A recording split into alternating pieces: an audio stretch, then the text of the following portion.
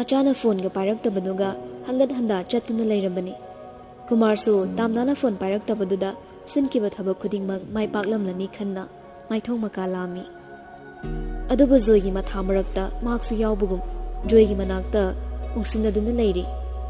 Sanayai so phamlammi phamna nupi yahongnabi asum nairi. Chen basongbaga yaukhrajatone. Kumarna khangdaba sari. Hey, akhoi be manabu kaide kanala sendawrige. Chen machung mathoklamadi fai. Aduda tamba ngamdrisini nongmatasu sumaina tawdabanine.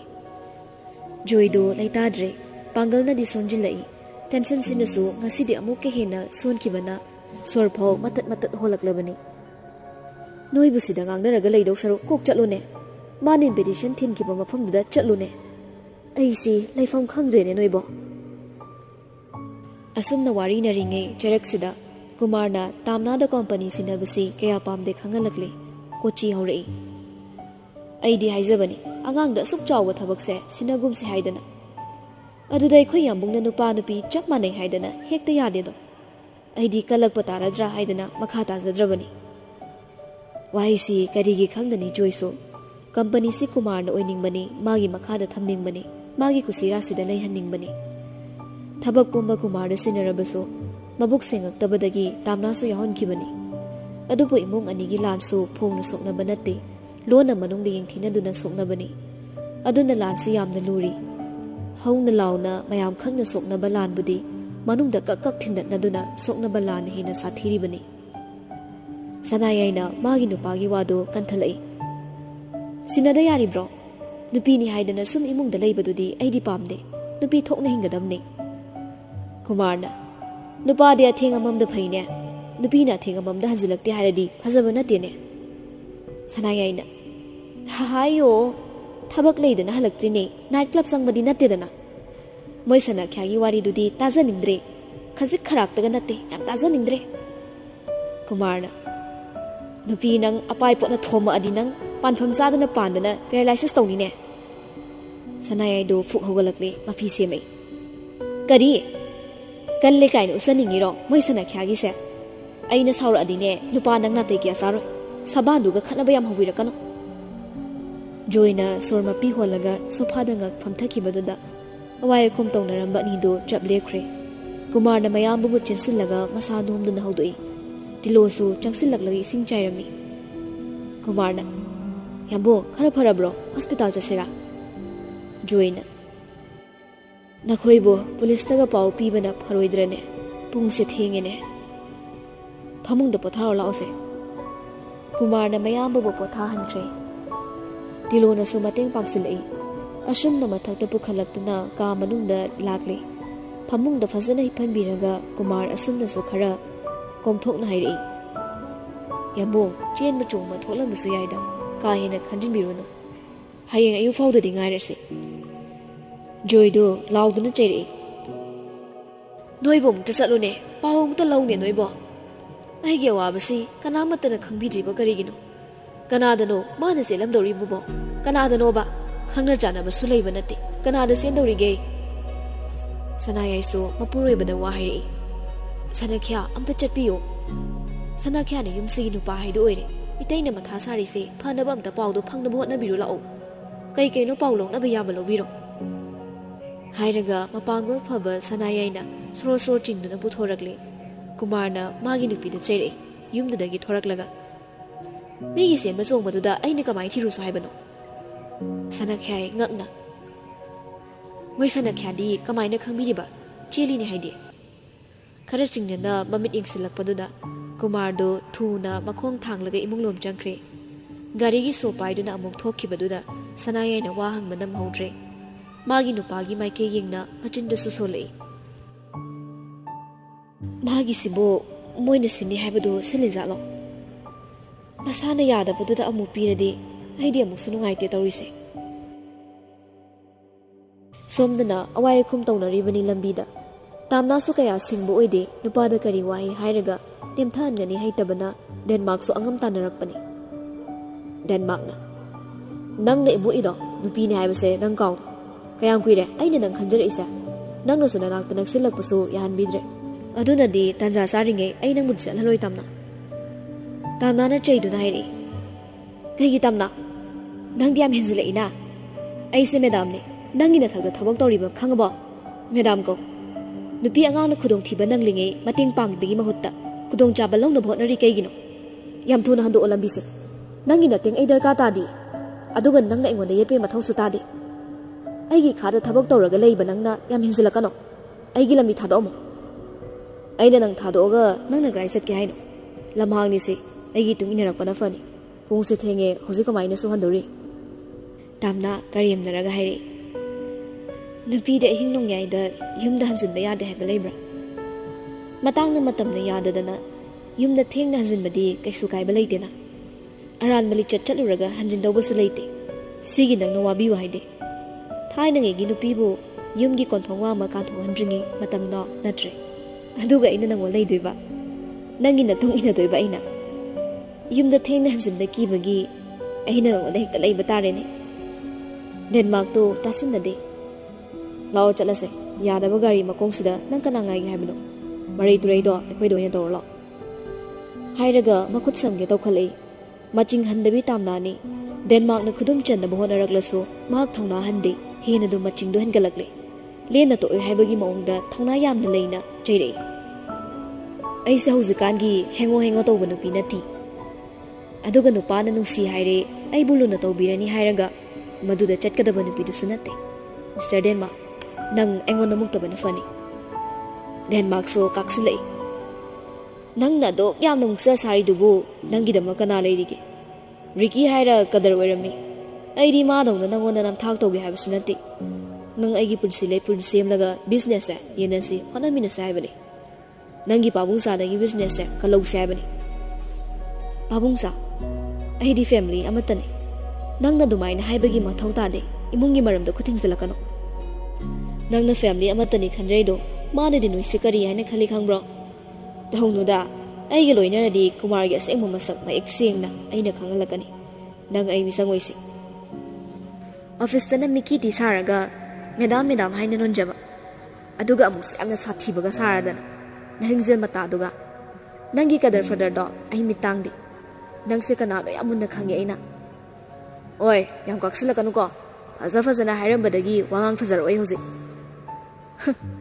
ꯀꯥꯛꯄ ꯅꯠꯇꯦ ꯑꯁꯦꯡꯕꯩꯅꯤ ꯁ꯭ꯋꯥꯏꯗ ꯆꯒꯠ ꯆꯒꯠ ꯌꯥꯝ ꯇꯧꯔꯛꯀꯅꯨ ꯅꯁꯛꯇꯨ ꯌꯦꯡꯅꯤꯡꯗꯤꯌꯦ ꯑꯩꯕꯨ ꯊꯦꯡꯊꯍꯟꯅꯕ ꯍꯣꯠꯅꯔꯛꯀꯅꯨ ꯅꯁꯛꯇꯨ ꯎꯕꯗ ꯆꯥꯕꯒ ꯇꯨꯝꯗꯧ ꯃꯥꯟꯗ꯭ꯔꯦ ꯅꯁꯛꯅꯦ ꯀꯥꯏꯅ ꯑꯂꯨ ꯁꯣꯏꯔꯣꯝꯕ ꯍꯦꯛ ꯃꯥꯜꯂꯗꯅ ꯍꯥꯏꯔꯒ ꯀꯣꯜ ꯇꯧꯅꯕ ꯍꯣꯠꯅꯕꯗ ꯐꯣꯟꯗꯨ ꯁꯠ ꯃꯨꯜꯂꯒ ꯅꯥꯀꯟꯗ ꯂꯩꯔꯤꯕ ꯁꯣꯔꯣꯛꯀꯤ ꯃꯈꯥꯒꯤ ꯄꯥꯠꯇꯨꯗ ꯂꯥꯛꯇꯅ ꯂꯪꯈ꯭ꯔꯦ ꯑꯁꯨꯛ ꯎꯁꯤꯠꯇꯕ ꯃꯇꯧꯗ ꯇꯥꯝꯅꯥꯗꯤ ꯃꯁꯥ ꯊꯦꯡꯕ ꯌꯥꯗ ꯁꯥꯎꯔꯝꯕꯗꯒꯤ ꯊꯧꯅꯥ ꯈꯖꯤꯛ ꯅꯦꯝꯊ ꯃꯀ꯭ꯂꯥꯛꯁꯨ ꯅꯤꯛꯄ ꯍꯧꯔꯛꯂꯕꯅꯤ ꯇꯨꯡ ꯃꯥꯡ ꯌꯦꯡꯂꯒ ꯒꯥꯔꯤ ꯑꯃꯇꯪ ꯃꯤꯑꯣꯏ ꯑꯃꯇꯪ ꯂꯥꯛꯂꯗꯤ ꯃꯥꯂꯦꯝ ꯁꯔꯥꯁꯜꯂꯁꯨ ꯁꯟꯅ ꯂꯥꯎꯔꯒꯦ ꯈꯟꯕꯅꯤ ꯑꯗꯨꯕꯨ ꯎꯗ꯭ꯔꯦ ꯃꯇꯝꯁꯤꯅ ꯁꯨꯝ ꯊꯦꯡꯖꯤꯜꯂꯛꯂꯕꯗꯤ ꯁꯣꯏꯗꯅ ꯅꯨꯄꯥꯁꯤꯒꯤ ꯃꯈꯨꯠꯇ ꯇꯥꯈꯤꯕ ꯇꯥꯔꯦ ꯍꯥꯏꯕꯒꯤ ꯑꯀꯤꯕꯁꯨ ꯐꯥꯎꯔꯛꯂꯝꯃꯤ ꯗꯦꯟꯃꯥꯔꯛꯀꯤ ꯃꯑꯣꯡꯁꯤꯗ ꯃꯍꯥꯛ ꯑꯣꯏꯔꯔꯣꯏ ꯈꯪꯕꯅ ꯉꯝꯂꯕꯗꯤ ꯅꯥꯟꯊꯣꯛꯀꯦ ꯍꯥꯏꯕ ꯋꯥꯈꯜꯁꯤ ꯆꯞ ꯌꯨꯡꯅ ꯈꯟꯈ꯭ꯔꯦ ꯃꯃꯥꯏ ꯂꯩꯔꯒ ꯒꯥꯔꯤ ꯍꯨꯟꯗꯣꯛꯂꯝꯗꯨꯅ ꯀꯟꯅ ꯆꯦꯟꯕ ꯍꯧꯔꯛꯂꯦ ꯉꯁꯤꯅ ꯃꯥꯒꯤ ꯄꯨꯟꯁꯤꯗ ꯑꯍꯥꯟꯕꯅꯤ ꯀꯅꯥꯒꯨꯝꯕ ꯑꯃ ꯀꯤꯗꯨꯅ ꯆꯦꯟꯕ ꯍꯥꯏꯕꯁꯦ ꯀꯤꯗꯕꯁꯨ ꯌꯥꯗꯦ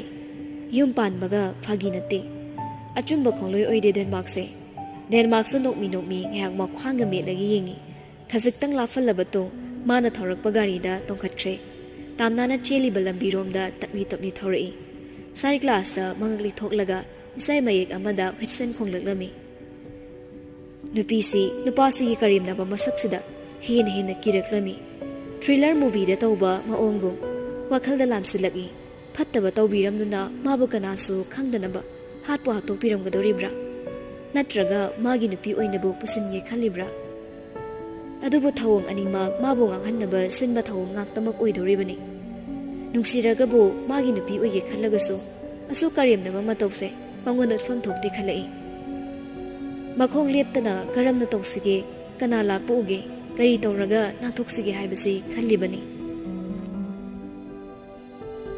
ꯂꯝꯕꯤꯁꯤꯁꯨ ꯃꯤ ꯀꯌꯥ ꯆꯠꯅꯕ ꯂꯝꯕꯤ ꯅꯠꯇꯦ ꯌꯥꯝꯅ ꯁꯥꯡꯅ ꯂꯧꯕꯨꯛ ꯄꯥꯠ ꯑꯣꯏꯔꯒ ꯃꯅꯨꯡ ꯆꯪꯁꯤꯟꯈ꯭ꯔꯒ ꯌꯨꯝ ꯑꯃꯅꯤ ꯈꯛꯇꯅꯤ ꯇꯥꯔꯤꯕ ꯑꯗꯨꯅ ꯂꯝꯕꯤꯁꯤꯗ ꯆꯠꯂꯤꯕꯁꯦ ꯄꯥꯠ ꯂꯩꯕ ꯃꯤꯅ ꯄꯥꯠꯇ ꯀꯨꯝꯕ ꯂꯧꯕꯨꯛ ꯀꯨꯝꯕ ꯑꯗꯨꯒ ꯃꯁꯥꯒꯤ ꯒꯥꯔꯤ ꯂꯩꯖꯕꯁꯤꯡꯅ ꯊꯕꯛ ꯏꯪꯈꯥꯡ ꯆꯠꯊꯣꯛꯄꯗ सिदगी हेना गाड़ी चेनबा लेते लापतकना गाड़ी अचौबा अमदी थौरकपदो उरकले मदो उबदा मखुत अनी चंगलगा हायरगा कन्ना लाउबा हौरकले मतेंग अमुक्ता पांगबियो गाड़ी खांबियो हायना लाउबनी खांगलक्त्रसो ममांगदा चोंगसिल्लगे सीरा छी चंगा चंग हायबगी वाखलदा लेख्रे सिदमता खांबियो मतेंग अमता पांगबिरमो गाड़ी सेमता खांबियो ब्रेक मखोल हौंना ममांगदा चप चाना खामजिलकले गाड़ी की थोंगदो हांगलगा कुमथरई थुना गाड़ी की लाइटुना ममाइदा फुजिलकपना मिसक्तुदी उरमद्रे मसक उदबा नुपादुदा सोरमपी अमा होंदुना हायरई अैगी मते अमता पांगबिरमो अै खुदोंथीबा तारे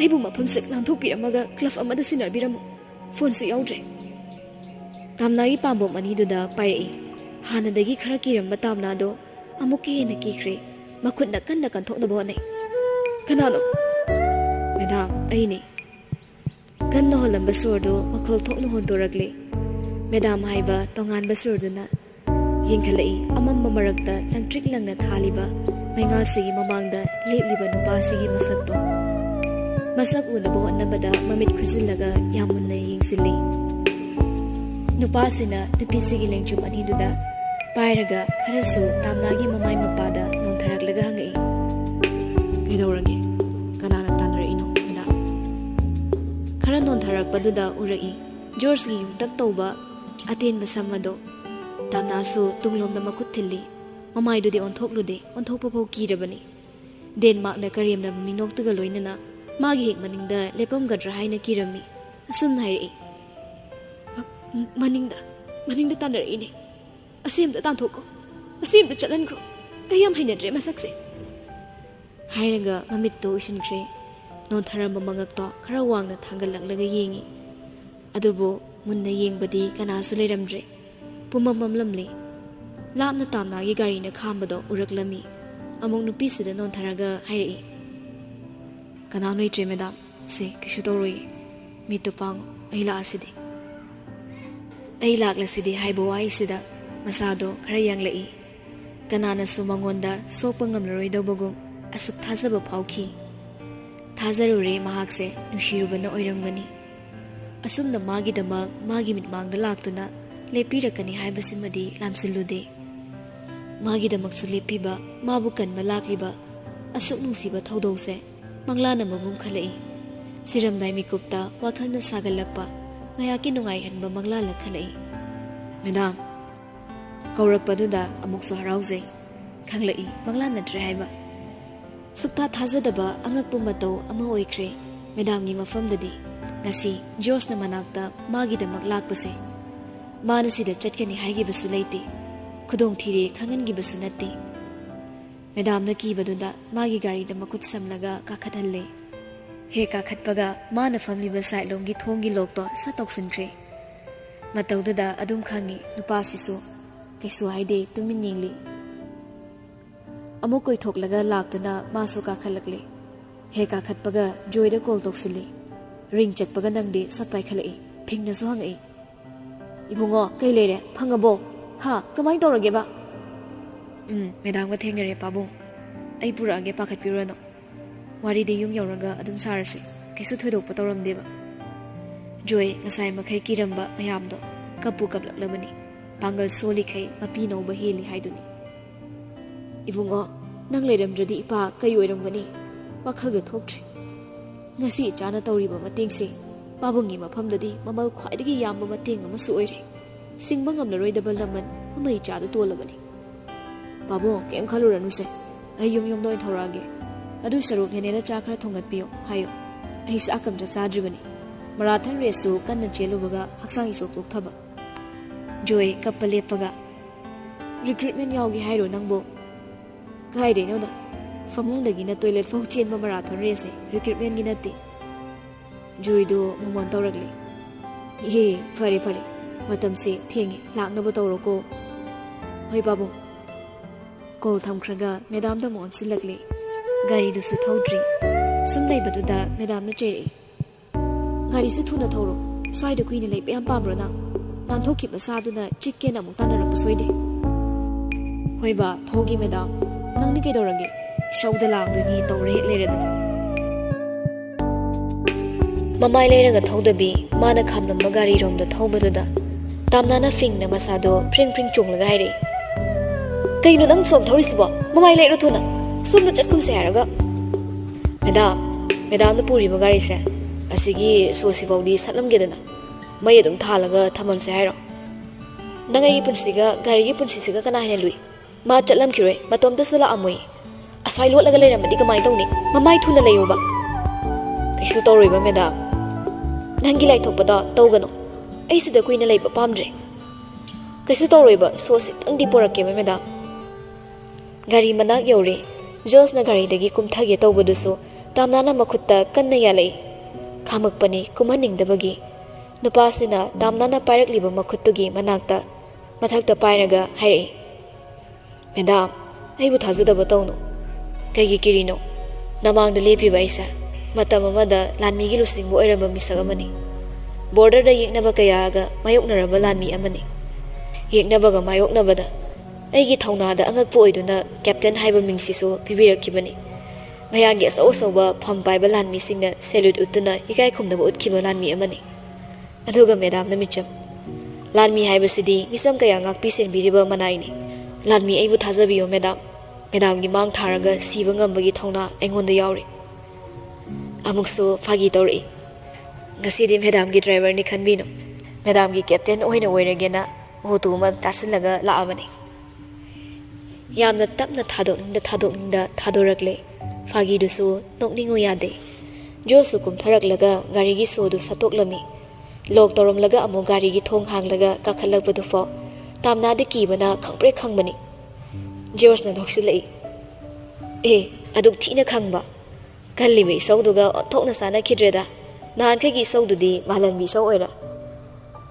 thaudorakle mafamdudagi Bisenpur bazar dagi thaudoraklaga main road ki matai amada gari khami thak niktuna leiba madam do onsilai haima adum khappa lei se kaigino nasado electric na singmadongna tamna pasanik pahandri yenglei nupa sida isauga toksilai ai kamai nikpa phadoino kibam yauri nongan de ai kiba phararoi onsilai nokmi sumlage matagum aduga asum nairi ai mite yengo tamna so mikup sidadi nupa segi mit ani duda yengaklami michanai sumge phajinge khana yenglakpa George ki meeting da karamnadi thaiduna buchen mangamgani second balagi machagum phajaba George ki mishum meeting ni mamit kopta yenglaga nupa sina hai ai se numit na khalo numit ai leina angan ma pame hai se kaigino numit ai sa angan ma mahak suni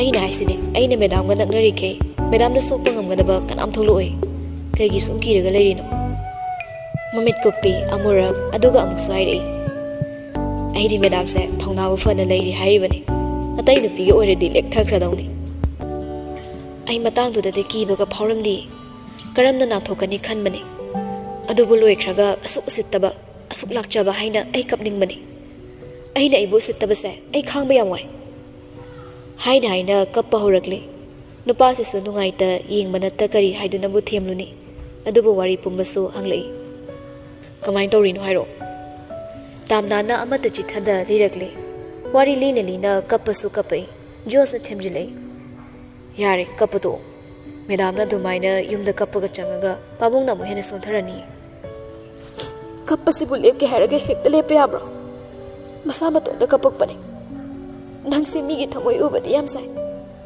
aduga igi thamoi budi su udabra yare se kawang torokano sum nungshiraktana farak tanarakaniba phagini kaina rasi suma chenamta yaude mai den mak haiba nupado nong dangan kisan nungai ni ma aina tawba yeng yare se police tharaga pick up to hola loire khai henge man hekta madam du sitta yabra George ki moli angang themagum themak pasida tamnadi sum sauningei nang da ise nasari ka ba angang oina uri sakai gino nangi du da ai themba natre khana bahobani hoi haurini yumdu sum hipambadagi I karaktana khana bahogena ne Bisempur tana madam thibala iba kanbira ise thank you ga haidene nang de gi driver ni nangonda thank you so ai hairoi oh angawo masing hora age do horo nang de aina kai ude na ki doiba ꯗꯦꯟꯃꯥꯔꯛꯇꯒꯤ ꯑꯩꯅ ꯍꯦꯟꯅ ꯁꯥꯊꯤꯕꯅꯤꯀꯣ ꯑꯩꯗꯤ ꯊꯥꯏꯅ ꯅꯨꯄꯤ ꯐꯥꯔꯨꯕꯒꯤ ꯀꯦꯁꯁꯨ ꯂꯩꯔꯤꯗꯣ ꯈꯔ ꯀꯤꯖꯧ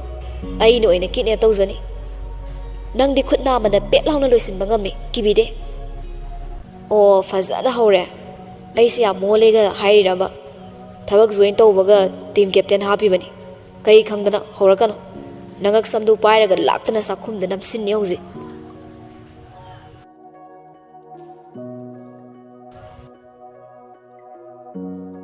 ꯇꯥꯝꯅꯥ ꯐꯪꯂꯦ ꯇꯥꯕꯗ ꯀꯨꯃꯥꯔꯗꯨ ꯃꯀꯣꯛꯇ ꯃꯩ ꯍꯧꯔꯤ ꯑꯗꯨꯕꯨ ꯁꯤꯡꯕ ꯌꯥꯎꯅꯕꯤ ꯗꯦꯟꯃꯥꯔꯛꯇ ꯀꯣꯜ ꯇꯧꯔꯝꯗꯦ ꯍꯦꯛ ꯇꯧꯔꯨꯕꯗ ꯃꯥꯁꯨ ꯌꯥꯎꯅ ꯁꯣꯏꯗꯅ ꯐꯔꯛ ꯇꯥꯒꯅꯤ ꯈꯪꯂꯝꯃꯤ ꯄ꯭ꯂꯥꯟꯁꯦ ꯁꯤꯟꯕꯗ ꯐꯣꯟꯗ ꯑꯃꯠꯇ ꯋꯥꯔꯤ ꯁꯥꯈꯤꯗꯕꯗꯨ ꯂꯥꯏꯕꯛ ꯐꯩ ꯈꯜꯂꯛꯏ ꯃꯌꯨꯝ ꯌꯧꯔꯛꯂꯗꯨꯅ ꯃꯥꯒꯤ ꯀꯥ ꯃꯅꯨꯡ ꯆꯪꯉꯛꯂꯤ ꯁꯣꯐꯥꯗꯨꯗ ꯐꯝꯊꯔꯛꯏ ꯁꯅꯥꯌꯥꯏꯁꯨ ꯃꯄꯨꯔꯣꯏꯕꯒꯤ ꯃꯅꯥꯛ ꯐꯝꯖꯤꯜꯂꯛꯂꯤ ꯑꯩꯅ ꯍꯥꯏꯗ꯭ꯔꯣ ꯍꯩꯄꯥ ꯌꯥꯝ ꯁꯥꯔꯨꯅꯨ ꯍꯥꯏꯗꯅ ꯃꯄꯥꯅꯕꯨ ꯃꯆꯥꯒꯤ ꯅꯨꯄꯥ ꯁꯤꯜꯂꯤ ꯑꯗꯨꯁꯨ ꯀꯣꯏꯅꯗꯕ ꯅꯨꯄꯥ ꯅꯨꯄꯤ ꯅꯪ ꯋꯥ ꯌꯥꯝ ꯉꯥꯡꯉꯛꯀꯅꯣ ꯅꯈꯣꯜ ꯅꯋꯥꯗꯣ ꯏꯆꯥꯎ ꯆꯥꯎꯈꯩ ꯏ ꯀꯥꯔꯛꯀꯅꯤꯀꯣ ꯅꯪꯉꯣꯟꯗ ꯑꯣꯏꯅ ꯂꯣꯏꯅ ꯇꯥꯏꯅꯔꯛꯀꯅꯤ ꯁꯅꯥꯌꯥꯏꯁꯨ ꯃꯅꯥꯗꯒ ꯍꯥꯞꯄꯤꯗꯦ ꯑꯩꯗꯤ ꯇꯨꯝꯃꯨꯔꯅꯤ ꯃꯣꯏ ꯃꯄꯥꯁꯨ ꯉꯥꯏꯍꯥꯛ ꯆꯪꯒꯦꯒ ꯆꯪꯕꯤꯔꯨꯔꯣ ꯗꯦꯟꯃꯥꯔꯛꯇꯨꯗ ꯀꯣꯜ ꯑꯝꯇ ꯇꯧꯒꯦꯔꯁꯨ ꯇꯧꯔꯣ ꯍꯌꯦꯡꯗꯤ ꯂꯣꯛꯀꯞꯇ ꯂꯩꯔꯅꯤ ꯑꯗꯨꯅ ꯏꯟꯁꯥꯡ ꯑꯍꯥꯎꯕ ꯑꯃ ꯆꯥꯖꯍꯧꯔꯣꯌꯨ ꯍꯥꯏꯔꯒ ꯌꯥꯝ ꯅꯨꯡꯉꯥꯏꯅ ꯏꯍꯥꯍꯥꯗ ꯐꯃꯨꯡ ꯀꯥꯈꯠꯈ꯭ꯔꯦ ꯀꯨꯃꯥꯔꯁꯨ ꯐꯃꯨꯡ ꯃꯆꯤꯗꯨꯗ ꯐꯝꯃꯤ ꯆꯪꯂꯨꯗ꯭ꯔꯁꯨ ꯐꯖꯗꯕ ꯑꯣꯏꯕꯅ ꯉꯥꯏꯍꯥꯛ ꯆꯪꯉꯨꯅꯕ ꯍꯥꯏꯗꯅ ꯊꯣꯔꯛꯂꯒ ꯖꯣꯏ ꯍꯣꯏꯒꯤ ꯏꯃꯨꯡꯗ ꯆꯪꯉꯛꯄꯗ ꯇꯤꯂꯣꯅ ꯆꯥꯛꯈꯨꯝꯗ ꯂꯩꯕꯒꯤ ꯃꯈꯣꯜ ꯇꯥꯕꯗꯨꯗ ꯆꯪꯁꯤꯜꯂꯛꯏ ꯑꯦ ꯏꯆꯦ ꯀꯩ ꯍꯣꯠꯅꯔꯤꯅꯣ ꯇꯤꯂꯣꯅ ꯖꯤꯑꯣꯁꯨ ꯆꯪꯉꯛꯀꯅꯤ ꯍꯥꯏꯔꯤꯌꯦ ꯆꯥꯛ ꯂꯣꯟꯈꯠꯄꯅꯤ ꯌꯥꯝꯃꯨꯡꯗꯤ ꯀꯥꯏ ꯂꯩꯈ꯭ꯔꯒꯦ ꯕꯤꯄꯤ ꯒꯨꯂꯤ ꯆꯥꯔꯒ ꯉꯥꯏꯍꯥꯛ ꯄꯣꯊꯥꯍꯧꯕꯅꯤ ꯀꯨꯃꯥꯔ ꯇꯟꯖꯥ ꯆꯥꯔꯦ ꯈꯪꯂꯛꯏ ꯊꯩꯔꯒ ꯆꯠꯅꯕ ꯑꯁꯨꯝ ꯅꯥꯏꯔꯛꯏ ꯐꯔꯦ ꯑꯗꯨꯗꯤ ꯄꯣꯊꯥꯖꯔꯁꯅꯨ ꯏꯔꯦꯟꯖꯅ ꯂꯩꯔꯣ ꯍꯌꯦꯡ ꯑꯣꯏꯅ ꯐꯖꯅ ꯒ꯭ꯌꯥꯟ ꯇꯥꯅ ꯋꯥꯔꯤ ꯁꯥꯟꯅꯅꯕ ꯍꯥꯏꯔꯝꯂꯒ ꯊꯣꯔꯛꯂꯦ ꯏꯃꯨꯡ ꯂꯣꯝꯗ ꯆꯪꯉꯛꯇꯨꯅ ꯃꯥꯁꯨ ꯄꯣꯊꯥꯅꯕ ꯆꯪꯈ꯭ꯔꯤ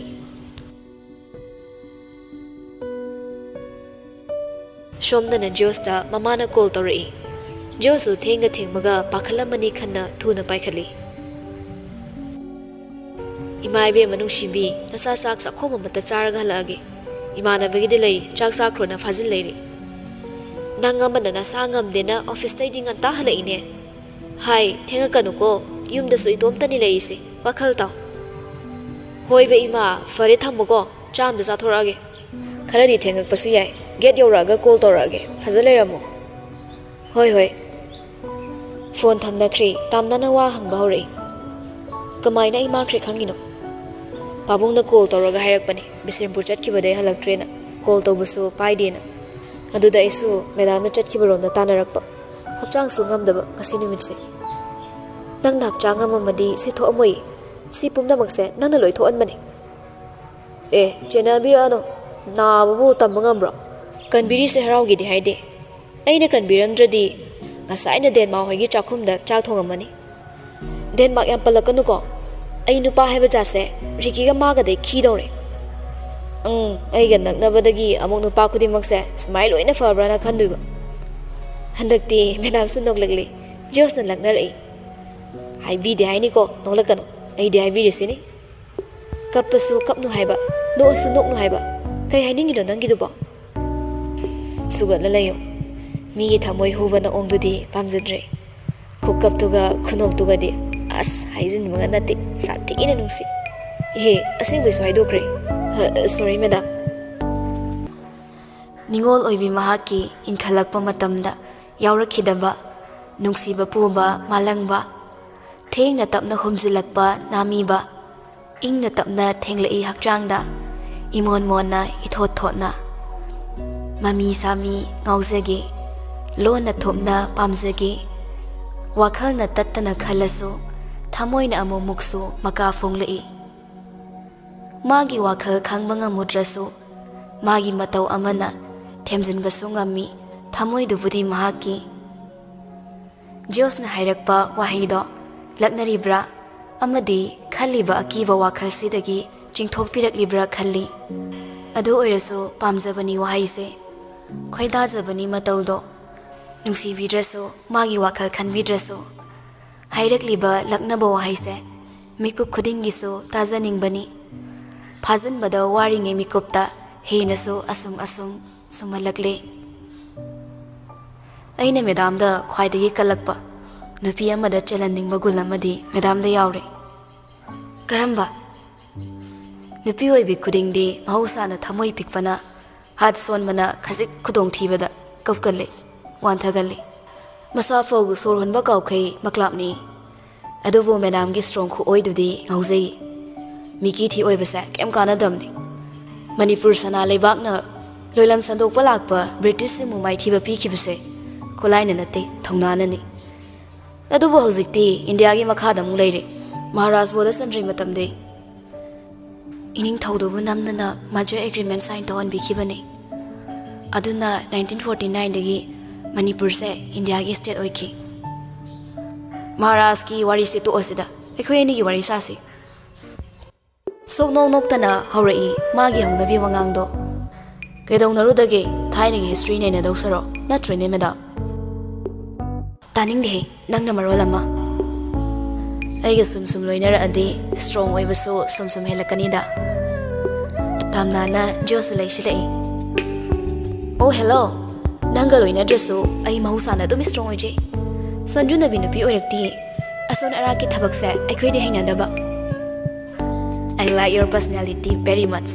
ꯃꯔꯤꯡꯖꯦꯜ ꯄꯥꯟꯗꯕ ꯃꯤꯗꯤ ꯑꯩꯁꯨ ꯍꯩꯅꯗꯦ, ꯌꯦꯡꯅꯤꯡꯗꯦ, ꯅꯨꯡꯁꯤꯕ ꯐꯥꯎꯗꯦ꯫ ꯃꯥꯏꯊꯣꯡꯗꯣ ꯈꯤꯇꯪ ꯉꯥꯟꯊꯣꯔꯛꯂꯦ ꯖꯣꯁꯀꯤ ꯋꯥꯍꯩ ꯃꯥꯅꯁꯨ ꯌꯥꯅꯤꯡꯕꯅ, ꯑꯗꯨꯕꯨ ꯉꯥꯜꯂꯤꯕ ꯃꯥꯏꯊꯣꯡꯗꯨꯗ ꯌꯥꯝꯅ ꯅꯤꯡꯉꯝꯗꯕ ꯅꯠꯇ꯭ꯔꯒ ꯀꯔꯝꯕ ꯋꯥꯈꯜꯒꯤ ꯑꯋꯥꯕꯅꯣ ꯃꯁꯛ ꯑꯃꯗꯤ ꯇꯥꯔꯛꯄꯅꯤ꯫ ꯂꯪꯇ꯭ꯔꯤꯛ ꯂꯪꯕ ꯄꯨꯔꯅꯤꯃꯥ ꯅꯨꯃꯤꯠꯀꯤ ꯑꯍꯤꯡꯗ ꯊꯥꯖ ꯃꯍꯥꯛꯄꯨ ꯒ꯭ꯔꯍꯟꯅ ꯎꯝꯈꯤꯕꯒꯨꯝ ꯀꯌꯥ ꯁꯦꯡꯗꯕ ꯁꯛꯇꯝꯅꯤ꯫ ꯃꯀꯥ ꯂꯥꯝꯅꯗꯤ ꯉꯥꯟꯖꯅꯤꯡꯕꯅꯤ, ꯑꯗꯨꯕꯨ ꯀꯅꯥ ꯑꯃꯅ ꯃꯥꯒꯤ ꯒ꯭ꯔꯍꯟ ꯑꯣꯏꯈꯤꯗꯨꯅ ꯃꯉꯥꯜ ꯐꯥꯖꯤꯟꯕꯤꯕ ꯃꯑꯣꯡꯅꯤ꯫ ꯇꯥꯝꯅꯥꯅ, ꯃꯤꯑꯣꯏꯕꯅ ꯊꯧꯅꯥ ꯂꯩꯔꯛꯂꯤꯁꯦ ꯃꯥꯒꯤ ꯄꯨꯟꯁꯤꯗ ꯈꯨꯗꯣꯡꯊꯤꯕ ꯀꯌꯥ ꯃꯁꯤꯡ ꯊꯤꯉꯝꯗ ꯊꯦꯡꯅꯔꯝꯕꯒꯤꯁꯨ ꯌꯥꯏ꯫ ꯍꯣꯏ ꯆꯨꯝꯃꯤ, ꯑꯗꯨꯕꯨ ꯊꯧꯅꯥ ꯐꯅ ꯃꯥꯌꯣꯛꯅꯗꯕ ꯃꯤꯀꯤ ꯊꯤꯗꯨꯗꯤ ꯑꯩꯗꯤ ꯄꯥꯝꯗꯦ꯫ ꯈꯨꯗꯣꯡꯊꯤꯕ, ꯂꯨꯔ ꯂꯨꯔꯕ ꯁꯤꯆꯨꯋꯦꯁꯟ ꯀꯌꯥ ꯃꯥꯌꯣꯛꯅꯔꯛꯄ ꯃꯤꯁꯛ ꯑꯗꯣ ꯑꯁꯦꯡꯕ ꯑꯦꯗꯚꯦꯟꯆꯔꯔ ꯑꯃꯅꯤ꯫ ꯄꯪꯊꯥ ꯊꯥꯒꯠꯂꯦꯁꯨ ꯈꯟꯕꯤꯅꯣ꯫ I really admire you, madam.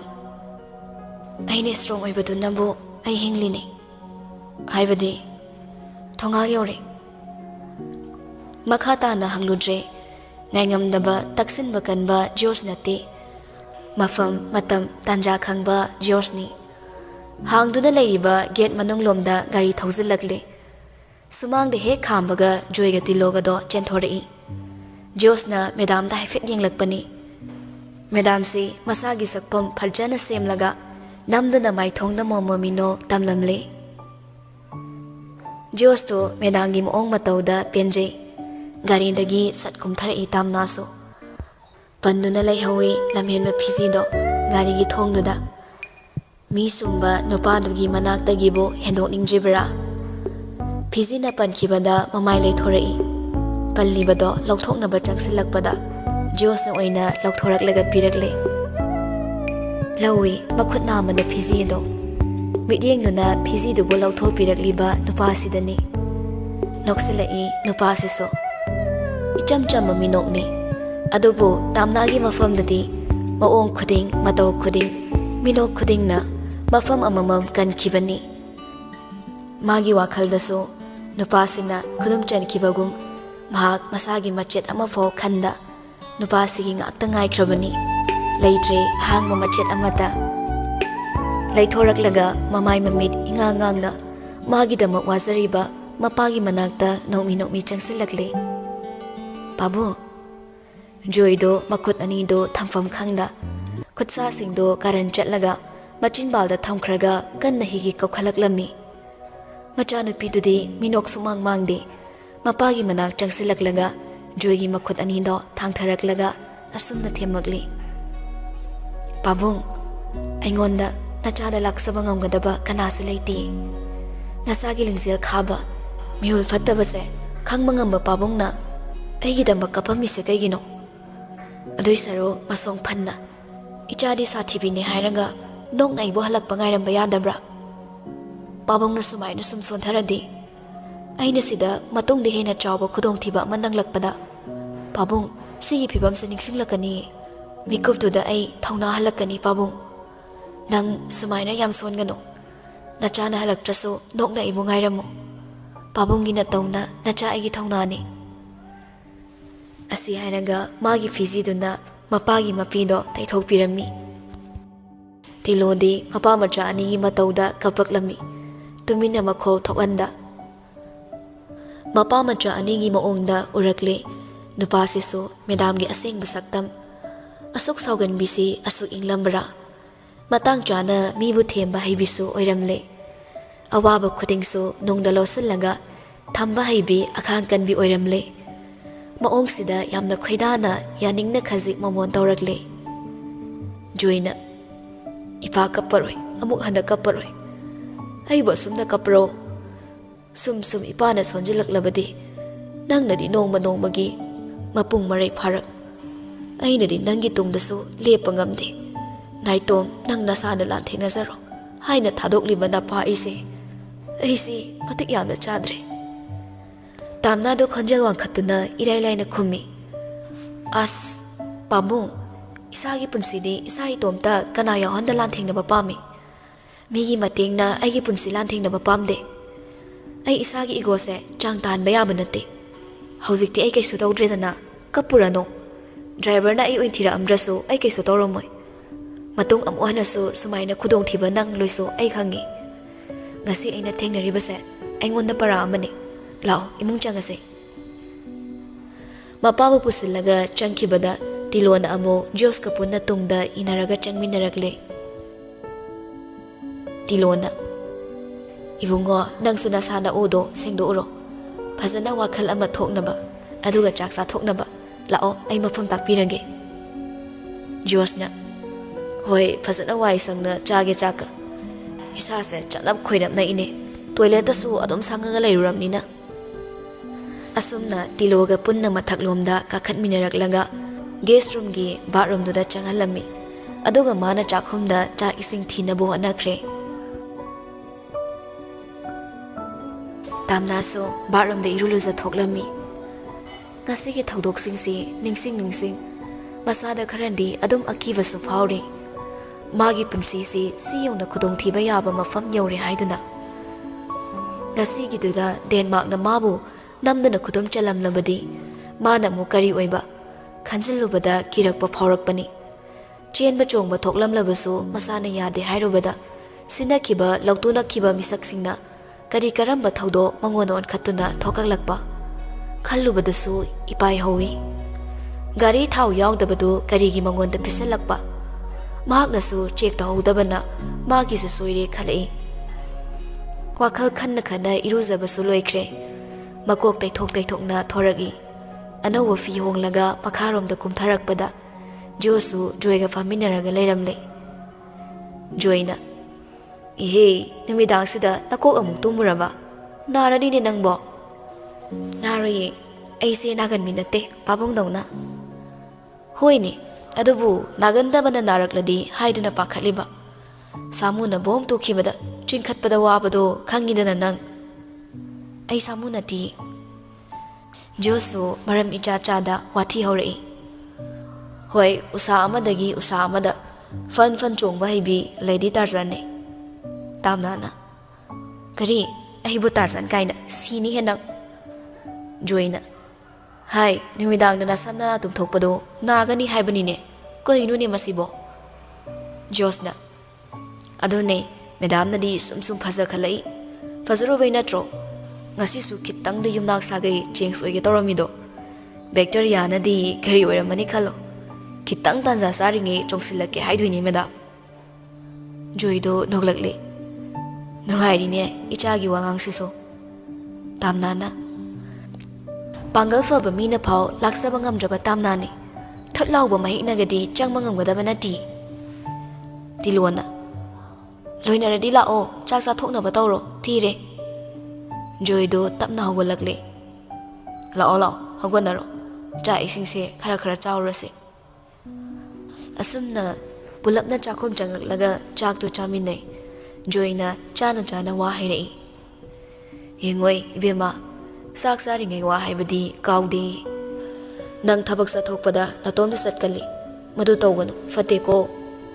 Hoi Nang babung sasu ngasai ko chen chenjaramani. Tumthakra male laktre. Jos da mo onsilai. Ibungo ensang hautabra. Jos na. Hawe babung. Haumandana wa ngangbaga matam manghanba pamuri. Aduna pukhara thallaga oina wa ngangangena tumin jaraba. Punna noglei joina asumna sai. Nasangam de hai nangsu wazaramani. Hayeng thabak leptho akhoi thoibisu pothajarasanu. Tamnana ngamadi lao thabak lepa nungaite. Hayeng di launch tawgadabasu leibanina chattaba nungairoi. Hoi lake. Haksang khara choktaba natana kemta tawdrena. Yani hayeng adum lake. Joina ibungo faminaringi sida wa khara haige. Kei wano pabo. Akhoi thoibigi nupa amati yenga une. Aina kallingai mayum palan khrage. Chahi sisu yare edo. Josu khara khallaga hairei.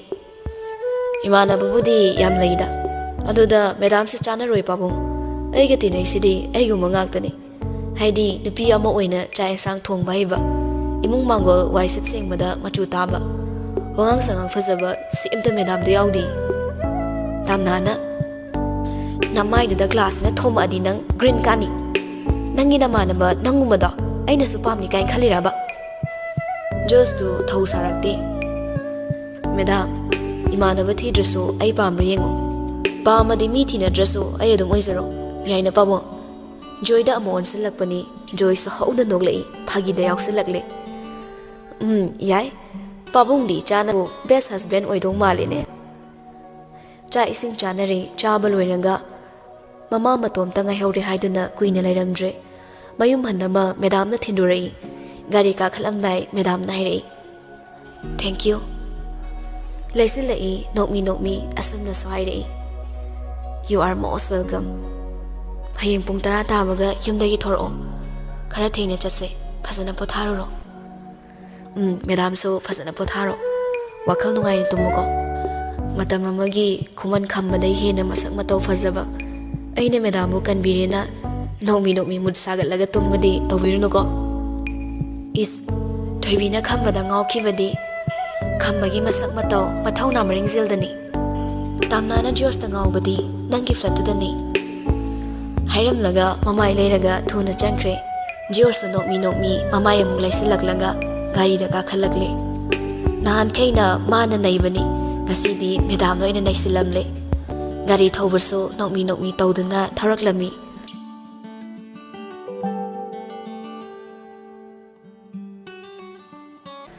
Monda amada lakpana mayum sukama yorakpano khangaudre. Wakhal tarakpada sumangda gari khamlami. Mama so tumdabani macha halakpa ngairamli.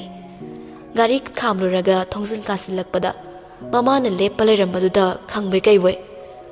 As akhoi ma sisuba thongzil da lai dawna lep lairami. Makhol takina tholakpani ne. Gate ka se hekta sewak fa kai thanamisine. Aina lolaga lairamu haidraba ima. Nang lakpada aina tumthakiba mapa thoadi haidana hangdoklamani ne. Fare ai tumurage ima sa tumuro. Hoi patharuro. Sa ising di yaradro nangbo. Chare yarani. Akhoi ima na thongba budi moidana thini hele hauba. Ima nang layaurengo. Is nong phadok khak mi na hauba pijarak pairo swaidana ma isi tharisina. Fagi tawbanida akhoi ima yauba amta leite. Si oirandi harauramani tumurage ai. Asumna ka manung changaklaga mafi marol hongdokle. Adudagi hiptharami. Kokamonga samnabaga tumu haibadi yadre. Ngasi nongmagi thokiba thodok mayamsing amamam to oina ningsinglai. Ningsingna adum uithakre.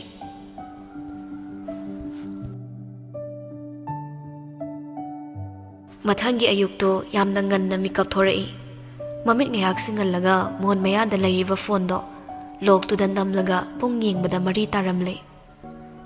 September tangkhai sansilakpana ahing asi kitang sangdokpani.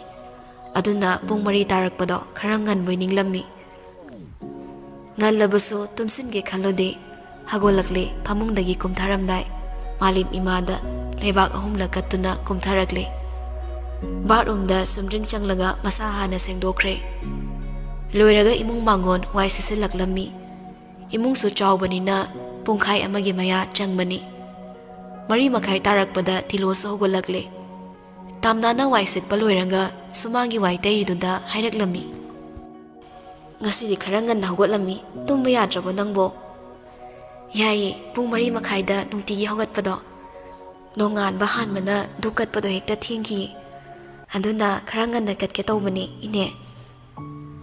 Fare fare, imung wai tairage nang dukal oko. Hairamlaga tilo changkre. Tamnasa sumangi wai taiba loiranga laigi kolik ado laigi pukri macha ama lairibadudagi ising sokatlaga fengdoklami. Loiraga kon macha dudma ising pik thana sokatle. Pomni tawriba tharodo ama heklaga sumangdagi lei makhal amaniga tawraga manam naiba duka fasana semlaga thanamle.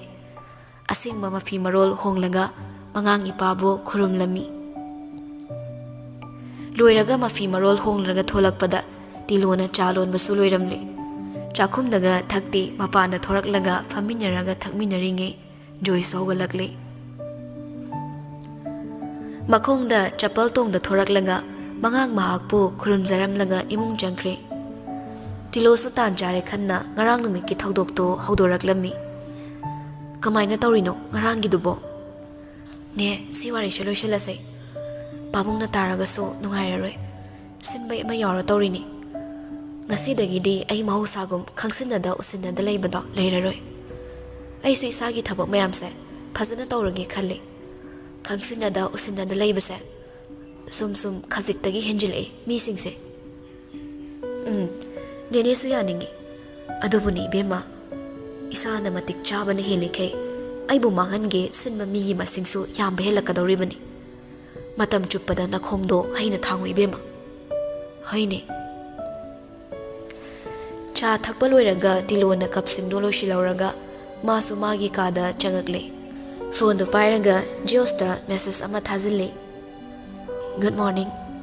Haugatlam kire khangmana reply ngairamde. Balcony da thoraklaga phamlammi thabaknadi tawningai leitrabana. Ayukta sitpa liri humba nushituna masada humjilakpada tukhongdu khazik thoi. Adubu ingi haidunaso hanjillaga changlode. Inu nungaibago masada yehelni. Ngarang Banglanduso amuk ningsinglakpani. Banglanduda Josna mabu nungsi hairambani. Magi makhutpu chena pairaga punsigi thadokloi hainaso magi yeknabana mabu tanarakpada magi damaksu masong phanna lepkhibani. Oini oiroi khangdaba Banglandudaso thawna kharandi haukalakle. Mikup ama pathaduna leingeda tumin famlingeida khanma wakhalse Joski wakhal oibani. Adubo ngarangi Banglandudaso mating panglare. Mabu amukke hena khidazabada pamjabada ngauzabada. Rikida mana nungsiki adubo madugi nungsibadudagidi Jos jamana lupchaba nungsibagum yawba ngamkhide. Pungsum sumatba pungaw ngawhanba thawong sibo karama makhalgi nungsibabu oirigaba masama tomta khanjai. WhatsApp ki SMS ki notification lakpada changduna yenglui. Morning aidi hawat tangari. Still I feel sleepy. Tamna do nokmi reply hanli. Andudi khara thengna hawgalo yadro. Thabakso khara thengna chatoinina. Valemi magi sauda phamungdaga kuino onma ngamdreda. Early to bed, early to rise. Sina dak changngai behen mani. Is Madam bo pung kya da hawachage. Isau kallaso yahaudi first morning dani. Jos uppaga amu hipna reply halli. Aina khwaidi pamjabase nupina yahongan mani. Madam da good quality ahum sure aina thengnaba. Karamba. Asarana thongzildagi amuk lawri. Hi, hausibo hogatribro nangbo. Josto itan tanna. Hoiwa hogolima. Reply halam nabi hogolaklaga barum da changki. Acharaso mangol da ensang semlammi. Pibaso put phawzilai yamna nganna. Nene. Acharado itha thasada lakpaduda hairi. Haima, nangdi asoyam ngana karom chatluiba. Changsilaklaga manakta famtharakle. Ngasi school suti oye oza khaiga parents ka meeting lay. Adugi baba su chatkadaba ꯑꯩꯁꯨ ꯏꯇꯣꯝꯗ ꯑꯣꯏꯕꯗꯨꯗ ꯁꯤꯗ ꯆꯥꯎꯔꯒꯦꯅ ꯃꯃꯥꯗ ꯊꯥꯗꯍꯜꯂꯝꯕꯅꯤ ꯇꯥꯋꯦꯜꯅ ꯃꯀꯣꯛ ꯇꯩꯊꯣꯛ ꯇꯩꯊꯣꯛꯅ ꯊꯣꯔꯛꯂꯒ ꯄꯥꯎꯈꯨꯝ ꯄꯤꯔꯛꯏ ꯅꯪ ꯑꯃꯨꯛ ꯂꯥꯛꯑꯕ ꯅꯣꯏ ꯅꯄꯥꯒ ꯅꯪꯒꯁꯦ ꯑꯩꯒꯤꯗꯤ ꯑꯃꯥꯡꯕ ꯂꯥꯏꯒ ꯆꯞ ꯃꯥꯟꯅꯩ ꯕꯦꯠ ꯂꯛ ꯉꯥꯛꯇꯅꯤ ꯄꯨꯔꯛꯇꯣꯏꯁꯦ ꯄꯤꯕꯥꯅ ꯏꯁ ꯌꯥꯝ ꯄꯛꯇꯦꯍꯦ ꯏꯔꯨꯗꯣ ꯁꯦꯡꯅ ꯂꯨꯖꯔꯒ ꯊꯕꯛ ꯆꯠꯊꯣꯛꯑꯣ ꯂꯨꯗꯤ ꯂꯨꯖꯗꯦ ꯑꯗꯨꯗꯤ ꯀꯥꯏꯗꯩ ꯗꯥꯎ ꯌꯥꯗꯣꯔꯤꯕ ꯖꯣꯁꯅ ꯑꯦꯛꯖꯥꯝꯁꯨ ꯀꯨꯏꯗ꯭ꯔꯦ 12ꯇꯒ ꯄꯣꯖꯤꯁꯟ ꯆꯟꯗ꯭ꯔꯕ ꯅꯪ ꯅꯨꯡꯉꯥꯏꯅꯦꯅ ꯅꯪ ꯄꯤꯕꯥꯅ ꯍꯣ ꯑꯩꯈꯣꯏꯒꯤ ꯕ꯭ꯔꯦꯟꯁꯤꯗꯗꯤꯅꯦ ꯄꯣꯖꯤꯁꯟ ꯃꯅꯝ ꯅꯝꯖꯗꯕꯗꯣ ꯑꯗꯨꯕꯨ ꯏꯕꯥꯏꯗꯧꯅ ꯄꯣꯖꯤꯁꯟ ꯍꯣꯜꯗꯔ ꯑꯣꯏꯔꯒ ꯃꯣꯔꯦꯜ ꯌꯥꯎꯗꯕ ꯊꯕꯛꯇꯤ ꯇꯧꯖꯔꯣꯏ ꯃꯈ꯭ꯋꯥꯡ ꯃꯦꯠꯂꯒ ꯍꯥꯏꯔꯛꯂꯝꯃꯤ ꯃꯣꯔꯦꯜ ꯌꯥꯎꯗꯕ ꯊꯕꯛ ꯍꯥꯏꯗꯤ ꯀꯩ ꯄꯤꯕꯥꯅ ꯅꯨꯄꯤ ꯐꯥꯔꯨꯏꯗꯣ ꯃꯣꯔꯦꯜ ꯌꯥꯎꯗ꯭ꯔꯤꯅꯦ ꯑꯗꯨ ꯅꯨꯄꯤꯗꯨꯁꯨ ꯍꯜꯂꯛꯇꯧ ꯃꯥꯜꯂꯦ ꯍꯥꯏꯅꯩ ꯒ꯭ꯔꯤꯟ ꯔꯦꯗ ꯌꯦꯂꯣ ꯀꯥꯈꯩ ꯃꯥꯏ ꯍꯖꯥꯝꯅ ꯐꯨꯔꯝꯃꯤ ꯍꯥꯏ ꯎꯅꯕ ꯆꯠꯄ ꯅꯨꯃꯤꯠꯇ ꯖꯣꯔꯖꯅ ꯀꯜꯂꯒꯦ ꯄꯦꯜꯂꯤ ꯂꯨꯅ ꯇꯧꯕꯤꯒꯦ ꯍꯥꯏꯕꯗꯅ ꯌꯥꯗ꯭ꯔꯒ ꯍꯌꯦꯡ ꯍꯜꯂꯛꯑꯗꯤ ꯄꯥꯎ ꯑꯝꯇ ꯍꯥꯏꯔꯣ ꯃꯣꯏ ꯂꯩꯀꯥꯏꯒꯤ ꯀ꯭ꯂꯕꯇ ꯆꯠꯂꯒ ꯃꯥꯏꯛ ꯄꯥꯜꯂꯒꯅꯦ ꯑꯝꯇ ꯅꯣꯛꯁꯤꯜꯂꯨꯒꯦ ꯄꯤꯕꯥꯅ ꯍꯟꯗꯛꯅ ꯍꯦꯡ ꯇꯧꯔꯒ ꯍꯥꯠꯀꯦ ꯃꯥꯏ ꯍꯥꯏꯖꯔꯛꯁꯅꯤ ꯃꯣꯏ ꯃꯄꯥ ꯑꯃ꯭ꯔꯤꯁꯄꯨꯔꯤꯗꯨꯅ ꯌꯥꯔꯣꯏꯌꯦ ꯏꯒꯣ ꯋꯥꯡꯉꯦ ꯃꯤ ꯎꯁꯤꯠꯇꯦꯕ ꯑꯗꯨꯅꯗꯤ ꯃꯆꯥꯅꯨꯄꯤꯗꯣ ꯃꯥꯡꯉꯦꯗꯅ ꯖꯤꯌꯣꯁꯅ ꯏꯁ ꯑꯉꯥꯡ ꯌꯥꯝ ꯍꯩꯄꯥ ꯁꯥꯏꯅꯦ ꯏꯃꯥ ꯆꯥꯛ ꯊꯣꯡꯉꯨꯔꯣ ꯑꯩ ꯊꯕꯛ ꯊꯦꯡꯈꯤꯅꯤꯀꯣ ꯄꯤꯕꯥꯅ ꯅꯦꯅ ꯆꯥꯛ ꯑꯗꯨꯝ ꯊꯣꯡꯉ ꯂꯩꯗꯧ ꯁꯔꯨꯛ ꯅꯨꯄꯤ ꯑꯃ ꯀꯣꯛ ꯊꯤꯍꯜꯂꯣ ꯆꯍꯤꯁꯨ ꯑꯗꯨꯝ ꯌꯥꯔꯝꯃꯅꯤ ꯑꯉꯥꯡ ꯅꯪ ꯅꯌꯥꯡꯅꯦꯗꯨꯗ ꯀꯥꯎꯁꯤꯜꯂꯛꯑꯗꯤ ꯅꯪ ꯁ꯭ꯄꯥꯏꯅꯦꯜ ꯀꯣꯗꯀ ꯐꯩꯗꯦꯛꯈꯤꯗꯅ ꯄꯦꯔꯥꯂꯥꯏꯁꯤꯁ ꯇꯧꯒꯦꯔꯣ ꯍꯥ ꯄꯤꯕꯥꯁꯨ ꯁꯥꯎꯅꯤꯡꯂꯨꯔ ꯃꯥꯜꯂꯦ ꯃꯆꯤꯟ ꯊꯤꯒꯦ ꯇꯧꯔꯒ ꯃꯅꯦꯗ ꯋꯥꯀꯠꯂꯛꯂꯝꯃꯤ ꯅꯃꯥꯏ ꯃꯠꯂꯣ ꯑꯩꯁꯤꯕꯨ ꯅꯣꯡꯃꯇ ꯐꯖꯅ ꯆꯩꯕꯤꯗꯦ ꯅꯦ ꯑꯩ ꯏ ꯌꯥꯝ ꯀꯥꯏꯀꯣ ꯁꯥꯎꯔꯛꯇꯅ 4 ꯀꯥꯞꯆꯈꯤꯅꯤꯀꯣ ꯕꯕꯥ ꯐꯪꯉꯦ ꯆꯨꯝꯅ ꯆꯩꯗꯦ ꯏꯕꯥꯏꯅ ꯐꯪꯉꯦ ꯏꯟꯊꯤꯅ ꯉꯥꯡꯕꯤꯗꯦ ꯐꯔꯁꯨ ꯐꯠꯇ꯭ꯔꯁꯨ ꯑꯩꯁꯦ ꯄꯥꯈꯪ ꯐꯥꯔꯛꯂꯕꯅꯦ ꯂꯩꯁꯥꯕꯤ ꯃꯌꯥꯝꯒꯤ ꯀ꯭ꯔꯁꯅꯦ ꯑꯆꯔꯥꯅ ꯑꯁꯤꯅ ꯉꯥꯡꯕ ꯇꯥꯔꯨꯅꯨꯅꯦ ꯅꯦꯅꯦꯒꯅꯦ ꯆꯥꯛꯈꯨꯝ ꯆꯪꯉꯁꯤ ꯂꯥꯛꯑꯣ ꯖꯣꯁꯅ ꯂꯩꯁꯥꯕꯤ ꯃꯌꯥꯝꯒꯤ ꯀꯩꯕ ꯄꯤꯕꯥꯁꯨ ꯑꯃꯨꯛ ꯀꯤꯔꯗꯨꯅ ꯍꯥꯏꯗꯦꯍꯦ ꯑꯩꯒꯤ ꯏꯅꯥꯛꯇ ꯂꯩꯔꯒ ꯅꯪ ꯋꯥꯔꯛꯇ꯭ꯔꯗꯤ ꯌꯥꯔꯔꯣꯏ ꯑꯆꯔꯥꯅ ꯌꯥꯔꯦꯍꯦ ꯅꯪꯃꯁꯨ ꯑꯉꯥꯡꯁꯤꯅ ꯄꯛꯉꯥꯡꯗ ꯉꯥꯡꯕꯁꯤꯗ ꯀꯜꯂꯛꯏꯔ ꯈꯪꯗꯦꯅꯦ ꯄꯤꯕꯥ ꯂꯥꯛꯑꯣ ꯆꯥꯛꯈꯨꯝꯗ ꯑꯃꯨꯛ ꯐꯝꯃꯨ ꯂꯥꯛꯑꯣ ꯅꯦꯅꯦꯅꯅꯦ ꯆꯥꯛ ꯊꯣꯡꯉꯨꯗꯣꯏꯅꯤ ꯆꯥꯁꯨ ꯂꯣꯟꯕꯤꯒꯦ ꯂꯥꯛꯑꯣ ꯖꯣꯔꯖꯅ ꯌꯥꯔꯣꯏꯀꯣ ꯆꯥ ꯒ꯭ꯂꯥꯁ ꯑꯃꯈꯛꯀꯤ ꯒ꯭ꯌꯥꯁ ꯃꯥꯡꯍꯟꯒꯅꯨ ꯐ꯭ꯂꯥꯛꯁꯇ ꯏꯁꯤꯡ ꯑꯁꯥꯕꯅ ꯁꯦꯝꯃ ꯄꯤꯊꯣꯛ ꯄꯤꯕꯥꯅ ꯑꯁ ꯀꯩ ꯈꯨꯂꯤꯛꯅꯣ ꯅꯨꯄꯤꯒ ꯊꯤꯈ꯭ꯔꯗꯤ ꯃꯃꯥꯐꯥꯎ ꯄꯤꯖꯅꯤꯡꯉꯣꯏ ꯅꯦꯅꯦ ꯈꯧꯔꯤ ꯄꯤꯛ ꯊꯪꯅ ꯎꯕ ꯄꯥꯛꯊ꯭ꯔꯤꯛ ꯄꯥꯛꯄ ꯂꯤꯐꯥꯡ ꯑꯃ ꯁꯥꯖꯧ ꯍꯌꯦꯡ ꯅꯝꯃꯧꯅ ꯅꯨꯡꯁꯤꯅꯕ ꯅꯆꯥꯅꯨꯄꯥ ꯍꯥꯏꯔ ꯃꯃꯥ ꯄꯤꯖꯅꯤꯡꯉꯣꯏ ꯖꯣꯁꯅ ꯁꯅꯥ ꯂꯤꯀꯣꯟꯗ ꯀꯜꯂꯛꯄꯤ ꯅꯠꯇꯤꯌꯦ ꯂꯥꯛꯇꯣꯏꯁꯦ ꯑꯩꯈꯣꯏ ꯏꯃꯥꯕꯨꯗꯤ ꯍꯌꯦꯡ ꯀꯞꯇꯧꯔꯕꯅꯤꯗ ꯀꯥꯟꯅꯗꯦ ꯏꯃꯥ ꯍꯧꯖꯤꯛ ꯅꯨꯡꯉꯥꯏꯍꯧꯔꯣꯏ ꯍꯌꯦꯡꯋꯥꯏꯒꯤ ꯀꯝꯄ꯭ꯂꯦꯟꯗꯤ ꯑꯩ ꯂꯧꯔꯦꯀꯣ ꯏꯇꯨꯅ ꯍꯦꯜꯂꯤꯅ ꯆꯠꯈ꯭ꯔꯗꯧꯅꯤ ꯍꯥꯏꯔꯝꯂꯒ ꯏꯃꯨꯡ ꯆꯪꯈ꯭ꯔꯦ ꯑꯃꯨꯛ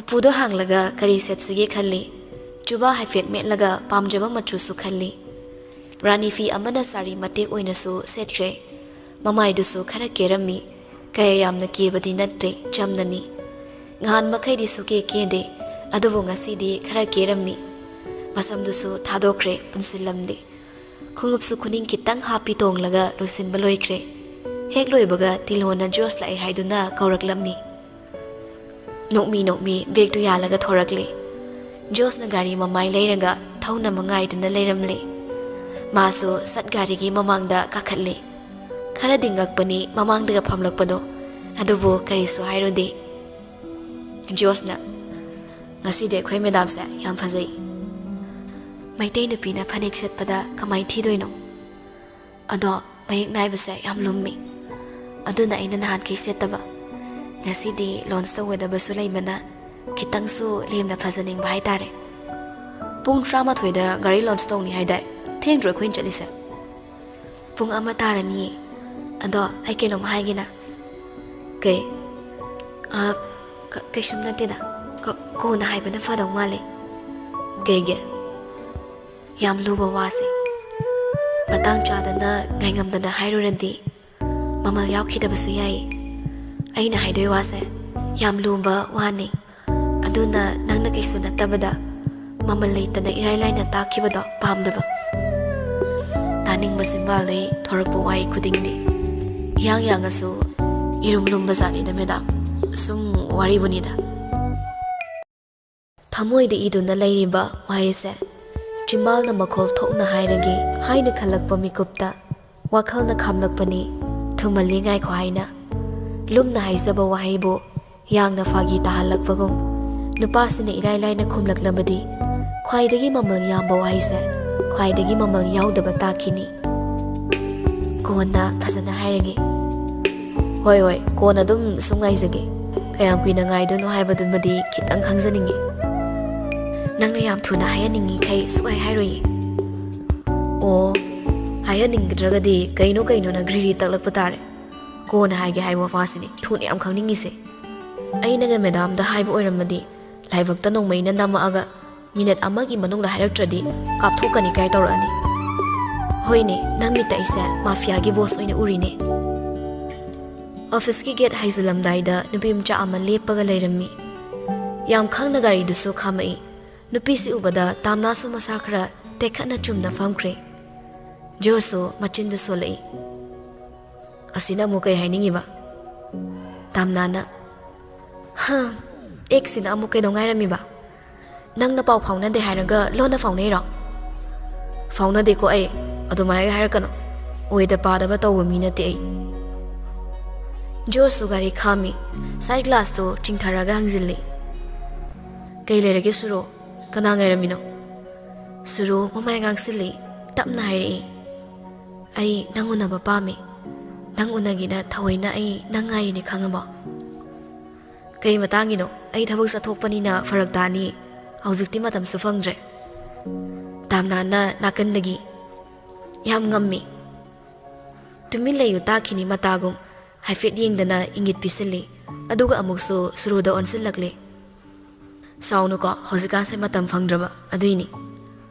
Phone amda tawro adu oiragana. Madam su yauri ay tholakileramu. Hairaga gari thauzilaklami. Madam di mari ilai na thorake haikibaduda sawning bada loikre. Kamay tawraga phasigi chatlangumsigi angka hotpa haurakle. Josu gari khamlaga hairi. Madam changbiramu ay angang unaramge. Thabak yami nangga igagi. Aduga si office ne.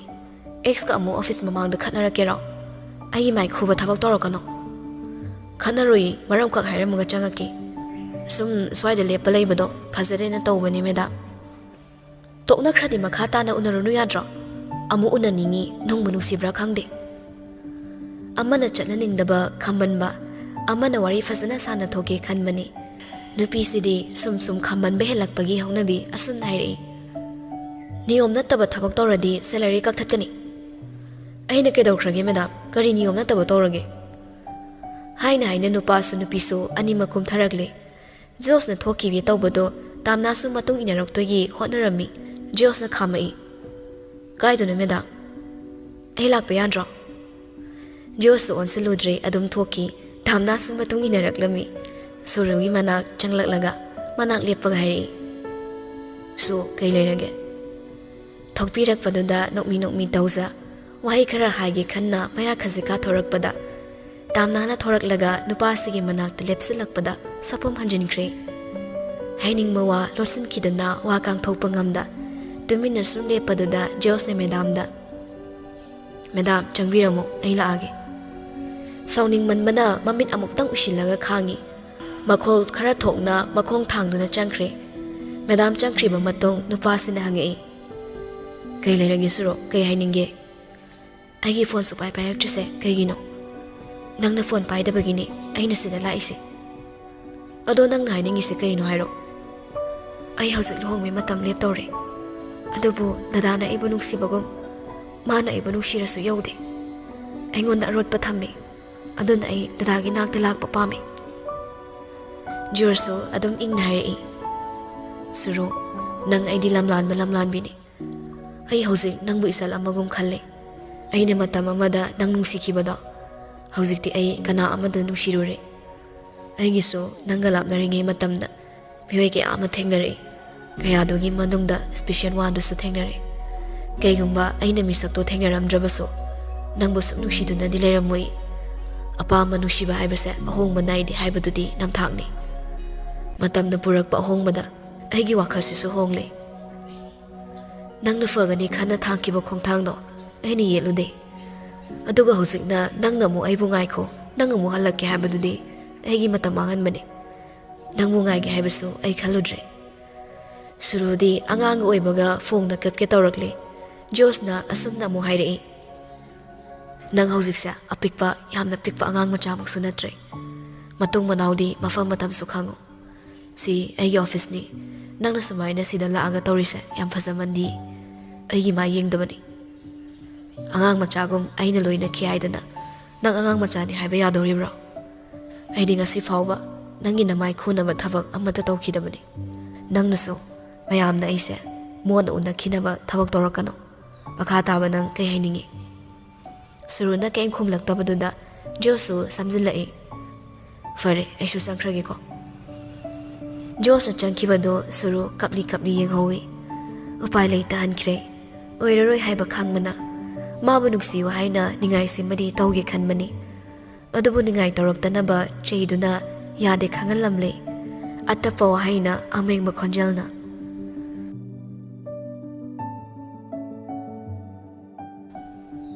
Somdana editor yaima Joy mayumda laklaga Kumar siyauna punna wari sanari.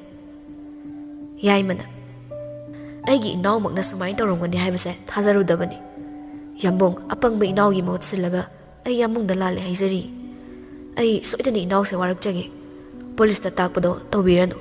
Ai yamna sengna haizarabani. Wase chawthoknaragumsi. Aikhoi masel sakma yengnaraga yasinarasi. Kumar su yaimagi michangda wangangagli.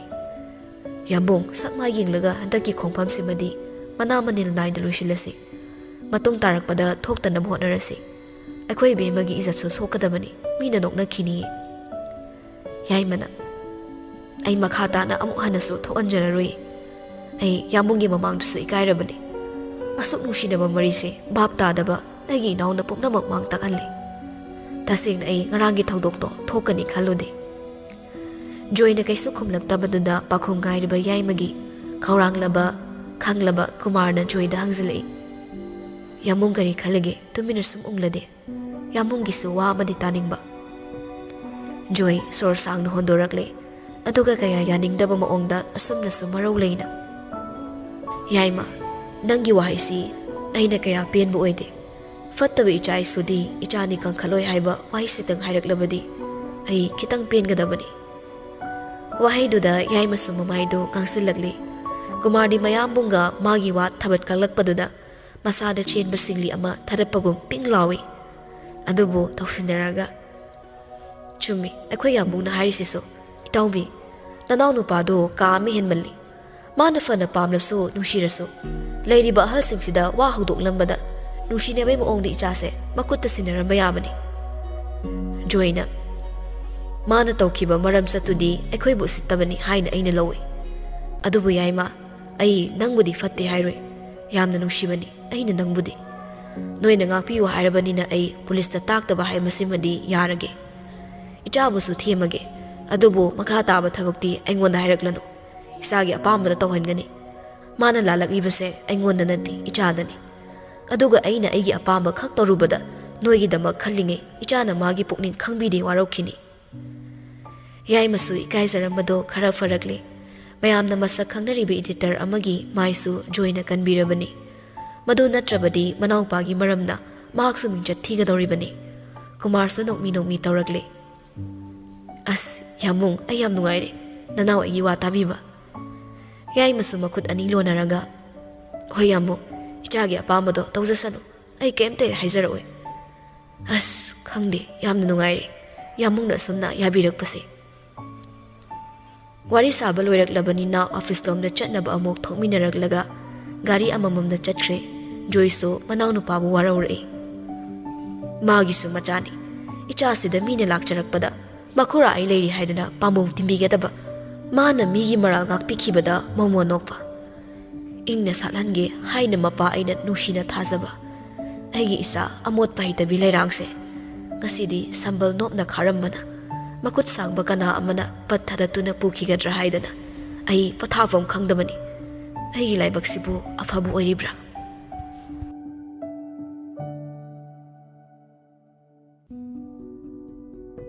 ꯕꯣꯔꯤꯁꯁꯨ ꯑꯦꯔꯣꯟ ꯍꯣꯏꯗ ꯂꯥꯛꯑꯝꯃꯤ ꯊꯕꯛ ꯆꯠꯇ꯭ꯔꯦ ꯍꯥꯏꯗꯨꯅ ꯀꯣꯏꯊꯣꯔꯛꯄꯅꯤ ꯑꯦꯔꯣꯟꯒꯤ ꯔꯨꯝꯗ ꯑꯅꯤꯗꯣ ꯃꯍꯤ ꯃꯅꯥꯏ ꯈꯔꯁꯨ ꯄꯥꯏꯁꯤꯜꯂꯝꯃꯤ ꯋꯥꯅ ꯁꯦꯜ ꯇꯥꯟꯕꯅ ꯑꯃꯨꯛꯇꯤ ꯁꯨꯇꯤ ꯐꯪꯕꯗ ꯅꯨꯡꯉꯥꯏꯊꯣꯛꯄꯅꯤ ꯑꯦꯔꯣꯟꯁꯨ ꯃꯔꯨꯞ ꯄꯨꯟꯗ꯭ꯔꯗꯤ ꯆꯥꯕ ꯊꯛꯄꯁꯦ ꯀꯌꯥ ꯇꯧꯗꯦ ꯕꯣꯔꯤꯁꯅ ꯅꯨꯄꯤ ꯍꯦꯛ ꯊꯤꯔꯨꯕꯗ ꯅꯨꯃꯤꯠꯇꯒꯤ ꯏꯇꯥꯎ ꯑꯩ ꯄꯨꯟꯁꯤꯁꯦ ꯄꯨꯡꯂꯣꯏ ꯂꯣꯏꯔꯕꯅꯤ ꯑꯦꯔꯣꯟꯅ ꯅꯨꯄꯤ ꯍꯥꯏꯁꯤꯗꯤ ꯐꯨꯔꯒ ꯁꯤꯖꯤꯟꯅꯗꯧꯅꯤ ꯅꯪꯅ ꯅꯨꯄꯤ ꯐꯨꯕꯗꯤ ꯍꯩꯇ꯭ꯔꯒ ꯀꯥꯏꯗꯒꯤ ꯃꯤꯍꯨꯜꯅꯦꯅ ꯌꯦꯟꯒꯤ ꯃꯤꯍꯨꯜ ꯑꯃ ꯄꯥꯜꯂꯦ ꯈꯨꯠꯆꯥꯎꯁꯤꯅ ꯑꯃꯨꯛꯇꯪ ꯊꯥꯕꯗ ꯁꯣꯔ ꯇꯠꯈ꯭ꯔꯗꯤ ꯑꯩ ꯖꯦꯜ ꯆꯪꯉꯣꯏꯗ꯭ꯔꯣ ꯃꯁꯥꯏ ꯅꯨꯄꯤ ꯍꯥꯠꯄ ꯅꯨꯡꯁꯤ ꯈꯪꯗꯕ ꯁꯥꯅꯤ ꯍꯥꯏꯗꯅ ꯃꯌꯥꯝꯅ ꯑꯩꯕꯨ ꯍꯥꯠꯀꯦꯅ ꯀꯣꯏꯇꯥꯟ ꯇꯥꯟꯅꯔꯣꯏꯗ꯭ꯔꯣ ꯍꯥꯏꯅ ꯅꯪꯗꯤ ꯅꯨꯄꯤꯕꯨ ꯐꯪꯈ꯭ꯔꯦ ꯑꯩꯗꯤ ꯅꯨꯄꯤ ꯐꯥꯔꯨꯏꯅ ꯀꯅꯥꯝꯇꯅꯁꯨ ꯌꯥꯕꯤꯔꯛꯇ꯭ꯔꯦ ꯑꯩ ꯃꯊꯥ ꯌꯥꯝ ꯁꯥꯏꯗ ꯅꯪ ꯐꯪꯉꯦ ꯅꯨꯄꯤ ꯊꯤꯈ꯭ꯔꯦ ꯑꯃꯗꯨꯁꯨ ꯐꯪꯉꯦ ꯅꯨꯄꯤꯒꯤ ꯐꯤꯖꯤ ꯄꯥꯏꯔꯒ ꯃꯦꯗꯥꯝ ꯍꯥꯏꯗꯅ ꯆꯠꯈ꯭ꯔꯦ ꯑꯩꯇ ꯉꯥꯏꯔꯦ ꯃꯤꯔꯦꯝꯁꯦ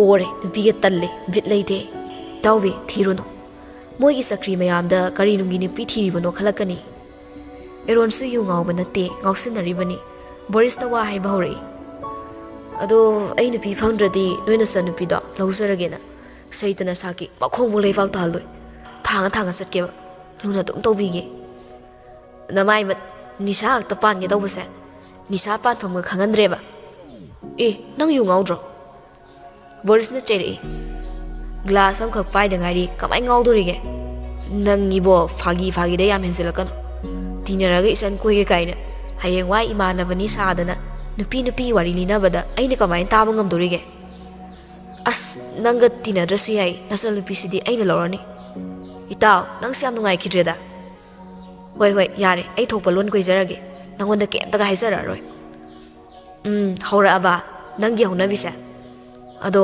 ꯑꯃꯗꯣ ꯍꯜꯂꯛꯑꯅꯤ ꯍꯥꯏꯕꯅꯤ ꯑꯗꯨ ꯉꯥꯏꯔ ꯑꯣꯏꯅ ꯂꯧꯔꯣꯗꯅ ꯑꯁ ꯇꯜꯂꯦ ꯃꯥꯏ ꯍꯥꯛꯇꯛꯇ ꯅꯠꯇ꯭ꯔꯣ ꯑꯩꯅ ꯏꯀꯥꯏ ꯐꯤꯔꯨꯛ ꯈꯨꯝꯃꯤꯗꯣ ꯏꯃꯥꯟꯅꯕꯁꯨ ꯊꯕꯛ ꯇꯠꯂꯤꯁꯦ ꯁꯤꯗ ꯑꯩꯅ ꯀꯃꯥꯏꯅ ꯃꯥ ꯂꯧꯗꯣꯏꯅꯣ ꯂꯧꯔꯣꯏ ꯑꯃꯗꯨꯃꯁꯨ ꯃꯦꯗꯥꯝ ꯇꯧꯔꯝꯕꯗꯒꯤ ꯇꯥꯔꯤꯕ꯭ꯔꯥ ꯍꯥꯏꯗꯅ ꯑꯣꯟꯊꯈꯤꯕ ꯁꯣꯏꯗꯦ ꯃꯊꯤ ꯐꯥꯏꯗꯔꯦꯅ ꯐꯃꯨꯡꯗ ꯅꯥꯍꯦꯕ ꯃꯥꯅ ꯅꯨꯄꯤ ꯍꯜꯂꯛꯇ꯭ꯔꯦ ꯇꯪ ꯇꯥꯕꯗ ꯍꯣꯠꯇꯅ ꯍꯦꯛꯇ ꯆꯦꯟꯈꯤ ꯍꯥꯏꯅꯦ ꯑꯗꯨ ꯅꯨꯄꯤꯗꯣ ꯃꯔꯜꯕꯨꯗꯤ ꯌꯥꯝ ꯂꯩ ꯍꯥꯏꯕꯨ ꯏꯕꯣ ꯑꯩꯈꯣꯏ ꯑꯅꯤꯒꯁꯦ ꯄꯨꯜꯂꯨꯅꯨ ꯀꯥꯏꯅ ꯄꯨꯜꯍꯟꯗꯧ ꯃꯥꯟꯗꯦꯕꯨ ꯍꯦꯔꯥ ꯅꯨꯄꯤ ꯑꯝꯇ ꯐꯪꯖꯗ꯭ꯔꯤꯗꯣ ꯅꯨꯡꯉꯥꯏꯇꯦ ꯐꯨꯅꯒꯦꯔꯥ ꯈꯠꯅꯒꯦꯔꯥ ꯃꯥꯏ ꯂꯧꯖꯔꯅꯤ ꯅꯨꯄꯤ ꯂꯣꯏꯅꯕ ꯍꯩꯕꯅꯦ ꯑꯗꯨꯝ ꯍꯩꯈꯤꯅꯤ ꯑꯩꯈꯣꯏ ꯑꯅꯤ ꯄꯨꯟꯗ꯭ꯔꯁꯨ ꯃꯥꯇꯕꯨ ꯅꯨꯄꯤ ꯊꯤꯔꯗꯤ ꯌꯥꯔꯦ ꯀꯩꯅꯣ ꯑꯩꯁꯨ ꯁꯨꯝ ꯂꯛꯅꯕꯅꯤꯗ ꯅꯣꯏ ꯅꯆꯜꯗꯣ ꯀꯩꯁꯨ ꯑꯩ ꯂꯧꯔꯨꯏ ꯃꯃꯥꯟꯅꯕ ꯇꯤꯟꯅꯔꯒ ꯃꯆꯜ ꯂꯧꯕ ꯀꯥꯏꯅ ꯁꯣꯔꯤ ꯑꯩꯈꯣꯏ ꯌꯨꯝꯅꯤ ꯁꯣꯏꯔꯦ ꯅꯪꯁꯨ ꯌꯥꯏꯍꯦ ꯏꯕꯣ ꯇꯧꯁꯤꯟꯅꯔꯒ ꯉꯥꯎꯁꯤꯟꯅꯔꯒ ꯑꯣꯏꯖꯕ ꯌꯥꯝ ꯂꯧꯊꯣꯛꯄ ꯅꯄꯨꯛꯆꯦꯜ ꯑꯃ ꯌꯥꯎꯔꯤ ꯂꯧꯖꯅꯥꯝ ꯄꯨꯖꯅꯥꯝꯅ ꯀꯜꯂꯤꯕ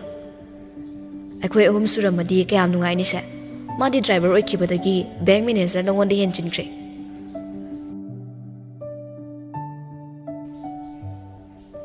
ꯁꯣꯝꯗꯅ ꯄꯨꯡ ꯑꯃ ꯆꯞ ꯆꯥꯅ ꯑꯅꯧꯕ ꯀꯥꯔ ꯂꯣꯟꯆ ꯇꯧꯔꯝꯃꯤ ꯏꯗꯤꯇꯔꯅ ꯇꯣꯌꯣꯇꯥꯒꯤ ꯅ꯭ꯌꯨ ꯀꯥꯔ ꯃꯣꯗꯦꯜꯒꯤ ꯔꯤꯕꯣꯟ ꯀꯛꯂꯝꯃꯤ ꯃꯊꯪꯗ ꯆꯤꯌꯔꯃꯦꯟꯅ ꯒꯥꯔꯤꯗꯒꯤ ꯁꯦꯐꯇꯤ ꯑꯃꯗꯤ ꯁꯦꯀ꯭ꯌꯨꯔꯤꯇꯤꯒꯤ ꯃꯇꯥꯡꯗ ꯃꯥꯒꯤ ꯐꯤꯆꯔꯁꯀꯤ ꯃꯔꯝꯗꯁꯨ ꯋꯥꯍꯩ ꯈꯔ ꯊꯝꯂꯝꯃꯤ ꯏꯝꯄꯦꯛ ꯇꯤꯚꯤ ꯄꯣꯛꯅꯐꯝ ꯊꯧꯗꯥꯡ ꯅ꯭ꯌꯨꯁꯄꯦꯄꯔꯒꯤ ꯃꯤꯁꯨ ꯂꯩꯔꯝꯃꯤ ꯍꯌꯦꯡꯁꯦ ꯐꯣꯡꯗ ꯍꯥꯞꯅꯕ ꯏꯈꯠꯂꯤ ꯇꯥꯝꯅꯥꯅ ꯏꯔꯝꯗꯝꯁꯤꯗ ꯃꯦꯅꯨꯐꯦꯛꯆꯔ ꯇꯧꯕꯒꯤ ꯈꯨꯗꯣꯡꯆꯥꯕ ꯂꯩꯇ꯭ꯔꯕꯁꯨ ꯗꯤꯂꯔ ꯀꯌꯥꯒꯤ ꯃꯄꯨ ꯑꯣꯏꯕꯗꯤ ꯌꯥꯔꯤ ꯍꯧꯖꯤꯛꯀꯥꯟꯒꯤ ꯅꯍꯥꯁꯤꯡꯗ ꯑꯩꯅ ꯊꯝꯖꯅꯤꯡꯕꯗꯤ ꯂꯥꯏꯔꯤꯛ ꯂꯥꯏꯁꯨꯁꯦ 12 ꯄꯥꯁ ꯈꯛ ꯇꯧꯕ ꯑꯗꯨꯕꯨ ꯂꯤꯗꯔꯁꯤꯞꯀꯤ ꯀ꯭ꯋꯥꯂꯤꯇꯤ ꯆꯦꯟꯕ ꯃꯤ ꯈꯨꯗꯤꯡꯃꯛ ꯊꯦꯡꯅꯕ ꯉꯝꯕꯒꯤ ꯄꯥꯔꯁꯣꯅꯦꯂꯤꯇꯤ ꯌꯥꯎꯔꯕ ꯀꯩꯒꯤ ꯗꯤꯂꯔ ꯑꯃꯒꯤ ꯃꯄꯨ ꯑꯣꯏꯕꯁꯨ ꯉꯝꯃꯣꯏ ꯁꯦ ꯂꯩꯇ꯭ꯔꯦ ꯍꯥꯏꯗꯅ ꯁꯣꯟꯊꯅꯤꯡꯉꯥꯏ ꯂꯩꯇꯦ ꯍꯧꯖꯤꯛ ꯑꯥꯎꯠꯁꯥꯏꯗꯇ ꯍꯣꯇꯦꯜ ꯃꯆꯥ ꯃꯁꯨꯗ ꯊꯕꯛ ꯇꯧꯔꯨꯕ ꯑꯦꯛꯁꯄꯤꯔꯤꯌꯦꯟꯁ ꯂꯩꯔꯕ ꯀꯌꯥ ꯃꯇꯝ ꯈꯔ ꯃꯄꯥꯟ ꯂꯝꯗ ꯋꯥꯔꯨꯔꯕꯁꯨ ꯃꯣꯏꯅ ꯄꯨꯔꯛꯄ ꯑꯦꯛꯁꯄꯤꯔꯤꯌꯦꯟꯁꯇꯣ ꯁꯤꯖꯤꯟꯅꯔꯒ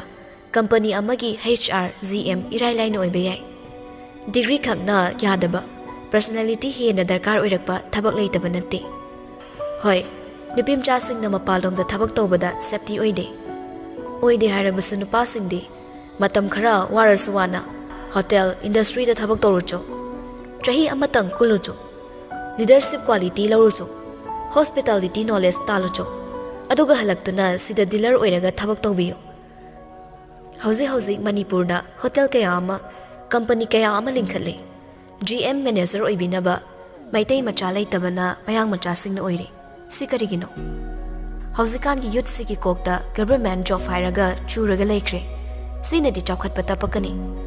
Isani isagi lambi piraga government ki minai oibagi mahut isa iromdom chawkthokna hingbagi matam oire. Aduna mikap thoklasano Manipur sida khundariba jat khudingmak. Si hairaga ai tension jarage. Aduga amana hana GM oiramba Denmark resign tawkibana maram oiraga office asigi staff oiriba Josna nangna company asigi GM oina ngasidagi thaupu ba horagani. Thank you. Surprise oina kanaga su tanaramdana sat launa lauk thorakpana mayamdo murum wari sanaragle. Pami pamdi haibagi nate surprise oibagi ngakpani. Jos masa phawba khanglamdamana masu ngakpada loikre. Mayam pumnamagna Jos onsilaga khubak hauna kunaragle. Loirakpagi wahaisida Kumar di sakpham kaire. Yai masu mamai ngangsinki. Mayamna khubak hauna khurabasu mahakti sauningbada loikre. Kuina famduna leiba phaw ngamdre. Mayamdudi huishen khongba khuba marang tongnarabani. Madam du stage tagi kumtharaklaga Kumar gi manakta nokmi famagle. Machanupi na manak famzilakpada Kumar na mana khaktana mamuongda hairai. Bema nang pabung sada thabak tugi maramda hairamadi khara fadawni. Pabungcha Denmark se company sida thambaya ba minati. Mana pabung sagi maramda kai hai khangbra. Pabungcha na company sigi lanthum pambagi ne aibu mangna basilena. Magi nupi oiraga aikhoi nin sena se hairine. Sida aina mabu kamai thamdoino. Mana tai haraso Pabungcha bo aina lana unaba silakpadi ai mabu ngakpiba sukngam ngamoi. Kumar do swai lawi Denmark na hairakli ba haisina khara sauraga hairi. Mana adumaina hek hairakpra. Pabungcha aina Pabungcha da oidaba kamai ngangdoino. Thajadraga manak chatse ai yaudradi oidaba ngangpasu yai. Aduna aigi mangda hango. Haibra haidabrana aduda khak mayek singna hairakani. Kumar wa makha tarodre tumina famkhre. Refreshment matam oibana punna chapa chaminarami. Tamnadi tongana famkhre. Joski manaktana mayamna thagat wai haibiraga harau achapot ka chaminabado lapna yingze. Makhut namana table mathakta chuba metlaga. Nupasinasu sat launa leisilaklaga mangolomda yinglakpadunda khangprek khangna amuk leithoklaga mi yingba sarammi. Yak mamit lekai koyuraga amu onsinuna yinglakpada manak nakna magi table dogi wangmada famlambadunda khara khangmoi lakpoi. Hurala yingaktrasu phongna dum yingzauda madam sel longge hairoi. Leisabina yingbadi kaide bit yam lei. Ikairei as sum mayang wari sabado yingmani thawaina nangonda yingma nate. Surprise oina aibu promotion thakpira isa kaigina madam.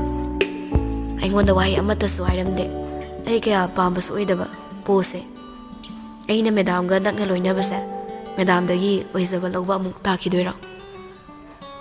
Minai oina siznagi tawbani. Company sigi meeting tawrakpa khudingda nangse aina koi thagi tawba. Aina khwaidagi nungsidaba mi oibagi nangse aina yamu aningba. Eska nungsi wari saba loiramba. Loire. Oh, yam fai. Hairaga hogot ke tawbani. Lona makutto tapairaga table makhada putharagle. Tamna so hogot kamda form tharaklaga hairei. Madam gi khutse GM kaknaw nangna farise kaigino ai saurora. Mai ngangli tawrise saurira madam. Nan khaidi saubase Durga dauna mamit chapumuk lawbani. Ngasidi khazai ngangtak khonjeni lapka tawi. Tamna do khongop hills tuna Joski makhongda chabet netsilli. Amadusu mamai suklaga khangi makutudi thadoraktre. As kaino hat kairo. Nangna ingonda fla tawranga hat ke khanbadi yabra. Aigisu ngamjaba khulai sinnaba. Khutse thado miu khiniba. Hingjabina olakpra madam ba. Pakhangna leisabida fla tawbase illegal ne kaina haibraba. Mini uraga phazadeba thado mona sengaw lakpa. Jos tu thadoragle staff amani su changlaklaga phamlai. Jos tagi sir kaukibasidi ikai. Anyway, congratulations sir. Jos na thanks sidaidi ai sukra sathirake noglai. Yai yai sir. Sir di pakhang nina isau di adum khaida dau male. Lam na amu Kumar na George korak paduda onthok tu na kumkre. Aduga amu manak ta famliba Madamgi nakong mayada zuzu oina yarak tangang duna hairami. Ex ki khudang do nong mata sumai soktre Madam. Tamna do ikai mana mamai gang sinkre. Aduga amu masa matom ta khaudem zaraga staff ani duga wari su tawkre. Joso Madam da wari saraga leiri rom duda onsillaga yeng na maning halakpada Kumar da dak ek thingsiloi sat on thoraklaga. Sorry sir. Som daso huran yeng lambi tamna machin khumlaga rasi leina nok tabasa khitang mamon tawri amu onsillaga wari makha chathaki. Kumar na Hanta classic grande da Toyota gi vessel and service ki manase nang na nauna GM oirasu lauba tare ne. Hoi sir kaisu kaidi. Thabak yam lubani nang bu haigadra ne. Kariyam dara kisa tauba Kumar gi wahini. Jor su khangi khanglabasu khangsinadana adum chamda khumdorakle. Akhang khangda da sir ga tathok tasin adum tawminase. Aisu sigi lanse kaya khangbo oide sir. Okay. Adubudi takpini da nang nahitaba yadabani. Nang eksoibada company soire. Hoi sir, aisu any confusion lakpada sir da tanazarake. Hoi, nang so hayeng wai dealer pairak tuinina sideki hek tamhoro. Hoi sir. Ngasigi numitsi marang langnabana thabak amata khoizang nadre khara su free da thadoklami pungsu khara ngan na loishin mana hannaba thokna rakre. Tamna su George ki manakta fing na changsilaklaga halasiro. Hoi Madam yai halase. Fing draso tapna dum hairakpa yabasida mina tanarakpa singai. Asumna punna thokminarakle gari daso punna kakhallakle office tagi thaudoraklaga Madam na hairi. Hayeng dei di nanga igaso punna chatminararoine. Driver ama fangdribawdi adum chasida Madam. Atapa khonjel na mapokni nungsibagum asumna so hairi. Nanga loinabana ai isagi asoiba kaya mahongbane. Simadi ai khangje. Nangumba madi ai fangani thasade. Madam, aingondagi faba henba oirakpasu kanana khangmano. Laknarakano, themakano. Aidi thamoida wa thambasu haite. Nangna ai noknaraso. Aidi ngasise pokni nungsige tawoi. Nungtigi unagadaba nangse. Aigi inaktagi khara lapna lai kibagum. Aina sum nungaitaba phawbane. Adu oiragana driver atom oira leirona leidoiba.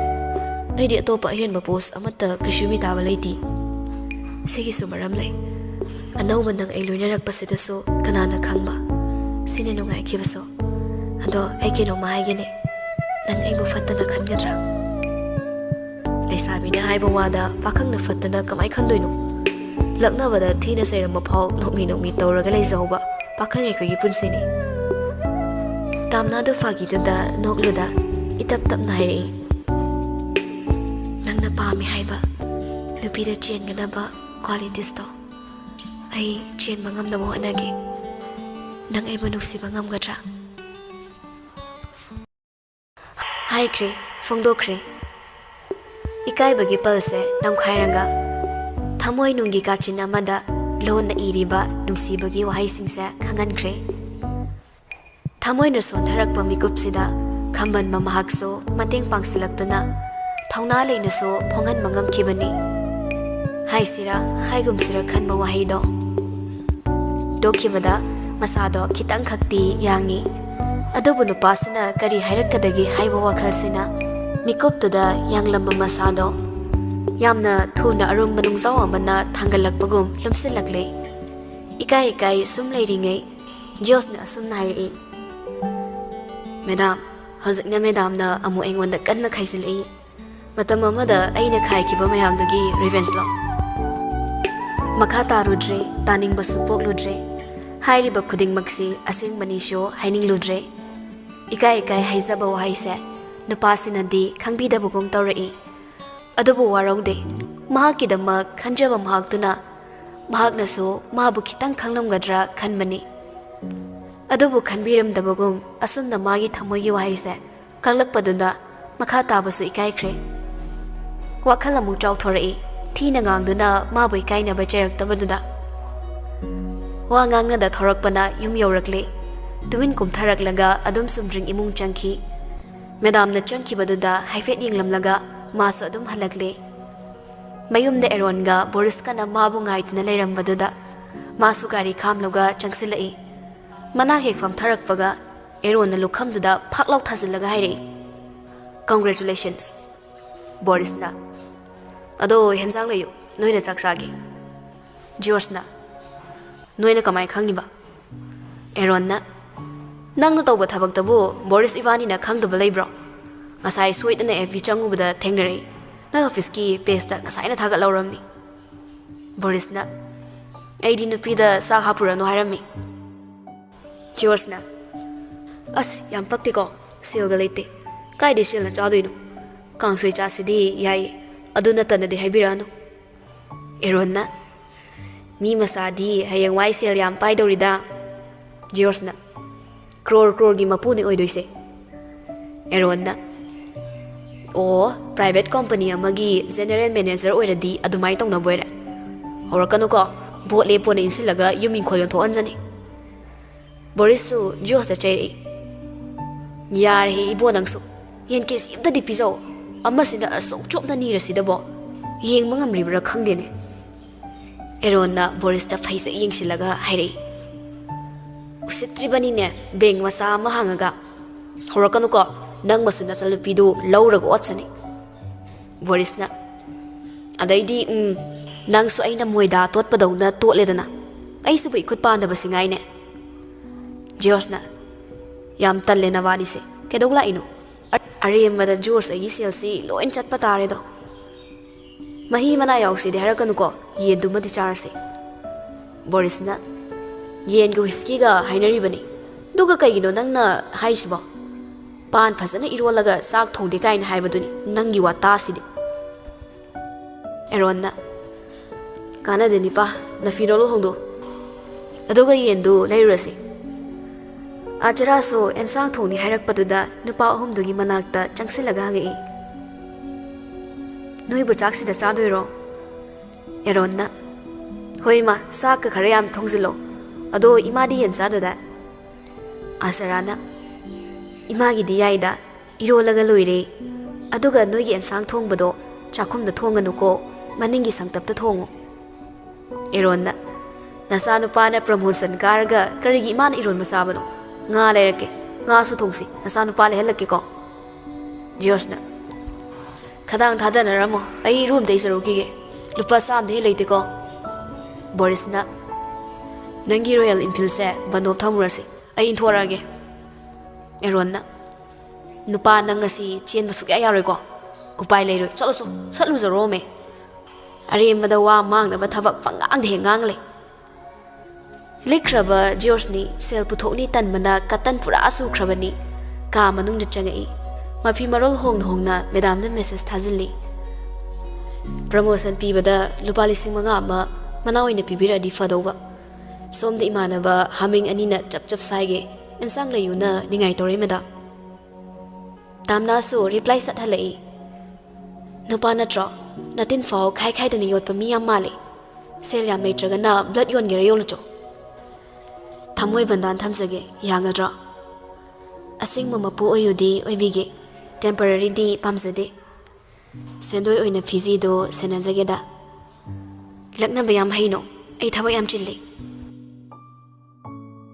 reply do yenglaga nongmi phone thamnanduna towel ama setlaga bathroom da chatkhraga chaitharore loiraga amu anauba mafi hongdokle khara manba t-shirt amaga formal khara manba ama setlaga thorakpada Arun na khadang function hore thaina Jitendra hoi matamgi mi yamale last Jitendra hoi gi mari mata oiramni IVF torpadaga sori jalo George na ibo yam sengtrik sengma maitei ini nanai da cheli base Jitendra haiba pikanau duga sakta moral da fauriba George ga sangdam narakano kin pairakani Boris na yare chalurasi thinki me Arun gi ningai da khang ngamdraduna namdana yen leiraga numito yen thonglaga George ki da chaminarammi aduna madam ga tumam daido paw phongnaramdi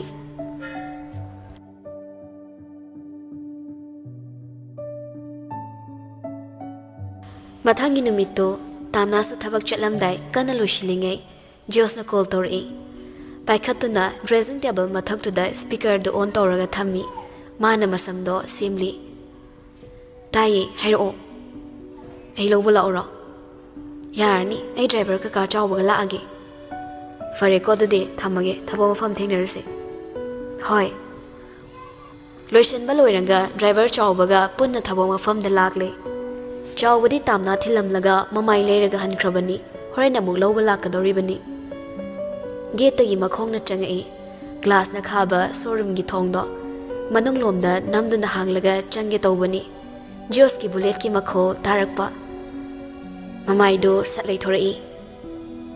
Amaduso magi Royal Enfield do staff ki parking lomda khamlamlaga changsilakle. White shirt da tie amasu pulami. Khudang do khuning mapawai folk thekatli.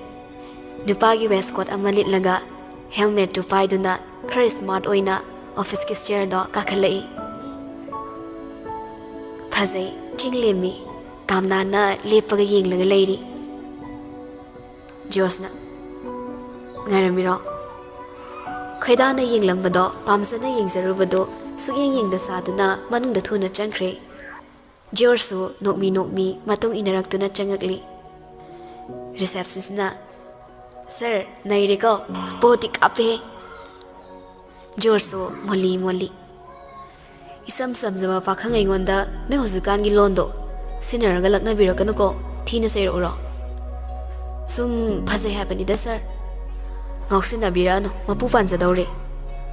Pandi panji banatra. Hoi palani kuiraroi. Tamna na satjang silaglaga jeri. Naya kigat phamna ti. Receptionist to tumin laikre. Jorsu nupidu nei kaidana ba michina tenglauna khachilami. Aduga Madamgi matung inarakle. Haurai magi khatangdo. Pakhang nena nushidana laknara ine Madam. Ai leitringe da laknara siyai. Ai leiri kan da laknabado ayam sauninge. Ai na haidi respect yaudaba yam maleba. Ai room da lao wari khra tawse. Hoi Madam. Asumna ani do Madamgi room da kakhat minarkre.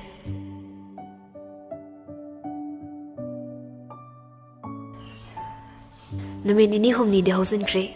Adobo suru hanba leite. Jos na mabu nungsikibado.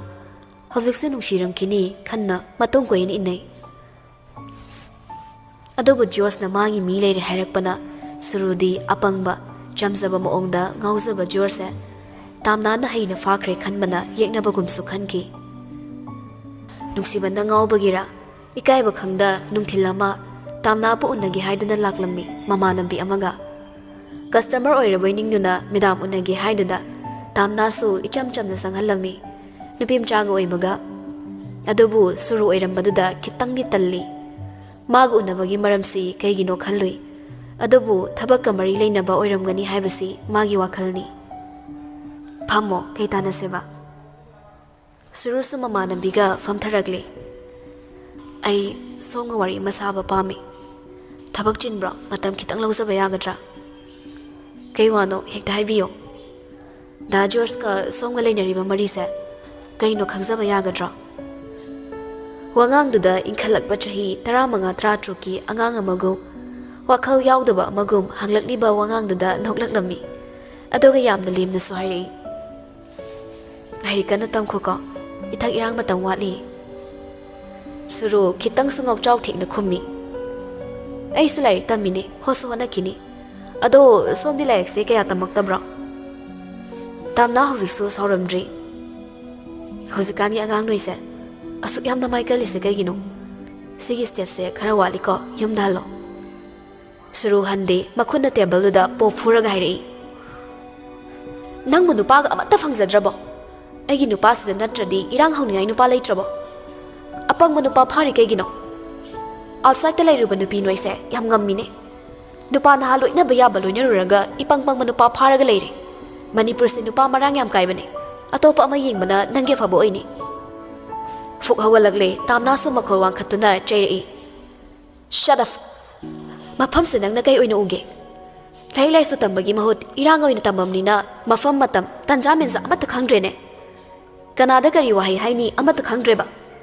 ꯌꯥꯝ ꯊꯨꯅ ꯊꯣꯛꯈ꯭ꯔꯁꯅꯨ ꯅꯣꯏꯅ ꯃꯣꯠꯁꯤꯟꯕ ꯌꯥꯕ ꯃꯐꯝ ꯅꯠꯇꯦꯁꯦ ꯑꯩꯅ ꯅꯨꯡꯇꯤꯒꯤ ꯂꯥꯏꯕꯛ ꯀꯠꯂꯒ ꯆꯪꯉꯛꯂꯤꯕ ꯑꯣꯐꯤꯁꯅꯦ office ꯁꯨꯔꯨꯗꯨ ꯍꯟꯗꯦ ꯍꯧꯒꯠꯂꯛꯏ ꯑꯁꯦꯡꯕ ꯍꯥꯏꯔꯗꯤ ꯏꯀꯥꯏꯔꯤꯅꯤꯅꯦ ꯏꯀꯥꯏꯕ ꯈꯔ ꯈꯪꯅꯁꯦꯅꯦꯅꯦ ꯅꯨꯄꯥ ꯐꯪꯗ꯭ꯔꯁꯨ ꯂꯦꯝꯅ ꯂꯩꯌꯨ ꯍꯥꯏꯔꯒ ꯍꯧꯒꯠꯂꯒ ꯃꯃꯥꯟꯅꯕꯤꯗꯨꯒ ꯆꯠꯈ꯭ꯔꯦ ꯇꯥꯝꯅꯥꯁꯨ ꯁꯥꯎꯅ ꯐꯝꯊꯔꯛꯂꯝꯃꯤ ꯃꯈ꯭ꯌꯥ ꯆꯤꯛꯂꯤ ꯑꯣꯐꯤꯁ ꯑꯣꯏꯕꯒꯤ ꯃꯥ ꯐꯥꯖꯤꯜꯂꯕꯅꯤ ꯏꯁꯤꯡ ꯕꯣꯇꯜꯗꯨꯗꯒꯤ ꯈꯔ ꯑꯃꯨꯛ ꯊꯛꯆꯤꯜꯂꯒ ꯃꯁꯥꯗ ꯂꯩꯔꯤꯕ ꯇꯦꯟꯁꯟꯗꯨ ꯐꯥꯊꯍꯜꯂꯝꯃꯤ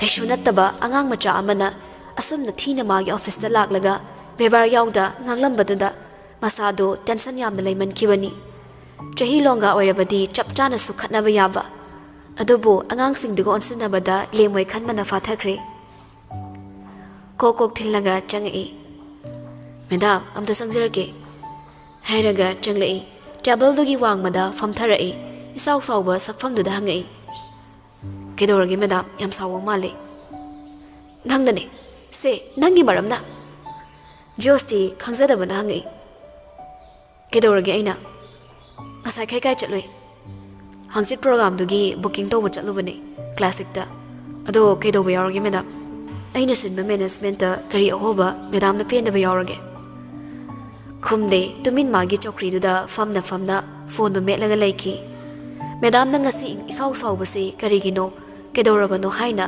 ꯃꯑꯣꯡ ꯁꯨꯝ ꯌꯦꯡꯕꯅꯤ ꯑꯗꯨꯕꯨ ꯍꯪꯖꯤꯜꯂꯨꯗ꯭ꯔꯦ ꯍꯥꯏꯔꯨꯔꯒꯦ ꯃꯇꯥꯒꯨꯝ ꯃꯦꯗꯥꯝꯅ ꯂꯩꯊꯣꯛꯈꯤꯕꯅ ꯍꯪꯂꯨꯔꯕꯗꯤ ꯁꯥꯎꯔꯛꯂꯅꯤ ꯈꯪꯉꯤ ꯅꯨꯄꯤꯒꯤ ꯄꯦꯟꯗꯕ ꯂꯩꯔꯕꯁꯨ ꯎꯕ ꯍꯩꯌꯨ ꯎꯗ꯭ꯔꯤ ꯀꯔꯤꯒꯤꯅꯣ ꯍꯥꯏꯅ ꯃꯇꯣꯝꯇ ꯏꯁꯥꯎ ꯁꯥꯎꯕꯁꯦ ꯃꯦꯗꯥꯝꯗꯣ ꯇꯠꯇꯅ ꯇꯧꯕꯅꯤ ꯇꯞꯅ ꯍꯥꯏꯔꯛꯏ ꯍꯪꯆꯤꯠ ꯄ꯭ꯔꯣꯒ꯭ꯔꯥꯝꯗꯣ ꯄꯣꯠ ꯆꯩ ꯂꯩꯕ ꯆꯠꯇꯣꯏ ꯂꯩꯔꯗꯤ ꯑꯩꯒ ꯆꯠꯁꯦ ꯃꯦꯗꯥꯝ ꯈꯨꯝꯕꯤꯔꯛꯄꯁꯨ ꯅꯠꯇꯦ ꯋꯥ ꯁꯨꯛꯉꯥꯡ ꯉꯥꯡꯂꯛꯇ꯭ꯔꯕꯗꯤ ꯃꯅꯥ ꯄꯪꯕ ꯃꯤꯗ ꯁꯤꯔꯣꯜ ꯇꯧꯕꯒꯨꯝ ꯏꯅꯔꯖꯤ ꯃꯥꯡꯉꯒ ꯑꯗꯨꯝ ꯇꯣꯛꯄꯅꯤ ꯑꯗꯨꯅ ꯃꯈꯥ ꯇꯥꯔꯨꯗ꯭ꯔꯦ ꯇꯞꯂꯤ ꯊꯣꯔꯛꯂꯒ ꯊꯣꯡꯖꯤꯜꯗꯒꯤ ꯑꯁꯨꯝꯅ ꯍꯥꯏꯔꯝꯃꯤ ꯃꯅꯥ ꯇꯥꯁꯤꯟꯅꯗꯕ ꯃꯤꯁꯦ ꯑꯁꯦꯡꯕꯩꯁꯨ ꯃꯅꯥ ꯄꯪꯉꯦ ꯍꯥꯏꯅꯕꯅꯤ ꯊꯣꯛꯈꯤꯕꯒ ꯁꯠ ꯌꯦꯡꯈꯠꯂꯛꯏ ꯑꯗꯨꯒ ꯑꯃꯨꯛꯁꯨ ꯄ꯭ꯔꯣꯛ ꯆꯥꯛꯅ ꯃꯆꯤꯟꯗ ꯁꯣꯜꯂꯛꯏ ꯊꯦꯝꯃꯝꯗꯕꯤ ꯆꯠꯈꯤꯅꯦ ꯅꯨꯡꯁꯤꯔꯣꯏꯗꯣꯔꯦ ꯌꯥꯝꯅ ꯃꯤ ꯉꯥꯎꯍꯟꯕ ꯍꯩꯕ ꯈꯛ ꯅꯠꯇꯦ ꯃꯤꯒꯤ ꯊꯃꯣꯏꯁꯦ ꯄ꯭ꯔꯣꯛ ꯆꯥꯛꯍꯟꯕꯁꯨ ꯍꯩ ꯁ꯭ꯇꯨꯄꯤꯠ ꯃꯦꯅꯦꯖꯔ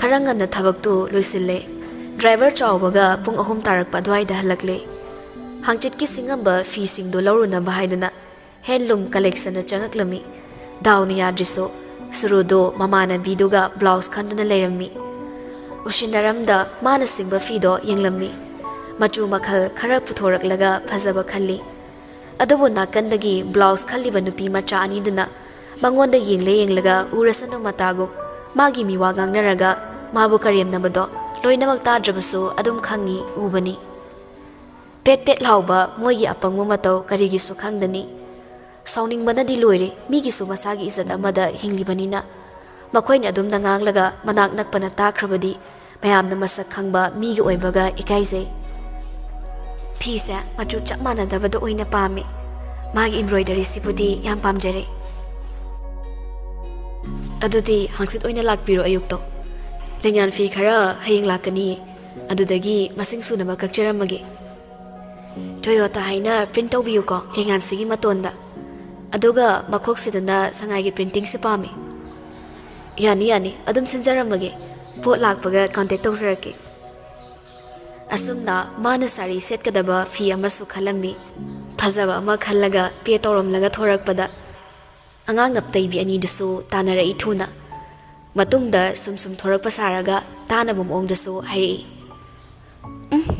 ꯑꯔꯤꯕꯤ ꯃꯅꯝ ꯅꯝꯃꯤ ꯅꯨꯄꯥꯗꯤ ꯐꯪꯗ꯭ꯔꯃꯤꯅ ꯃꯤꯒꯤ ꯅꯨꯄꯥ ꯃꯨꯟꯒꯦ ꯈꯜꯂꯤ ꯅꯣꯛꯆꯅꯤꯡꯗ꯭ꯔꯣ ꯆꯍꯤꯅꯗꯤ ꯂꯤꯁꯤꯜꯂꯛ ꯅꯨꯄꯥꯅꯗꯤ ꯐꯪꯉꯛꯇ ꯑꯩꯈꯣꯏ ꯂꯩꯀꯥꯏꯒꯤ ꯅꯦꯅꯦꯗꯣ ꯑꯁ ꯌꯦꯡꯕ ꯈꯨꯋꯥ ꯑꯃ ꯃꯤꯠꯇ ꯑꯥꯏꯗ꯭ꯔꯣꯞ ꯍꯥꯞꯄꯒꯅꯦ ꯈꯥꯡꯉꯦ ꯏꯕꯦꯝꯃ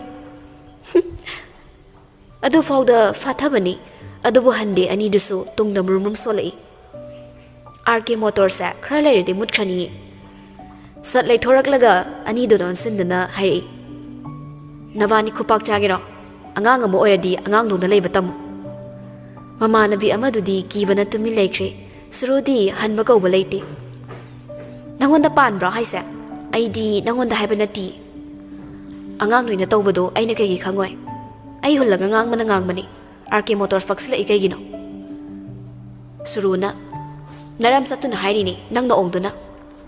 Get ki Kubaktuna, Haigalalaga, set long no Takibado, Suru, Mamai Piraga Kangi, Mapi ira Tangi, Mama Nabi Amaduso, Takatlaga, Nupidu the Yinglay. Adubo Moina Lalubana, Waamata Haivangam Lamdi, Sao Kravadi, Matching Pataba Nupisi, Handi, Amoko on Katlaga, Target Obani, Surugi Mamaya Fatringe, Kodangdu, Taparakpani Jorsna. Surudi, Jors over the Gapkre, Jorso, Tamna the Cherry. Kaino, Lamzaxda Ngamsadona, Irang Sagalise. Tamnana Laplam Henman Magiwar Ambani, Sidanang Yorokano. Mamam Panawarak Pakrawat Pamachase. Ainawara Ambani. Halamana Takpitam Bidaba. Moina Yamagi is at Sopa Tabakto Yabro. Josna Mafamatam Haiba Masulabani, Chalamena, Mini Yingari, Kumayo Krani. Kedowacha Toino, Iramapung Fan Kigi. Angang ni Kaina Mamit Kak Torpaga, Mi Katabayam Pami. Matak Tangbane Sukangde, like home Nang Pudi Howdy the labor. Mafamarang Kangana Charpanina, Manners Yaudine. Naraibo Parabani, Kopak Saraga to Ido. Joso, Lep Naba Congeldo, Kitangan Kalei. Yari, Lepo di Lepo Madam. Hello, Mino Ragam Fazade. Madam so Angang Chapmane. Tamna, no pass the Waroni Ying Lami. Aduga Amo, no piece the Suying Laga, prop of Toki. Gari Makong Yobaga, Mamai Lady no Ying Torakbada. Jos and Surgi Kutang Piraga, Chunky Bada Ubada. Makutta Piram Barani Fido. Yam the Tina, Chi and a pull up Paisinki. Aduga Makada Tadaram Laga, Gari the Kakalak Laga, Mafam the Gichat Cray. Som the so, Sorum Manung the Pusilak Laga, Suru the Wahiri. Nang the Irang Sagat Pas Ampamis in the Gagi. Suru, Kamna. Mana ang bufana buhat na isa, nang di kang lamoy niya. Ay gimay na so, mana kupak na tara ini. Dada so hori na tro. Mana ay fari ni Heidi, nangon na ka na haiba. Nang ginakok to da kalagpo wakal ni. Angang matik mapasada na asyam niya chartada ba tabak tori siya kay gino. Ay na ay gimilay ni haraga, nang na ay gimay kuna buhat na rakano.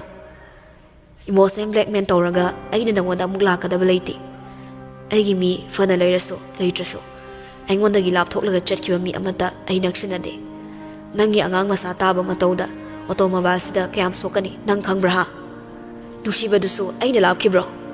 Nang na hen matiraga chat kiba ni. Wakal fataba ngamdabagom, nang napame hekta iba nusiyo. Aduga nang napam draga na, amang bada hanggoy bagum, ay ibo hanggoy gihaiba tudi, kanana yadoy ba. Ngasi sumay na ay ni ititi na ngang manuminsiro, nang nangarise. Angang ni na ay na nangon nangang ningdabani. Matung manaw ay gipunsi kong chatsida nang sukan sila ke kan gano. Lohong doro ba nang na duk yang wakal yaw drido kay gino. Lohong bahay ba sa yung leptam gi hayda na bo hong libani. Ado gilam chato na diyaroy. Mapamama chong lam sadraga. Laibag tira ba angang mayama thola isa kara usilo. Maraibag tira ba angang masingso hengat na bo honar kano. Suro kapto na hayri. Ay Josu nem thade kana su chaide. Chatkhadi chatkro laishala ano. Nang na chatkibana nangi khudang aina thadokibani. Thadokraba khudang amabo amuk tanaduna fagadaba minati. Thoraklami asawbugi sawum amaga loinana na gate ko yenglaga Madamgi gari yengmani leiramdre. Sorum dugi hek makhongdani khaw ama taraga leirambado kanana su khundi kidre. Non tharaga khungalakle khaw dugi fido amuk lokthok laga yengi. Asuk tangba fisi Madam natana kanara su hundok lamoy khalai. Puduna magi gari manak changsilak laga kakhalakle. Gari achawbada lakpani ngasidi. Thauba hore thauna phone da tawbani adubu pairaktre. Direct oina Madamgi yumlomda thauraklammi. Gate su ihang laga leirambana adum thausilakli. Kumtharak laga churi tabida lep laga kahui. Madam, tilo khakle rami chakhum lomdagi. Haima, ibungo, la iro. Madam halak tribo. Hale hosik ta halak pani. Magi kada ka khati bani. Ta sawabudi yamungo hospital chatkre. Babung di kedo weorge. BP guli ama sinse haidana chatmi nakiba. Mathak ta karo mai ka le rangmani. Hoine, mai fi se kaurami adugi thin balakpa. Hairaga mathak lomda tamnagi kada kakhalaklamni. Rumgi thongdo ikoi da sat hanglaga changakpani. Mamito kitang sangdoi ithak thagatkre. Mamaidu sat maninglomda leiraga. Sorry. Tamna barob ama setlaga thorakpaga mapar chanarubani. Ngasaidagi sauningaga leibaga sofadagi mondu tap lauraga laktana mangnaganduda thomlaklami. Thongdu nok toroga changapa kai kaige ha. Sorry, ai mapanda ngairamagi. Hairaga thokre. Tamna sama fi honglaga masamdo amu hatokre. Aduga makharomda kumtharai. Josa family do manak changsilaklaga masu phamai. Kay haibala ino. Sorry haibala poiramnine. Isau tobada fi hondo omena tinbala iba. Aino hondok lamba potni kedobe khula ino. Ai ataba firol se chade. Aduga mina hondok piramba aiba nushi sina kayge. Masado kharasu ikai boy masamaki mayumduda kaya hainadagum hansaduna khoileng leng laga family. Nupi sigi matauda laknage yauna tamnagi manak changsilaklaga git famjindana haire. Aigi wang sigi pakum pidri medam. Tamna do chere. Aina nang nushirena aingonda kudong chaba loge khanba miyam male. Nakhori metlaga hatlura nang. Hairaga chathoklaga famkre. Nupa si tanaba murumum susolei. Ngasi phawbada aina tabakanagi khudang paidri de hai. Aduga ngasaina pikanawdugi khudang chingaga changki machin khuthidi. Ing lauba nupi sigi jealous ko kasada yamdan lumdan noglai. Aduga themduna soirei. Matangduna ne. I hate oida bangang mami. Tilona. Ibungo cha thaksi. Tilona cha puthorakpaduda Jos ama lauraga thai. Madam di pisum samjina kibado suklabla kidre. Cha dusu thakning de haiduna thaklamde. Kaisu khandaba saduna cha do thai Jos di. Tilosu tamna thakning de haiduda atopa kap amado pusillaga changkre. Tilo changkiba maike yengluraga hagolakle. Cha kap dusu thangalaga thai. Tamnaromda manamdu polap kontharaklaga maithongduda yenglei. Makut khunamduna tamnagi khasaida thamlaga masagi makhutuna machimbalduda thenglaklami. Madamgi khazai maktadi chimbalduna thenglamdre. Makhutna pallama khabagum khakre. Mamit mana chap yungna nupasida tingak yengkhalai. Nupisigi mamituna nokmi yenglui. Jumna amok tingdhagolakle. Asumna hairi moli. Chanadaba thabakso tongningsdi. Oktaba thabakniso khanbino. Khudong chawa lawbaso natti. Aina nang manushi haibase. Wahaisi directi oiraga yamna yang bagum aina khalle. Yang bai thabaksi mahusana pamjadi madam adam bab tazaro nasana. Tayang tasoiba wakhal mangkidra pakhatjaba matau kalakna pamjaba thamoi khudikmak matagi so oirani haiba harawa wakhal pumnama ngaihakti khanba ngamlude thingatkhiba sorda fau hontharakpa kauramni mamal kahallaga ulamba nushi haiba matawna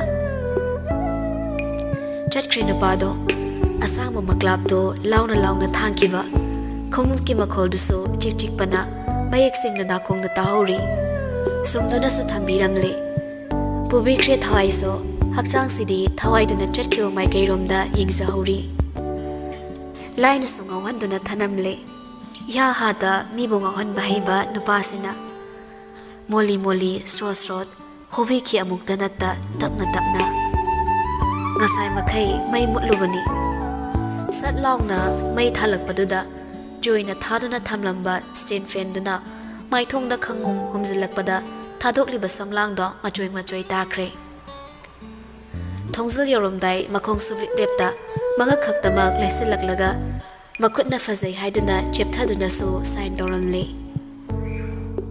nokmi nupisi so yamni kain leihori makhutna mana mamai khumlaga mamai kharasu nontharanga yaton uhanduna noklami chakhumdagi tilona thorakpada tamnana nahan khai iman manada noklaga leirambadada masu nokpado yauraklami manaktadi changsiludi nungairibu mutto mana changsilurabadi kaikiba tare khanna tumin chakhumda amu hanjillaga changkhre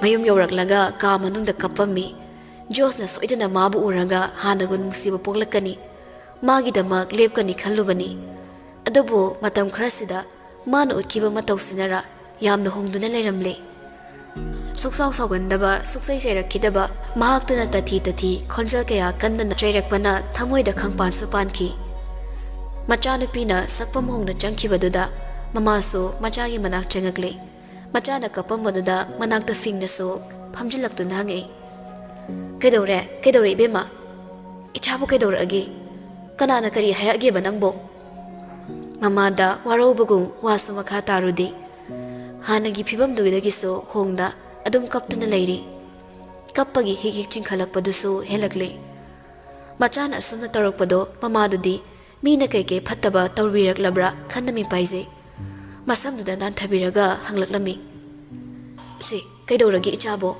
इमादा हायो इमादा मपीदुसु मखुत अनीना तैथोकलगा हाइरई ngasidi aibu manasu nungsiramtre ima aingonda tathi chaire rikina kai hare ino dariki gi wanate dajors ki wani mana ibu nungsiramtre noina pamda banu padu thi ai ge waba khuding su khangbi adabu dariki di ma khagita makhalle मादी मसा खक नुसी नोइना मतमदुदा दाजोस पु पामते हाइबिरमद्रदि गसिसु आई माबु नुसिरमगनी आइगी इसागी नुसिबा थिजबदा नोइना खुथिंजिन बि कैगिनो आई हौजकते याम चागले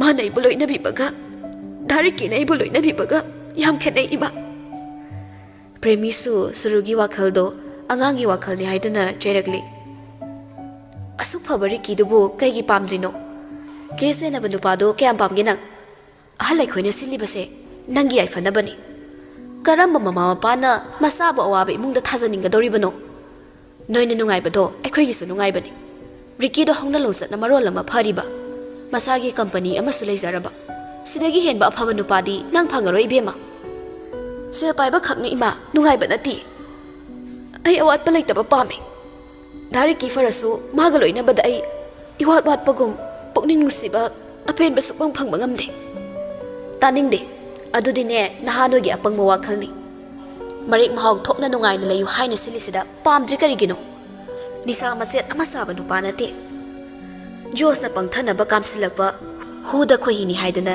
लेके खनगनो इबेमा नोइगी सही मतांगदो कालकपा नति इमा होइसु क्वा मतब अमा फौ साबा हितबा नुपा अमा फंगजैदो नराइबो फरबनी अदुदि दाजोस चादी यु फौ थकपा हिते ड्राइवर की थाद लुपा 9,900 खक लाकपदुना नंगोइबा यादोरिब्रो हा अखोइना याम नुंगाइबा इमुंग अमा ओइदना नोइगी मतेंग पांगनिसु नते लुहोंगदोरबा नंगना वा सबे nganggano इमा वायाम nganghalakkano आइगी फिसे निंगबा थुंगनबा सनालिकोल नाइथबा खुदिंगसिना हेक्ता पुनसिसे मरेक महाव थोकनी हाइबा नति दाजोर्स की इमुंगसु मयाम नुंगारिदुनि हौजिकति ड्राइवर सु ओइद्रे मैनेजर ओइरबने हाय तानिंगदे थीना ngangankani nang kari khangdana ngangiनो अखोइना सिनबसिदा याव अइना हाइसिनि नोइना साना साहानसु इमा होइना खंगनाहनखिबनी नोइना यारे हाइ कांदुदा मतम सुलेपखिबनी जोस होइगी इमुंगदो वाइ हाइबा नते नुंगाइ अदुबु मसागी अरेटपा सिनफम अमा पाइहौबसिना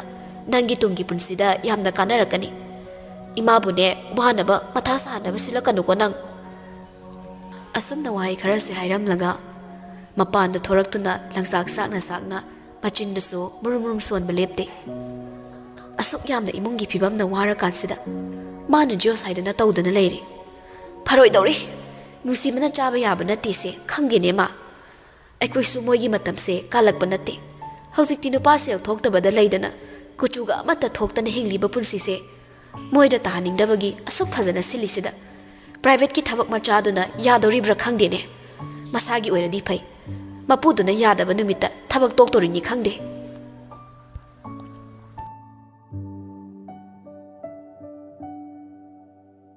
नुमिनिनी मतुंगनी मखोइगी गारीगी कंपनीगी ngasi फंक्शन अमा लैबना अयुक nganda होटल मफमदुदा चलुरगा अवात अपादो यंगसिल्ली फजना फिट थानमलगा मयुमदा हलकले अमु इरुमाइ थजा थोकले चाकति साद्रे फंक्शन मफमदा चागदबना अयुकसो खरा वारुरि हाइदना ngyak hiptuna potharami pothabaga sangbana te staff na call tori waga wabaga khardi sounding bani ꯑꯗꯨꯕꯨ ꯃꯊꯧꯅꯤꯅ ꯇꯧꯗ ꯌꯥꯗꯕꯅ ꯄꯥꯏꯈꯠꯂꯤ꯫ ꯍꯜꯂꯣ, ꯀꯩ ꯂꯩꯔꯒꯦ?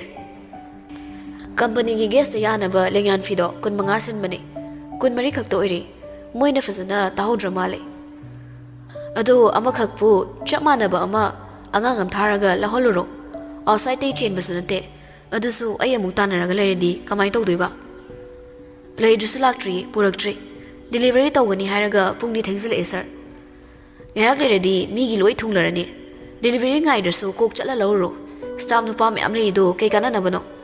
ꯑꯁꯨꯛ ꯆꯥꯎꯅ ꯁꯤꯜꯂꯒ ꯈꯤꯠꯇꯗꯤ ꯏꯀꯥꯏꯕ ꯅꯪꯍꯟꯒꯅꯨ꯫ ꯉꯔꯥꯡꯗꯩ ꯑꯃꯗ ꯑꯃꯨꯛ ꯆꯦꯟ, ꯑꯃꯗ ꯑꯃꯨꯛ ꯆꯣꯡ, ꯄꯣꯊꯥꯕ ꯐꯪꯗ꯭ꯔꯤꯕꯅꯤ꯫ ꯑꯩꯁꯨ ꯉꯥꯏꯍꯥꯛꯇꯗꯤ ꯄꯣꯊꯥꯈꯤꯗꯅ ꯏꯕꯣ꯫ ꯍꯣꯏ ꯁꯥꯔ, ꯀꯦꯁꯤꯌꯔꯗꯒꯤ ꯊꯥꯎ ꯃꯃꯜ ꯑꯦꯛꯁꯄꯦꯟꯁꯦꯁ ꯈꯥꯏꯗꯣꯛꯍꯟꯕꯤꯌꯨ꯫ ꯑꯩꯈꯣꯏ ꯊꯣꯛꯄ ꯁꯤꯜꯂꯒꯦ꯫ ꯑꯣꯐꯤꯁꯀꯤꯅꯤꯅ ꯂꯅꯥꯏꯒꯤ ꯄꯣꯀꯦꯠꯇꯒꯤ ꯄꯨꯊꯣꯛꯄꯁꯨ ꯃꯥꯡꯖꯕ꯫ ꯔꯤꯁꯤꯞ ꯏꯍꯜꯂꯒ ꯁꯥꯏꯟ ꯇꯧꯔꯒ ꯅꯣꯏꯅ ꯆꯪꯒꯗꯕ ꯁꯦꯜꯗꯣ ꯄꯨꯈꯣ꯫ ꯑꯗꯨꯒ ꯔꯤꯁꯤꯞꯇꯨ ꯄꯨꯔꯛꯑꯣ, ꯄꯦꯇ꯭ꯔꯣꯜ ꯍꯥꯟꯕꯩꯁꯨ꯫ ꯑꯦꯀꯥꯎꯟꯅꯁꯨ ꯊꯕꯛ ꯁꯨꯕꯗ ꯉꯥꯎꯗꯅꯕ꯫ ꯑꯗꯨꯒ ꯆꯤꯌꯔꯃꯦꯟꯅꯁꯨ ꯃꯄꯨꯛ ꯆꯝꯅꯕ꯫ ꯊꯝꯃꯦ, ꯅꯣꯏ ꯊꯣꯛꯄ ꯑꯃꯨꯛ ꯁꯤꯜꯂꯀꯣ, ꯑꯩ ꯉꯥꯛꯇ ꯄꯣꯊꯥꯒꯦ꯫ ꯀꯛꯊꯠꯇꯨꯅ ꯑꯃꯨꯛ ꯄꯣꯊꯥꯔꯝꯃꯤ꯫ ꯑꯗꯨꯕꯨ ꯊꯕꯛ ꯂꯩꯕꯅ ꯑꯣꯏꯔ ꯃꯥꯜꯂꯤ ꯇꯨꯝꯊꯕ ꯄꯣꯊꯥꯕ ꯉꯝꯗ꯭ꯔꯦ꯫ ꯍꯧꯒꯠꯂꯒ ꯆꯠꯅꯕ ꯂꯣꯏꯁꯤꯟꯕ ꯍꯧꯈ꯭ꯔꯦ꯫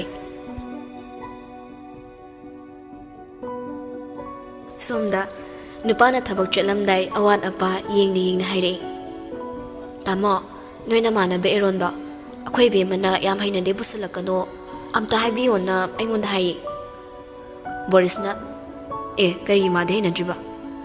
ꯊꯣꯏꯁꯨ ꯃꯆꯟꯒꯤ ꯋꯥ ꯉꯥꯡꯉꯛꯏ꯫ ꯀꯥꯏꯗ ꯍꯩꯅꯗꯣꯏꯕ?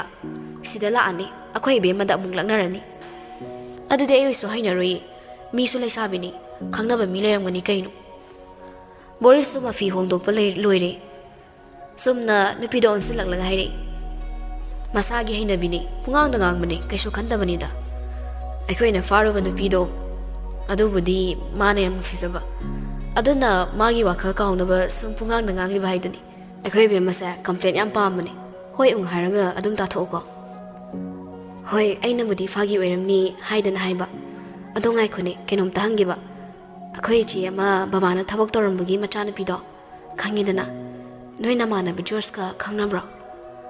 ꯈꯪꯅꯔꯝꯃꯣꯏꯍꯦ, ꯑꯩꯈꯣꯏꯗ ꯈꯪꯅꯩ ꯍꯥꯏꯗꯅ ꯀꯩꯝꯇ ꯍꯥꯏꯔꯛꯇꯦ꯫ ꯑꯗꯨꯝꯕꯨꯗꯤ ꯂꯣꯏꯅꯕꯅꯤ, ꯈꯔ ꯅꯛꯅꯕꯗꯤ ꯃꯥꯟꯕ꯫ ꯑꯃꯗꯨꯁꯨ ꯁꯨꯔꯨꯗꯨ ꯅꯨꯡꯁꯤꯕꯅꯤꯅ ꯑꯇꯣꯞꯄ ꯆꯪꯉꯝꯃꯣꯏꯗ, ꯊꯃꯣꯏ ꯑꯃꯗ ꯂꯨꯞꯆꯕꯅꯤ꯫ ꯑꯣ, ꯄꯥꯕꯨꯡꯁꯨ ꯑꯣꯏꯅ ꯍꯪꯉꯛꯄ, ꯇꯥꯃꯣꯒ ꯇꯤꯟꯅꯕꯅꯤꯅ ꯇꯥꯃꯣ ꯈꯪꯉꯝꯅꯤ ꯍꯪꯉꯣꯅ ꯍꯥꯏꯔꯛꯏꯅꯦ꯫ ꯈꯪꯅꯔꯝꯃꯣꯏ, ꯈꯪꯅꯔꯗꯤ ꯑꯩꯈꯣꯏꯁꯨ ꯈꯪꯅꯤ꯫ ꯖꯣꯔꯖꯀ ꯈꯪꯅꯔꯗꯤ ꯌꯥꯝ ꯐꯩ ꯀꯩꯅꯣ꯫ ꯑꯦꯔꯣꯟꯗꯧꯅ ꯃꯊꯣꯡ ꯈꯔ ꯆꯥꯗ꯭ꯔꯁꯨ ꯌꯥꯝ ꯂꯦꯝꯕꯅꯤ꯫ ꯃꯅꯨꯡꯗꯕꯨꯗꯤ ꯈꯔ ꯈꯠꯄ, ꯀꯥꯔꯟ ꯈꯔ ꯇꯥꯕ ꯈꯛꯅꯤ, ꯌꯥꯝ ꯊꯤꯅ ꯐꯕꯅꯤꯗ꯫ ꯀꯣꯏꯅꯗ꯭ꯔꯁꯨ ꯅꯝꯗꯅ ꯐꯥꯎ ꯈꯔ ꯍꯥꯏꯀꯣ꯫ ꯏꯁ, ꯃꯥꯏ ꯋꯥꯇꯥꯁꯦ꯫ ꯑꯩꯈꯣꯏ ꯂꯩꯀꯥꯏꯒꯤ ꯁꯨꯔꯨꯒ ꯈꯪꯅꯕ ꯀꯥꯟꯗ ꯐꯩ ꯍꯥꯏꯗꯅ ꯃꯤ ꯃꯌꯥꯝ ꯍꯥꯏꯅꯩꯌꯦ, ꯂꯩꯀꯥꯏ ꯃꯤꯅꯕꯨꯗꯤ꯫ ꯁꯨꯔꯨꯗꯣ ꯄꯪꯃꯜꯂꯦ, ꯑꯁꯨꯛ ꯐꯕ ꯅꯨꯄꯥꯁꯤꯕꯨ ꯃꯥꯅ ꯊꯥꯗꯣꯛꯑꯝꯃꯤ꯫ ꯃꯉꯣꯟꯗ ꯍꯦꯟꯕ ꯅꯨꯄꯥꯗꯤ ꯁꯨꯛꯐꯪ ꯐꯪꯉꯔꯣꯏꯉꯣ꯫ ꯑꯍꯜ ꯂꯃꯟꯅ ꯏꯟꯁꯤꯟꯕ ꯈꯔ ꯂꯧꯕ, ꯑꯗꯨꯒ ꯑꯉꯥꯡꯒ ꯑꯣꯏꯕ, ꯑꯔꯥꯡ ꯔꯥꯛꯇ ꯈꯔ ꯊꯛꯀꯠꯄ, ꯑꯗꯨꯏꯅꯤ꯫ ꯍꯧꯖꯤꯛꯁꯦ ꯃꯥꯅ ꯑꯃꯨꯛ ꯖꯣꯔꯖꯀ ꯍꯟꯖꯅꯤꯡꯉ ꯃꯥꯜꯂꯤ꯫ ꯍꯧꯖꯤꯛꯇꯤ ꯎꯄꯥꯏ ꯂꯩꯇꯦ, ꯑꯩꯅ ꯐꯥꯎꯕ ꯍꯟꯖꯟꯅꯣꯅ ꯏꯟꯁꯤꯟꯗꯣꯏꯅꯤ꯫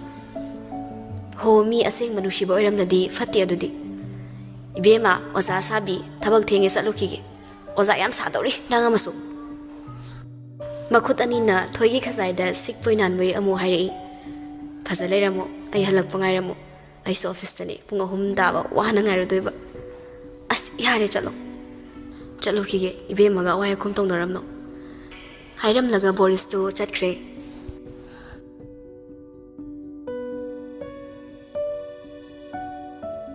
ꯄꯨꯡ 10 ꯇꯥꯔꯝꯗꯥꯏ ꯑꯗꯥꯏꯗ ꯃꯁꯥ ꯅꯥꯟꯅ ꯂꯥꯛꯏ ꯖꯣꯔꯖꯇꯣ꯫ ꯕ꯭ꯂꯦꯛ ꯁꯔꯠ ꯑꯃ, ꯑꯗꯨꯒ ꯕ꯭ꯂꯦꯛ ꯐꯣꯔꯃꯦꯜ ꯄꯦꯟ ꯑꯃꯒ, ꯀꯣꯠꯇꯨꯁꯨ ꯕ꯭ꯂꯦꯛꯅꯤ꯫ ꯒꯥꯔꯤ ꯐꯖꯅ ꯄꯥꯔꯛ ꯇꯧꯔꯝꯂꯒ ꯆꯪꯁꯤꯜꯂꯛꯂꯝꯃꯤ꯫ ꯀꯨꯃꯥꯔꯁꯨ ꯂꯥꯛꯂꯒ ꯂꯩꯔꯝꯃꯤ꯫ ꯖꯣꯔꯖꯁꯨ ꯀꯨꯃꯥꯔꯒꯤ ꯃꯅꯥꯛꯇ ꯍꯥꯟꯅ ꯆꯪꯁꯤꯜꯂꯛꯂꯒ, ꯁꯥꯔ, ꯌꯧꯕꯤꯔꯛꯑꯝꯃꯦꯗꯅ꯫ ꯀꯨꯃꯥꯔꯅ, ꯅꯪꯅ ꯁꯤꯟꯕꯅꯤ ꯍꯥꯏꯅꯦ, ꯌꯥꯝ ꯐꯖꯅ ꯁꯤꯜꯂꯤ꯫ ꯑꯥꯏ ꯔꯤꯌꯦꯂꯤ ꯑꯦꯄ꯭ꯔꯤꯁꯤꯌꯦꯠ ꯌꯣꯔ ꯋꯥꯔꯛ꯫ ꯊꯦꯡꯛꯁ ꯁꯥꯔ꯫ ꯑꯗꯣ ꯑꯩ ꯃꯅꯨꯡ ꯑꯝꯇ ꯆꯪꯉꯨꯈꯤꯒꯦ꯫ ꯏꯌꯥꯔꯄꯣꯔꯠꯇꯒꯤ ꯒꯦꯁ ꯂꯧꯔꯨꯅꯕꯁꯨ ꯑꯉꯥꯡꯈꯩꯗ ꯁꯤꯟꯗꯣꯛꯈꯤꯒꯦ꯫ ꯌꯥꯔꯦ, ꯑꯩꯅ ꯁꯤꯟꯈ꯭ꯔꯕꯅꯤ, ꯑꯇꯣꯞꯄꯗ ꯅꯪ ꯑꯁꯨꯝ ꯆꯦꯟꯅꯕꯗꯨ ꯅꯨꯡꯉꯥꯏꯇ꯭ꯔꯕ?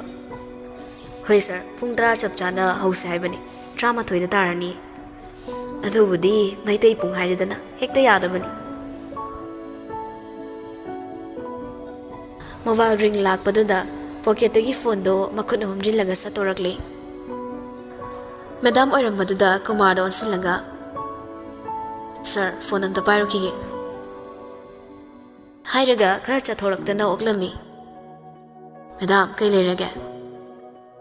Thaba mafam yauraba? Yauri.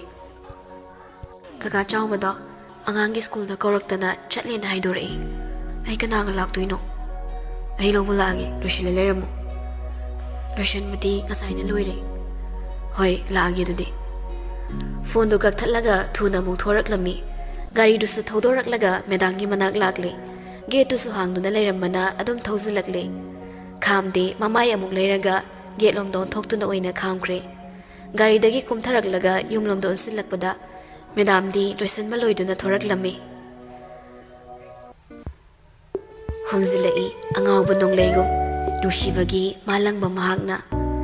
Icham chamna yamna simple oina yamna lemna keraklami. Chimbaldana khasiktang langkhatpa new lipstick. Rani Phiji sari matek raduso. Angawbada mapan haikam apatpa machuna mek satpa. Phi mapan dugi machu faningni. Beg tuma makut khudang waida yalaga thoragle. White machugi heels ama tongi. Blouse to machet ama faw koti. Uwaning daba saruk uwa fangde. Yamna so formal oi. Khudang so choli. Madam na setok cha thorak pasi. Yamna Jackson na set chai. Nong matalim zadi haina. Ngang ngay wa machet ama faw balayti. Setorak pa khudim maksu yai. Fazay hainingba ngakta magset chai. Yamna lim thokpi Madam ni. Migi wa ngang fam thamande. Kumtharakli hanna yingda. Thengli matago mamangi sita sa tongkhatki. Madam tongkhatki baga masa nokmi kakhalaktu na thauba hore. Asuk phazabi mahakna magi hek nakan na tonglaga chatpase mut ama sagalagle. Kapal na office kabagum khalai. Adubu wadi ama tangang na da tumin leinay. Mihak tumin leirabatong tamna do sathanglay. Ay phazamra. Diyos to ikang na. Hoy, phazay. Kinab angang kauranga kihalini. Thawingi. Aduga kem dasu phazade hayrakti. Hayraga noksilai. Minok tu na matin habagum aham hayraga chinkali. Aduga amukso sungun onsilakdana. Aremada sel manghali. Sel manghanba thawna fabi oin tawradana. Aina kirise nang na yingnabani. Mina yingnabana ti. Mina phazay hayrakpada harawraso. Nang na phazay sukai hayraktana. Khutna khak phazay kaina sign tawramaduni. Aina salaga tagi tawrisi. Joso Madamgi direct ki wahi sida kharedi tawpham khangdre. Ikaira kedorino bapta zadi masado tarangami chat pagum tawi. Mi kyam la aurage. Anam baloi la aureda. Guess ka ngai horamne. As stop me am mangda yami kai do male. Madam vi kai ba khangbra. Tamna sarap yenglaga. Kai watan odade.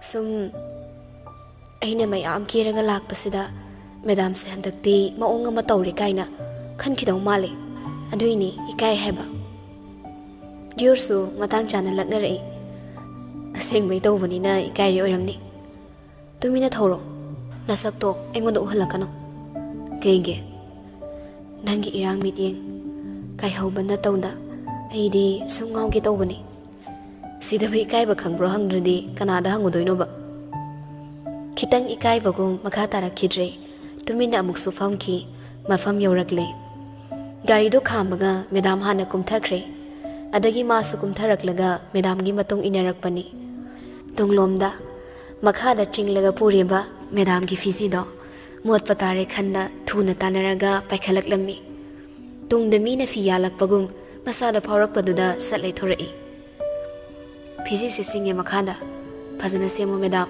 molani Hairaga Phiji do sinaraklami kitang su ikai bagum laibak na check waida makut khudomina khotpoi na hanbai dawraga manung lomda mana mang tharaga hana changkhre Madam sunok mi matung inaki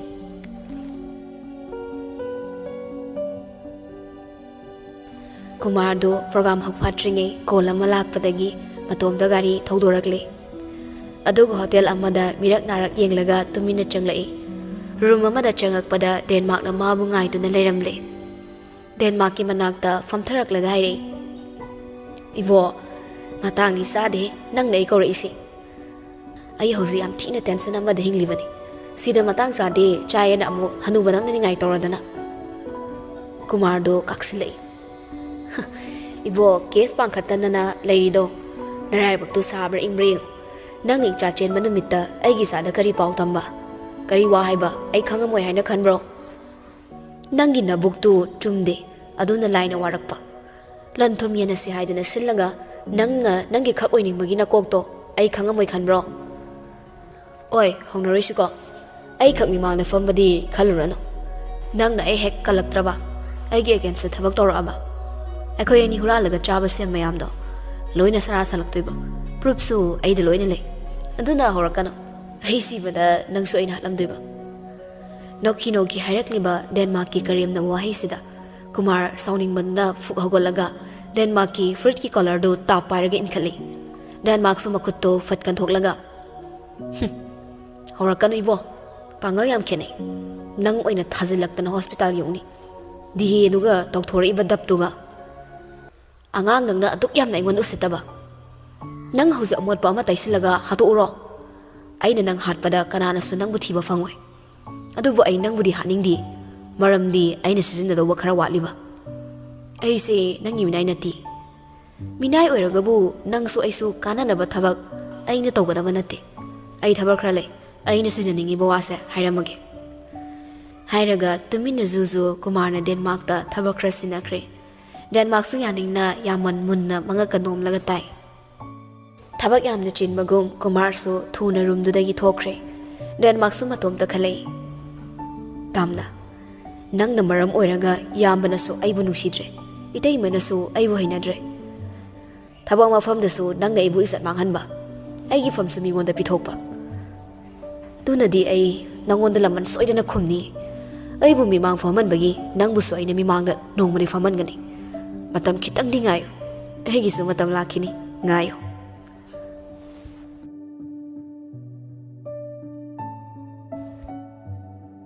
Program loibada pung mga tagadori. Sinok sizin kay ko chen duna Diyos na honarami. Mamaya humang kangkre waman bagi. Stop amuk long na chair ama dagit famtay. Furiki kudam do amuk su thadok laga kara free ohenli masado.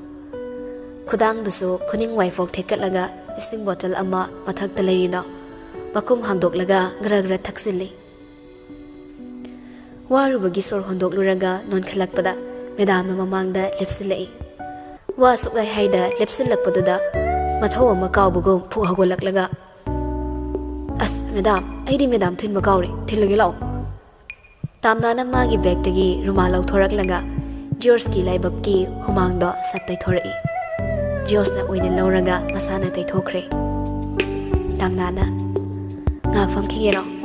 Tingasu kay sukay dida. Tabak na yada baba. Diyos ay malauraw. Wabra. Yarnida pamdraso. Madam suwaramani ay tinbirage. Ay gidi wadeni. Nangi sakse urandi ay di suwawami de. Diyor sunok silakle. Yari haujikan sina nang nooy na sumsum na ikalai. Nasay deli day may tanman manupado na nanakta susur na iraga nakong miyada chirol toramido. Kari haramido madam. Photo kapsina kapa.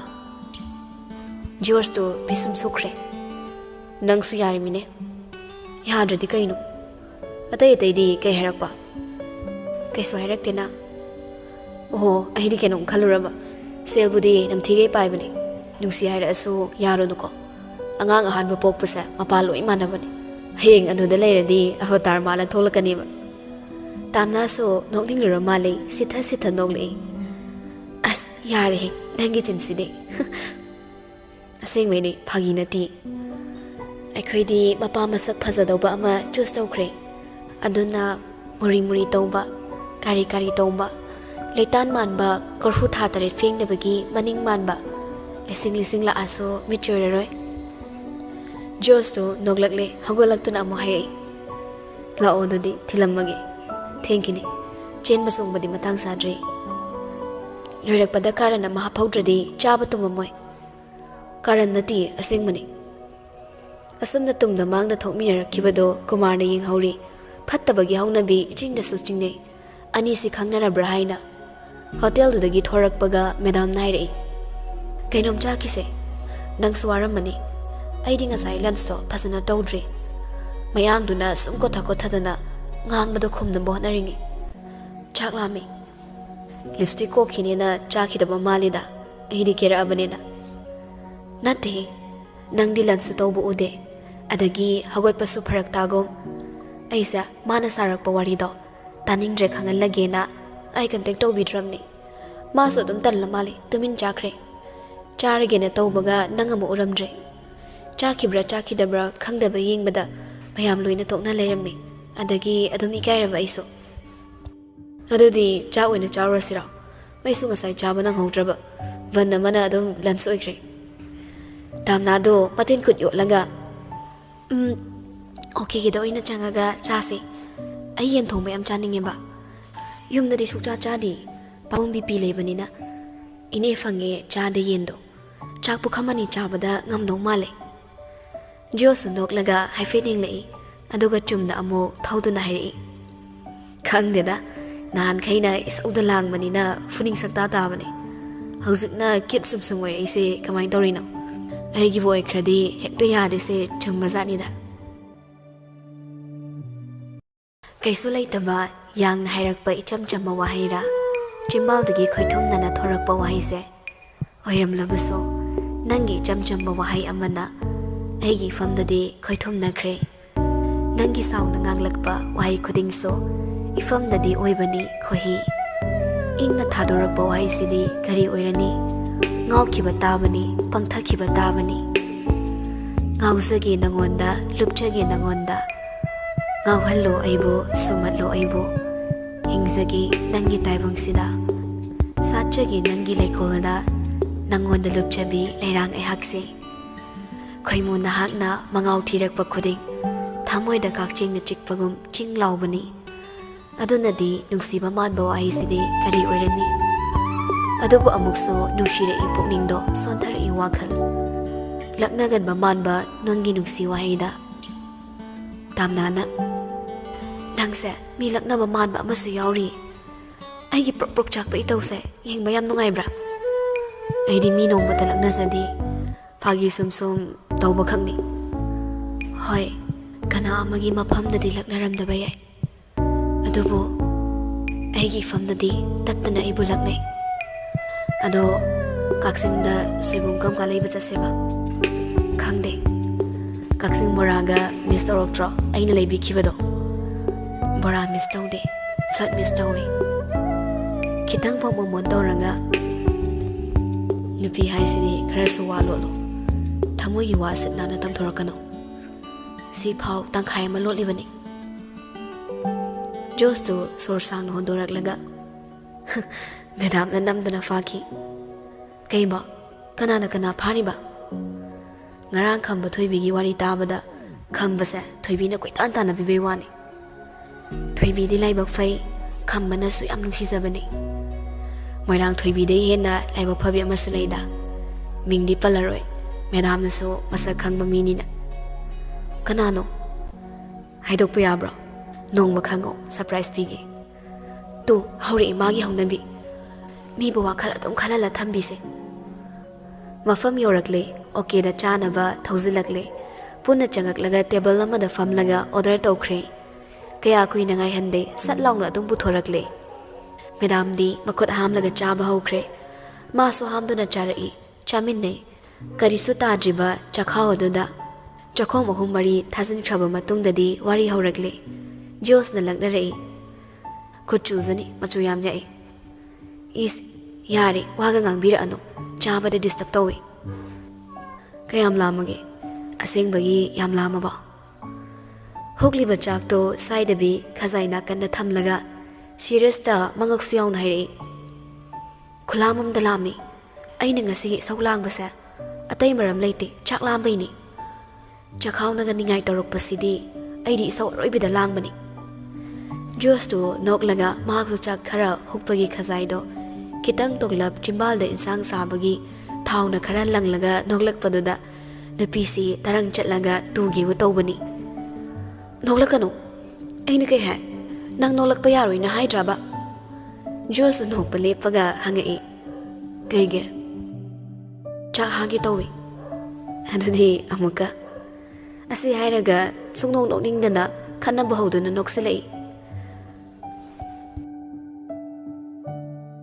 Kumar ꯊꯕꯛ ꯍꯜꯂꯛꯂꯦ ꯃꯥꯒꯤ ꯅꯨꯄꯤꯅ ꯌꯦꯟ ꯊꯣꯡꯕ ꯂꯩꯔꯛꯑꯣ ꯇꯞꯂꯛꯄꯗꯨꯗ ꯑꯣꯀꯦꯗ ꯆꯪꯉꯛꯄꯅꯤ ꯍꯦꯛ ꯆꯪꯉꯛꯄꯗ ꯃꯆꯤꯟꯋꯥꯏꯗ ꯐꯝꯂꯤꯕ ꯇꯥꯝꯅꯥꯒ ꯖꯣꯔꯁꯀ ꯎꯔꯛꯂꯦ ꯍꯦꯛ ꯎꯕꯗ ꯐꯠꯇꯕꯅꯤꯅ ꯐꯠꯇꯕꯩ ꯍꯧꯅꯕꯤ ꯆꯤꯡꯅ ꯆꯤꯡꯅꯈ꯭ꯔꯦ ꯑꯅꯤꯁꯤꯕꯨ ꯀꯣꯏꯅꯔꯤꯕ ꯖꯥꯠꯂꯥ ꯊꯥꯒꯩ ꯁꯦꯡꯅ ꯃꯑꯣꯡ ꯃꯇꯧꯅ ꯃꯔꯣꯜ ꯑꯃ ꯆꯤꯡꯅꯕꯅꯦ ꯃꯥꯟꯗꯤ ꯃꯥꯟꯈ꯭ꯔꯦꯗ ꯑꯩꯒꯤ ꯋꯥꯈꯜꯅꯔ ꯑꯗꯨꯕꯨ ꯑꯩꯅ ꯈꯟꯕꯁꯦ ꯆꯨꯝꯗꯤ ꯌꯥꯝ ꯆꯨꯝꯒꯟꯕꯅꯤꯁꯦ ꯏꯟꯁꯥꯡ ꯂꯩꯕ ꯆꯪꯉꯛꯄꯗ ꯅꯨꯄꯥꯁꯤ ꯏꯟꯁꯥꯡ ꯂꯩꯗ ꯃꯥꯏ ꯂꯩꯗꯨꯅ ꯊꯣꯔꯛꯂꯦ ꯒꯥꯔꯤꯗ ꯀꯥꯈꯠꯂꯛꯂꯒ ꯏꯁꯥꯎ ꯁꯥꯎꯅꯤꯡꯕꯒꯨꯝ ꯊꯧꯗꯣꯔꯛꯂꯦ ꯑꯩꯅ ꯇꯥꯝꯅꯥꯒ ꯅꯛꯁꯤꯟꯅꯍꯜꯂꯛꯀꯅꯣ ꯍꯥꯏꯗꯅ ꯀꯤꯁꯣꯔꯗ ꯍꯥꯏꯈ꯭ꯔꯒ ꯃꯕꯥꯅꯤꯗꯤ ꯅꯣꯡꯃ ꯅꯣꯡꯃꯒꯤ ꯁꯨꯝ ꯅꯛꯁꯤꯜꯂꯛꯄꯒꯨꯝ ꯎꯔꯛꯏꯕꯁꯤ ꯀꯤꯁꯣꯔꯅ ꯃꯃꯥꯛ ꯅꯨꯄꯥꯁꯤꯗ ꯍꯥꯏꯗ꯭ꯔꯕ ꯖꯥꯠꯂꯥ ꯍꯥꯏꯅ ꯊꯤꯟꯊꯗ ꯂꯩꯊꯣꯛꯇ꯭ꯔꯦ ꯀꯤꯁꯣꯔꯗ ꯀꯣꯜ ꯇꯧꯁꯤꯜꯂꯤ ꯑꯗꯨꯝ ꯄꯥꯏꯈꯠꯂꯛꯂꯦ ꯍꯜꯂꯣ ꯏꯇꯥꯎꯕꯤ ꯀꯩ ꯂꯩꯔꯦ ꯀꯨꯃꯥꯔ ꯁꯣꯜ ꯍꯣꯟꯗꯣꯛꯏ ꯏꯇꯥꯎꯕꯤ ꯑꯩꯅ ꯈ꯭ꯋꯥꯏꯗꯒꯤ ꯅꯨꯡꯁꯤꯕ ꯃꯔꯨꯞꯇꯤ ꯅꯪꯅꯤ ꯑꯉꯥꯡ ꯑꯣꯏꯔꯤꯉꯩ ꯃꯇꯝ ꯅꯪꯅ ꯑꯩꯒꯤꯗꯃꯛ ꯃꯤꯒ ꯈꯠꯅꯕ ꯑꯩꯒꯤꯗꯃꯛꯁꯨ ꯅꯪꯅ ꯋꯥꯕꯤꯈꯤꯕ ꯃꯌꯥꯝ ꯑꯩ ꯀꯥꯎꯗ꯭ꯔꯦ ꯅꯪ ꯂꯩꯔꯝꯕꯅ ꯑꯩꯅ ꯍꯧꯖꯤꯛ ꯑꯩ ꯍꯤꯡꯂꯤꯕꯅꯤ ꯍꯥꯏꯕ ꯐꯥꯎ ꯌꯥꯔꯤꯕꯅꯤ ꯅꯪꯒꯤ ꯂꯃꯟ ꯃꯌꯥꯝ ꯑꯃ ꯇꯣꯜꯂꯤꯕ ꯃꯤꯁꯛꯅꯤ ꯑꯩ ꯑꯗꯨꯈꯥꯛꯅ ꯇꯧꯕꯤꯃꯜ ꯈꯪꯗꯕ ꯃꯤꯗꯤ ꯅꯠꯇꯦ ꯀꯩꯗꯧꯕ ꯌꯥꯎꯔꯒꯦ ꯏꯇꯥꯎꯕꯤꯗ ꯑꯩꯅ ꯀꯔꯤ ꯑꯁꯣꯏꯕ ꯇꯧꯕꯒ ꯌꯥꯎꯈ꯭ꯔꯒꯦ ꯑꯩꯕꯨ ꯚꯥꯞꯃꯦꯟ ꯑꯃ ꯏꯇꯥ ꯇꯥꯗ꯭ꯔꯦ ꯏꯇꯥꯎꯕꯤ ꯅꯃꯥꯛ ꯅꯨꯄꯥ ꯈꯔ ꯋꯥꯔꯛꯑꯣ ꯑꯩꯒꯤ ꯏꯆꯥꯒ ꯏꯇꯥꯎꯕꯤꯒꯤ ꯅꯃꯥꯛꯀ ꯅꯛꯅꯍꯟꯒꯅꯨ ꯑꯩꯅ ꯍꯥꯏꯔꯤꯁꯦ ꯏꯇꯥꯎꯕꯤ ꯅꯨꯡꯁꯤꯕꯒꯤ ꯍꯥꯏꯕꯅꯤ ꯑꯇꯣꯞꯄ ꯃꯤꯁꯛ ꯑꯃ ꯑꯣꯏꯔꯝꯂꯗꯤ ꯍꯥꯏꯔꯝꯃꯣꯏ ꯑꯩꯅ ꯍꯥꯏꯔꯤꯁꯦ ꯏꯇꯥꯎꯕꯤ ꯚꯥꯞ ꯇꯥꯔꯝꯒꯅꯤꯁꯨ ꯈꯪꯉꯤ ꯐꯔꯦ ꯊꯝꯃꯒꯦꯀꯣ ꯑꯁꯤ ꯍꯥꯏꯗꯨꯅ ꯊꯝꯈ꯭ꯔꯒ ꯃꯊꯟꯗ ꯑꯃꯨꯛ ꯈꯟꯖꯩ ꯅꯪꯃꯛꯀꯤ ꯅꯃꯥꯛ ꯑꯣꯏꯔꯝꯗ꯭ꯔꯕꯗꯤ ꯑꯩꯅ ꯊꯣꯛꯄ ꯁꯤꯜꯂꯝꯕ ꯌꯥꯕꯅꯤ ꯁꯛ ꯃꯥ ꯌꯦꯡꯅꯕ ꯍꯥꯏꯕꯤꯕꯁꯤꯗꯅꯤ ꯑꯩꯅ ꯗꯁꯥ ꯇꯥꯒꯗꯧꯔꯤꯕ ꯁꯣꯝꯗꯁꯨ ꯃꯣꯂꯤ ꯏꯪꯅ ꯍꯥꯏꯔꯝꯕ ꯀꯨꯃꯥꯔꯒꯤ ꯋꯥꯍꯩꯁꯤ ꯀꯤꯁꯣꯔꯁꯨ ꯚꯥꯞ ꯇꯥꯏ ꯀꯨꯃꯥꯔ ꯀꯔꯝꯕ ꯃꯤꯅꯣ ꯀꯔꯥꯏ ꯐꯥꯎꯕ ꯐꯠꯇꯕ ꯊꯕꯛ ꯇꯧꯕ ꯉꯝꯃꯤ ꯍꯥꯏꯕꯁꯨ ꯀꯤꯁꯣꯔ ꯍꯦꯟꯅ ꯈꯪꯕꯅꯤ ꯌꯥꯝꯅ ꯂꯨꯅ ꯇꯤꯟꯅꯕ ꯃꯔꯨꯞ ꯑꯣꯏꯕꯅ ꯑꯅꯤꯁꯤ ꯑꯃꯅ ꯑꯃꯕꯨ ꯌꯥꯝꯅ ꯅꯨꯡꯁꯤꯖꯩ ꯖꯤꯑꯣꯁꯤ ꯈꯔ ꯊꯨꯅ ꯀꯝꯄꯅꯤꯁꯤꯗꯒꯤ ꯆꯤꯡꯊꯣꯛꯂꯁꯤꯔꯥ ꯑꯃꯨꯛ ꯈꯜꯂꯛꯂꯦ ꯀꯔꯝꯅ ꯆꯤꯡꯊꯣꯛꯁꯤꯒꯦ ꯈꯟꯕꯗ ꯑꯁꯨꯝꯅ ꯈꯜꯂꯛꯂꯦ ꯗꯤꯂꯔ ꯌꯥꯅꯕ ꯉꯥꯡꯅꯗꯕ ꯌꯥꯗ꯭ꯔꯦ ꯑꯩꯒꯤꯗꯤ ꯏꯃꯥꯛ ꯃꯇꯣꯝꯇꯅꯤ ꯁꯣꯛꯄ ꯌꯥꯕ ꯅꯠꯇꯦ ꯀꯨꯃꯥꯔꯅ ꯅꯥꯀꯣꯏꯅꯅ ꯍꯥꯏꯔꯛꯄ ꯋꯥꯍꯩꯁꯤ ꯑꯩ ꯈꯪꯉꯤ ꯀꯩꯁꯨ ꯅꯠꯇꯕꯗ ꯀꯩꯁꯨ ꯊꯣꯛꯅꯗꯕ ꯏꯃꯨꯡꯗꯨꯒ ꯅꯛꯅꯔꯒ ꯑꯩ ꯏꯃꯥꯛꯄꯨꯗꯤ ꯃꯥꯡꯍꯟꯕ ꯄꯥꯝꯗꯦ ꯃꯔꯨꯝ ꯁꯣꯜꯂꯤꯉꯩ ꯃꯆꯥꯅꯨꯄꯥꯅ ꯊꯣꯡꯖꯤꯜꯗꯒꯤ ꯍꯥꯏꯔꯛꯏ ꯀꯩꯅꯣ ꯍꯦꯂꯣꯏꯒ ꯑꯣꯛꯅꯔꯕꯣ ꯃꯔꯨꯝ ꯇꯧꯔꯝꯃꯤꯁꯤꯅ ꯀꯤꯁꯣꯔ ꯃꯁꯥ ꯈꯪꯁꯤꯡꯁꯤꯡꯉꯤ ꯍꯩ ꯅꯃꯥ ꯑꯇꯣꯝꯕꯤ ꯊꯤꯒꯦ ꯇꯧꯕꯅꯤ ꯑꯗꯨꯏ ꯋꯥꯈꯜ ꯈꯜꯂꯝꯃꯤꯕ ꯏꯁ ꯍꯅꯨ ꯊꯪꯁꯤꯗ ꯌꯥꯝ ꯄꯛꯇꯤꯌꯦ ꯕꯕꯥꯅꯅꯦ ꯃꯧ ꯌꯥꯝ ꯄꯥꯝꯃꯒꯅ ꯑꯩ ꯅꯣꯏ ꯄꯨꯁꯤꯜꯂꯛꯇꯣꯏꯕ ꯅꯪꯗꯤ ꯅꯍꯥꯟꯗꯒꯤ ꯅꯨꯄꯤ ꯊꯤꯅꯤꯡꯗꯅ ꯂꯩꯔꯤꯕꯣꯏꯔꯦ ꯊꯤꯔꯣ 12ꯁꯤ ꯂꯣꯏꯔꯒ ꯍꯣꯡꯕꯤꯔꯒꯦ ꯃꯄꯥꯒꯤ ꯃꯅꯥꯛ ꯆꯪꯁꯤꯜꯂꯛꯂꯒ ꯑꯃꯨꯛ ꯍꯥꯏꯔꯛꯏ ꯕꯥ ꯑꯩ ꯁ꯭ꯀꯨꯜ ꯀꯥꯕ ꯂꯣꯏꯔꯗꯤ ꯏꯕꯥꯏ ꯍꯣꯏꯗ ꯂꯩꯒꯦ ꯃꯉꯣꯟꯗ ꯂꯥꯏꯔꯤꯛꯁꯨ ꯈꯔ ꯇꯥꯛꯍꯟꯒꯦ ꯍꯣꯏꯅꯦ ꯑꯗꯨꯗ ꯅꯕꯥꯏꯒꯤ ꯃꯊꯧꯗꯨꯒ ꯁꯪꯗꯣꯔꯤꯖꯥꯠꯂꯣ ꯑꯗꯒꯤ ꯑꯩꯅ ꯅꯣꯏ ꯅꯕꯥꯏꯗ ꯌꯥꯝꯅ ꯇꯟꯕ ꯑꯃꯒ ꯂꯩꯔꯤ ꯃꯥꯒꯤ ꯈꯗꯥꯡꯗꯨ ꯅꯪꯉꯣꯟꯗ ꯑꯃꯨꯛ ꯇꯝꯕꯤꯔꯛꯀꯗ꯭ꯔꯥ ꯁꯤꯅꯤ ꯀꯩꯅꯣ ꯃꯥꯏ ꯏ ꯍꯥꯏꯁꯤꯗꯤ ꯈꯔ ꯑꯗꯨꯝ ꯂꯧꯅꯗ꯭ꯔꯗꯤ ꯅꯣꯏ ꯅꯕꯥꯏꯁꯤ ꯁꯣꯅꯣ ꯈꯔꯗꯤ ꯆꯨꯕꯅꯤ ꯃꯗꯨꯗꯤ ꯂꯧꯅꯔꯛꯀꯅꯨ ꯏꯄꯥꯒꯤ ꯏꯕꯨꯡꯉꯣ ꯏꯕꯥꯏꯅ ꯍꯥꯏ ꯅꯣꯏ ꯅꯄꯥ ꯁꯣꯅꯣ ꯆꯨꯏ ꯏꯄꯥꯅ ꯍꯥꯏ ꯅꯕꯥꯏ ꯁꯣꯅꯣ ꯆꯨꯏ ꯑꯩꯅ ꯑꯃꯨꯛ ꯍꯥꯏ ꯏꯄꯥꯒ ꯏꯕꯥꯏꯒꯁꯦ ꯇꯥꯅꯥ ꯌꯥꯎꯗꯦ ꯑꯣ ꯃꯥꯏ ꯒꯣꯠꯇꯨ ꯇꯥꯔꯦꯅꯦ ꯀꯤꯁꯣꯔꯗꯨ ꯅꯣꯛꯂꯛꯏ ꯆꯠꯂꯣ ꯏꯆꯥꯗꯤ ꯃꯔꯝꯁꯨ ꯃꯣꯛꯄꯅꯤ ꯆꯥꯛ ꯑꯗꯣ ꯊꯣꯡꯗꯣꯛꯅꯕ ꯗꯨꯛꯇꯣ ꯊꯥꯟꯗꯣꯛꯔꯣ ꯄꯥꯕꯨꯡꯅꯅꯦ ꯏꯃꯨꯡ ꯃꯥꯡꯒꯣꯜ ꯂꯣꯏꯁꯤꯜꯂꯛꯑꯒꯦ ꯄꯤꯕꯥꯁꯨ ꯍꯧꯈ꯭ꯔꯦ ꯁꯨꯛꯅ ꯀꯛꯉꯥꯡ ꯇꯧꯔꯛꯏ ꯑꯩꯁꯦ ꯅꯨꯄꯤꯒꯤ ꯇꯥꯏꯞꯇ ꯍꯧꯔꯛꯑꯃꯅꯤ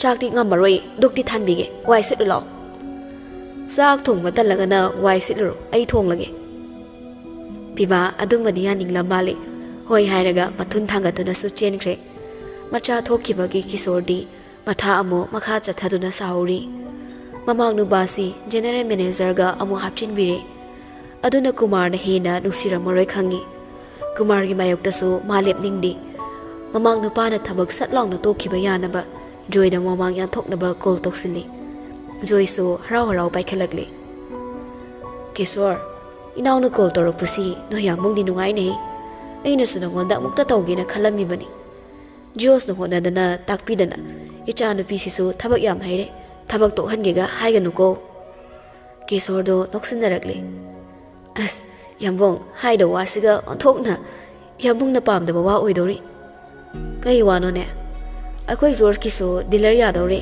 ꯍꯦꯛ ꯌꯥꯕꯒ ꯇꯣꯛꯍꯟꯖꯔꯒꯦꯅ ꯍꯥꯏꯖꯒꯦ ꯇꯧꯔꯛꯄ ꯑꯩꯅꯗꯤ ꯏꯍꯥ ꯅꯨꯄꯥ ꯐꯥꯎꯕ ꯑꯣꯏꯅꯤꯡꯂꯕ ꯀꯥꯟꯁꯤꯗ ꯅꯪꯅ ꯑꯃꯨꯛ ꯆꯤꯡꯊꯣꯛꯅꯕ ꯍꯣꯠꯅꯔꯛꯑꯝꯕ꯭ꯔꯥ ꯖꯣꯏꯅ ꯐꯥꯒꯤ ꯑꯣꯏꯅ ꯑꯁꯦꯡꯕꯗꯣ ꯍꯥꯏꯔꯛꯄꯅꯤ ꯀꯤꯁꯣꯔꯁꯨ ꯅꯣꯛꯂꯛꯂꯦ ꯄꯥꯈꯨꯝꯗꯤ ꯄꯤꯔꯛꯇꯦ ꯖꯣꯏꯅ ꯍꯣꯏꯗ ꯃꯥꯒꯤꯁꯨ ꯃꯥꯒ ꯀꯣꯝꯒꯗꯕ ꯌꯦꯡꯖꯁꯅꯨ ꯀꯩꯁꯨ ꯀꯥꯏꯗꯦ ꯖꯣꯔꯖꯁꯦ ꯑꯩꯅ ꯌꯥꯝꯅ ꯅꯨꯡꯁꯤꯕ ꯑꯉꯥꯡ ꯑꯣꯏꯕꯒꯤ ꯁꯨꯝ ꯍꯥꯏꯔꯤꯕ ꯍꯥꯏꯗꯨꯅꯤ ꯍꯣꯏ ꯌꯥꯝꯕꯨꯡ ꯅꯣꯡꯃ ꯀꯣꯏꯊꯣꯛꯆꯔꯛꯀꯦ ꯆꯥꯛꯁꯨ ꯆꯔꯥ ꯑꯃꯠꯇ ꯄꯨꯟꯅ ꯆꯥꯃꯤꯟꯅꯁꯤ ꯏꯇꯥꯎ ꯀꯨꯃꯥꯔꯒ ꯍꯣꯏ ꯊꯝꯖꯔꯒꯦ ꯌꯥꯝꯕꯨꯡ ꯀꯣꯜ ꯊꯝꯂꯒ ꯑꯃꯨꯛ ꯃꯥꯅ ꯗꯤꯂꯔ ꯇꯥꯟꯅꯕ ꯃꯃꯥꯟꯅꯕ ꯃꯌꯥꯡ ꯅꯨꯄꯥꯗꯨꯗ ꯀꯣꯜ ꯇꯧꯈꯤ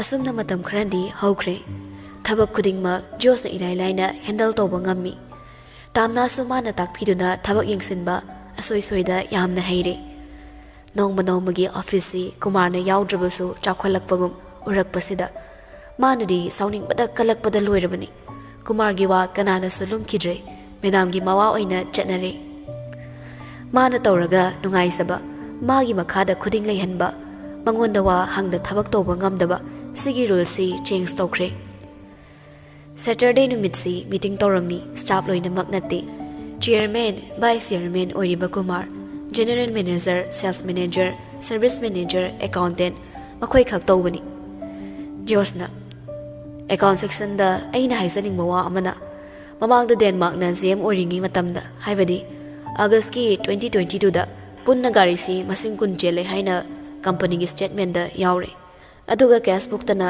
ꯒꯥꯔꯤ 2 ꯌꯣꯟꯕꯗꯅ ꯁꯦꯜ ꯂꯧꯍꯧꯗ꯭ꯔꯦ ꯑꯦꯗꯖꯁ ꯇꯧꯈ꯭ꯔꯦ ꯍꯥꯏꯅ ꯁꯤꯁꯇꯦꯝꯗꯁꯨ ꯇꯥꯔꯦ ꯍꯥꯟꯅ ꯕꯨꯀꯤꯡ ꯂꯩꯈꯤꯕꯁꯨ ꯅꯠꯇꯦ ꯂꯣꯟꯒꯤ ꯗꯥꯎꯟ ꯄꯦꯃꯦꯟꯁꯦ ꯑꯦꯀꯥꯎꯟ ꯇ꯭ꯔꯥꯟꯁꯐꯔꯗꯁꯨ ꯌꯥꯎꯈꯤꯕ ꯂꯩꯇꯦ ꯁ꯭ꯇꯦꯠꯃꯦꯟꯇ ꯇꯥꯗꯦ ꯁꯤꯒꯤ ꯁꯦꯜꯁꯤꯅ ꯀꯗꯥꯏ ꯆꯠꯈꯤꯕꯅꯣ ꯑꯦꯀꯥꯎꯟꯇꯦꯟꯅ ꯁꯔ ꯑꯗꯨꯗꯤ ꯀꯦꯁꯤꯌꯔꯗ ꯍꯪꯒꯗꯕꯅꯤ ꯑꯩꯗꯤ ꯖꯁ ꯁꯤꯁꯇꯦꯝꯇꯕꯨ ꯗꯇꯥꯕꯨ ꯑꯦꯟꯇ꯭ꯔꯤ ꯇꯧꯅꯕ ꯀꯦꯁ ꯕꯨꯛ ꯁꯨꯕꯅꯤ ꯑꯩꯗꯤ ꯈꯨꯠꯇ ꯀꯦꯁ ꯄꯥꯏꯔꯒ ꯁꯨꯕ ꯅꯠꯇꯦ ꯔꯦꯀꯣꯔꯠꯇꯨ ꯂꯧꯕ ꯈꯛꯅꯤ ꯁꯦꯜ ꯂꯧꯊꯣꯛ ꯂꯧꯁꯤꯟ ꯕꯤꯜ ꯀꯛꯄꯗꯤ ꯑꯩꯒꯤ ꯏꯊꯧ ꯅꯠꯇꯦ ꯃꯣꯏꯅ ꯇꯧꯕꯅꯤ ꯀꯦꯁꯁꯦ ꯑꯩꯅ ꯄꯥꯏꯔꯒ ꯁꯤꯅꯤ ꯍꯥꯏꯅ ꯁꯨꯔꯗꯤ ꯑꯩꯉꯣꯟꯗ ꯇꯥꯟꯅꯕꯤꯌꯨ ꯌꯥꯏ ꯑꯗꯨꯕꯨ ꯁꯤꯗꯤ ꯑꯩꯒꯤ ꯑꯁꯣꯏꯗꯤ ꯁꯔꯚꯤꯁ ꯃꯦꯅꯦꯖꯔꯗ ꯑꯣꯟꯁꯤꯜꯂꯛꯂꯦ ꯀꯃꯥꯏꯅ ꯇꯧꯕꯅꯣ ꯕꯤꯜ ꯀꯛꯄꯗꯤ ꯀꯦꯁꯤꯌꯔꯁꯤ ꯂꯩꯇꯕꯅꯤꯅ ꯅꯪꯅ ꯀꯛꯄ ꯅꯠꯇ꯭ꯔꯣ ꯁꯔꯚꯤꯁ ꯃꯦꯅꯦꯖꯔꯗꯨ ꯈꯨꯝꯗ꯭ꯔꯤꯉꯩ ꯀꯨꯃꯥꯔꯅ ꯁꯠ ꯌꯥꯔꯦ ꯍꯧꯖꯤꯛ ꯁꯤꯒꯤ ꯋꯥꯔꯤꯁꯤ ꯂꯣꯏꯁꯤꯜꯂꯁꯤ ꯗꯦꯟꯃꯥꯔꯛ ꯂꯩꯔꯤꯉꯩ ꯀꯝꯄꯅꯤꯁꯦ ꯃꯣꯠꯄ ꯌꯥꯕꯁꯨ ꯃꯣꯠꯂꯝꯃꯦꯗꯅ ꯑꯗꯨꯅ ꯍꯧꯖꯤꯛꯇꯤ ꯁꯤꯒꯤ ꯋꯥꯔꯤ ꯄꯨꯊꯣꯛꯅꯔꯒꯨꯝꯁꯤ ꯍꯧꯖꯤꯛꯀꯤ ꯑꯣꯏꯅ ꯋꯥ ꯈꯟꯅꯔꯁꯤ ꯇꯥꯝꯅꯥꯅ ꯏꯪꯅ ꯌꯥꯅꯤꯡꯗꯕꯒꯨꯝ ꯀꯨꯃꯥꯔꯒꯤ ꯋꯥꯍꯩꯗꯣ ꯀꯛꯂꯛꯏ ꯄꯥꯕꯨꯡꯆꯥ ꯑꯗꯨ ꯌꯥꯕ ꯅꯠꯇꯦ ꯁꯦꯜ ꯇꯥꯟꯒꯦ ꯍꯥꯏꯗꯨꯅ ꯕꯤꯖꯤꯅꯦꯁ ꯇꯧꯔꯤꯕ ꯑꯩꯈꯣꯏꯅ ꯂꯨꯄꯥ ꯂꯥꯛ 3-4 ꯃꯐꯝ ꯈꯪꯗ ꯃꯥꯡꯕ ꯍꯥꯏꯕꯁꯦ ꯀꯌꯥ ꯃꯥꯡꯖꯔꯝꯅꯤ ꯑꯁꯨꯛ ꯀꯨꯏꯕꯁꯦ ꯃꯥꯅ ꯁꯥꯡꯅ ꯃꯦꯅꯦꯖꯔ ꯑꯣꯏꯅ ꯂꯩꯔꯤꯉꯩ ꯀꯌꯥ ꯃꯣꯠꯄ ꯊꯕꯛ ꯇꯧꯔꯝꯅꯤ ꯈꯪꯕ ꯉꯝꯕ ꯅꯠꯇꯦ ꯖꯣꯔꯖꯅꯁꯨ ꯃꯇꯦꯡ ꯄꯥꯡꯁꯤꯜꯂꯛꯏ ꯁꯔ ꯑꯁꯦꯡꯕꯁꯨꯅꯤ ꯃꯥꯅ ꯃꯃꯥꯡꯒꯤ ꯀꯦꯁ ꯕꯨꯛ ꯁꯨꯕꯒꯤ ꯔꯦꯀꯣꯔꯠꯁꯨ ꯊꯝꯂꯝꯗꯦ ꯔꯦꯖꯤꯁꯇꯔ ꯕꯨꯛꯇꯁꯨ ꯏꯈꯠꯂꯝꯕ ꯅꯠꯇꯦ ꯑꯗꯨꯒ ꯃꯃꯥꯡꯗ ꯁꯣꯛꯈꯤꯕꯒꯤ ꯔꯦꯖꯤꯁꯇꯔ ꯕꯨꯛ ꯑꯃꯠꯇ ꯊꯤꯕ ꯐꯪꯗꯦ ꯇꯥꯝꯅꯥꯅ ꯔꯦꯖꯤꯁꯇꯔ ꯕꯨꯛꯁꯦ ꯃꯥꯅ ꯍꯥꯏꯕꯗ ꯄꯥꯕꯨꯡꯆꯥꯅ ꯄꯤꯈꯠꯂꯤ ꯍꯥꯏ ꯑꯗꯨꯒ ꯕꯨꯛ ꯑꯃꯈꯛꯁꯨ ꯂꯩꯔꯝꯃꯤ ꯑꯗꯨꯁꯨ ꯂꯣꯏꯅ ꯁꯣꯏꯔꯝꯃꯤ ꯃꯥꯅ ꯁꯣꯏꯔꯒ ꯄꯥꯕꯨꯡꯆꯥꯕꯨꯁꯨ ꯃꯤꯠ ꯑꯣꯟꯗꯕ ꯊꯕꯛ ꯌꯦꯡꯁꯤꯟꯗꯕ ꯇꯥꯍꯜꯂꯤ ꯍꯧꯖꯤꯛꯀꯤ ꯃꯇꯝꯗ ꯄꯥꯕꯨꯡꯆꯥꯁꯨ ꯃꯤ ꯑꯃꯕꯨ ꯌꯥꯝꯅ ꯂꯥꯏꯅ ꯊꯥꯖꯒꯜꯂꯤ ꯄꯥꯕꯨꯡꯆꯥꯅ ꯃꯤ ꯊꯥꯖꯔꯨꯕꯅ ꯄꯥꯕꯨꯡꯆꯥꯕꯨꯁꯨ ꯉꯁꯤ ꯊꯕꯛꯁꯤꯗ ꯆꯦꯛꯁꯤꯟꯗꯕ ꯇꯥꯍꯜꯂꯤ ꯃꯃꯥꯏ ꯈꯪꯖꯤꯛ ꯉꯥꯡꯁꯤꯟꯕꯅꯤ ꯏꯀꯥꯏꯕ ꯈꯥꯡꯕꯗ ꯁꯛꯐꯝ ꯂꯣꯠꯄꯗ ꯆꯨꯝꯅ ꯐꯝꯕ ꯐꯥꯎ ꯉꯝꯗ꯭ꯔꯦ ꯑꯗꯨꯕꯨ ꯃꯁꯥ ꯀꯟꯖꯅꯕ ꯍꯥꯏꯔꯛꯂꯤ ꯃꯥꯅ ꯑꯁꯨꯝꯅ ꯇꯧꯔꯝꯅꯤꯗꯤ ꯑꯩꯗꯤ ꯁꯦꯡꯅ ꯈꯜꯂꯨꯗꯦ ꯃꯥꯕꯨ ꯊꯥꯖꯕꯅ ꯑꯩꯗꯤ ꯃꯥꯅ ꯌꯥꯔꯦ ꯍꯥꯏꯕꯗ ꯑꯣꯀꯦ ꯍꯥꯏꯕꯅꯤ ꯇꯥꯝꯅꯥꯅ ꯃꯤ ꯑꯃꯕꯨ ꯊꯥꯖꯔꯨꯕꯩꯅꯤ ꯍꯧꯖꯤꯛ ꯁꯦꯜ ꯃꯌꯥꯝ ꯑꯃ ꯃꯐꯝ ꯃꯔꯥꯡ ꯈꯪꯅ ꯃꯥꯡꯍꯜꯂꯝꯃꯤꯁꯦ ꯄꯥꯕꯨꯡꯆꯥ ꯖꯣꯔꯖꯅ ꯑꯗꯨꯅ ꯅꯨꯡꯇꯤꯒꯤ ꯗꯦꯂꯤ ꯔꯦꯀꯣꯔꯠ ꯆꯦꯛ ꯇꯧꯅꯕ ꯑꯃꯗꯤ ꯊꯕꯛ ꯈꯨꯗꯤꯡꯃꯛ ꯈꯪꯍꯟꯅꯕ ꯁꯤꯟꯗꯣꯛ ꯁꯤꯟꯖꯤꯟ ꯇꯧꯕꯗ HR ꯑꯃ ꯍꯥꯞꯄꯁꯦ ꯍꯥꯏꯗꯤ ꯊꯕꯛ ꯈꯨꯗꯤꯡꯃꯛꯁꯤ ꯑꯩꯁꯨ ꯆꯤꯟꯕꯅꯤꯅ ꯌꯦꯡꯁꯤꯟꯕ ꯉꯝꯗꯦ ꯁꯨꯝꯕ ꯃꯌꯥꯝꯁꯤ ꯃꯇꯨꯡ ꯊꯣꯛꯇꯅꯕ HR ꯑꯃ ꯍꯥꯞꯄꯁꯦ ꯗꯦꯂꯤ ꯔꯦꯀꯣꯔꯠꯁꯨ ꯃꯉꯣꯟꯗ ꯄꯤꯕ ꯑꯗꯨꯒ ꯃꯥꯅ ꯆꯨꯝꯃꯦ ꯍꯥꯏꯅ ꯁꯥꯏꯟ ꯇꯧꯍꯟꯕ ꯁꯤ ꯑꯩ ꯄꯥꯝꯃꯤ ꯃꯌꯥꯝꯒꯤ ꯃꯣꯠ ꯀꯩ ꯂꯩꯒꯦ ꯇꯥꯝꯅꯥꯅ Yari, aina yari. Ay so ado pami. Ado papong chadi kay khange. Kumarna. Hapasi. Josna. Fari, imanaba ma BBA tawam lay. Hana classic ta HR mi. Madu ay napapamay. Work experience su layrabanina matam khara mayeng silalase. Yadradana thoksindoksi. Mana yadraso HR fangdrifo service manager da loina sinarage kay motlay. Manager na. Yay sir, kayshu chinbu oidida ngamni. Tamna na. Yare dudi silaloy silasiko. Asumna ngasigi meeting do loishinkre. Tamna na hana thokre matung ni staff sing do mari ina do na thokre. Josu thoklei. Mayum jana mathorakpada menam su chawmaga loina na hanna tawramle. Gari ka khalamdai Josu onsilaga ko toro haina sign tawramduna kakhatkre. Josu nokmi magi gari da kakhatlaga mayum lom da thokre. Kumar so laptakna leptuna yenghori chatkiba mayamdo. Kumarna ahibu makhoina usittaba. Aigi Arun ba amadi aigi arot pa mayamse khangaba zala. Aibu ikarasanu matagum silibra. Makhoyanina. Masiga ngang nupa si lakpadagi honglakliba mayamsina kari. Thumit kak moina aibu usittaba. Kumar si kanano khangdaba sari. Ai non siloi manaroi haidana leibani. Usitlaktrabadi singnabada kidaba Kumarni. Makhoigi maong matawsina Kumardi hena fattabagi wakhal wangkhalaklami. Lepna wakhal khalinge security na kaurei. Sir, ikang khangmago masa haifet chongkhatke tawna inglei. Office solo lagi sir handobo kya walino. Ngai ra. Nangak leram. Ai washroom da mutang sanguge. Aduga sose nangna lolomuko. Hairaga manung lom changakle. Security na office ki chair da fam kibadu surami. Tumina tamna gi room manung changai. Table chair da munnersu yingbani. Kalak pa amasu yauri. Table da pamjana nalaga hairi. Aina matang kuina nagi fam gi khanba. Aigi oigi khanba nangse. Aina mayam hotnarazaraso supang pam ngamdrese kayino. Aingonda kari wali. Adubo aina haisini. Nongmadi soidana aina famni. Kaagi thongdo amo prabrab thingzilwi. Table to gi makhada hafliva locker da chingthoklaga wera katar ama lauthorakli. Table mathak tuda makhong khungup tuga pulapna kakhali. Khuning kalaga nemna paliba ceiling fan ado lamba fangbai khangdoboi yaduna chena kanna yaliba marido kakthatlaga khazakak yalanduna thanamle. Fal launa mo chongtharaklaga hurit ki kotuna table tuda sitna na taithoklamlaga room adudagi thoraklami. Security da sololo hayamlaga ma sohankhre.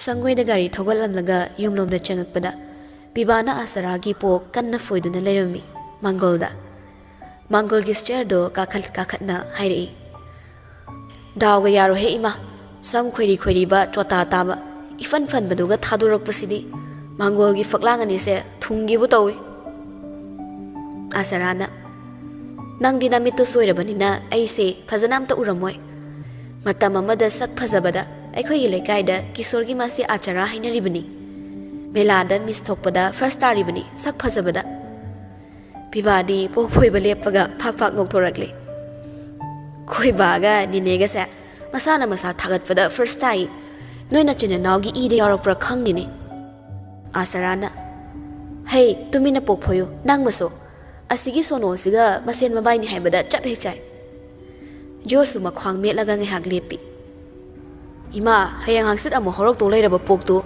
amo fori do tandro na kyam oininge khangdini Pivana Nine hair remover cream do taisalo foina danaba Achara macham punsinkre hagolaklaga ani du da so chairei Noyani gi manakta da dilezaroi ai kadai do no macha sakrage Pivana kaithil chaluse khaw puthoro Jos na pibada lagnarei Nupini na salo Ensang do ahong asaw yengaga lero Laknaramduna ka manung changaglaga mafihongle Luiraga thoraktuna pibagi manak famtharagle Sida leiramisina kayginoba Kisorna ngasi numit phay haidana thila ambani Lairik laisu khara ivaiga tanoi Larika thadokiba kuirida Alphabet ki letter 4 kauksila akansida Nangda amu hairiduna kari Nangna ai taktoira aina nang taktoira. Hoida phare ai su lai ka paningde. Phana dum phare. Adu ibai tum mari tumina siko. Ai tom tum batan leba. Nangna na tom tum batan ba. Aina mi ani tumina batan ba. Ka sang ba nakan gido sengdok pirage adu da tumo. Nanga tumina baga ngamaroi. Manam inam nam thira dana. Is adu di hainu. Ai bu manam nam thikaina. Classroom da ne satri maya. Zeus na khangsai sere. Hai satri hainu. Mahiroi hayo. Homjin laktana hindi yang ngang ningbra khangdi. Kaino haziti class 10 faudi hindi compulsory haidana government na yaba pikre adu khangdro. Hey taningdi. Seran ge turan gyam ngang no. Moi ni yam phairadi yam sokhat pa pamadi. Yam na liraba ariba maitei lon sibu subject ama oina hapodana. Aina panthoibigi wari amatta pagena PDF te imana bidegi lobani. English word ta Myanmar marol pabaga chap manai ne. Amate khangbu wa yaudi. Adubudi ibai khanjilurandi aidi yam nungai taba malai. Maitai machani di hairaga isagi ariba irolsa khasik tobo khangma ngamdabase. Ayam thina thamoi sonthai. Aikhoi pupuna amu aikhoi babadai khangba helami. Aingondagi amu babana khara amu khangba helangmuni. Sumai tawdana aidagi amu ai chaduni hina lonsa khangaroi. Makha taba generation sidi sum khazik tagi amata khangla aroi. Chumine masi angang si wakhaldi facha leibazani. Lure kang leipa. Foreign country dagi amaso ikoi koina daba chokhatpagi matawdi yam thuna tammi. Ariba irol iye wahai wata tambadi kanam tamge hairoi. Amani natana. Wari kana sanaringe mobile dusu khingzalakle. Tamna oirambadada ifing na paikhali. Ngasai call toru haibadusu ningsingakpani. Kaktolure hainingdabana asam haizalakle. Hello, ai ngasai dai thabak chindana laithoraba. Ima masa ngamdana noma kha futli yemeda. Khangzadaba acharadi sampra masung khairaga plate amada thum namlaga charaga thorai. Angangsa champra sa ka dro lawhei. Pivana nene tumilayo ibaina mingonda nene masangam de haizalini. Tapna ngangnabadi amatana tabana tarure sauraga hairei. Yam kanna masangam drene yare thamme. Fatlauna kaksatkre Josna mamaga pibaga da onsilaga chairei. Ima nangsu tanjai am chade nongmata di sampra sadi aduga numitaram jaisida kai ningsingage. Asarana Pibana kok pairam bagi tumninga ana mitsing na chabani kaino. Josna Noyani sina ai punsina yet pasa yetida ngasida nati. Acharana Ihe noi phone wari sanaramni di kanana khangni do. Aduk yamna sari duna kaino ba nang wari sadori oidaba ngangdori do mic taga laurambro. Hanna taramdre Josu phingna terrace mathaklomda ka khalakle. Aduga madam da call tobani pairaktre. Hanjina tawbudasu pairaktre.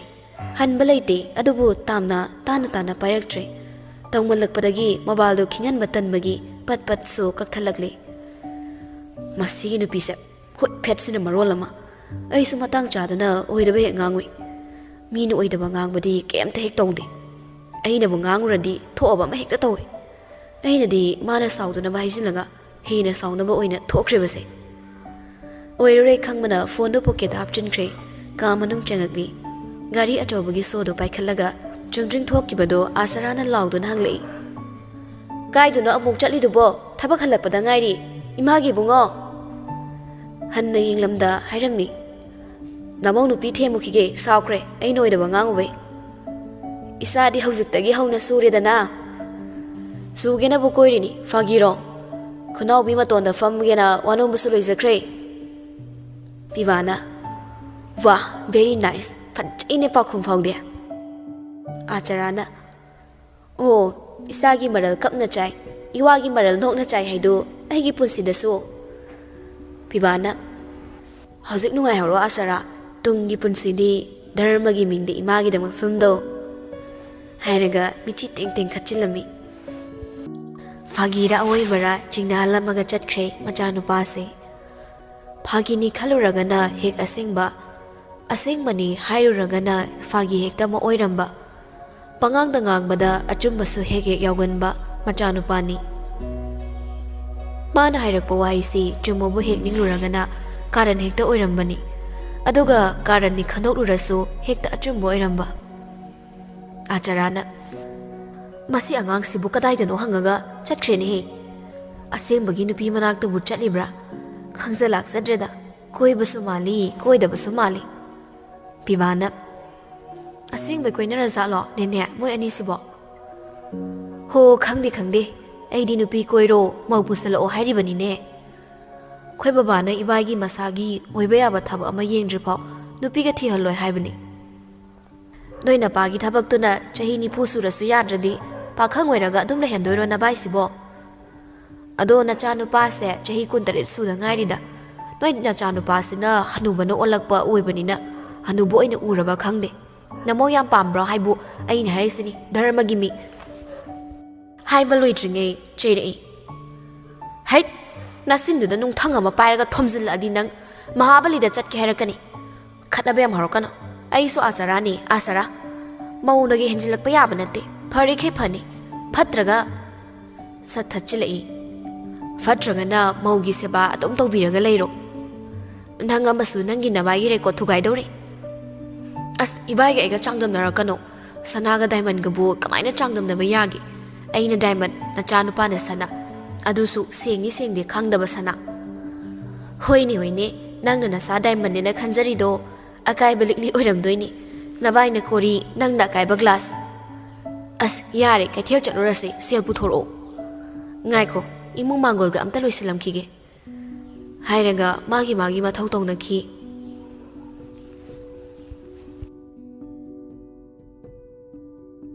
ꯁꯣꯝꯗꯅ ꯃꯦꯗꯥꯝꯒꯤ ꯃꯅꯥꯛꯂꯣꯝꯗ ꯒꯥꯔꯤ ꯊꯧꯔꯛꯄꯅꯤ ꯃꯦꯟ ꯔꯣꯗꯇ ꯅꯠꯇꯕꯤꯗ ꯑꯗꯨꯝ ꯁꯝꯖꯤꯜꯂꯒ ꯃꯥꯅ ꯍꯦꯛ ꯍꯦꯛ ꯋꯥꯀꯤꯡ ꯆꯠꯄ ꯂꯝꯕꯤꯔꯣꯝꯗ ꯊꯧꯔꯛꯄꯗ ꯗꯦꯟꯃꯥꯔꯛꯅ ꯃꯥꯒꯤ ꯒꯥꯔꯤꯗꯨꯒꯤ ꯃꯃꯥꯡꯗꯨꯗ ꯉꯥꯊꯔꯞ ꯆꯨꯔꯨꯞ ꯆꯤꯡꯗꯨꯅ ꯂꯩꯔꯝꯕꯗꯨ ꯎꯈ꯭ꯔꯦ ꯃꯆꯤꯟꯗꯨ ꯁꯣꯜꯂꯛꯏ Denmark ꯅꯠꯇ꯭ꯔꯅꯦ ꯃꯥꯟꯈ꯭ꯔꯦꯗ ꯃꯥꯅꯤꯗ ꯗꯦꯟꯃꯥꯔꯛꯅꯤ ꯈꯪꯕꯗꯒꯤ ꯒꯥꯔꯤꯗꯨ ꯁꯠ ꯂꯥꯎꯅ ꯗꯦꯟꯃꯥꯔꯛꯀꯤ ꯃꯅꯥꯛꯇ ꯈꯥꯝꯖꯤꯜꯂꯛꯏ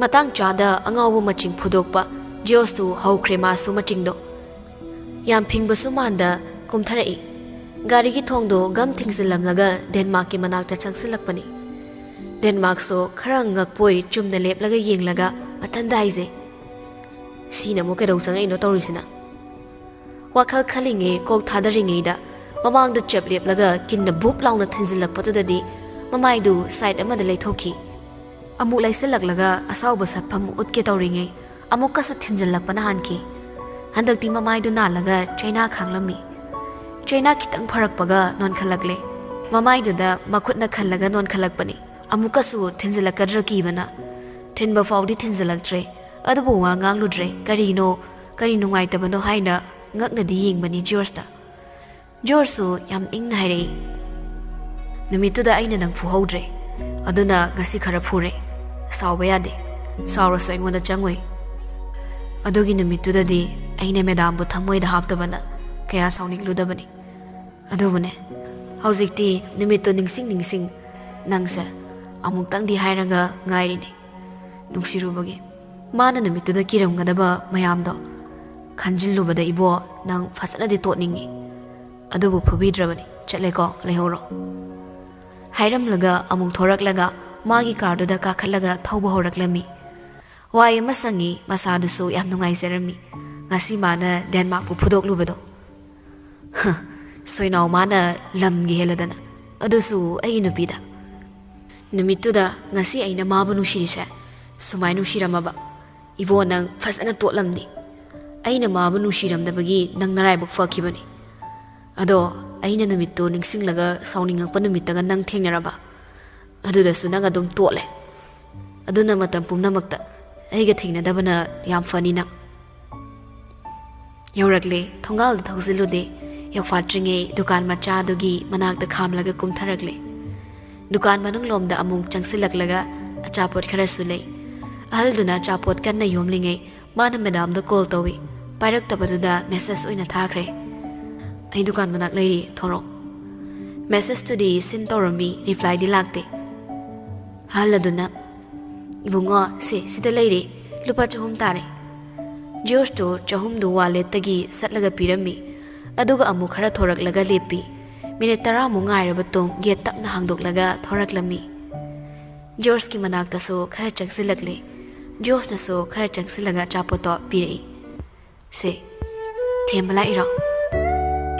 Sauradi thembala tadi adum sahola thamu haira.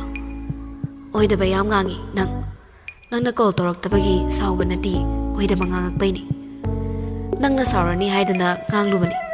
Khara fagadrana matung manaudi ngangzararoi. Oidaba ngangbase laina ay opposition da leire hekta. Ibani gise koineira. Madam. Inati nangna so ay nushi haide. Aduna amumuksu chamam na hale. Hayeng sumay sumloinara mga nangna hutlay kranga ay di nungsi haikide kaina hayrok tong mali. Nungsi fongdok na dana nungsi na basina fatro. Ay sibulam sa yam pazaba daw na. Sorry, pazada ba daw na hayba. Nang ko, kang pre kang ba mihul mangki daw ba wayam ngangina. Nang diyam ngang dihe, laway lim fuda niyat pawangakta. Sorry ni hayda na bu ko lising ani ahumlag tawo bu sway pay da bangam mine. Hayang kitang song na bada sway gang mangki daw mali ibiye manang se. Ano na nung si daw tan manumit su yori po ni. Tu, adoy na ong duda ni, ay na nagse amo mo puning nga iba. Pugi kay do di kalakano, kan law ba nangan sida set katara adi, nangway na maningan kini. Chin kara kalaso nasado di yadre, kanabayam horokano. Napi na hada hero saraga, pugi kay kaliro nanggisa. Diyos to know me. Hero na bu napi funa bro. Hero di heroine da sato ga ba. Yare chalo, mino uraga fasade. Kay fatta ba tau basingay. Kut samnara chat pati natin na. Adoy na di, lekay mina sum uraga fasade tau ni. Ay na driver o ingay da atong lai di kamain tau ba. Adoy raso, hausik ti yadre. Pugfat tabi, ado pawam tambiyura. Kay pao, tambiyura haibiyura hangdok saro, sasatamo, mamalamo kahalagalay. Dan magtengni pimpom suklerami aina pakang pharaga ngang macha dawna pimpom chupina satchilambani tamna di laknari boiningi noklaga yare he mai hauna bi se hore phare halloba ai sangkragi hairaga thuna getlomda amung chatkre dios na kauraklami madam onthori hek onthorak paga nokmi bai bai tawramlaga masu leithoraklaga gari da kakhalagle mayum lom da thauki nupi sisu nokmi yeng hauri o khidrabada matomta amuk isik na lep hawi thamoi se namdana magi khubam nung da hapikre masi nupa se arai banatte magun marasi da charong sarong hegyan thai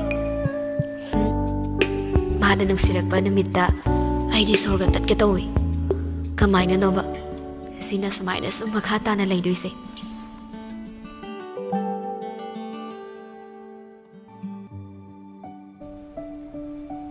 mayum na mapana chak thongo hairaklani khanbana Arun su Jos da call toraga Boris oi da lao hairami aduga masu gari thaudoraklaga lagle Sandhya ya changakpa oibana laidu katlambani gari thausalakpaga ningol na dukat paloibaga chapchane ningol sogalagle Arun na gari dagi komtharaklaga yaifavato oyo nifimasa aiguma nupa ama fangbo oizo haidana borpige toraga prabha hogalaiduna kaige Yasangak pada natradi mi mayum dalak ni ay matam leitro.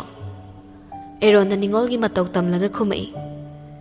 Na thawlay bro lak ni tok ni kusini my life my rule. Yasangak pa numidang si dinayum dalayo. Timung lay mo fatabagi matam ni. Hoy ni. Nang budi lay fataba na olak pa machaw eram ni. Ve mandang ama ko funing mawayam ngangi. Thazil lambadi khong layaw ni. Chato nasak to yening de. Hairam laga Magi mayungum ikoi da perperp yung manung changaklami malak pay makhol tabada Boris to kumtharagle Yawro aboy tawbe ensang di Jos ataw krabani malera ani sofa du da punna phamine Arun noi tari bode masano ngai tini hifobani noi maga bamaga di thabo mafam da quarter da chatre ngasayo Arun do mamai pulap suglei as noi san hangkok man bisina thong doiro saksa Nang na thonggi suyani ngamdre adumadi Boris so khang na wari nungai na ba lakna re Isal nupi piyu hairamaga hojikna huiga hawdongasi mangai aigi imangda nabanisi yanadaba sasinaraga manungdadi amattani kaina taw leiramdana ko yare Lakhimi se loidaba nachalse kanala lawdoino sum laknabani aina sakta se nusidadana aduga mana advance oina kenomtaga haizagi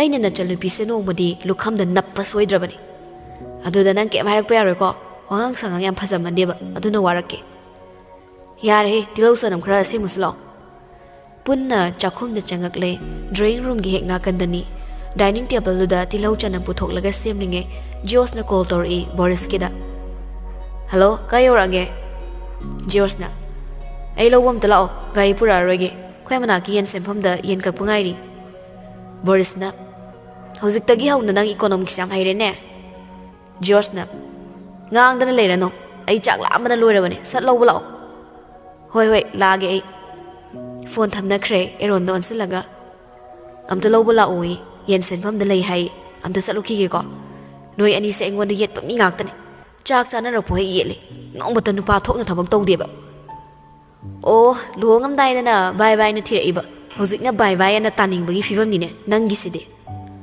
Boris sungno noktana karim nari hoi noi ni se minai ngaktani aina sinna ge na tawsinaramba mate khra hairaga thorak lami mangol da phone metliba machal nupida mon silaga hai ningol noi daron chakhom nei hobani kai ke no yengminaramo chak tu su thongamo maga Jos kaso chadoini ko ningol du isau hore aina khwai haina daba Aaron gi manak changoi pele marang mok pani icheldi loisiminaramo ko noi halaga thongoba ai mai manak ta leiba talle amu khanara kani ichel sidi marang mok pani angau bunga manaruno joso thengkini khara thongamo ta mosune wis launa hekta paisilaki thuna kaya da kadar haina thema minoba ai se mana asumna Boris sugari machado oinin tholaga thodokre ningol du sau toraga chakhom nom changai makhol khara thokna rice cooker du da ising hapchinlaga mai thasili eronna lindo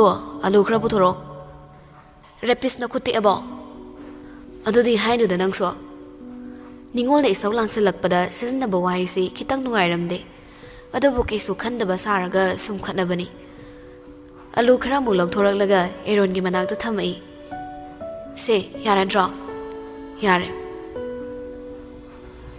yen gi dukan da gari khambaga se malwera ngairamba Josna satong khalai hek tong khalak padani lat suktan thandaba gari amana yangna traffic ni yong kaina thorakpado Josna su urami Boris ti ubanate gari da tong khalambado fing na kumtharaklaga Boris pulak tana chingthoraklami anima khangtu tu sinmine hek singthopagani samna da litlaga Boris ki gari machado khangthom thongairamaga kanna thauki hanna yenglamde adwai de lepamba hal nupa ani amasu thauki bagari romda kanna laurami khamnaba adubu khanglamda thauki sangsinaraklaga hangai ibungo noibu sokhobro Jos ka Boris ka so hagolai Josna saudra ka laina kan baidani kaya da usitribanu yimune la su thandi hosiki duna bu thomadi hingbagi wa leitre noi seng lebe hingorabani khara amana gari do hugalami gari do dadi semba yagadabu mandre onthokna phibam thina koplami khara sangnaga paithoklaga tabani gari do Borisu masagi mihul do paisaraga phathai asku thiyeng de yarani aidi lat su thalak tabani na moina paisilakpodo urudre alamana nisa taptai saraga mathong maram khangda thauri oiramni noi so ogdri base yam pharabani gari sidi semba yadong mandre ne Police ki gari so thogzilai adwai da duty tarambo oiramale kamaina tawrino kaidorino haidana hangnei wari su khara sanare adubu gari dudi faba ngamnaba line di launarami police sing duna tawraga wari ngahak tawraba tung arakpo auto ma pharaga gari do hakwalaga halaklami sumang do auto thogzilakpa makhol duda Aaron su thoglei Boris ka George ka kumtharakpa duda ngaknairi kaino two wheeler sakhraga three wheeler da halaisina Boris na khadang maning di gari se thangdasilo Aaron su khang khang da kumtharaklaga gari thangthaba sangsilai driver duga makhoi hum tawranga gari do thangthaminarakli driver dugi sel piraga thadokhibaga Aaron na sidi onthok thina kope kamain torima Boris na ꯁꯤ ꯅꯪꯅ ꯑꯩꯈꯣꯏ ꯁꯣꯟꯃꯟꯗꯅ ꯇꯧꯔꯤꯅꯤꯁꯦ ꯖꯣꯔꯖꯅ ꯌꯥꯔꯦ ꯑꯉꯥꯡꯁꯤꯡ ꯇꯥꯔꯒ ꯄꯥꯈꯠꯅꯔꯅꯤ ꯁꯪꯒꯣꯏꯗ ꯊꯥꯡꯒꯠꯈ꯭ꯔꯁꯤ ꯈꯪꯍꯜꯂꯒꯨꯝꯁꯤ ꯍꯌꯦꯡ ꯃꯥꯏꯅ ꯈꯪꯖꯔꯁꯅꯤ ꯍꯧꯖꯤꯛꯀꯤꯗꯤ ꯍꯥꯏꯔꯒꯨꯝꯁꯤ ꯑꯦꯔꯣꯟꯅ ꯍꯣꯏ ꯈꯪꯍꯜꯂꯒꯨꯝꯁꯤ ꯅꯨꯄꯤꯒꯤ ꯍꯧꯅꯕꯤ ꯁꯣꯛꯑꯝꯃꯗꯤ ꯑꯗꯨ ꯇꯧꯔꯝꯃꯗꯤ ꯍꯥꯏꯗꯅ ꯅꯨꯃꯤꯠ ꯆꯨꯞꯄ ꯑꯃ ꯎꯝꯈ꯭ꯔꯅꯤ ꯑꯁꯨꯝꯅ ꯈꯪꯍꯟꯗ꯭ꯔꯦ ꯒꯥꯔꯤꯗꯨ ꯃꯈꯣꯏ ꯑꯍꯨꯝ ꯆꯪꯂꯒ ꯁꯪꯒꯣꯏꯗ ꯊꯥꯡꯒꯠꯂꯝꯂꯒ ꯆꯥꯛꯈꯨꯝꯂꯣꯝꯗ ꯆꯪꯉꯛꯏ ꯑꯦꯛꯁꯤꯗꯦꯟꯇ ꯍꯤꯡꯍꯧꯕ ꯑꯅꯤꯗꯨ ꯈꯖꯤꯛꯇꯤ ꯊꯛꯀꯠꯈꯤꯕꯅ ꯆꯥꯛꯀ ꯀꯌꯥ ꯆꯥꯅꯤꯡꯕ ꯐꯥꯎꯈꯤꯗ꯭ꯔꯦ ꯖꯣꯁꯅ ꯍꯥꯏꯅ ꯈꯔ ꯐꯩ ꯕꯣꯔꯤꯁꯇꯤ ꯅꯨꯄꯤ ꯑꯉꯥꯡ ꯊꯤꯔꯕꯅꯤꯅ ꯈꯔ ꯄꯥꯈꯠ ꯆꯥꯎꯖꯩ ꯑꯦꯔꯣꯟꯅ ꯑꯣꯏꯅ ꯑꯦꯟꯁꯥꯡ ꯊꯣꯡꯕ ꯍꯧꯔꯛꯂꯦ ꯋꯥꯔꯤꯗꯨ ꯑꯗꯨꯝ ꯁꯥꯟꯅꯩ ꯊꯥꯏꯅ ꯑꯥꯎꯠꯁꯥꯏꯗꯇ ꯂꯩꯔꯤꯉꯩꯗꯨ ꯁꯤꯔꯛꯏꯗ ꯕꯣꯔꯤꯁꯅꯗꯤ ꯄꯨꯖꯥꯔꯤ ꯑꯗꯨꯝ ꯑꯣꯏꯕꯅꯤ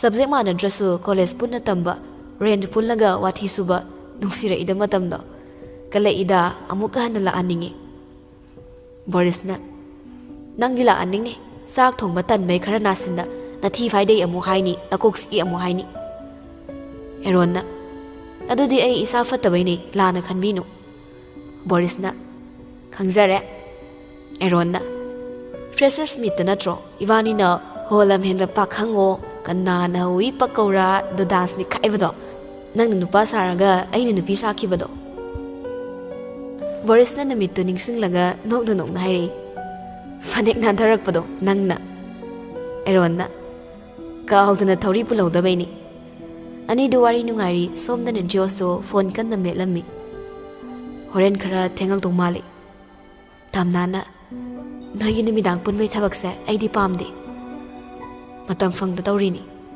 ꯐꯔꯦ ꯐꯖꯅ ꯄꯨꯟꯊꯣꯛꯑꯣ ꯑꯗꯨꯒ ꯌꯨꯝ ꯌꯧꯔꯒ ꯍꯥꯏꯔꯛꯎꯀꯣ ꯑꯩ ꯉꯥꯏꯔꯝꯒꯦ ꯍꯣꯏ ꯍꯣꯏ ꯐꯃꯨꯡꯒꯤ ꯐꯝꯒꯗꯣ ꯈꯔ ꯁꯦꯝꯃꯝꯃꯨ ꯃꯦꯁꯦꯖꯇꯨ ꯌꯦꯡꯂꯒ ꯇꯨꯃꯤꯟ ꯅꯣꯛꯏ ꯏꯔꯥꯡ ꯋꯥꯍꯩꯗꯤ ꯍꯩꯇꯕꯅꯤꯅ ꯑꯁꯨꯝ ꯍꯥꯏꯔꯛꯏ ꯀꯤꯟ ꯆꯥꯒꯦꯔꯣ ꯀꯤꯟꯗ ꯅꯠꯇꯦ ꯄꯨꯜꯂꯞ ꯑꯣꯏꯅ ꯆꯥꯔꯒꯦ ꯌꯥꯔꯦ ꯀꯣꯟꯅ ꯌꯨꯝ ꯌꯧꯔꯒ ꯑꯃꯨꯛ ꯍꯥꯏꯔꯛꯑꯒꯦꯀꯣ ꯍꯣꯏ ꯅꯣꯛꯃꯤ ꯃꯦꯁꯦꯖ ꯍꯜꯂꯨꯔꯒ ꯅꯣꯟꯈꯠꯂꯛꯄꯗ ꯃꯔꯨꯞ ꯑꯅꯤꯗꯣ ꯃꯥꯒꯤ ꯃꯅꯥꯛ ꯂꯦꯞꯄꯒ ꯃꯦꯁꯦꯖꯇꯨ ꯌꯦꯡ ꯂꯩꯔꯝꯃꯤ ꯁꯠ ꯂꯣꯠꯁꯤꯜꯂꯒ ꯍꯥꯏꯔꯛꯏ ꯑꯁ ꯀꯩꯅꯣ ꯈꯪꯉꯤꯅꯦ ꯍꯥꯏꯔꯒ ꯄꯣꯀꯦꯠꯇ ꯑꯃꯨꯛ ꯍꯥꯞꯆꯤꯟꯈꯤ ꯐꯣꯟꯗꯣ ꯑꯦꯔꯣꯟꯅ ꯈꯪꯅꯕ ꯀꯌꯥꯝ ꯀꯨꯏꯔꯦ ꯖꯣꯁꯅ ꯈꯪꯗꯦꯗ ꯋꯥꯈꯜ ꯇꯥꯔꯛꯄꯗ ꯈꯪꯅ ꯂꯩꯔꯝꯃꯤ ꯑꯦꯅꯤꯚꯔꯁꯔꯤꯁꯦ ꯀꯩ ꯅꯨꯃꯤꯠꯇ ꯄꯥꯡꯊꯣꯛꯄ ꯌꯥꯗꯣꯏꯅꯣꯒ ꯈꯪꯖꯗꯦꯗ ꯕꯣꯔꯤꯁꯅ ꯑꯗꯨꯒ ꯅꯍꯥꯟꯈꯩ ꯍꯥꯏꯗꯕꯅꯤꯅꯦ ꯋꯥꯒ ꯂꯣꯠꯂꯗꯅ ꯏꯁꯥꯐꯥꯎ ꯈꯪꯍꯧꯗ꯭ꯔꯦ ꯃꯤ ꯑꯦꯔꯣꯟꯅ ꯑꯣ ꯑꯩꯇ ꯉꯥꯏꯔꯕ ꯅꯨꯄꯤ ꯐꯪꯗ꯭ꯔꯤꯁꯦ ꯕꯣꯔꯤꯁꯅ ꯄꯨꯖꯥꯔꯤ ꯑꯦꯟꯁꯥꯡ ꯀꯥꯅꯝ ꯅꯝꯃꯦ ꯑꯦꯟꯁꯥꯡ ꯀꯥꯅꯝ ꯅꯝꯃꯛꯄꯗꯨꯗ ꯍꯣꯠꯇꯅ ꯆꯦꯟꯁꯤꯜꯂꯒ ꯑꯃꯨꯛ ꯑꯦꯟꯁꯥꯡꯗꯣ ꯑꯣꯠꯂꯝꯃꯤ ꯂꯣꯏꯔꯛꯄꯗ ꯇꯥꯏꯃꯤꯡꯗ ꯅꯤꯡꯉꯣꯜꯁꯨ ꯆꯪꯁꯤꯜꯂꯛꯂꯒ ꯆꯥꯛ ꯊꯤꯕ ꯈꯣꯠꯄ ꯇꯧꯔꯝꯃꯤ ꯅꯨꯄꯥꯁꯤꯡꯗꯨꯗꯤ ꯗ꯭ꯔꯣꯌꯤꯡ ꯔꯨꯝꯗ ꯆꯥꯔꯝꯃꯤ ꯅꯤꯡꯉꯣꯜꯒ ꯃꯅꯝꯃꯒꯅ ꯆꯥꯛꯈꯨꯝꯗ ꯃꯈꯥꯗ ꯉꯦꯛ ꯐꯝꯊꯔꯒ ꯆꯥꯕꯅꯤ ꯆꯥꯛꯇꯣ ꯆꯥꯛ ꯆꯥꯅ ꯗꯤꯜ ꯂꯦꯟꯗꯅ ꯋꯥꯔꯤ ꯁꯥꯏ ꯑꯦꯔꯣꯟꯅ ꯑꯩꯗꯤ ꯖꯣꯁꯇ ꯅꯞꯄ ꯍꯧꯔꯅꯤ ꯕꯣꯔꯤꯁꯅ ꯀꯩꯒꯤ ꯑꯦꯔꯣꯟꯅ ꯁꯥꯃꯨ ꯂꯣꯏꯕꯤ ꯑꯃ ꯀꯣꯏꯔꯤꯁꯤꯗꯤ ꯑꯗꯨꯅ ꯅꯞꯇ ꯌꯥꯗ꯭ꯔꯕ ꯖꯣꯁꯅ ꯑꯩꯗꯤ ꯀꯥꯎꯏ ꯏꯇꯥꯎꯕꯤ ꯅꯪ ꯑꯩꯈꯣই ꯀꯝꯄꯅꯤꯗ HR ꯑꯣꯏꯔꯒꯦꯔꯣ ꯑꯩꯅ ꯍꯥꯏꯐꯦꯠꯇꯤ ꯍꯧꯗꯣꯛꯑꯝꯃꯕꯅꯤ ꯑꯦꯔꯣꯟꯅ ꯂꯩꯁꯥꯕꯤꯗ ꯃꯦꯗꯥꯝ ꯀꯧꯕꯒ ꯉꯝꯖꯔꯔꯣꯏ ꯅꯪꯕꯨꯗꯤ ꯅꯇꯨꯅꯤꯅ ꯍꯩꯅꯔꯝꯅꯤ ꯑꯩꯈꯣꯏꯗꯤ ꯇꯜꯂꯤ ꯑꯩꯈꯣꯏ ꯄꯟꯊꯧꯒꯤ ꯗꯨꯀꯥꯟꯁꯦ ꯑꯗꯨꯝ ꯍꯣꯠꯅꯖꯔꯒꯦ ꯍꯧꯖꯤꯛꯄꯨꯗꯤ ꯈꯔ ꯅꯨꯡꯉꯥꯏꯊꯣꯛꯈꯤꯒꯦꯅ ꯁꯨꯝ ꯃꯤꯔꯦꯝ ꯑꯣꯏꯕꯅꯤ ꯖꯣꯁꯅ ꯗꯨꯀꯥꯟꯗꯨꯅ ꯍꯌꯦꯡ ꯕꯕꯥ ꯁꯣꯜꯂꯀꯥꯟꯗ ꯃꯍꯨꯠ ꯁꯤꯜꯂꯣ ꯃꯇꯝ ꯈꯔꯗꯤ ꯁꯤꯗ ꯄꯨꯗꯕ ꯌꯥꯗꯕꯅꯤꯀꯣ ꯑꯗꯨꯝꯕ ꯑꯩ ꯃꯅꯝ ꯅꯝꯗꯦ ꯑꯩ ꯄꯥꯝꯗꯦꯕ ꯇꯜꯂꯦ ꯆꯥꯅꯔꯣꯏ ꯖꯣꯁꯅ ꯅꯪ ꯑꯩꯒꯤ ꯈꯜꯂꯨꯗ ꯑꯦꯔꯣꯟꯅ ꯅꯪꯒꯤ ꯈꯜꯂꯨ ꯀꯥꯏꯅ ꯏꯃꯥꯟꯅꯕꯒꯤ ꯅꯨꯄꯤꯗ ꯃꯦꯗꯥꯝ ꯀꯥꯏꯅ ꯑꯣꯔꯦꯍꯦ ꯑꯩꯕꯨ ꯃꯃꯜ ꯌꯥꯝ ꯂꯩꯇꯕꯩ ꯇꯥꯏꯞꯇ ꯖꯣꯁꯅ ꯇꯜꯂ ꯇꯣꯛꯆꯧꯅ ꯃꯤꯔꯦꯝ ꯑꯗꯨꯝ ꯑꯣꯏꯔ ꯂꯩꯌꯨ ꯕꯣꯔꯤꯁꯅ ꯍꯥꯞꯄꯨꯅ ꯅꯨꯄꯤꯅꯗꯤ ꯀꯣꯏꯗ꯭ꯔꯃꯤꯅ ꯅꯇꯨꯗ ꯏꯔꯥꯡ ꯇꯧꯁꯤꯜ ꯂꯩꯔꯝꯗꯅꯀꯣ ꯅꯪ ꯐꯣꯔꯁꯥ ꯇꯥꯍꯧꯅꯤ ꯏꯁꯩꯗꯒ ꯌꯥꯝ ꯁꯩꯊꯥꯔꯤꯗꯣ ꯑꯔꯤꯞꯄ ꯑꯃ ꯂꯩꯔꯕ ꯅꯨꯡꯁꯤ ꯄꯟꯊꯨꯡ ꯄꯥꯝꯂꯕ ꯀꯥꯏꯅ ꯖꯣꯁꯅ ꯑꯁ ꯇꯣꯛꯑꯣ ꯑꯩ ꯑꯇꯣꯞꯄ ꯍꯅꯨꯕ ꯍꯅꯨꯕꯤ ꯑꯃ ꯑꯣꯏꯅ ꯊꯤꯔꯒꯦ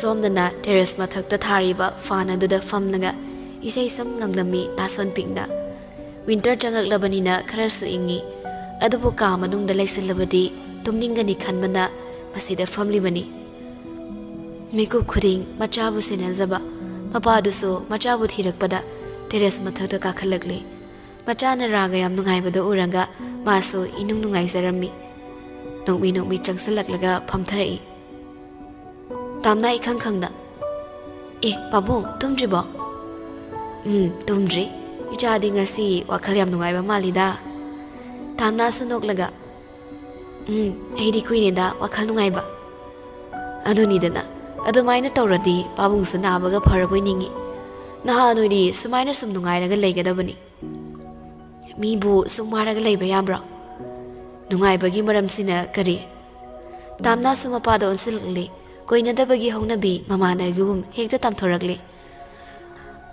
nungaibai maramse pabung mani magi wangang magi masak magi matause aibu yam pothalle hojikti aise yam secure oibagum phawli aidamakso madi khudingmak tawba ngamgadabagum aina uba ngammi Rikiga loinari matamdadi mana aise thadoklamgadra haidana mana haraugadaba thabak mayam ama tawningammi hodanningammi ado pungnamakto afabo airamje pabung aidi nungsiba leinaba hotnabaga chap manaramle machana pina ma hairibasi kanano irai laina khangi joidi mamit ingangangna pangal yaudaba misakum soli mahangni pai chagi khongsida kisi thangduna thambirambase lauthokhiba oisano mapagi moongduda tamna sa asum nairi mapagi thongna handanaba pabung nang sontharakano ai khuding mayoknaragena sem sa bahore lansu sangsin bahore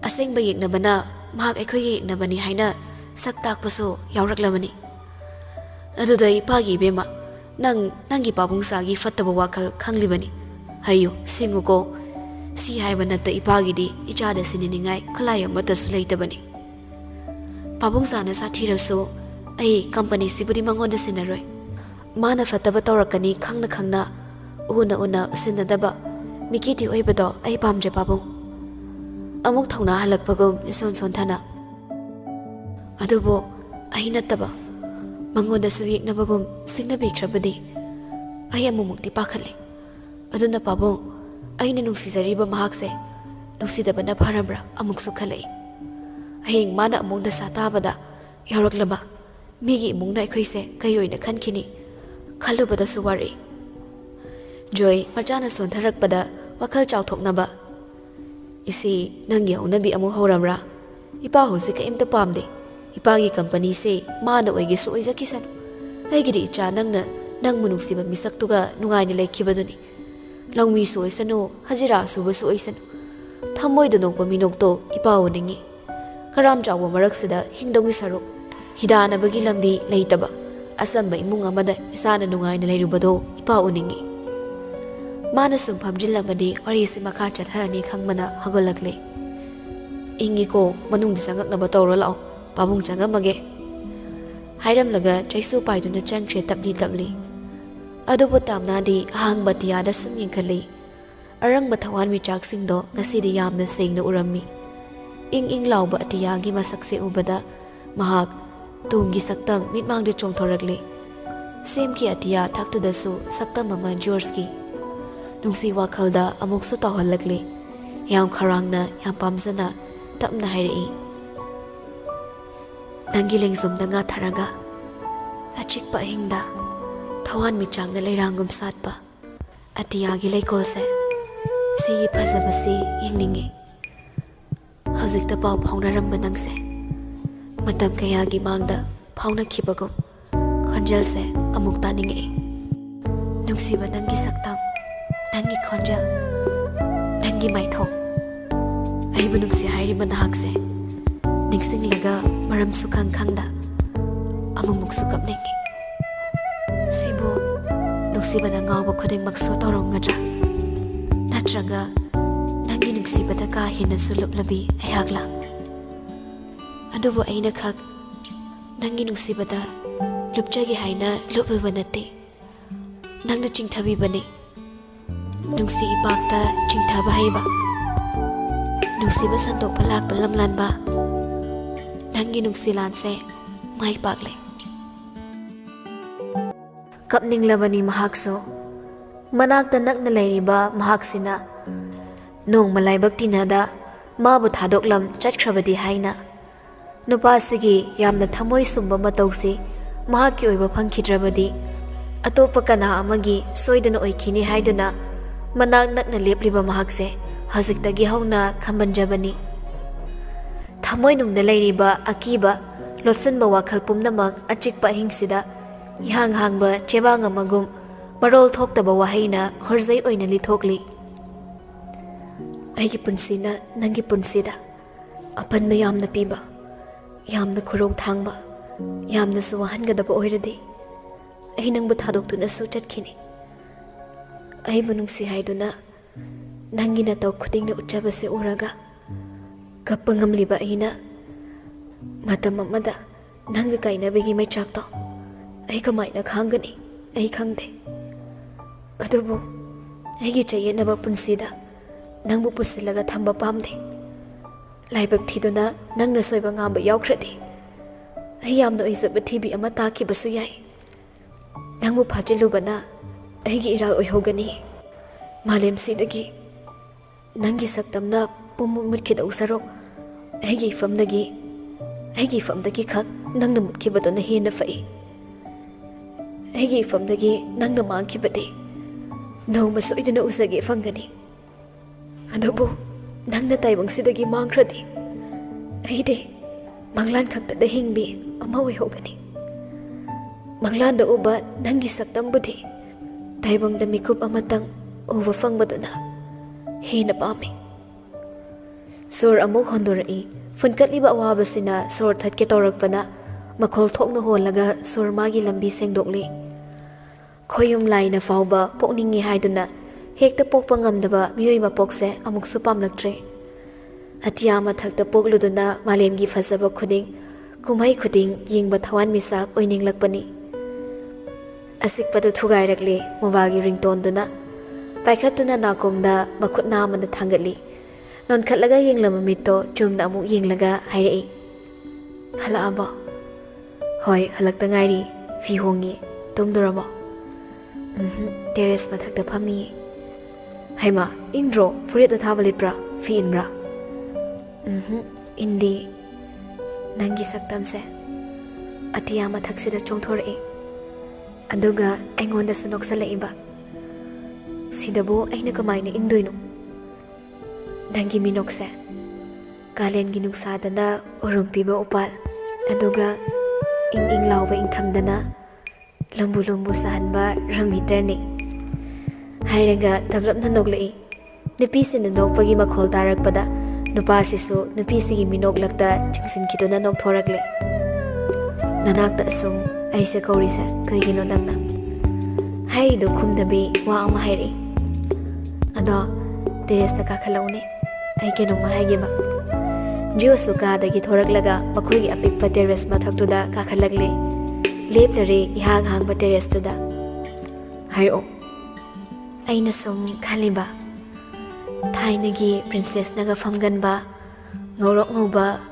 una saba fan asang amada phamlaba aduga aina nangiling sumda nga tharaga ningthau tudalgi masakso yengningi thawan michaki fazabaso yengningi waksingi chak phamjinge tawna ingba hingda aina thaba fi ama ilaga nangiling sumda nga thabada nangna aigi ing lawba khutsa se paisilaga thambiba nangna aibo karamna nungsiba phaurakhiba aiga hanma thengnabada nangna aibu nungsiramdabadagi kamaina nungsirakpa si mayamse wari oina liraga aina momon nokna khoidana tazaba ai yam pami jorso nokmi tarambadagi masu yausala e warida aina tawwa fagida nangna sauraga picture pikpa khutana oinana ai thawakta setlaw thazilakpa aina sukna nadana maithong suksinaba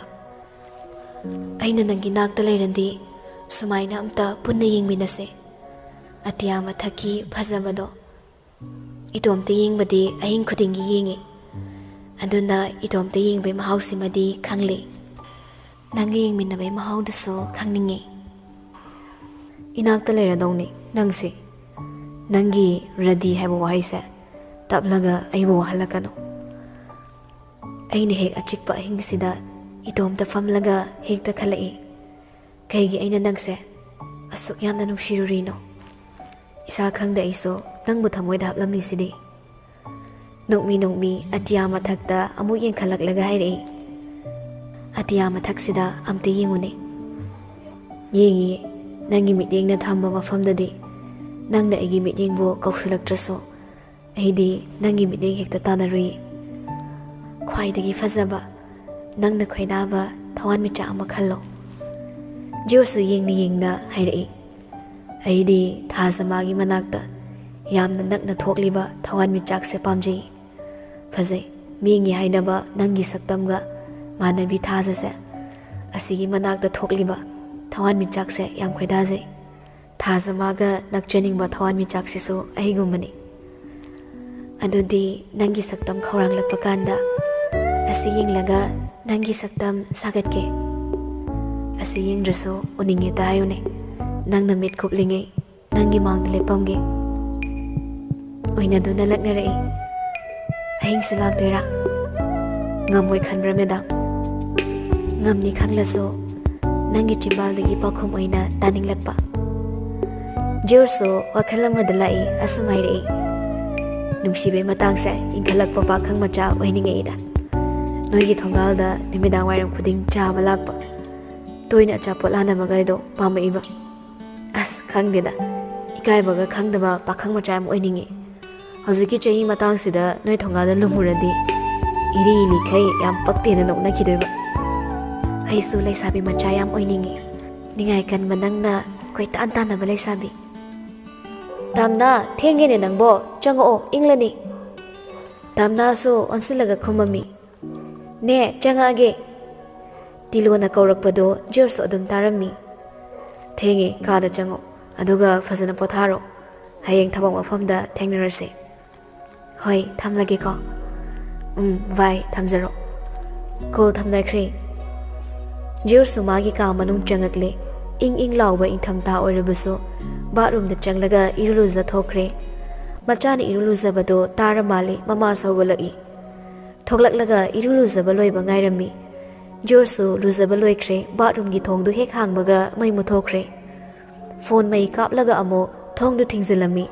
Aduga sat on thorakpada mama gi mamaiduda light to khangka phe kapsalubada khangboi lakpoi hairei. Hoima khangi he. Akhoi ma sidiba Magi sorma kholpok ta da khai murti olaga lepam base tawnu haibane aina kayam di yame aini ma da khangpre khangi se asara hakamwa wa challaga hauzik da leiro kai deino namau nupi ga wari su sanarure romance to ba ba tawruraga luzariba hayeng anta chatoini tumuro hayeng khedi na samna do phazana pullaga thora ko ima nimidang go oire kitang dangai mathaka do Ibai Kanna larakpaduda anido ifing-fingna pibana tumli marumduda chansilaklami. Pibagi masa pairaga fingna soangai. Kedore, kedorage ba? Tanjaduda may dusat amuk lai. Piba soru chaun hondurai. Aduga ilay na haidoragli.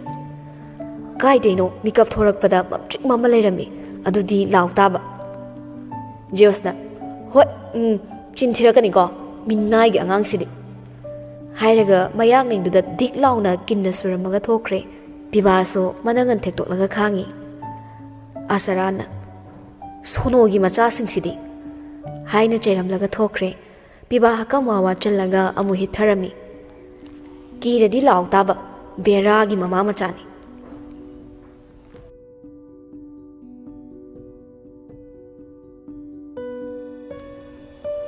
Tumbada setnaba firoldo hongtokle. Famung de tharai tamna nangasi nan kai haidaba mayam ama hairakpaduda nokmi tauzai inau so nawi masa matom ta sukhalli romance haitaba nupida romance tawshin basisu bit leida wa ngangbadi haitamina aina wa ama haibada ikaidana jerakpa sinabu hen nushi adubune romance haitaba mana nushi wa hai mayam ama hairam basidi ko as thamoiga se ayo naida Mon amada makok na khanglaga ꯃꯣꯟ ꯑꯃꯗ ꯀꯣꯜꯂꯒ ꯂꯣꯡꯅ ꯍꯤꯞꯄꯒ ꯀꯥꯡꯈꯜ ꯃꯊꯛꯇ ꯌꯦꯡꯈꯠꯂꯤ. ꯑꯃꯨꯛꯁꯨ ꯑꯉꯥꯡ ꯃꯆꯥꯒꯨꯝꯕ ꯃꯇꯧꯗꯨꯗ ꯅꯣꯛꯍꯜꯂꯤ. ꯑꯗꯨꯒ ꯑꯃꯨꯛꯁꯨ ꯐꯨꯅꯤꯡꯕ. Message ꯊꯥꯖꯤꯟꯒꯗꯦꯍꯦ. ꯏꯔꯥꯡꯅ ꯃꯥꯅ ꯍꯧꯕꯤꯔꯝꯃꯒ ꯀꯔꯤꯒꯤ ꯃꯥꯅ ꯉꯟꯇꯥꯅ ꯇꯨꯝꯕ ꯍꯥꯏꯔꯒ ꯇꯦꯛꯁ ꯑꯃ ꯏꯔꯒ ꯊꯥꯖꯤꯜꯂꯝꯃꯤ. ꯇꯨꯝꯃꯕꯣ? ꯇꯥꯝꯅꯥꯁꯨ ꯔꯤꯄ꯭ꯂꯥꯏ ꯍꯜꯂꯛꯏ. ꯖꯣꯔꯁꯨ ꯂꯛꯅꯔꯛꯏ. ꯇꯨꯝꯅ ꯀꯃꯥꯏ ꯔꯤꯄ꯭ꯂꯥꯏ ꯍꯜꯂꯛꯏꯕ? ꯍꯩꯕꯒꯤ ꯍꯜꯂꯛꯏꯅꯤ. ꯎꯇꯤꯒ ꯆꯒꯦꯝ ꯄꯣꯝꯕꯒ ꯊꯣꯡꯕ ꯇꯝꯃꯣ. ꯑꯗꯨ ꯍꯦꯛ ꯍꯩꯕꯒ ꯍꯥꯏꯔꯛꯑꯣ, ꯌꯨꯝꯗ ꯄꯨꯁꯜꯂꯗꯧꯅꯤ. ꯆꯍꯤ 2 ꯍꯦꯟꯅ ꯆꯪꯗꯧ ꯃꯥꯜꯂꯤ. ꯏꯔꯣꯟꯕ ꯐꯥꯎ ꯍꯩꯇ꯭ꯔꯤꯌꯦ. ꯊꯨꯝ ꯆꯥꯡ ꯈꯤꯇꯪ ꯍꯩꯔꯗꯤ ꯍꯩꯔꯅꯤꯗ. ꯆꯝꯐꯨꯠꯄꯨꯗꯤ ꯍꯩꯔꯦ. ꯊꯨꯅ ꯇꯝꯃꯣ. ꯑꯩꯕꯨꯗꯤ ꯆꯍꯤ ꯃꯌꯥꯝ ꯂꯩꯕ ꯌꯥꯈꯤꯅꯤ. ꯅꯪꯗꯤ ꯀꯨꯏꯅ ꯂꯩꯔꯗꯤ ꯐꯔꯛ ꯇꯥꯅꯤꯕ. ꯍꯌꯦꯡꯗꯤ ꯇꯝꯃꯒꯦ. ꯖꯣꯔꯁꯨ ꯇꯥꯝꯅꯥꯒꯤ ꯁꯤꯔꯤꯌꯁ ꯔꯤꯄ꯭ꯂꯥꯏꯗꯨꯗ ꯅꯣꯛꯏ. ꯐꯔꯦ, ꯇꯨꯝꯊꯣꯛꯑꯣꯀꯣ. ꯍꯌꯦꯡꯁꯨ ꯊꯕꯛ ꯆꯠꯇꯣꯏꯅꯤꯅ. Good night. ꯅꯥꯏꯠ. ꯑꯁꯨꯝꯅ ꯑꯅꯤꯃꯛ ꯄꯣꯊꯥꯅꯈ꯭ꯔꯦ. ꯖꯣꯔꯁꯨ ꯇꯥꯝꯅꯥꯗ ꯉꯁꯤꯒꯤ ꯑꯦꯛꯁꯤꯗꯦꯟꯠꯀꯤ ꯊꯧꯗꯣꯛꯇꯨ ꯇꯝꯊꯣꯛꯂꯝꯗꯦ. ꯑꯌꯨꯛꯇꯣ ꯊꯣꯏꯅ ꯗꯨꯛ ꯊꯥꯎꯃꯩ ꯀꯠꯄ ꯂꯣꯏꯔꯒ ꯂꯩ ꯏꯁꯤꯡ ꯆꯥꯏꯔꯤꯉꯩ ꯁꯪꯒꯣꯏꯗ ꯐꯤꯕꯝ ꯆꯥꯗ ꯈꯥꯝꯂꯤꯕ ꯒꯥꯔꯤꯗꯨ ꯎꯔꯛꯄꯗ ꯏꯉꯛ-ꯉꯛꯂꯦ. ꯉꯔꯥꯡꯁꯨ ꯅꯨꯄꯥꯁꯤꯡꯗꯨ ꯀꯩꯝꯇ ꯍꯥꯏꯅꯗꯕꯅ ꯃꯣꯏꯅ ꯇꯧꯔꯨꯕꯗ ꯁꯣꯛꯄꯅꯤꯗꯤ ꯂꯥꯝꯁꯤꯜꯂꯨꯗ꯭ꯔꯦ. ꯀꯅꯥꯅ ꯀꯃꯥꯏ ꯇꯧꯔꯤꯅꯣꯅ ꯉꯛꯄꯅ ꯂꯣꯏꯈ꯭ꯔꯦ. ꯍꯨꯔꯥꯟꯕꯅ ꯂꯥꯛꯂꯒ ꯁꯛ ꯅꯨꯡꯁꯤꯗꯦ ꯍꯥꯏꯗꯨꯅꯕꯨ ꯁꯨꯒꯥꯏꯔꯝꯂꯤꯕ꯭ꯔꯥ? ꯑꯗꯨꯝꯅ ꯈꯜꯂꯁꯨ ꯀꯔꯤꯒꯤ ꯑꯁꯨꯛ ꯊꯤꯅ ꯁꯨꯒꯥꯏꯔꯝꯂꯤꯕ ꯈꯜꯂꯛꯏ. ꯄꯦꯔꯦꯗꯨ ꯃꯈꯥꯗ ꯊꯝꯂꯒ ꯏꯃꯨꯡ ꯆꯪꯒꯦ ꯇꯧꯔꯤꯉꯩ ꯕꯣꯔꯤꯁꯁꯨ ꯃꯥꯡꯒꯣꯜ ꯊꯣꯔꯛꯄꯗ ꯆꯪꯂꯨꯗ꯭ꯔꯦ. ꯅ꯭ꯌꯨꯁꯄꯦꯄꯔ ꯄꯥꯅꯕ ꯁꯣꯐꯥꯗ ꯐꯝꯈꯤꯕꯗꯨꯗꯒꯤ ꯃꯅꯥꯛ ꯆꯪꯁꯤꯜꯂꯛꯂꯒ ꯐꯝꯂꯒ ꯀꯧꯔꯛꯏ. ꯇꯥꯃꯣ. ꯅꯤꯡꯉꯣꯜꯁꯨ ꯆꯥ ꯍꯩꯔꯒ ꯊꯣꯔꯛꯏ. ꯇꯦꯕꯜꯗꯨꯗ ꯄꯨꯂꯞ ꯊꯝꯂꯒ ꯃꯥꯁꯨ ꯐꯝꯗꯨꯅ ꯆꯥ ꯀꯞ ꯑꯃ ꯄꯥꯏꯔꯒ ꯊꯛꯏ. ꯊꯣꯏꯅ. ꯁꯪꯒꯣꯏꯗ ꯒꯥꯔꯤꯁꯦ ꯑꯝꯇ ꯌꯦꯡꯉꯨ. ꯕꯣꯔꯤꯁꯀ ꯅꯤꯡꯉꯣꯜꯒꯗꯣ ꯄꯨꯂꯞ ꯌꯦꯡꯂꯨꯕꯅꯤ. ꯒꯥꯔꯤꯒꯤ ꯈꯨꯀꯣꯞꯇꯨ ꯎꯕꯗ ꯅꯤꯡꯉꯣꯜꯗꯨ ꯐꯥꯛ ꯅꯣꯛꯊꯣꯔꯛꯏ. ꯑꯌꯥ, ꯑꯁꯤꯗꯤ ꯀꯃꯥꯏꯅ ꯇꯧꯔꯤꯕ? ꯂꯣꯏꯔꯦ ꯐꯖꯕꯗ. ꯕꯣꯔꯤꯁꯁꯨ ꯅꯣꯛꯂꯛꯏ. ꯑꯩꯁꯦ ꯁꯤꯜ ꯄꯥꯏꯔꯦꯁꯦ ꯃꯌꯥꯝꯗ ꯎꯠꯀꯦꯅ ꯋꯥꯛꯁꯣꯞꯇ ꯆꯠꯂꯒ ꯊꯨꯒꯥꯏꯍꯜꯂꯨꯏꯕ. ꯁꯪꯒꯣꯏꯗ ꯗꯦꯀꯣꯔꯦꯠꯁ ꯑꯣꯏꯅ ꯊꯝꯒꯦꯅ. ꯑꯁꯤꯅꯗꯤ ꯁꯦꯟꯖꯥꯎ ꯄꯥꯏꯕ ꯃꯥꯟꯗ꯭ꯔꯦ. 2ꯃꯨꯛꯇꯪꯒ ꯂꯩꯔꯒ ꯊꯨꯒꯥꯏꯍꯟꯗꯗꯤ ꯌꯥꯔꯔꯣꯏ. ꯊꯣꯏꯅ ꯆꯩꯔꯛꯏ. ꯑꯁꯦꯡꯕꯩꯅꯦ, ꯀꯃꯥꯏꯅ ꯇꯧꯔꯤꯅꯣ ꯍꯥꯏꯕ? ꯃꯤꯅ ꯉꯥꯡꯉꯤꯁꯦ ꯐꯥꯒꯤꯗꯧꯅ. ꯅꯤꯡꯉꯣꯜꯅ. ꯇꯥꯃꯣ, ꯑꯩꯈꯣꯏ ꯅꯨꯡꯁꯤꯅꯕꯒ ꯂꯩꯗꯅ ꯑꯍꯤꯡꯗ ꯇꯧꯔꯝꯃꯤ ꯖꯥꯠꯂꯣ? ꯊꯣꯏꯁꯨ ꯈꯔ ꯆꯤꯡꯅꯅ. ꯉꯔꯥꯡ ꯑꯣꯇꯣꯗ ꯍꯥꯞꯄꯒ ꯄꯨꯔꯛꯄꯗꯣ ꯑꯁꯤꯔꯣ? ꯕꯣꯔꯤꯁꯇꯤ ꯃꯈꯥ ꯇꯥꯅꯤꯡꯗꯕꯒꯤ ꯑꯁꯨꯝꯅ ꯍꯥꯏꯔꯛꯏ. ꯌꯥꯝ ꯉꯥꯡꯉꯤꯗ ꯅꯨꯄꯤ. ꯉꯥꯡꯗ ꯌꯥꯗꯕꯒꯤ ꯉꯥꯡꯉꯤꯅꯤ. ꯃꯤꯅ ꯍꯪꯉꯤꯁꯤꯗꯤ ꯈꯨꯝꯗꯦ. ꯍꯥꯏꯔꯛꯑꯣ. ꯕꯣꯔꯤꯁꯅ. ꯃꯥꯅꯦ, ꯉꯔꯥꯡ ꯒꯥꯔꯤ ꯈꯥꯝꯕ ꯂꯩꯔꯤꯉꯩꯗ ꯒꯨꯂꯤ ꯆꯥꯕ ꯑꯉꯥꯡꯁꯤꯡꯅ ꯑꯣꯏꯔ ꯃꯥꯜꯂꯦ. ꯒꯥꯔꯤꯁꯦ ꯍꯦꯛꯇ ꯊꯣꯝꯗꯠꯂꯝꯃꯒ ꯄꯥꯏꯈꯩ ꯊꯧꯈ꯭ꯔꯦ. ꯐꯥꯕꯁꯨ ꯉꯝꯍꯧꯗ꯭ರೆ. ꯀꯩꯗꯧꯔꯨꯔꯒꯗꯒꯦꯅ ꯄꯨꯂꯤꯁꯇꯒ ꯊꯤꯌꯨ ꯍꯥꯏꯗ꯭ꯔꯦ. ꯅꯨꯄꯤꯒꯤ ꯍꯧꯅꯕꯤ ꯊꯃꯣꯏ ꯄꯤꯛꯄꯅ ꯊꯣꯏꯗꯣ ꯄꯥꯈꯠꯆꯩ. ꯑꯁ, ꯑꯗꯨꯒ ꯑꯩꯉꯣꯟꯗ ꯍꯥꯏꯗꯕ. ꯑꯁꯣꯛ ꯑꯄꯟ ꯊꯣꯛꯑꯝꯃꯗꯤ ꯀꯃꯥꯏ ꯇꯧꯅꯤ? ꯕꯣꯔꯤꯁꯅ. ꯅꯨꯄꯤ ꯅꯣꯏꯒꯤ ꯍꯧꯅꯕꯤꯗꯣ ꯇꯧꯔꯛꯑꯕ꯭ꯔꯥ? ꯀꯩꯝꯇ ꯁꯣꯛꯍꯧꯗ꯭ꯔꯦ. ꯁꯤꯗ ꯑꯃꯨꯛ ꯁꯣꯛꯑꯝꯃꯗꯤꯅ ꯈꯜꯂꯤꯗꯣ ꯇꯟꯗ꯭ꯔꯣ ꯅꯪꯕꯣ? ꯅꯤꯡꯉꯣꯜꯅ. ꯇꯥꯃꯣ, ꯍꯧꯖꯤꯛꯀꯥꯟ ꯑꯉꯥꯡꯁꯤꯡꯁꯦ ꯌꯥꯝ ꯐꯔꯛ ꯇꯥꯏ. 4 ꯀꯥꯞꯄ ꯒꯨꯂꯤ ꯆꯥꯄ ꯉꯥꯡꯉꯥꯏꯈ꯭ꯔꯦ. ꯕꯣꯔꯤꯁꯅ. ꯑꯗꯨꯅꯅꯦ, ꯍꯌꯦꯡ ꯂꯩꯁꯥꯕꯤ ꯅꯣꯏ ꯅꯨꯄꯥ ꯊꯤꯕꯗ ꯈꯔ ꯆꯦꯛꯁꯤꯜꯂꯨꯀꯣ. ꯅꯌꯨꯝꯗ ꯀꯩꯒ ꯄꯥꯜꯂꯒ ꯍꯜꯂꯛꯑꯗꯤ ꯑꯩꯗꯤ ꯆꯪꯍꯜꯂꯣꯏ. ꯅꯣꯏꯅ ꯄꯥꯝꯕ ꯂꯝꯕꯤꯗꯁꯨ ꯊꯤꯡꯉꯣꯏ, ꯑꯗꯨꯒ ꯍꯜꯂꯛꯄꯗꯤ ꯌꯥꯔꯣꯏ. ꯅꯤꯡꯉꯣꯜꯅ. ꯑꯁꯤꯕꯨ ꯃꯕꯨꯡꯅꯤ. ꯕꯣꯔꯤꯁꯅ. ꯍꯩ, ꯅꯤꯡꯉꯣꯜꯒ ꯃꯧꯒ ꯍꯨꯏꯒ ꯍꯧꯗꯣꯡꯒ ꯍꯥꯏꯅꯔꯤꯕꯅꯤ. ꯃꯧꯒ ꯅꯤꯡꯉꯣꯜꯒ ꯌꯥꯅꯕꯁꯦ ꯄꯥꯛꯅ ꯂꯩꯇꯕꯅꯤ. ꯍꯌꯦꯡ ꯈꯠꯅꯔꯛꯄꯗꯣ ꯑꯩ ꯇꯜꯂꯤ. ꯑꯩꯗꯤ ꯑꯩꯒꯤ ꯅꯨꯄꯤꯅ ꯍꯦꯟꯅ ꯂꯨꯝꯅꯁꯨ ꯈꯟꯅꯤ. ꯑꯁꯤ ꯍꯥꯏꯔꯒ ꯃꯥꯏ ꯅꯨꯄꯤꯗ ꯃꯤꯆꯤꯗꯨ ꯇꯦꯡ ꯈꯠꯆꯤꯜꯂꯤ. ꯅꯤꯡꯉꯣꯜꯗꯤ ꯃꯈ꯭ꯌꯥ ꯆꯤꯛꯂꯒ ꯃꯕꯨꯡꯗ ꯐꯩꯖ ꯌꯦꯡꯉꯤ. ꯕꯣꯔꯤꯁꯁꯨ ꯃꯈꯥ ꯑꯗꯨꯝ ꯇꯥꯔꯛꯏ. ꯑꯩꯅ ꯅꯪꯁꯦ ꯅꯅꯝꯃꯒ ꯆꯞ ꯃꯥꯟꯅꯅ ꯅꯨꯡꯁꯤꯒꯅꯤꯗꯤ ꯅꯌꯨꯝ ꯄꯥꯟꯕꯗ ꯅꯨꯄꯥ ꯁꯣꯡꯉꯝ ꯆꯥꯕ ꯊꯤꯌꯨ. ꯐꯪꯗ꯭ꯔꯗꯤ ꯂꯩꯁꯥꯔꯒ ꯑꯗꯨꯝ ꯂꯩꯌꯨ. ꯑꯗꯨ ꯑꯣꯏꯗꯤ ꯅꯨꯡꯁꯤꯅꯤ. ꯈꯠ ꯄꯥꯟꯗ ꯌꯥꯗꯦꯅ ꯄꯥꯜꯂꯨꯔꯒ ꯍꯜꯂꯛꯄꯤ ꯑꯣꯏꯔꯗꯤ ꯁꯨꯛꯅꯨꯡꯍꯦ ꯅꯨꯡꯁꯤꯔꯣꯏ. ꯇꯥꯅ ꯅꯌꯥꯡꯂꯦꯟꯗꯨꯗ ꯑꯣꯏꯅ ꯅꯦꯠꯅꯤꯡꯉꯛꯀꯅꯤ. ꯅꯤꯡꯉꯣꯜꯅ. ꯑꯗꯨ ꯑꯣꯏꯒꯅ ꯅꯨꯄꯥ ꯑꯐꯕ ꯑꯃ ꯊꯤꯕꯤꯔꯣ. ꯑꯩ ꯅꯨꯄꯥ ꯑꯝꯇ ꯀꯣꯏꯖꯔꯣꯏ. ꯕꯣꯔꯤꯁꯅ. ꯒꯨꯗ, ꯑꯗꯨ ꯌꯥꯏ. ꯅꯨꯄꯥꯒ ꯀꯣꯏꯔꯨꯈꯤꯅꯨ, ꯑꯩꯅ ꯑꯃ ꯊꯤꯕꯤꯔꯒꯦ. ꯑꯗꯨꯗ ꯑꯃꯨꯛ ꯑꯩꯅ ꯀꯤꯕ ꯑꯃ ꯂꯩꯕ. ꯍꯌꯦꯡ ꯅꯇꯩ ꯅꯅꯥꯎ ꯈꯠꯅꯔꯛꯄꯗ ꯑꯩꯉꯣꯟꯗ ꯑꯣꯏꯅ ꯇꯥꯏꯅꯔꯛꯇꯧꯕ ꯃꯥꯜꯂꯕ. ꯇꯥꯃꯣ, ꯅꯪꯅ ꯊꯤꯔꯛꯄ ꯅꯨꯄꯥꯁꯦ ꯑꯣꯔꯦ ꯀꯥꯏꯅ ꯆꯥꯟꯁ ꯂꯧꯔꯒ ꯑꯃꯨꯛ ꯍꯜꯂꯛꯇꯣꯏꯔꯣ? ꯅꯤꯡꯉꯣꯜꯅ. ꯑꯁ, ꯅꯨꯡꯉꯥꯏꯈꯤꯗ꯭ꯔꯦꯍꯦ. ꯌꯥꯔꯦ, ꯁꯤ ꯋꯥꯁꯦ ꯇꯣꯛꯑꯁꯦ. ꯆꯥꯁꯦ ꯊꯛꯑꯣ. ꯊꯣꯏꯅ. Atai lairi, horen ay kuthim te yengu de yadre. Borisna, kaigi nangde, nasal nupi se karam kanda luhong mayado ino yengu ge haira. Thoi na chay rei. Adui na ti, dasa ama ilay layramni, adom ti yung thoki ge. Borisna, ang nupi noy sidi ba, karino, kanzin man kre, adui saruk cha thak to, aduga cha way na thong.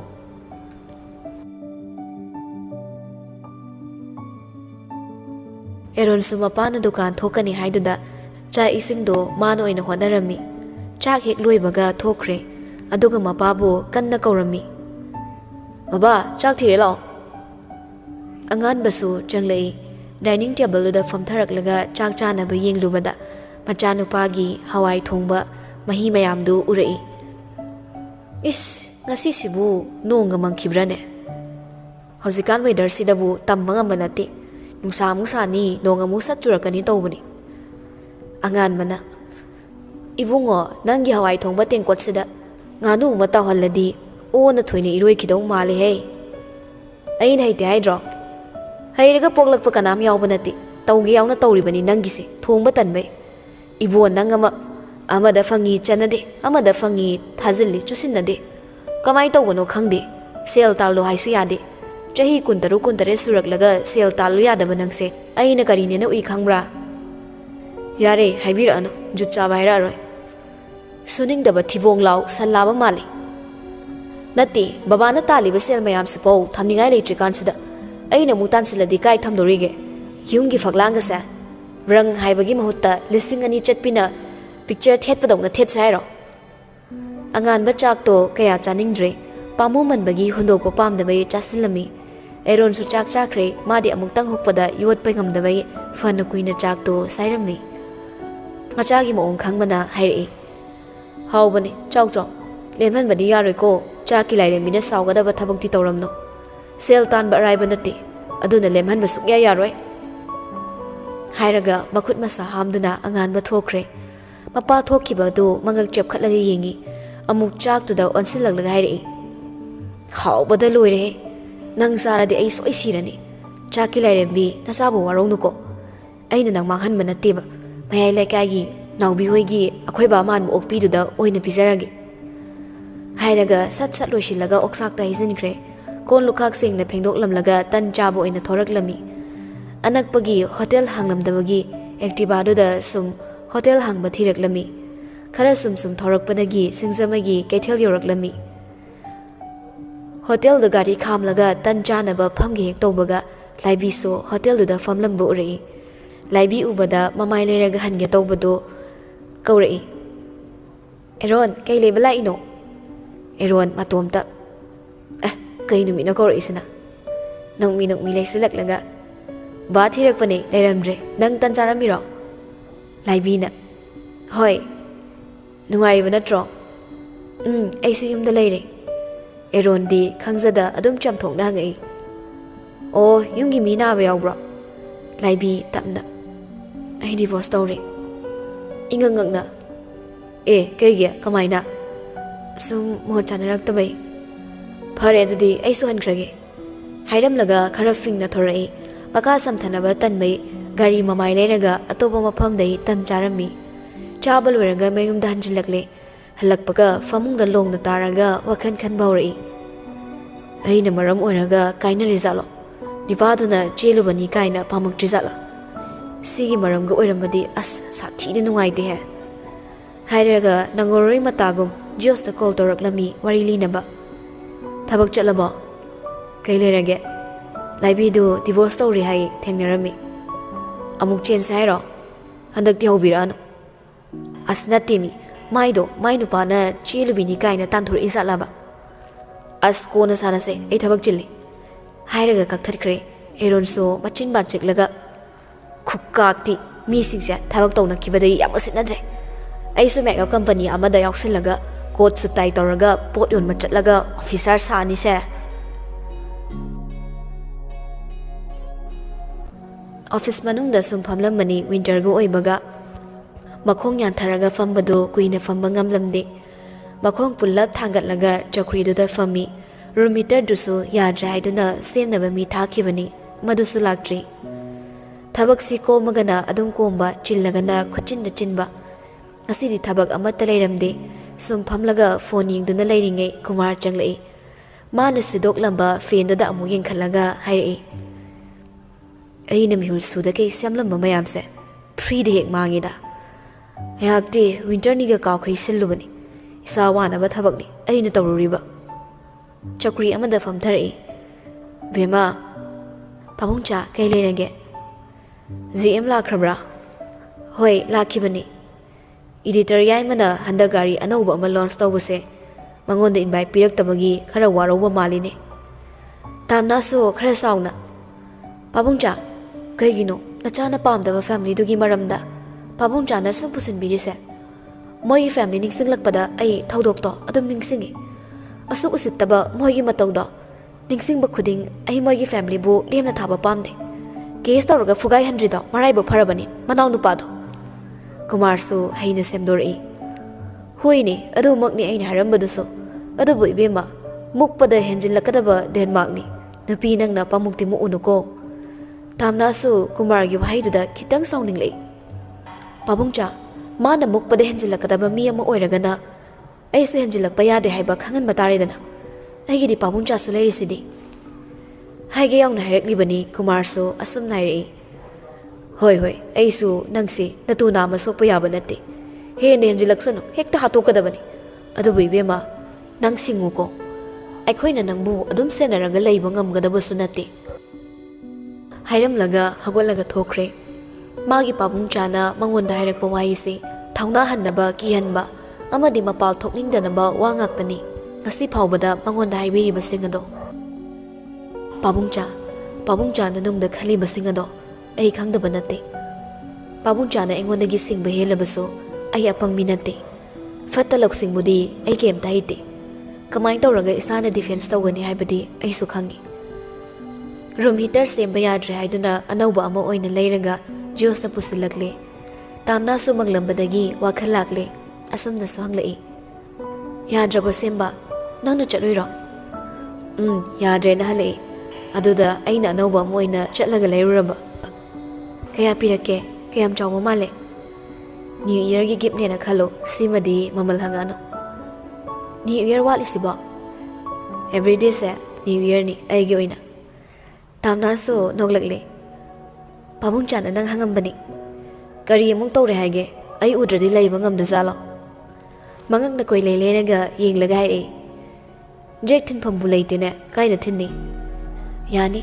ꯃꯈꯥꯒꯤ UPS machine ꯊꯤꯡꯖꯟꯐꯝꯁꯤꯗ ꯑꯃ ꯊꯤꯟꯐꯝ ꯂꯩ ꯁꯤꯗ ꯊꯤꯜꯂꯒꯦ ꯖꯣꯁꯁꯨ ꯕꯣꯛꯁꯇꯨ ꯊꯨꯒꯥꯏꯔꯒ ꯃꯦꯆꯤꯟꯗꯨ ꯂꯧꯊꯣꯛꯂꯒ ꯐꯖꯅ ꯃꯩ ꯆꯪꯕ ꯆꯪꯗꯕ check ꯇꯧꯕꯤꯔꯝꯃꯤ ꯇꯥꯝꯅꯥꯒꯤ ꯈꯨꯐꯝꯗꯨ ꯎꯠꯊꯣꯛꯈ꯭ꯔꯦ ꯃꯨꯟꯅ ꯌꯦꯡꯁꯤꯜꯂꯛꯂꯝꯃꯤ ꯑꯗꯩ ꯑꯃꯨꯛ ꯆꯨꯝꯅ ꯊꯣꯔꯛꯂꯒ ꯇꯥꯝꯅꯥꯒꯤ ꯑꯣꯄꯣꯖꯤꯠꯇ ꯐꯝꯂꯒ ꯅꯨꯄꯤꯅ ꯋꯥꯡ ꯆꯥꯎꯔꯦꯅ ꯈꯜꯂꯁꯨ 5.6, 7 ꯀꯥꯏꯗꯨꯗꯤ ꯁꯨꯛꯌꯧ ꯌꯧꯕ ꯉꯝꯗꯦꯗꯨꯅꯤ ꯐꯅ ꯃꯤꯑꯣꯏ ꯃꯤꯇꯧ ꯆꯨꯝꯕꯣꯏ ꯅꯤꯡꯉꯤ ꯌꯥꯗꯦꯗ ꯆꯤꯌꯔ ꯃꯆꯥꯁꯤꯗ ꯅꯁꯥ ꯑꯗꯨꯝ ꯄꯨꯂꯞ ꯆꯜꯂꯦꯕ ꯍꯥ ꯇꯥꯝꯅꯥꯁꯨ ꯃꯈꯣꯡ ꯊꯥꯡꯗꯔꯛꯂꯒ ꯐꯝꯈ꯭ꯔꯦ ꯏꯪꯉꯦꯅ ꯆꯟꯕꯣꯏ ꯆꯟꯗꯕꯣꯏ ꯅꯝꯗꯅ ꯐꯝꯂꯤꯅꯤ ꯆꯟꯗꯦ ꯀꯥꯏ ꯍꯥꯏꯔꯒ ꯌꯥꯝ ꯋꯥꯡ ꯆꯥꯎꯕꯤ ꯑꯃꯨꯛ ꯁꯥꯗꯣꯏ ꯇꯧꯔꯤ ꯑꯃꯨꯛꯁꯨ ꯏꯇꯞ ꯇꯞꯅ ꯀꯄꯜ ꯑꯣꯏꯔꯝꯃꯗꯤ ꯅꯈꯨꯠꯀꯗꯣ ꯁꯠ ꯂꯥꯎ ꯄꯥꯏꯔꯒ ꯁꯨꯔ ꯅꯣꯏꯕꯤꯕ ꯌꯥꯕꯅꯤ ꯍꯥ ꯍꯥ ꯒꯥꯏꯅ ꯁꯣꯔ ꯑꯁꯥꯕꯁꯤꯅ ꯀꯥꯝꯕꯤꯔꯒ ꯍꯛꯁꯤ ꯐꯪꯗ꯭ꯔꯤꯃꯤꯅ ꯔꯨꯝ ꯍꯤꯇꯔꯒ ꯅꯛꯅꯍꯧꯔꯣ ꯇꯥꯟꯖꯥꯁꯤꯗꯗꯤ ꯔꯨꯝ ꯍꯤꯇꯔꯁꯤꯗ ꯖꯦꯂꯁ ꯇꯨꯝ ꯀꯥꯔꯛꯏꯗ ꯊꯣꯛ ꯍꯦꯛ ꯊꯨꯒꯥꯏꯔꯝꯃꯒ ꯖꯦꯅꯔꯦꯜ ꯃꯦꯅꯦꯖꯔꯗꯒꯤ ꯔꯨꯝ ꯍꯤꯇꯔ ꯑꯣꯏꯅ ꯑꯣꯟꯊꯣꯛꯈꯤꯅꯤꯀꯣ ꯑꯍꯤꯅ ꯁꯥꯎꯔꯛꯇꯅ ꯇꯥꯝꯅꯥꯁꯨ ꯀꯥꯛꯇꯛ ꯑꯗꯨꯝ ꯈꯨꯝꯃꯤ ꯔꯨꯝ ꯍꯤꯇꯔ ꯑꯣꯟꯗ꯭ꯔꯁꯨ ꯌꯥꯔꯦ ꯅꯪꯒꯤ ꯁꯛꯁꯤ ꯎꯕꯗ ꯈꯣꯡꯁꯦ ꯁꯠ ꯂꯥꯎꯅ ꯁꯥꯒꯠꯈ꯭ꯔꯦ ꯉꯔꯥꯡ ꯅꯨꯡꯁꯤꯕ ꯋꯥꯍꯩ ꯃꯌꯥꯝ ꯑꯃ ꯍꯥꯏꯔꯝꯕꯅ ꯑꯩ ꯇꯨꯝꯕ ꯌꯥꯗꯦ ꯑꯣꯐꯤꯁꯇꯗꯤ ꯅꯨꯡꯁꯤ ꯋꯥꯔꯤ ꯁꯥꯕ ꯅꯨꯡꯉꯥꯏꯇꯦ ꯑꯝꯇꯪ ꯀꯣꯏꯕ ꯆꯠꯁꯤ ꯍꯥꯏꯕꯨ ꯗ꯭ꯔꯥꯏꯚꯔ ꯄꯨꯔꯛꯇꯣꯏꯔꯣ ꯆꯠꯁꯦ ꯑꯩꯒꯤ ꯗ꯭ꯔꯥꯏꯚꯔ ꯅꯪꯅ ꯑꯣꯏꯔꯗꯤ ꯑꯗꯨꯝ ꯌꯥꯏꯌꯦ ꯑꯗꯣ ꯇꯣꯏꯅ ꯎꯅꯕꯗꯤ ꯄꯥꯝꯗꯤ ꯅꯪ ꯑꯩꯅ ꯃꯀꯣꯛ ꯃꯔꯨ ꯑꯣꯏꯅ ꯂꯩꯔꯒ ꯅꯨꯡꯁꯤꯅꯩ ꯍꯥꯏꯁꯦ ꯐꯖꯕ ꯅꯠꯇꯦꯕ ꯂꯨꯍꯣꯡꯕꯩ ꯕꯥꯔꯇꯣꯟꯗꯣ ꯑꯩꯅ ꯁꯔꯄ꯭ꯔꯥꯏꯖ ꯄꯤꯕꯅ ꯐꯠꯇ꯭ꯔꯣ ꯃꯍꯥꯛꯅ ꯑꯣꯏꯅ ꯇꯥꯛꯁꯤꯜꯂꯛꯏ ꯍꯧꯖꯤꯛꯀꯥꯟꯁꯦ ꯒ꯭ꯌꯥꯟ ꯇꯥꯕꯤ ꯌꯥꯝ ꯁꯥꯏꯁꯦ ꯀꯩꯒꯤꯅꯣ ꯃꯦꯗꯥꯝꯅ ꯅꯪꯕꯨ ꯒ꯭ꯌꯥꯟ ꯇꯥꯕꯤ ꯄꯥꯝꯃꯤ ꯍꯥꯏꯗꯥꯏ ꯑꯗꯨꯏꯅꯤ ꯑꯣꯍꯣ ꯌꯥꯝ ꯍꯦꯟꯖꯤꯟꯅꯁꯨ ꯇꯥꯁꯤꯜꯂꯛꯀꯅꯨꯀꯣ ꯄꯛꯇꯕꯤ ꯐꯤꯕꯝꯗ ꯂꯥꯛꯑꯗꯤ ꯊꯣꯛ ꯍꯨꯟꯗꯣꯛꯆꯔꯝꯁꯅꯤ ꯑꯩꯗꯤ ꯑꯦꯛꯁꯇ꯭ꯔꯥ ꯑꯣꯚꯔ ꯄꯥꯝꯗꯤ ꯃꯦꯗꯥꯝ ꯑꯗꯨꯅ ꯑꯗꯨꯝ ꯍꯨꯟꯗꯣꯛꯆꯔꯝꯃꯦ ꯈꯪꯖꯔꯣ ꯅꯌꯨꯝ ꯈꯪꯉꯤꯗ ꯁꯠꯂꯛꯑꯒ ꯃꯥꯅ ꯑꯩꯒꯤ ꯏꯖꯠ ꯂꯧꯈ꯭ꯔꯦ ꯍꯥꯏꯖꯤꯜꯂꯒ ꯅꯝꯂꯩ ꯂꯩꯁꯤꯟꯒꯦ ꯅꯨꯄꯥ ꯐꯥꯕ ꯌꯥꯝ ꯂꯥꯏ ꯅꯨꯄꯥ ꯅꯣꯏ ꯈꯛꯅ ꯅꯝꯐꯨ ꯁꯥꯐꯨ ꯅꯨꯄꯤ ꯀꯥꯕꯛ ꯂꯣꯏꯅ ꯂꯧꯅꯤ ꯍꯥꯏꯕ ꯂꯩꯇꯦ ꯑꯗꯨꯝꯕ ꯅꯨꯄꯤ ꯅꯣꯏꯒꯤ ꯌꯥꯝ ꯀꯤꯕ ꯊꯕꯛꯇꯣ ꯇꯧꯔꯛꯀꯅꯨꯀꯣ ꯇꯥꯝꯅꯥꯁꯨ ꯑꯃꯨꯛ ꯏꯇꯟ ꯇꯟ ꯍꯥꯏꯔꯛꯏ ꯊꯕꯛꯁꯨ ꯂꯩꯇꯦ ꯑꯩꯗꯤ ꯌꯨꯝꯗ ꯍꯟꯅꯤꯡꯉꯤ ꯅꯪ ꯊꯕꯛ ꯂꯩꯕ꯭ꯔꯣ ꯑꯩꯗꯤ ꯄꯨꯡ 3 ꯐꯥꯎꯗꯤ ꯂꯩꯈꯤꯒꯦ ꯃꯦꯗꯥꯝ ꯍꯟꯕꯤꯔꯝꯃꯣ ꯍꯣꯏ ꯊꯣꯛꯈꯤꯒꯦꯀꯣ ꯐꯥꯒꯤꯁꯨ ꯉꯥꯛ ꯇꯧꯅꯔꯦ ꯑꯗꯣ ꯅꯈꯣꯡ ꯅꯈꯨꯠ ꯉꯥꯛ ꯁꯥꯒꯠꯂꯒ ꯍꯜꯂꯣ ꯇꯥꯝꯅꯥꯁꯨ ꯅꯣꯛꯂꯛꯂꯦ ꯌꯣꯔꯁ ꯊꯣꯛꯈ꯭ꯔꯦ ꯔꯨꯝ ꯍꯤꯇꯔꯗꯨꯗ ꯃꯈꯣꯡ ꯃꯈꯨꯠ ꯁꯥꯒꯠꯍꯜꯂꯝꯃꯤ ꯉꯥꯏꯍꯥꯛ ꯁꯥꯒꯠꯍꯜꯂꯒ ꯑꯗꯨꯝ ꯍꯟꯈ꯭ꯔꯦ ꯃꯥꯁꯨ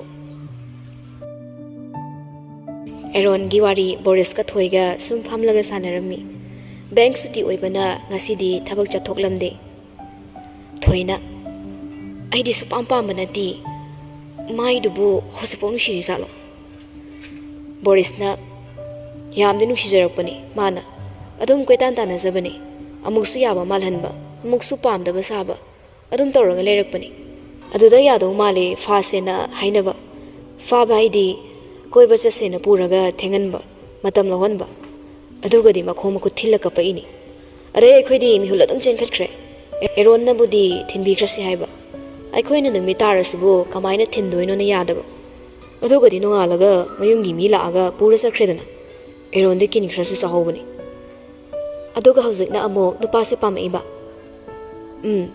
ꯃꯣꯏ ꯃꯃꯥ ꯃꯄꯥꯅ ꯐꯣꯟꯒ ꯇꯧꯔꯛ ꯃꯥꯜꯂꯦ ꯃꯆꯥꯅꯨꯄꯤꯒ ꯑꯝꯇ ꯆꯝꯊꯣꯛꯅꯧ ꯍꯥꯏꯗꯅ ꯃꯁꯥꯕꯨ ꯁꯣꯛꯑꯝꯃꯗꯤ ꯅꯝꯗꯅ ꯂꯩꯁꯤꯟꯒꯤꯕꯨ ꯍꯥꯏꯔꯛꯑꯝꯅꯤ ꯅꯨꯃꯤꯠꯇꯨꯗ ꯊꯣꯡꯖꯤꯜꯗꯒꯤ ꯅꯤꯡꯉꯣꯜꯁꯨ ꯂꯨꯝꯂꯒ ꯇꯥꯔꯤꯕꯅꯤ ꯅꯨꯄꯤ ꯃꯌꯨꯝꯒꯤ ꯃꯤꯅ ꯅꯛꯁꯤꯟꯅꯅꯕ ꯍꯣꯠꯅꯩ ꯍꯥꯏꯗꯨꯗ ꯑꯃꯨꯛꯁꯨ ꯈꯝꯕꯜꯂꯛꯂꯝꯃꯤ ꯑꯃꯨꯛ ꯐꯥꯈꯤꯗ꯭ꯔꯥ ꯍꯥꯏꯗꯨꯅ ꯀꯤꯔꯛꯄꯒꯨꯝꯁꯨ ꯇꯧꯔꯛꯏ ꯊꯨꯅ ꯄ꯭ꯔꯞ ꯀꯥꯔꯣꯝꯗ ꯆꯪꯉꯛꯂꯒ ꯐꯣꯟ ꯇꯧꯁꯤꯜꯂꯛꯏ ꯑꯦꯔꯣꯟꯗꯣ ꯉꯛꯄꯅꯕꯨ ꯂꯣꯏꯈ꯭ꯔꯦ ꯃꯥ ꯎꯕ ꯌꯥꯗꯕ ꯅꯨꯄꯤ ꯑꯃꯅ ꯃꯉꯣꯟꯗ ꯀꯣꯜꯒ ꯇꯧꯁꯤꯜꯂꯛꯄꯗꯨꯗ ꯃꯇꯣꯝꯇꯁꯨ ꯈꯜꯂꯤ ꯀꯔꯤ ꯑꯃꯨꯛ ꯅꯤꯡꯁꯤꯡꯉꯖꯥꯠꯅꯣ ꯑꯩꯕꯨ ꯃꯪ ꯍꯥꯒ ꯏꯅꯨꯡ ꯅꯨꯡꯉꯥꯏꯇꯕꯅꯤ ꯀꯔꯤ ꯕꯗꯅꯥꯝ ꯑꯃꯨꯛ ꯄꯤꯔꯛꯇꯣꯏꯅꯣ ꯁꯤꯅ ꯑꯦꯔꯣꯟꯅ ꯍꯜꯂꯣ ꯍꯤꯡꯆꯥꯕꯤ ꯀꯩ ꯂꯩꯔꯦ ꯅꯤꯡꯉꯣꯜꯅ ꯈꯟꯅꯕ ꯍꯧꯕ ꯌꯥꯕ ꯃꯤ ꯊꯤꯔꯛꯏꯅꯤ ꯈꯟꯅꯅꯤꯡꯕꯩ ꯃꯨꯠꯇꯒ ꯂꯩꯇꯦ ꯍꯧꯕꯤꯔꯛꯑꯅꯨ ꯅꯨꯄꯤ ꯑꯉꯥꯡꯒ ꯌꯥꯝ ꯅꯛꯅꯕꯁꯦ ꯑꯩ ꯍꯧꯖꯤꯛꯀꯥꯟ ꯌꯥꯝ ꯀꯤꯖꯔꯦ ꯑꯗꯣ ꯑꯩꯈꯣꯏꯗ ꯂꯥꯛꯑꯣꯏꯗ꯭ꯔꯣ ꯂꯥꯛꯑꯣꯏ ꯀꯩꯒꯤꯅꯣ ꯈꯟꯅꯕ ꯑꯃꯨꯛ ꯍꯧꯕꯤꯒꯦꯔꯣ ꯃꯤꯃꯥꯡ ꯇꯨꯃꯥꯡ ꯈꯪꯗꯈꯩ ꯔꯦꯄꯤꯁ ꯅꯨꯄꯤ ꯂꯥꯛꯄ ꯀꯦꯁ ꯌꯦꯟꯅꯕꯅ ꯀꯣꯏꯂꯥꯎ ꯂꯥꯎꯔꯒ ꯏꯖꯠ ꯈꯣꯡꯒꯣꯏꯅꯕꯤꯒꯦꯔꯣ ꯅꯕꯨꯛꯇꯣ ꯃꯨꯁꯤꯟ ꯃꯨꯔꯝꯃꯅꯤ ꯑꯩꯁꯤꯕꯨ ꯌꯥꯝ ꯃꯤꯃꯥꯡ ꯇꯨꯃꯥꯡ ꯈꯪꯗꯕꯩ ꯇꯥꯏꯞꯇ ꯁꯤꯡꯖꯨ ꯆꯥꯅꯤꯡꯉꯤ ꯂꯥꯛꯇꯣꯏ ꯑꯣꯏꯔꯗꯤ ꯂꯩꯔꯛꯑꯣ ꯍꯥꯏꯒꯦ ꯇꯧꯕꯅꯤ ꯌꯥꯔꯗꯤ ꯂꯥꯛꯑꯣꯕ ꯗꯥꯔꯣꯟ ꯆꯥꯔꯝꯗꯥꯏꯗꯗꯤ ꯗꯥꯔꯣꯟ ꯅꯤꯡꯁꯤꯡꯉꯛꯄ꯭ꯔꯥ ꯁꯛꯊꯤꯕꯤ ꯅꯔꯩꯒ ꯀꯣꯟꯁꯤꯟꯅꯔꯗꯅ ꯅꯤꯡꯉꯣꯜꯁꯨ ꯅꯣꯛꯃꯤ ꯍꯣꯏ ꯅꯤꯡꯁꯤꯡꯉꯤ ꯑꯗꯣ ꯂꯥꯛꯑꯣꯕꯀꯣ ꯑꯩ ꯉꯥꯏꯔꯝꯒꯦꯕ ꯄꯀꯧꯔꯥꯁꯨ ꯂꯩꯔꯛꯑꯣ ꯁꯨꯛꯂꯛ ꯂꯛꯅꯕꯤꯔꯣꯏꯕ ꯄ꯭ꯔꯣꯃꯤꯁ ꯁꯩꯇꯅ ꯁꯥꯈꯤ ꯅꯪ ꯐꯪꯗꯅ ꯃꯥꯡꯕ ꯑꯣꯏꯖꯒꯦ ꯀꯥꯏꯅ ꯍꯦꯛ ꯍꯥꯏꯖꯤꯟꯕꯨ ꯏꯁ ꯀꯔꯦꯝꯅꯕꯤꯒ ꯇꯧꯔꯗꯅ ꯅꯪꯅ ꯑꯗꯨꯃꯥꯏꯅ ꯍꯥꯏꯔꯒ ꯑꯩꯅ ꯍꯔꯥꯎꯗꯅ ꯍꯦꯛꯇ ꯄ꯭ꯔꯞ ꯂꯩꯔꯒ ꯂꯥꯛꯇꯣꯛꯁꯨ ꯃꯉꯥꯏꯅꯦ ꯂꯥꯛꯄ ꯌꯥꯕ꯭ꯔꯥ ꯌꯦꯡꯒꯦ ꯂꯥꯛꯇ꯭ꯔꯗꯤ ꯈꯪꯗꯦꯀꯣ ꯍꯌꯦꯡ ꯂꯥꯛꯄ ꯀꯥꯟꯗ ꯂꯩꯔꯛꯀꯦ ꯅꯤꯡꯉꯣꯜꯗꯣ ꯍꯔꯥꯎꯏ ꯍꯣꯏ ꯊꯝꯖꯔꯦ ꯑꯗꯨꯗꯤ ꯐꯣꯟ ꯊꯝꯈ꯭ꯔꯒ ꯅꯣꯛꯃꯤꯁꯨ ꯇꯧꯔꯛꯏ ꯃꯥꯅ ꯋꯥ ꯃꯌꯥꯝ ꯍꯥꯏꯕꯗ ꯌꯥꯔꯛꯄꯒꯤ ꯔꯣꯃꯥꯟꯁ ꯏꯅꯕ ꯔꯣꯃꯥꯟꯁꯀꯤ ꯅꯣꯚꯦꯜ ꯈꯤꯇ ꯂꯩꯗꯕ ꯌꯥꯗꯦ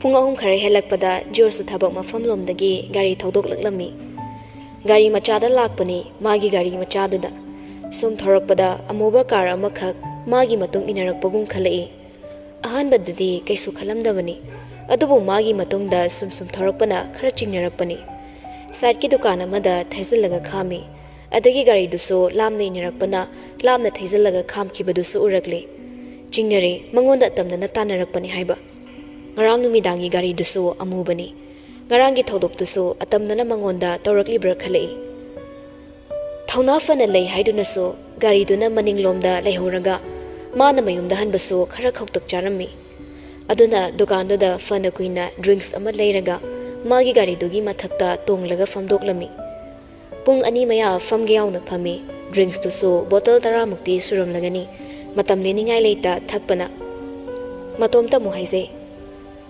ꯑꯁ ꯑꯍꯤꯡꯒ ꯇꯨꯝꯕ ꯌꯥꯗꯧ ꯃꯥꯟꯗꯦ ꯊꯛꯈꯤꯕ ꯃꯍꯤ ꯃꯌꯥꯝꯁꯤꯒ ꯖꯣꯔꯖꯁꯤꯕꯣ ꯅꯪꯅ ꯇꯧꯕ ꯊꯕꯛꯁꯤ ꯅꯥꯇꯩ ꯑꯃꯠꯇ ꯍꯦꯛ ꯆꯥꯗꯦ ꯅꯪꯒꯤ ꯅꯔꯥꯏꯕꯛꯁꯤꯕꯨ ꯀꯩꯅꯣ ꯀꯣꯛꯀ ꯉꯥꯎꯖꯩ ꯑꯩꯅꯕꯨ ꯆꯠꯊꯣꯛꯑꯗꯤ ꯂꯥꯟꯒꯤ ꯂꯥꯟ ꯉꯥꯛꯇ ꯍꯥꯏꯗꯣ ꯇꯧꯏ ꯑꯁꯤꯅ ꯀꯔꯝꯕ ꯃꯈꯜꯒꯤ ꯑꯩꯒꯤ ꯌꯦꯛꯅꯕꯅꯣ ꯑꯩꯁꯤ ꯃꯤꯉꯣꯟꯗ ꯌꯥꯝꯗꯤ ꯀꯥꯏꯖꯗꯕꯅꯤꯁꯦ ꯃꯇꯝ ꯂꯦꯟꯕꯗ ꯇꯟꯗꯕ ꯃꯤꯅꯤ ꯐꯝꯂꯒꯦ ꯃꯇꯥꯒꯨꯝ ꯂꯩꯊꯣꯛꯏ ꯃꯃꯩꯗꯗꯤ ꯒꯥꯔꯤꯗꯣ ꯉꯥꯏꯕ ꯉꯝꯃꯛꯇ꯭ꯔ ꯃꯥꯜꯂꯤ ꯃꯃꯥꯏ ꯂꯩꯔꯒ ꯊꯧꯈꯤꯕ ꯎꯔꯝꯃꯤ ꯖꯤꯑꯣꯁꯨ ꯒꯥꯔꯤꯗꯣ ꯊꯧꯈꯤꯕ ꯔꯣꯝꯗ ꯌꯦꯡꯂꯒ ꯍꯥꯏꯔꯛꯂꯝꯃꯤ ꯇꯟꯈꯤꯗ꯭ꯔꯕ ꯑꯩꯕꯨ ꯉꯥꯏꯅꯦꯅ ꯉꯥꯏꯔꯤ ꯆꯍꯤ ꯆꯨꯞꯄ ꯑꯃ ꯂꯧꯕꯨꯛ ꯃꯌꯥꯏꯗ ꯀꯨꯆꯨ ꯊꯥꯛꯑꯒ ꯐꯝ ꯂꯩꯔꯁꯨ ꯉꯝꯕ ꯑꯩꯕꯨ ꯉꯥꯏꯅꯤꯗꯅ ꯉꯥꯏꯔꯤꯃꯤꯅꯦ ꯄꯨꯈ꯭ꯔꯤ ꯃꯄꯥꯟꯗ ꯐꯝꯂꯤꯉꯩ ꯂꯤꯟꯅ ꯈꯨ ꯀꯥꯝꯃꯛꯄꯗ ꯐꯥꯎ ꯍꯧꯒꯠꯇ꯭ꯔꯕ ꯑꯩꯁꯤꯕꯣ ꯉꯝꯃꯝꯃꯔꯣꯏꯅꯦ ꯑꯗꯨꯕꯨ ꯀꯅꯥ ꯑꯣꯏꯔꯤꯒꯕ ꯀꯤꯟꯒꯤ ꯂꯃꯟ ꯈꯨꯝꯕ ꯂꯥꯛꯏꯔꯥ ꯃꯥꯏ ꯗꯦꯟꯃꯥꯔꯛ ꯍꯥꯏꯕ ꯍꯨꯏ ꯑꯄꯥꯠꯄ ꯃꯥꯟꯕꯗꯨꯅ ꯁꯣꯝꯗꯁꯨ ꯀꯥꯔ ꯑꯃꯨꯕꯗꯨꯗꯒꯤ ꯗ꯭ꯔꯥꯏꯚꯔꯗꯨꯅ ꯅꯝꯕꯔ ꯑꯃꯗ ꯀꯣꯜ ꯇꯧꯔꯒ ꯍꯥꯏꯔꯛꯂꯝꯃꯤ ꯆꯤꯡꯅꯈ꯭ꯔ ꯃꯥꯜꯂꯦ ꯌꯥꯗ꯭ꯔꯦ ꯊꯕꯛ ꯄꯥꯡꯊꯣꯛꯄ ꯄꯨꯔꯥ ꯀꯩꯅꯣꯝꯅꯤ ꯑꯗꯨꯝ ꯐꯝꯃꯒ ꯂꯩꯕ ꯉꯝꯃꯤ ꯅꯨꯡꯖꯝ ꯊꯨꯡꯗ꯭ꯔꯥ ꯈꯪꯗꯦ ꯀꯨꯃꯥꯔꯅ ꯅꯣꯏꯁꯨ ꯄꯪꯃ ꯂꯥꯛꯃꯟꯈ꯭ꯔꯦ ꯅꯊꯤꯕꯣꯡ ꯈꯛ ꯆꯥꯔꯒ ꯂꯩꯕ꯭ꯔꯥ ꯈꯪꯗꯦꯅꯦ ꯇꯣꯛꯑꯣ ꯊꯕꯛ ꯑꯝꯇ ꯇꯧꯔꯨꯔꯅꯨ ꯑꯩ ꯑꯇꯣꯞꯄ ꯃꯤ ꯊꯤꯔꯒꯦ ꯃꯌꯨꯝꯂꯣꯝꯗ ꯊꯧꯖꯤꯜꯂꯛꯂꯦ ꯃꯥꯒꯤ ꯃꯥꯃꯣꯁꯨ ꯂꯩꯔꯝꯃꯤ ꯆꯥ ꯊꯛꯄ ꯂꯣꯏꯕꯒꯤ ꯀꯣꯜ ꯂꯤꯛꯁꯨ ꯇ꯭ꯔꯦ ꯑꯃꯗ ꯄꯨꯂꯞ ꯍꯥꯞꯂꯒ ꯋꯥꯔꯤ ꯇꯧꯅꯔꯝꯕꯅꯤ ꯃꯥꯒꯤ ꯋꯥꯔꯤ ꯑꯣꯏꯕꯒꯨꯝ ꯃꯥ ꯍꯜꯂꯛꯄꯗ ꯍꯜꯂꯛꯑꯦ ꯍꯥꯏꯅꯕꯗꯨꯁꯨ ꯑꯗꯨꯝ ꯇꯥꯔꯝꯃꯤ ꯆꯪꯁꯤꯜꯂꯛꯂꯒ ꯐꯤꯔꯣꯜ ꯍꯣꯡꯗꯕꯤ ꯐꯝꯊꯔꯛꯂꯦ ꯀꯩ ꯋꯥꯔꯤ ꯈꯟꯅꯔꯝꯃꯤꯅꯣ ꯃꯌꯥꯝꯕꯣ ꯀꯤꯁꯣꯔꯅ ꯅꯪꯒꯤ ꯇꯨ ꯋꯤꯂꯔꯒꯤ ꯗꯤꯂꯔ ꯇꯥꯟꯅꯕꯗꯣ ꯃꯥꯏ ꯄꯥꯛꯂꯦ ꯁꯥꯒꯠꯅꯕ ꯃꯐꯝ ꯌꯦꯡꯕ ꯌꯥꯔꯦ ꯃꯥꯃꯣ ꯑꯩ ꯑꯗꯨꯒ ꯄꯥꯝꯗ꯭ꯔꯦꯗ ꯑꯩꯅ ꯍꯧꯖꯤꯛ ꯇꯧꯔꯤꯕ ꯊꯕꯛꯁꯦ ꯁꯤꯗ ꯑꯗꯨꯝ ꯂꯩꯔꯒꯦ ꯍꯥꯏ ꯑꯗꯨꯅ ꯃꯤꯒꯤꯅꯤ ꯁꯤꯅ ꯅꯪꯒꯤ ꯂꯝꯁꯦ ꯑꯩꯒꯤ ꯅꯥꯛꯇ ꯑꯍꯥꯡꯕ ꯃꯐꯝ ꯑꯃ ꯂꯩꯕꯗꯣ ꯇꯧꯔꯁꯤ ꯀꯝꯄꯅꯤꯗ ꯂꯝ ꯃꯐꯝꯁꯤ ꯊꯥꯔꯒ ꯑꯣꯐꯤꯁ ꯀꯃꯥꯏꯅ ꯁꯥꯒꯗꯒꯦ ꯍꯥꯏꯕꯗꯣ ꯃꯣꯏꯗ ꯌꯦꯡꯊꯣꯛꯂꯒ ꯄꯤꯔꯛꯅꯕ ꯇꯧꯔꯅꯤ ꯑꯩꯒꯤ ꯑꯣꯏꯅꯗꯤ ꯃꯥꯃꯣ ꯊꯕꯛꯇꯨ ꯀꯌꯥ ꯄꯥꯝꯗꯦꯗ ꯑꯩꯅ ꯇꯧꯔꯤꯁꯦ ꯑꯗꯨꯝ ꯇꯦꯛ ꯇꯦꯛ ꯇꯧꯔꯒꯦ ꯑꯩꯈꯣꯏ ꯄꯤꯕꯥꯅ ꯍꯌꯦꯡꯋꯥꯏ ꯁꯦꯟꯅꯖꯅꯕ ꯑꯣꯏꯅ ꯁꯤꯜꯂꯁꯦ ꯀꯤꯁꯣꯔꯅ ꯆꯩꯔꯛꯏ ꯍꯥꯏ ꯑꯩꯅ ꯁꯤꯜꯂꯤꯁꯤ ꯅꯪꯒꯤꯅꯤꯅꯦ ꯅꯪꯒꯤ ꯃꯤꯡꯗ ꯇꯥꯟꯅꯔꯒ ꯅꯪꯅ ꯇꯜꯂꯦ ꯍꯥꯏꯗꯅ ꯂꯩꯊꯣꯛꯄ ꯌꯥꯕ ꯅꯠꯇꯦꯅꯦ ꯗꯤꯂꯔ ꯑꯃ ꯇꯥꯟꯅꯕ ꯍꯥꯏꯕꯁꯤ ꯐꯥꯒꯤ ꯅꯠꯇꯦꯀꯣ ꯑꯔꯦꯝꯕꯗ ꯃꯤꯅ ꯊꯥꯖꯔꯣꯏꯗꯕ ꯊꯕꯛ ꯇꯧꯔꯛꯀꯅꯨ ꯍꯌꯦꯡ ꯇꯨꯡꯗ ꯃꯤꯒꯤꯗꯨꯗ ꯌꯥꯎꯔꯒ ꯅꯪ ꯑꯗꯨꯗꯒꯤ ꯊꯣꯔꯛꯂꯒ ꯀꯗꯥꯏꯗꯅꯣ ꯅꯪꯅ ꯂꯩꯔꯒ ꯀꯃꯥꯏꯅꯅꯣ ꯅꯪꯒꯤ ꯐꯤꯆꯔ ꯁꯦꯝꯗꯣꯏꯕ ꯄꯤꯕꯥꯁꯨ ꯑꯉꯥꯡ ꯑꯣꯏꯔꯤ ꯑꯗꯨꯒ ꯃꯥꯒꯤꯁꯨ ꯃꯇꯝ ꯆꯥꯔꯀꯥꯟꯗ ꯆꯥꯅꯕ ꯊꯤꯒꯅꯤ ꯀꯤꯁꯣꯔꯗꯨ ꯁꯥꯎꯗꯅꯕ ꯖꯣꯁꯅ ꯍꯥꯏꯔꯛꯏ ꯍꯣꯏ ꯃꯥꯃꯣ ꯌꯥꯏꯌꯦ ꯑꯩꯁꯨ ꯁꯨꯝ ꯍꯥꯏꯕꯩ ꯋꯥꯅꯤꯗ ꯃꯥꯃꯣꯅ ꯁꯤꯟꯕꯗ ꯑꯗꯨꯝ ꯌꯥꯏ ꯑꯗꯣ ꯑꯩ ꯐꯤ ꯑꯝꯇ ꯍꯣꯡꯈꯤꯒꯦ ꯅꯨꯄꯥꯁꯦ ꯆꯪꯈꯤꯕꯒ ꯀꯤꯁꯣꯔꯅ ꯃꯆꯦꯗ ꯋꯥ ꯁꯤꯟꯅꯔꯛꯂꯦ ꯑꯁꯤ ꯈꯔ ꯆꯞꯄꯒ ꯊꯤꯃꯨꯀꯣ ꯏꯆꯦ ꯑꯩꯅ ꯍꯥꯏꯔꯤꯁꯤꯅꯤ ꯑꯩꯅ ꯍꯥꯏꯕ ꯇꯥꯕꯁꯤꯅ ꯇꯨꯡꯗ ꯌꯥꯝ ꯐꯔꯛꯀꯅꯤ ꯏꯆꯦꯒꯤꯗꯤ ꯃꯥ ꯅꯠꯇꯅ ꯀꯅꯥꯕꯨ ꯂꯩꯔꯤꯒꯦ ꯑꯗꯨꯅ ꯑꯁꯤꯅ ꯉꯥꯡꯅꯕ ꯌꯥꯔꯛꯇ꯭ꯔꯗꯤ ꯌꯥꯝ ꯋꯥꯅꯤ ꯏꯆꯦ ꯑꯁꯔꯥꯅ ꯍꯣꯏ ꯌꯥꯅꯤꯗ ꯁꯨꯝ ꯄꯒꯥꯏ ꯍꯥꯏꯖꯔꯤꯅꯤ ꯃꯥꯅ ꯊꯕꯛ ꯃꯐꯝ ꯅꯨꯡꯁꯤꯕꯒꯤ ꯀꯤꯁꯣꯔꯅ ꯊꯕꯛ ꯃꯐꯝ ꯅꯨꯡꯁꯤꯕꯗꯨꯗꯅꯤ ꯑꯩꯅ ꯊꯨꯅ ꯊꯕꯛ ꯇꯣꯛꯍꯟꯅꯤꯡꯉꯤꯕ ꯑꯁꯔꯥꯗꯤ ꯈꯪꯖꯗꯕꯅ ꯑꯁꯨꯝꯅ ꯍꯥꯏꯔꯛꯏ ꯊꯕꯛ ꯃꯐꯝ ꯅꯨꯡꯁꯤꯕꯅꯒ ꯌꯥꯕ ꯅꯠꯇꯦꯗ ꯅꯪꯒꯤꯗꯨꯗ ꯊꯨꯅ ꯂꯣꯏꯁꯤꯜꯂꯨ ꯑꯩ ꯅꯝꯗꯅ ꯇꯣꯛꯍꯜꯂꯛꯀꯦ ꯍꯣꯏ ꯏꯆꯦ ꯑꯩꯁꯨ ꯊꯨꯅ ꯂꯣꯏꯁꯤꯟꯅꯕ ꯍꯣꯠꯅꯔꯛꯀꯦ ꯆꯦ ꯆꯥꯡ ꯃꯌꯥꯝ ꯇꯥꯟꯊꯣꯛ ꯇꯥꯁꯤꯟ ꯇꯧꯅꯕꯗ ꯍꯦꯛꯇ ꯃꯇꯝ ꯆꯪꯊꯣꯛꯈꯤꯕ ꯃꯃꯥꯡꯗꯁꯨ ꯗꯣꯀꯨꯃꯦꯟ ꯁꯕꯃꯤꯠ ꯇꯧꯕꯗ ꯔꯤꯖꯦꯛ ꯂꯥꯛꯄꯗꯒꯤ ꯅꯧꯅ ꯑꯃꯨꯛꯀ ꯊꯥꯒꯠꯄꯅꯤ ꯑꯩꯅ ꯐꯔꯦ ꯏꯆꯦ ꯑꯩꯁꯨ ꯌꯧꯈ꯭ꯔꯒꯦ ꯀꯤꯁꯣꯔꯁꯨ ꯍꯧꯒꯠꯂꯒ ꯊꯣꯛꯈ꯭ꯔꯦ ꯑꯥꯆꯔꯥꯅ ꯆꯥ ꯊꯛꯑꯝꯕꯩ ꯀꯞꯁꯤꯡꯗꯨ ꯂꯣꯏꯁꯤꯜꯂꯝꯃꯤ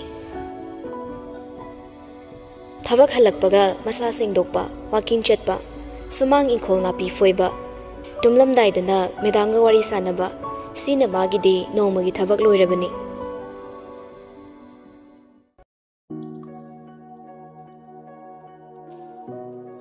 ꯑꯁꯨꯝꯅ ꯃꯇꯝ ꯈꯔꯗꯤ ꯍꯧꯖꯤꯟꯈ꯭ꯔꯦ ꯅꯣꯡꯃ ꯅꯣꯡꯃꯒꯤ ꯇꯥꯝꯅꯥꯒ ꯃꯈꯣꯏ ꯑꯅꯤꯒꯤ ꯃꯔꯤꯁꯨ ꯍꯦꯟꯒꯠꯂꯛꯏ ꯆꯠꯁꯤꯟꯕ ꯔꯤꯀꯤꯗꯤ ꯅꯣꯡꯃꯇ ꯅꯤꯡꯁꯤꯡꯂꯨꯗ꯭ꯔꯦ ꯃꯄꯥꯎ ꯐꯥꯎꯕ ꯃꯆꯦꯠ ꯑꯃꯠꯇ ꯇꯥꯈꯤꯗ꯭ꯔꯦ ꯊꯕꯛ ꯍꯜꯂꯛꯄꯗ ꯃꯄꯥ ꯖꯣꯏꯁꯨ ꯃꯀꯣꯛ ꯄꯥꯏꯔꯒ ꯐꯝꯂꯝꯕꯗꯨꯗ ꯈꯔ ꯐꯤꯡꯅ ꯆꯦꯟꯁꯤꯜꯂꯛꯂꯒ ꯃꯄꯥꯒꯤ ꯂꯦꯡꯖꯨꯝ ꯄꯥꯏꯔꯒ ꯍꯪꯂꯛꯏ ꯄꯥꯕꯨꯡ ꯀꯩꯗꯧꯕ ꯌꯥꯎꯔꯒꯦ ꯃꯅꯦꯗꯣ ꯑꯃꯨꯛ ꯑꯣꯟꯁꯤꯜꯂꯒ ꯈꯔꯁꯨ ꯄꯥꯈꯠꯅ ꯅꯦ ꯀꯩꯗꯧꯕ ꯌꯥꯎꯔꯒꯦ ꯏꯂꯣꯅ ꯀꯨꯏꯗ꯭ꯔꯤ ꯍꯧꯖꯤꯛ ꯋꯥꯏ ꯅꯍꯥ ꯑꯅꯤ ꯂꯥꯛꯑꯝꯕ ꯀꯅꯥꯝꯁꯨ ꯂꯩꯇꯕ ꯇꯟꯖꯥꯅꯤ ꯂꯨꯄꯥ ꯂꯥꯛ 50 ꯄꯤꯌꯨ ꯍꯥꯏꯗꯨꯅ ꯅꯨꯃꯤꯠ ꯊꯥꯔꯝꯃꯤ ꯄꯤꯗ꯭ꯔꯕꯗꯤ ꯑꯈꯥ ꯑꯔꯥꯎ ꯅꯪꯒꯅꯤ ꯁꯤꯅꯤ ꯇꯥꯝꯅꯥꯅ ꯀꯩꯅꯣꯅꯦ ꯃꯇꯦꯡ ꯇꯧꯅꯁꯤꯅ ꯂꯨꯄꯥ ꯂꯥꯛ 50 ꯄꯤꯕ ꯒꯥꯔꯤ ꯑꯅꯤꯁꯨ ꯄꯤꯈ꯭ꯔꯤꯅꯤ ꯑꯗꯨꯒ ꯂꯨꯄꯥ ꯂꯥꯛ 50ꯗꯨꯅ ꯀꯩꯒꯤ ꯑꯃꯨꯛ ꯍꯪꯉꯛꯏꯕ ꯑꯣꯐꯤꯁꯇꯁꯨ ꯂꯥꯛꯄ ꯅꯠꯇꯅ ꯊꯥ ꯑꯃꯗ ꯂꯨꯄꯥ ꯂꯥꯛ 50 ꯑꯃꯗꯤ ꯒꯥꯔꯤ ꯄꯤꯊꯣꯛꯈ꯭ꯔꯗꯤ ꯑꯩꯈꯣꯏꯗꯤ ꯀꯃꯥꯏꯅ ꯇꯧꯕ ꯊꯥ ꯑꯃ ꯍꯦꯛ ꯗ꯭ꯌꯨ ꯆꯠꯈꯤꯕꯗ ꯑꯣꯐꯤꯁꯁꯦ ꯗ꯭ꯌꯨ ꯑꯗꯨꯝ ꯆꯠꯈ꯭ꯔꯅꯤ ꯄꯥꯕꯨꯡ ꯃꯣꯏ ꯀꯣꯟꯇꯦꯛ ꯅꯝꯕꯔ ꯄꯤꯔꯝꯕ꯭ꯔꯣ ꯁꯨꯝꯕ ꯅꯝꯐꯨ ꯁꯥꯐꯨ ꯃꯌꯥꯝꯁꯦ ꯄꯥꯕꯨꯡ ꯆꯥꯅ ꯊꯕꯛ ꯃꯌꯥꯝ ꯆꯦꯜꯂꯤꯉꯩꯗꯗꯤ ꯊꯣꯛꯇꯦ ꯑꯗꯨꯒ ꯑꯩꯅ ꯍꯦꯛ ꯐꯖꯅ ꯊꯕꯛ ꯌꯦꯡꯁꯤꯜꯂꯛꯄꯗꯒꯤ ꯍꯦꯟꯀꯠꯂꯛꯏꯁꯦ ꯃꯔꯝ ꯑꯃꯗꯤ ꯂꯩꯐꯝ ꯊꯣꯛꯏ ꯖꯣꯏꯅ ꯈꯪꯗꯦ ꯏꯄꯥꯒꯤ ꯏꯕꯦꯝꯃ ꯋꯥꯉꯥꯡ ꯁꯉꯥꯡꯗꯨꯁꯨ ꯑꯣꯟꯊꯣꯛꯅ ꯐꯖꯔꯝꯈꯤꯗ꯭ꯔꯦ ꯐꯣꯟ ꯅꯝꯕꯔ ꯄꯤꯔꯝꯕ꯭ꯔꯣ ꯄꯤꯔꯝꯗꯦ ꯅꯨꯃꯤꯠ ꯈꯛꯇꯅꯤ ꯊꯥꯔꯝꯕ ꯇꯥꯝꯅꯥꯁꯨ ꯐꯤꯟꯒꯠꯂꯛꯏ ꯃꯣꯏꯅ ꯊꯥꯕ ꯅꯨꯃꯤꯠꯇꯣ ꯉꯥꯏꯊꯣꯛ ꯉꯥꯏꯁꯤꯟ ꯇꯧꯅꯁꯤ ꯃꯇꯝ ꯈꯔ ꯄꯤꯌꯨ ꯈꯣꯠꯂꯣꯅ ꯍꯥꯏꯅꯅꯕ ꯅꯝꯕꯔꯁꯨ ꯄꯤꯔꯝꯗꯕ ꯑꯦꯛꯖꯦꯛ ꯅꯨꯃꯤꯠꯇꯨꯗ ꯄꯤꯍꯧꯗ꯭ꯔꯒꯅ ꯑꯩꯈꯣꯏꯕꯨ ꯐꯠꯇꯕ ꯑꯣꯏꯍꯟꯒꯦ ꯍꯥꯏꯕ ꯃꯣꯏꯒꯤꯗꯨꯗꯤ ꯑꯩꯈꯣꯏꯁꯦ ꯕꯤꯖꯤꯅꯦꯁ ꯇꯧꯔꯅꯨ ꯀꯨꯠꯂꯨ ꯍꯥꯏꯕꯅꯤ ꯑꯁꯦꯡꯕ ꯑꯣꯏꯔꯝꯃꯣꯏ ꯌꯥꯝ ꯆꯤꯡꯅꯩ ꯃꯣꯏꯒꯤꯁꯤꯗꯤ ꯑꯩꯅ ꯆꯤꯡꯅꯕ ꯈꯨꯗꯤꯡꯃꯛꯁꯨ ꯍꯦꯛꯇ ꯆꯨꯝꯕꯅꯦ ꯄꯥꯕꯨꯡ ꯍꯟꯗꯛ ꯌꯥꯝꯅ ꯍꯣꯡꯉꯛꯏꯕ ꯑꯍꯣꯡꯕ ꯃꯌꯥꯝꯁꯦ ꯑꯩ ꯂꯥꯏꯅ ꯂꯧꯕ ꯉꯝꯗꯦ ꯖꯣꯏꯅ ꯄꯥꯈꯠꯆꯕꯒꯤ ꯃꯆꯥꯗ ꯑꯁꯨꯝꯅ ꯊꯦꯝꯂꯛꯏ ꯏꯕꯦꯝꯃ ꯇꯣꯛꯑꯣ ꯅꯪ ꯊꯕꯛꯁꯦ ꯇꯣꯛꯈꯤꯒ ꯇꯣꯛꯑꯣꯗ ꯅꯪ ꯄꯥꯕꯨꯡ ꯆꯥꯗ ꯁꯤꯟꯅꯈ꯭ꯔꯣ ꯁꯤꯅ ꯐꯒꯗꯧꯕ ꯃꯥꯜꯂꯦ ꯇꯥꯝꯅꯥꯅ ꯃꯔꯤꯡꯖꯦꯜ ꯄꯥꯟꯗꯕ ꯃꯄꯥꯗ ꯊꯧꯅꯥ ꯂꯩꯇꯦ ꯍꯥꯏꯗꯨꯅ ꯆꯩꯔꯛꯏ ꯄꯥꯕꯨꯡ ꯊꯧꯅꯥ ꯌꯥꯝꯅ ꯌꯥꯎꯃꯟꯗꯦ ꯄꯤꯔꯣꯏꯌꯦ ꯁꯦꯜꯁꯨ ꯀꯅꯥꯅ ꯁꯤꯟꯕ ꯀꯔꯤ ꯄꯥꯝꯕꯒꯤ ꯁꯤꯟꯕ ꯄ꯭ꯂꯥꯟꯅꯣ ꯍꯥꯏꯕ ꯑꯩ ꯆꯞ ꯆꯥꯅ ꯈꯪꯉꯤ ꯁꯨꯝ ꯍꯦꯟꯖꯤꯜꯂꯛꯑꯗꯤ ꯑꯩ ꯏꯁꯥ ꯆꯠꯂꯒ ꯉꯥꯡꯅꯔꯨꯅꯤ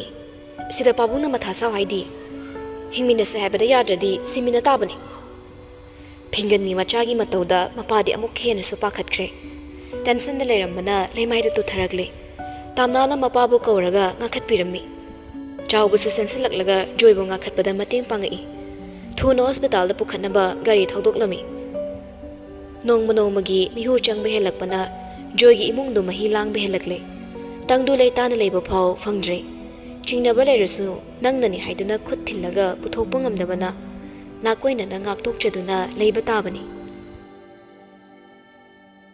ꯗꯤꯂꯔ ꯐꯪꯕꯒꯤ ꯄꯥꯎꯁꯤ ꯃꯦꯗꯥꯝꯗ ꯇꯝꯗ꯭ꯔꯤ ꯉꯁꯤꯗꯤ ꯇꯝꯂꯒꯦ ꯍꯥꯏꯅ ꯀꯣꯜ ꯇꯧꯁꯤꯜꯂꯤ ꯄꯥꯏꯔꯛꯇ꯭ꯔꯕꯗꯨꯗ ꯍꯟꯖꯤꯟꯅ ꯇꯧꯔꯨꯗ꯭ꯔꯦ ꯀꯧꯅ ꯇꯧꯖꯔꯛꯂꯁꯅꯨ ꯈꯟꯗꯣꯛꯂꯝꯃꯤ ꯋꯥꯀꯤꯡ ꯆꯠꯇ꯭ꯔꯦ ꯃꯃꯥꯅ ꯏꯪꯈꯣꯜꯁꯤꯡꯁꯦ ꯍꯥꯏꯔꯛꯄꯗꯒꯤ ꯃꯅꯤꯡꯂꯣꯝꯗ ꯌꯣꯝꯄꯥꯛ ꯑꯃ ꯄꯥꯏꯔꯒ ꯏꯪꯈꯣꯜ ꯇꯧꯕ ꯍꯧꯔꯝꯃꯤ ꯄꯤꯕꯥꯒ ꯑꯥꯆꯔꯥꯒꯅ ꯅꯥꯄꯤ ꯈꯨꯟꯇꯣꯛꯂꯤ ꯄꯤꯕꯥꯅ ꯑꯩꯈꯣꯏ ꯕꯥꯏꯁꯦ ꯆꯍꯤ ꯀꯌꯥ ꯁꯨꯔꯦꯅꯦꯅꯦ ꯑꯥꯆꯔꯥꯅ 19 ꯍꯥꯏꯔꯛꯑꯝꯕꯅꯤ ꯆꯞ ꯆꯥꯕꯒ ꯀꯥꯎꯔꯦꯗ ꯅꯦꯅꯦꯗꯤ ꯄꯤꯕꯥꯅ ꯃꯆꯥ ꯄꯣꯛꯑꯒ ꯃꯆꯥꯏ ꯆꯍꯤ ꯀꯌꯥ ꯁꯨꯔꯦ ꯍꯪꯕꯕꯨ ꯀꯥꯎꯔꯤ ꯀꯩ ꯃꯃꯥꯅꯣ ꯈꯪꯗꯦ ꯖꯣꯁꯇ ꯃꯣꯟꯁꯤꯜꯂꯛꯂꯒ ꯍꯥꯏꯔꯛꯏ ꯏꯚꯥꯏ ꯃꯤ ꯃꯆꯥꯗꯤ ꯗꯤꯔꯦꯛꯇꯔꯒ ꯑꯣꯏꯈꯤꯗꯧꯔꯦꯀꯣ ꯌꯥꯗꯦꯀꯣ ꯆꯥꯛꯏꯀꯣ ꯖꯣꯁꯅ ꯏꯪꯈꯣꯜꯒꯤ ꯃꯍꯨꯠꯇ ꯅꯃꯥꯏꯔꯣꯝꯗ ꯂꯥꯝꯃꯒ ꯇꯧꯈꯥꯏꯔꯛꯑꯗꯤ ꯅꯃꯥꯏ ꯐꯣꯠꯅꯅꯤ ꯑꯉꯥꯡꯅ ꯄꯤꯕꯥꯅ ꯑꯁ ꯑꯁꯤꯕꯨ ꯄꯣꯖꯤꯁꯟ ꯍꯣꯜꯗꯔꯒꯤ ꯋꯥꯉꯥꯡꯅꯤ ꯌꯥꯝ ꯄꯛꯇꯤꯌꯦ ꯑꯥꯆꯔꯥꯅ ꯁꯣꯏꯗꯅ ꯄꯣꯖꯤꯁꯟ ꯇꯥꯊꯣꯔꯛꯄ ꯑꯣꯏꯔꯝꯅꯤ ꯖꯤꯌꯣꯁꯅ ꯃꯤꯆꯪꯁꯦ ꯑꯩꯒꯤꯗꯃꯛ ꯀꯅꯥꯝꯇ ꯍꯦꯛ ꯂꯩꯇꯕ ꯁꯤꯗꯅꯤ ꯑꯩꯅ ꯅꯨꯄꯤ ꯈꯪꯇꯤ ꯊꯤꯅꯤꯡꯉꯛꯏꯁꯦ ꯑꯥꯆꯔꯥꯅ ꯍꯣ ꯊꯤꯔꯣ ꯌꯨꯝ ꯃꯤꯔꯣꯜ ꯂꯩꯇꯕꯅꯤꯅ ꯑꯩꯗꯤ ꯃꯧ ꯌꯥꯝ ꯄꯥꯝꯂꯕꯅꯤ ꯅꯪꯅ ꯄꯨꯁꯤꯜꯂꯛꯇꯕ ꯈꯛꯅꯤ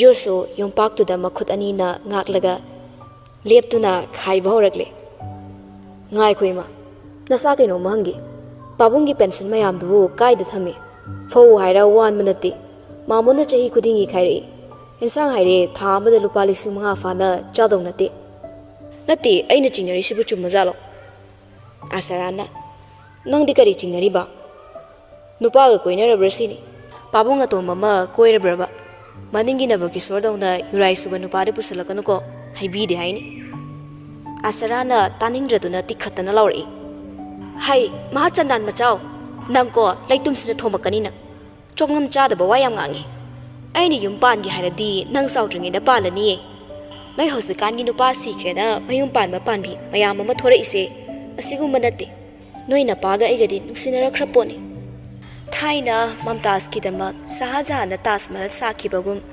ꯅꯄꯥꯒꯤꯁꯨ ꯑꯩꯅ ꯁꯥꯒꯦ ꯈꯜꯂꯤꯕꯅꯤ ꯑꯗꯨꯒꯤ ꯁꯦꯜ ꯇꯨꯡꯁꯤꯜꯂꯤꯌꯦ ꯄꯤꯕꯥꯅ ꯁꯨꯝ ꯏꯃꯥꯖꯤꯟ ꯇꯧꯁꯤꯅꯦ ꯋꯥꯔꯤꯗ ꯂꯥꯛꯁꯤꯀꯣ ꯀꯩꯒꯨꯝꯕ ꯅꯦꯅꯦꯒ ꯃꯥꯃꯨꯒꯁꯦ ꯍꯤꯔꯣ ꯍꯤꯔꯣꯏꯟꯅꯤ ꯈꯜꯂꯁꯦ ꯃꯥꯃꯣꯁꯦ ꯉꯟꯇꯥꯅ ꯁꯤꯈꯤꯗꯅꯀꯣ ꯑꯗꯨꯗ ꯋꯥꯔꯤ ꯄꯥꯕ ꯇꯥꯕ ꯃꯌꯥꯝꯁꯤꯅ ꯍꯤꯔꯣ ꯁꯤꯈꯤꯕꯩ ꯅꯨꯡꯉꯥꯏꯔꯣꯏꯗꯕ ꯃꯌꯥꯝꯗꯣ ꯃꯤꯠꯇꯒ ꯆꯣꯡꯊꯣꯔꯛꯏꯉꯣ ꯖꯣꯔꯖꯅ ꯑꯣ ꯐꯣꯟ ꯑꯃꯒ ꯂꯥꯏꯔꯤꯛ ꯄꯥꯔꯤꯅꯦꯅ ꯆꯪꯈ꯭ꯔꯤꯗꯨꯗꯤ ꯅꯪꯗꯤ ꯋꯥꯔꯤ ꯄꯥꯔꯤꯕꯣꯏꯔꯦ ꯄꯤꯕꯥꯅ ꯃꯅꯤꯄꯨꯔꯤ ꯁ꯭ꯇꯣꯔꯤ ꯀꯂꯦꯛꯁꯟ ꯍꯥꯏꯗꯅ ꯄꯦꯖ ꯑꯃ ꯂꯩꯕꯅꯤ ꯑꯗꯨꯗ ꯆꯪꯉ ꯄꯥꯎ ꯒꯨꯒꯜꯗ ꯋꯥꯔꯤꯁꯨ ꯃꯃꯤꯡ ꯑꯃ ꯍꯦꯛꯇꯗ ꯁꯔꯆ ꯇꯧꯔꯁꯨ ꯐꯪꯕꯅꯤ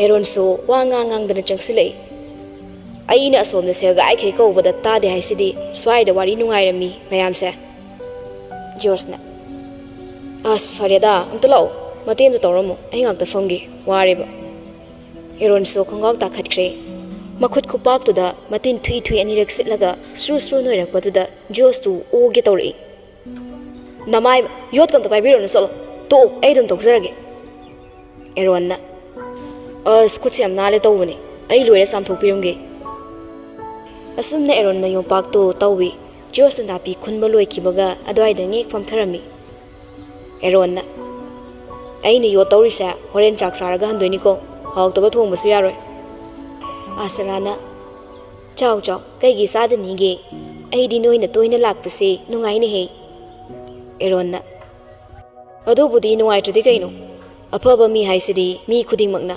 ꯃꯥꯒꯤ ꯃꯆꯥ ꯃꯁꯨꯁꯤꯡꯒ ꯂꯣꯏꯅꯍꯟꯅꯤꯡꯕꯅꯤ ꯖꯣꯁꯅ ꯌꯥꯔꯦ ꯏꯕꯨꯡꯉꯣ ꯅꯪꯅ ꯁꯥꯗꯅ ꯑꯩꯈꯣꯏꯗ ꯇꯣꯏꯅ ꯂꯥꯛꯄꯗ ꯅꯣꯏ ꯅꯄꯥꯅ ꯂꯩꯀꯥꯏ ꯀꯣꯏ ꯍꯥꯏꯗꯅ ꯉꯥꯡꯕꯤꯔꯛꯇ꯭ꯔꯤꯗꯣ ꯑꯩꯒꯤ ꯄꯨꯜꯂꯦ ꯑꯩꯒꯤ ꯅꯥꯛꯇ ꯂꯩ ꯈꯪꯕꯩꯅꯤ ꯑꯇꯩ ꯃꯤ ꯑꯣꯏꯔꯗꯤ ꯆꯠꯊꯣꯛꯄ ꯌꯥꯔꯣꯏꯅ ꯀꯥ ꯃꯅꯨꯡꯗ ꯁꯣ ꯂꯣꯟꯁꯤꯜꯂ ꯊꯝꯒ꯭ꯔꯗꯧꯅꯤ ꯑꯦꯔꯣꯟꯅ ꯍꯥꯏꯌꯣ ꯑꯝꯇꯕꯨ ꯅꯣꯛꯀꯤꯍꯦ ꯅꯪꯅ ꯄꯣꯜꯁꯦꯜ ꯍꯣꯜꯗꯔ ꯑꯣꯏꯔꯁꯨ ꯁ꯭ꯀꯨꯜꯗ ꯃꯔꯝ ꯃꯣꯛꯄꯗꯤ ꯑꯩꯅ ꯍꯦꯜꯂꯛꯈꯤꯕꯅꯤ ꯖꯣꯁꯅ ꯅꯃꯥꯏꯗꯨꯗ ꯊꯤꯅ ꯅꯣꯛꯁꯤꯜꯂꯛꯀꯅꯤ ꯃꯍꯩꯔꯣꯏ ꯅꯨꯄꯤ ꯃꯌꯥꯝꯒꯤ ꯀ꯭ꯔꯁ ꯑꯣꯏꯔꯤꯕ ꯑꯩꯅꯤ ꯉꯥꯎꯁꯤꯟꯅꯕ ꯃꯤ ꯑꯃꯠꯇꯗ ꯀꯅꯥꯝꯇꯅ ꯉꯥꯎꯔꯨꯗꯕꯅꯤ ꯔꯦꯡ 1 ꯑꯩꯗꯅꯤꯀꯣ ꯀꯦꯟꯈꯤꯕ ꯃꯌꯥꯝꯗꯣ ꯁꯨꯝ ꯇꯥꯔꯝꯕꯗꯒꯤ ꯇꯥꯅꯤꯡꯉꯛꯇ꯭ꯔ ꯃꯥꯜꯂꯦ ꯄꯤꯕꯥꯅ ꯍꯥꯏꯔꯛꯏ ꯑꯩ ꯍꯧꯒꯠꯂꯒ ꯏꯃꯨꯡ ꯃꯥꯡꯒꯜ ꯋꯥꯏ ꯁꯤꯠꯂꯝꯃꯒꯦ ꯁ꯭ꯋꯥꯏꯗ ꯁꯨꯝ ꯂꯩꯔꯗꯤ ꯑꯩ ꯅꯥꯀꯣꯡ ꯄꯪ ꯇꯧ ꯃꯥꯜꯂꯦ ꯑꯁꯤ ꯍꯥꯏꯔꯝꯃꯒ ꯍꯧꯒꯠꯂꯒ ꯆꯠꯈꯤꯕ ꯄꯤꯕꯥꯔꯣꯝꯗ ꯌꯦꯡꯗꯨꯅ ꯆꯩꯍꯧꯔꯤ ꯑꯦꯔꯣꯟꯅ ꯍꯩꯠ ꯑꯉꯥꯡꯅꯤ ꯀꯥꯏꯅ ꯍꯨꯝꯗꯠꯇꯅ ꯃꯤꯒ ꯀꯔꯦꯝꯅꯔꯝꯃꯤꯅꯦ ꯑꯥꯁꯔꯥꯅ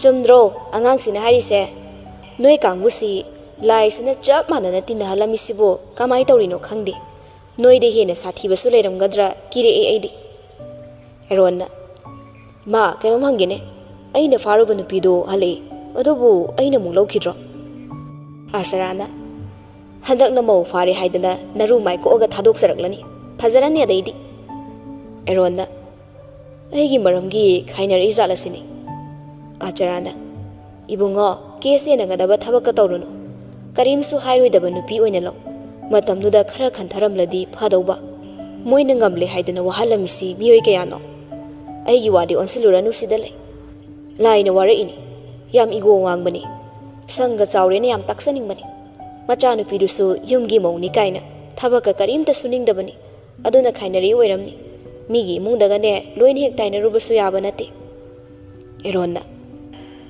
ꯑꯩꯉꯣꯟꯗ ꯂꯩꯖꯔꯝꯃꯗꯤ ꯑꯩꯅ ꯇꯥꯛꯄꯤꯗꯧꯕ ꯑꯩꯗꯤ ꯏꯃꯨꯡꯒ ꯌꯥꯅꯗ꯭ꯔꯁꯨ ꯃꯥꯏ ꯃꯤꯆꯪꯗ ꯑꯗꯨꯝ ꯂꯩꯕꯤꯅꯤ ꯑꯄꯪꯕꯤꯗꯣ ꯖꯣꯁꯅ ꯁꯨꯅꯤꯡꯗꯕ ꯅꯪꯅ ꯇꯥꯛꯄꯤꯗꯣꯏꯕ ꯍꯋꯥꯏ ꯊꯣꯡꯉꯣ ꯍꯥꯏꯔꯒ ꯈꯥꯡꯗ ꯕꯦꯁꯟ ꯉꯧꯕꯗꯧꯅ ꯀꯪꯅ ꯉꯧꯔꯒ ꯂꯩꯔꯝꯕ ꯅꯪꯅꯁꯨ ꯑꯦꯔꯣꯟꯅ ꯑꯗꯨꯅ ꯍꯩꯇ꯭ꯔꯤꯉꯩꯒꯤ ꯄꯤꯕꯥꯅ ꯃꯅꯤꯡ ꯊꯣꯡꯂꯣꯝꯗꯒꯤ ꯀꯧꯔꯛꯏ ꯏꯕꯥꯏ ꯐꯣꯟ ꯂꯥꯛꯑꯦ ꯖꯣꯁꯅ ꯂꯥꯛꯁꯁꯅꯨ ꯊꯕꯛ ꯇꯧꯔꯤ ꯑꯣꯐꯤꯁꯀꯤ ꯑꯣꯏꯔꯝꯅꯤ ꯄꯤꯕꯥꯅ ꯐ꯭ꯌꯨꯆꯔ ꯋꯥꯏꯐ ꯊꯥꯏꯗ ꯏꯕꯥꯏ ꯐꯨꯛ ꯍꯧꯒꯠꯂꯒ ꯍꯣꯠꯇꯅ ꯆꯦꯟꯈ꯭ꯔꯦ ꯑꯦꯔꯣꯟꯅ ꯑꯥꯆꯔꯥꯗ ꯑꯣꯟꯁꯤꯜꯂꯛꯏ ꯌꯥꯝ ꯋꯥꯏꯌꯦ ꯅꯆꯥꯅꯨꯄꯥꯁꯦ ꯑꯁꯨꯃꯥꯏꯅ ꯇꯧꯕ꯭ꯔꯣ ꯅꯨꯡꯇꯤꯒꯤ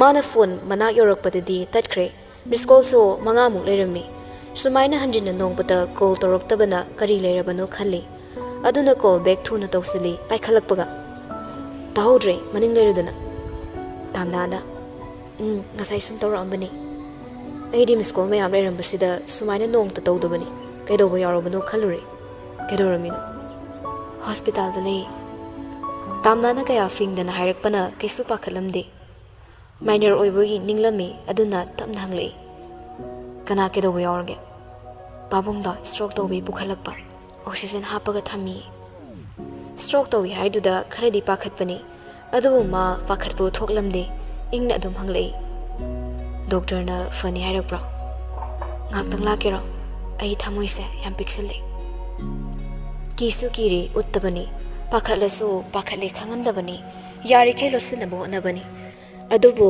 ꯁꯣꯟꯊꯔꯦ ꯍꯥꯏꯕ ꯋꯥꯍꯩꯁꯤꯗꯗꯤ ꯊꯧꯅꯥꯒꯤ ꯃꯩꯉꯥꯜ ꯆꯨꯈꯠꯍꯟꯅꯤꯡꯕꯅꯤ ꯁꯣꯟꯊꯔꯤꯕ ꯄꯨꯛꯅꯤꯡꯁꯨ ꯊꯧꯒꯠꯍꯟꯅꯤꯡꯕꯅꯤ ꯃꯅꯥꯛꯇ ꯂꯦꯞꯇꯨꯅ ꯑꯩ ꯂꯩꯔꯤ ꯅꯪꯒꯤ ꯅꯇꯨꯡꯗ ꯅꯃꯥꯡꯒꯤ ꯂꯥꯟꯐꯝꯁꯤꯡꯗꯨꯁꯨ ꯊꯧꯅꯥ ꯐꯅ ꯂꯥꯟꯊꯦꯡꯅꯧ ꯅꯪꯅ ꯉꯝꯃꯛꯇ꯭ꯔꯕ ꯀꯥꯟ ꯑꯩꯅ ꯅꯪꯒꯤ ꯃꯍꯨꯠ ꯁꯤꯟꯒꯦꯁꯨ ꯍꯥꯏꯍꯟꯅꯤꯡꯕꯅꯤ ꯑꯩ ꯂꯥꯛꯀꯦ ꯀꯩꯁꯨ ꯇꯧꯔꯣꯏꯗ ꯆꯥꯛꯁꯨ ꯄꯨꯔꯛꯑꯒꯦꯀꯣ ꯆꯥꯛꯇꯤ ꯍꯣꯇꯦꯜꯗꯩ ꯆꯥꯔꯁꯨ ꯌꯥꯅꯤ ꯅꯪ ꯂꯥꯛꯑꯣ ꯈꯔ ꯊꯨꯅ ꯂꯥꯒꯤ ꯊꯝꯃꯣ ꯃꯤꯅꯤꯠ 5 ꯃꯅꯨꯡ ꯌꯧꯔꯛꯀꯦ ꯍꯥꯏꯔꯒ ꯀꯣꯜ ꯊꯝꯈ꯭ꯔꯦ ꯃꯅꯤꯡꯂꯣꯝꯗ ꯊꯣꯔꯛꯂꯒ ꯑꯦꯔꯣꯟꯗ ꯂꯥꯎꯁꯤꯜꯂꯛꯏ ꯑꯦꯔꯣꯟ ꯍꯣꯁꯄꯤꯇꯥꯜ ꯆꯠꯂꯨꯁꯦ ꯑꯝꯇ ꯂꯥꯛꯑꯣ ꯍꯣꯁꯄꯤꯇꯥꯜ ꯄꯜꯂꯛꯄꯗꯨꯗ ꯅꯥꯄꯤ ꯃꯂꯝꯕ ꯑꯥꯔꯆꯔꯥꯗꯣ ꯃꯈꯨꯠ ꯂꯦꯞꯇꯨꯅ ꯃꯆꯥꯗ ꯑꯣꯟꯁꯤꯜꯂꯒ ꯍꯥꯏ ꯀꯅꯥ ꯀꯩꯗꯧꯔꯦ ꯖꯣꯔꯖꯅ ꯃꯦꯗꯥꯝ ꯍꯣꯏꯒꯤ ꯄꯥꯕꯨꯡꯗꯣ ꯍꯣꯁꯄꯤꯇꯥꯜꯗ ꯄꯨꯈꯠꯂꯦ ꯍꯥꯏꯌꯦ ꯉꯥꯛꯇ ꯌꯧꯔꯛꯈꯤꯒꯦ ꯃꯤꯔꯣꯜꯁꯨ ꯂꯩꯇꯕꯅꯤꯅ ꯃꯣꯏ ꯅꯨꯄꯤ ꯉꯥꯛꯇ ꯄꯨꯛꯆꯦꯜꯁꯨ ꯂꯣꯏ ꯄꯤꯛꯁꯤꯟꯅꯔ ꯃꯥꯜꯂꯦ ꯅꯨꯄꯤꯒꯤ ꯍꯧꯅꯕꯤ ꯑꯦꯔꯣꯟꯅ ꯍꯣꯏ ꯆꯠꯂꯨꯔꯁꯤ ꯂꯥꯛꯑꯣ ꯑꯦꯔꯣꯟꯅ ꯑꯥꯔꯆꯔꯥꯗ ꯑꯣꯟꯁꯤꯜꯂꯛꯂꯦ ꯐ꯭ꯌꯨꯆꯔ ꯋꯥꯏꯐꯁꯤꯗꯤ ꯃꯦꯗꯥꯝ ꯑꯣꯏꯔ ꯃꯥꯜꯂꯦ ꯇꯥꯟꯖꯥꯗꯨꯗ ꯐꯔꯛ ꯑꯃꯁꯨ ꯐꯨꯔꯛꯂꯝꯃꯤ ꯇꯦꯡꯀꯤꯔꯣꯝꯗ ꯊꯨꯅ ꯂꯥꯛꯂꯒ ꯃꯈꯣꯡ ꯃꯈꯨꯠ ꯖꯣꯝ ꯍꯥꯟꯗꯣꯛꯂꯝꯃꯤ ꯖꯣꯔꯖꯁꯨ ꯑꯃꯨꯛ ꯍꯥꯝꯈ꯭ꯔꯦ ꯐꯤꯔꯣꯜ ꯑꯅꯧꯕ ꯍꯣꯡꯗꯦ ꯒꯥꯔꯤ ꯃꯆꯥꯗꯨꯗ ꯑꯅꯤꯗꯨ ꯌꯨꯝꯗꯩ ꯊꯣꯔꯛꯂꯦ ꯑꯦꯔꯣꯟꯅ ꯀꯔꯝꯕ ꯍꯣꯁꯄꯤꯇꯥꯜꯗꯅꯤ ꯍꯥꯏꯒꯦ ꯑꯁ ꯑꯗꯨꯗꯤ ꯀꯥꯎꯋꯦ ꯍꯪꯕ ꯍꯥꯏꯔꯒ ꯒꯥꯔꯤꯗꯨ ꯁꯠ ꯃꯇꯥꯏ ꯑꯃꯗ ꯈꯥꯝꯂꯒ ꯍꯣꯁꯄꯤꯇꯥꯜ ꯃꯃꯤꯡ ꯍꯪꯗꯨꯅ ꯊꯧꯔꯛꯂꯝꯃꯤ ꯌꯧꯔꯛꯂꯦ ꯃꯐꯝ ꯆꯥꯅ ꯈꯥꯝꯂꯝꯂꯒ ꯍꯦꯜꯃꯦꯠꯇꯨꯁꯨ ꯌꯥꯟꯁꯤꯜꯂꯒ ꯊꯅꯝꯗꯨꯅ ꯀꯨꯝꯊꯔꯛꯂꯦ ꯍꯣꯁꯄꯤꯇꯥꯜ ꯃꯅꯨꯡ ꯆꯪꯉꯛꯄꯗ ꯀꯁꯇꯃꯔ ꯂꯣꯟꯁꯇ ꯐꯝꯐꯝꯗꯨꯗ ꯂꯩꯔꯝꯃꯤ ꯇꯤꯂꯣ ꯃꯕꯥꯅꯤ ꯄꯥꯈꯠꯈꯤꯅꯤ ꯍꯥꯏꯗꯨꯅ ꯀꯌꯥ ꯐꯤꯡꯕ ꯎꯠꯂꯝꯗꯦ ꯇꯞꯂꯤ ꯆꯪꯁꯤꯜꯂꯛꯂꯒ ꯃꯃꯥꯡꯗ ꯂꯦꯞꯇꯨꯅ ꯍꯪꯂꯛꯏ ꯀꯩ ꯍꯥꯏꯅꯔꯒꯦ ꯃꯦꯗꯥꯝ ꯇꯥꯝꯅꯥꯅ ꯈꯨꯗꯥꯡꯗ ꯁꯤꯔꯤꯕ ꯈꯨꯗꯥꯡ ꯒꯥꯔꯤꯗꯨꯗ ꯌꯦꯡꯂꯒ ꯃꯤꯅꯤꯠ 5ꯗ ꯌꯧꯔꯛꯀꯅꯤ ꯍꯥꯏꯔꯒ ꯃꯤꯅꯤꯠ 1 ꯍꯦꯟꯗꯣꯛꯏ ꯃꯄꯤ ꯏꯔꯥꯊꯥꯡ ꯊꯧꯅꯥ ꯂꯩꯕꯤ ꯃꯇꯧꯒꯨꯝ ꯑꯋꯥꯕ ꯑꯀꯤꯕ ꯂꯣꯠꯁꯤꯟꯅꯕ ꯍꯣꯠꯅꯗꯨꯅ ꯍꯥꯏꯔꯛꯂꯤꯕ ꯋꯥꯍꯩꯗꯨꯗ ꯃꯥꯁꯨ ꯀꯌꯥꯗꯤ ꯅꯣꯛꯅꯤꯡꯗ꯭ꯔꯦ ꯑꯗꯨꯕꯨ ꯁꯥꯁꯤꯟꯅꯕ ꯃꯤꯅꯣꯛꯅ ꯐꯥꯒꯤ ꯇꯧꯔꯛꯏ ꯍꯣꯁꯄꯤꯇꯥꯜ ꯃꯃꯤꯡ ꯍꯪꯕꯩ ꯒꯥꯔꯤ ꯈꯥꯝꯕꯗꯣ ꯑꯗꯨꯏꯅꯤ ꯑꯦꯔꯣꯟꯅ ꯐꯥꯒꯤ ꯇꯥꯊꯣꯔꯛꯏ ꯏꯍꯦ ꯁ꯭ꯋꯥꯏꯁꯤꯗ ꯐꯤꯜꯝ ꯑꯃꯨꯛ ꯀꯥꯞꯄꯛꯏꯁꯤꯅ ꯀꯃꯥꯏꯅ ꯇꯧꯔꯤꯅꯣ ꯐꯤꯜꯝꯗꯨꯕꯨꯗꯤ ꯀꯥꯞꯄꯣ ꯏꯅꯦ ꯑꯍꯜꯁꯤꯒꯤ ꯃꯃꯥꯡꯗ ꯔꯣꯃꯥꯟꯁꯤꯟ ꯀꯥꯞꯊꯣꯔꯛꯄꯁꯤꯗꯤ ꯕꯦꯕꯥꯔ ꯌꯥꯎꯃꯟꯗꯦ ꯇꯤꯂꯣꯗꯨ ꯅꯣꯛꯊꯣꯔꯛꯂꯦ ꯖꯣꯔꯖꯅ ꯑꯦꯔꯣꯟ ꯁꯤꯊꯔꯛꯏ ꯅꯪꯕꯨꯗꯤ ꯆꯍꯤ ꯁꯨꯗ꯭ꯔꯤꯉꯩꯗꯒꯤ ꯔꯣꯃꯥꯟꯁꯇ ꯊꯣꯝꯖꯤꯜꯂꯛꯑꯕꯅꯤꯅ ꯅꯪꯒꯤ ꯃꯤꯠꯇ ꯐꯤल्म ꯁꯥꯒꯠꯄꯗꯤ ꯌꯥꯝ ꯍꯩꯈ꯭ꯔꯦ ꯆꯥꯛ ꯆꯥꯔꯕ ꯍꯪꯅꯔꯁꯨ ꯅꯪꯅ ꯅꯅꯥꯗꯨꯗ ꯇꯥꯗꯣꯏꯁꯦ ꯑꯥꯏ ꯂꯚ ꯌꯨ ꯁꯤ ꯅꯠꯇ꯭ꯔꯣ ꯇꯤꯂꯣꯒ ꯇꯥꯝꯅꯥꯒꯗ ꯑꯃꯨꯛ ꯑꯣꯟꯁꯤꯜꯂꯒ ꯍꯥꯏꯔꯛꯏ ꯀꯩꯝ ꯈꯜꯂꯨꯔꯅꯣ ꯗꯣꯛꯇꯔꯒ ꯇꯥꯟꯅꯔꯒ ꯀꯩꯅꯣꯗꯣ ꯇꯧꯔ ꯂꯣꯏꯔꯦ ꯑꯗꯣ ꯀꯃꯥꯏꯅ ꯇꯧꯔꯛꯏꯅꯣ ꯇꯥꯝꯅꯥꯅ ꯁꯨꯝ ꯐꯝꯂꯝꯕꯗꯩꯅꯤ ꯖꯣꯔꯖꯅ ꯁꯤꯗ ꯂꯦꯛꯑꯣ ꯍꯥꯏꯕ꯭ꯔꯣ ꯃꯦꯗꯥꯝ ꯇꯤꯂꯣꯅ ꯍꯩꯃ ꯑꯩ ꯐꯥꯔꯃꯥꯁꯤꯒꯤ ꯕꯤꯜꯗꯣ ꯑꯝꯇ ꯄꯤꯔꯨꯈꯤꯒꯦ ꯑꯦꯔꯣꯟꯅ ꯏꯅꯦ ꯀꯔꯣꯝ ꯆꯠꯇꯣꯏꯅꯣ ꯂꯥꯛꯑꯣ ꯆꯠꯃꯤꯟꯅꯔꯁꯦ ꯑꯩꯒ ꯇꯤꯂꯣꯒ ꯑꯦꯔꯣꯟꯒ ꯐꯥꯔꯃꯥꯁꯤꯒꯤ ꯕꯤꯜ ꯊꯤꯗꯣꯛꯂꯨꯅꯕ ꯆꯠꯈ꯭ꯔꯦ ꯃꯣꯏ ꯑꯅꯤ ꯆꯠꯈꯤꯕꯒ ꯖꯣꯔꯖꯁꯨ ꯇꯥꯝꯅꯥꯒꯤ ꯏꯃꯛ ꯃꯛꯁꯤꯟꯕ ꯃꯥꯏꯊꯣꯡꯗꯨꯗ ꯌꯦꯡꯉꯛꯂꯝꯃꯤ ꯇꯥꯝꯅꯥꯅ ꯌꯥꯔꯦ ꯌꯦꯡꯉꯛꯑꯅꯨ ꯅꯪꯒꯤ ꯀꯤꯌꯔꯁꯦ ꯎꯔꯒ ꯀꯩꯁꯨꯝ ꯇꯧꯔꯝꯗꯕ ꯑꯩꯁꯦ ꯀꯤꯍꯟꯗꯧꯔꯦ ꯅꯪꯅ ꯑꯩꯁꯦ ꯀꯤꯍꯜꯂꯕꯅꯤ ꯏꯇꯣꯝꯇ ꯂꯩꯔꯤꯉꯩꯗꯗꯤ ꯀꯅꯥꯁꯨ ꯂꯩꯇꯦ ꯈꯪꯕꯅ ꯊꯧꯅꯥ ꯌꯥꯝꯅ ꯂꯩ ꯅꯪꯅ ꯑꯩꯒꯤ ꯄꯨꯟꯁꯤꯗ ꯂꯥꯛꯈꯤꯕꯗꯩꯗꯤ ꯑꯩꯁꯨ ꯊꯧꯅꯥ ꯃꯌꯦꯡ ꯇꯥꯈ꯭ꯔꯦ ꯅꯪꯒꯤ ꯑꯩꯒꯤꯗꯃꯛ ꯋꯥꯖꯕ ꯅꯇꯧꯁꯦ ꯎꯔꯒ ꯑꯩ ꯄꯨꯛꯅꯤꯡꯁꯨ ꯍꯦꯛꯇ ꯅꯨꯡꯁꯤꯍꯜꯂꯦ ꯑꯩꯁꯨ ꯅꯨꯡꯁꯤꯕ ꯀꯧꯕꯅꯤꯅ ꯅꯪꯅ ꯋꯥꯔꯦ ꯑꯩꯅ ꯋꯥꯁꯤꯜꯂꯦ ꯅꯪꯅ ꯅꯣꯛꯑꯦ ꯑꯩꯅ ꯍꯦꯟꯅ ꯍꯔꯥꯎꯏ ꯑꯗꯩ ꯃꯇꯣꯝꯇ ꯁꯦꯀꯦꯟ ꯈꯨꯗꯤꯡꯒꯤ ꯅꯪꯒꯤ ꯁꯛꯇꯝꯁꯤ ꯍꯣꯡꯕ꯭ꯔꯥ ꯑꯍꯣꯡꯕ ꯎꯕ꯭ꯔꯥ ꯍꯥꯏꯅ ꯆꯦꯛ ꯇꯧꯅꯤꯡꯉꯤ ꯃꯇꯝ ꯑꯃꯗ ꯅꯪꯅ ꯋꯥꯔꯛꯄ ꯃꯤꯀꯨꯞꯇ ꯄꯣꯊꯥꯐꯝ ꯂꯩꯔꯝꯗ꯭ꯔꯁꯨ ꯍꯧꯖꯤꯛꯇꯤ ꯑꯩꯅ ꯄꯣꯊꯥꯐꯝꯁꯨ ꯑꯣꯏꯒꯦ ꯀꯩꯒꯨꯝꯕ ꯄꯨꯛꯅꯤꯡ ꯅꯨꯡꯁꯤꯔꯛꯂꯁꯨ ꯑꯩꯒꯤ ꯊꯥꯅꯨꯡꯁꯦ ꯅꯪꯒꯤꯅꯦ ꯃꯦꯗꯥꯝ ꯈꯟꯈꯤ ꯃꯤꯀꯨꯞ ꯑꯃꯗ ꯃꯍꯥꯛꯁꯦ ꯃꯥꯒꯤ ꯊꯧꯅꯥ ꯄ꯭ꯔꯣꯇꯦꯛꯇꯔ ꯑꯃꯗꯤ ꯃꯥꯒꯤ ꯄꯨꯟꯁꯤꯒꯤ ꯑꯆꯨꯝꯕ ꯃꯤꯁꯛ ꯑꯃꯅꯤ ꯃꯥꯅ ꯈꯟꯈꯤꯕ ꯈꯨꯗꯤꯡꯃꯛꯇꯒꯤ ꯍꯦꯟꯅ ꯇꯧꯊꯣꯔꯛꯄ ꯉꯥꯡꯊꯣꯔꯛꯄ ꯎꯠꯊꯣꯔꯛꯄꯅ ꯃꯃꯤꯠꯇꯣ ꯈꯤꯇꯪ ꯄꯣꯝꯇꯛ ꯇꯧꯔꯛꯏ ꯉꯥꯡꯁꯤꯜꯂꯛꯏ ꯄꯥꯝꯖꯔꯤꯉꯩ ꯑꯁꯨꯛ ꯏꯃꯣꯟ ꯃꯣꯟꯕ ꯋꯥꯉꯥꯡ ꯁꯨꯝꯍꯠꯂꯒꯦ ꯈꯟꯗꯨꯅ ꯍꯥꯏꯔꯛꯄ ꯅꯠꯇꯕ ꯂꯝꯂꯥꯟꯕ ꯃꯥꯒꯤ ꯋꯥꯍꯩꯁꯤꯅ ꯁꯨꯝꯍꯠꯄꯅꯤ ꯃꯄꯨꯛꯅꯤꯡ ꯅꯨꯡꯁꯤꯍꯟꯕꯅꯤ ꯑꯣꯏꯍꯟꯒꯦꯕꯨ ꯈꯜꯂꯤꯕ꯭ꯔꯥ ꯃꯍꯥꯛꯄꯨ ꯀꯞꯀꯟꯕꯤ ꯖꯣꯔꯖꯁꯨ ꯂꯛꯅꯒꯨꯝ ꯊꯦꯝꯒꯨꯝ ꯀꯤꯍꯜꯂꯒꯦ ꯃꯇꯥꯒꯨꯝ ꯂꯥꯏꯅ ꯅꯪꯁꯦ ꯋꯥꯔꯝꯃꯅꯤ ꯍꯥꯏꯗꯅ ꯁꯨꯛꯋꯥ ꯋꯥꯕ ꯍꯩꯇꯕ ꯑꯩꯁꯦ ꯅꯪꯒꯤ ꯍꯖꯥꯝ ꯑꯣꯏꯅ ꯑꯣꯏꯔꯨꯔꯣꯅ ꯊꯥꯔꯛꯄꯅꯤ ꯈꯟꯗꯣꯛꯑꯣ ꯀꯞꯀꯦ ꯇꯧꯔꯝꯕ ꯇꯥꯝꯅꯥꯒꯤ ꯁꯛꯐꯝ ꯃꯤꯀꯨꯞꯇ ꯂꯥꯏꯅ ꯍꯣꯡꯍꯟꯈ꯭ꯔꯦ ꯅꯨꯄꯥꯁꯤꯅ ꯁꯤꯔꯤꯌꯁ ꯇꯥꯁꯤꯟꯕꯁꯦ ꯁꯨꯛꯑꯣꯏ ꯍꯩꯇꯕ꯭ꯔꯥ ꯉꯥꯏꯈꯣ ꯗꯣꯛꯇꯔꯅ ꯀꯩ ꯍꯥꯏꯔꯛꯀꯦ ꯇꯥꯝꯅꯥꯁꯨ ꯃꯥꯏꯊꯣꯡ ꯃꯛꯁꯤꯜꯂꯛꯏ ꯁ꯭ꯇ꯭ꯔꯣꯛ ꯇꯧꯕꯅꯤ ꯍꯥꯏ ꯑꯃꯨꯛ ꯍꯟꯅ ꯆꯠꯄ ꯉꯝꯃꯔꯣꯏ ꯍꯥꯏꯔꯒ ꯀꯞꯄ ꯐꯥꯖꯤꯟꯕ ꯉꯝꯗ꯭ꯔꯗꯨꯅ ꯃꯥꯒꯤ ꯐꯤꯖꯤꯗꯨꯅ ꯃꯄꯤ ꯇꯩꯊꯣꯛꯄ ꯍꯧꯔꯛꯂꯦ Matinsu kut yorsalaga fana kannadi phajinbani. Adubu magidamak khanjaba mahaki mamangsidadi losinba heita phomjinba ngamda kapthorai. Mapokni nungsiduna kapase atai maramgi ayambasu natte. Mapada pressure hapkatuna krak yingsilaba misaktuna mapasi asumna oihanbani khanglasu kemta tawba ngamda asumna awabasida makhoini iroinaduna khangduna leibasi ma pende yamna. Mimangni kawi makhut namana tamnagi makhut anida chena paisilai. Chena khak pairakpasida hapikre thauna sidi. Nang aina pabunggi jaisu oiraga loire. Ahal oirakpa haisidi sumaina tawbase masana tabani. Khongna khak chatpa ngamdabado kaigi kapino. Khangde aina thauna afana khongpam chena lepubasina khudingmakpu fattaba oihalabra khangdre. Kamaina tamda ngasaigi wari mayamdo Josta liraga khangalaklammi.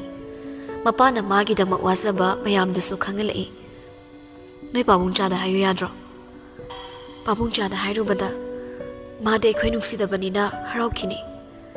Magi fattaba laksingda ekhoina mateng pangluba oina thokani. Yeknabadabo ekhoige soiba kamaina utho haino. Ngasi pabungga aigana warise. Pabungchada ekhoibu nungsiramladi waramlai. Aduga pabungsu sigi phibamsida leiramoi. Farese sida wakhal khanjilurano aikhoina fanabasilaga loire. Ai nangi pabung chagum yamna singma midi nate. Adubu aiso angamba mating pangi. Hanana natomto oirambani. Hazikti aiso leresidi. Khangde aikhoigi yumse. Yum phasaba khakni manungdadi yamna mole. Ingna chikna leiba oide. Kaidongai marek mahau thokna ohai sakna hingba ngamakani.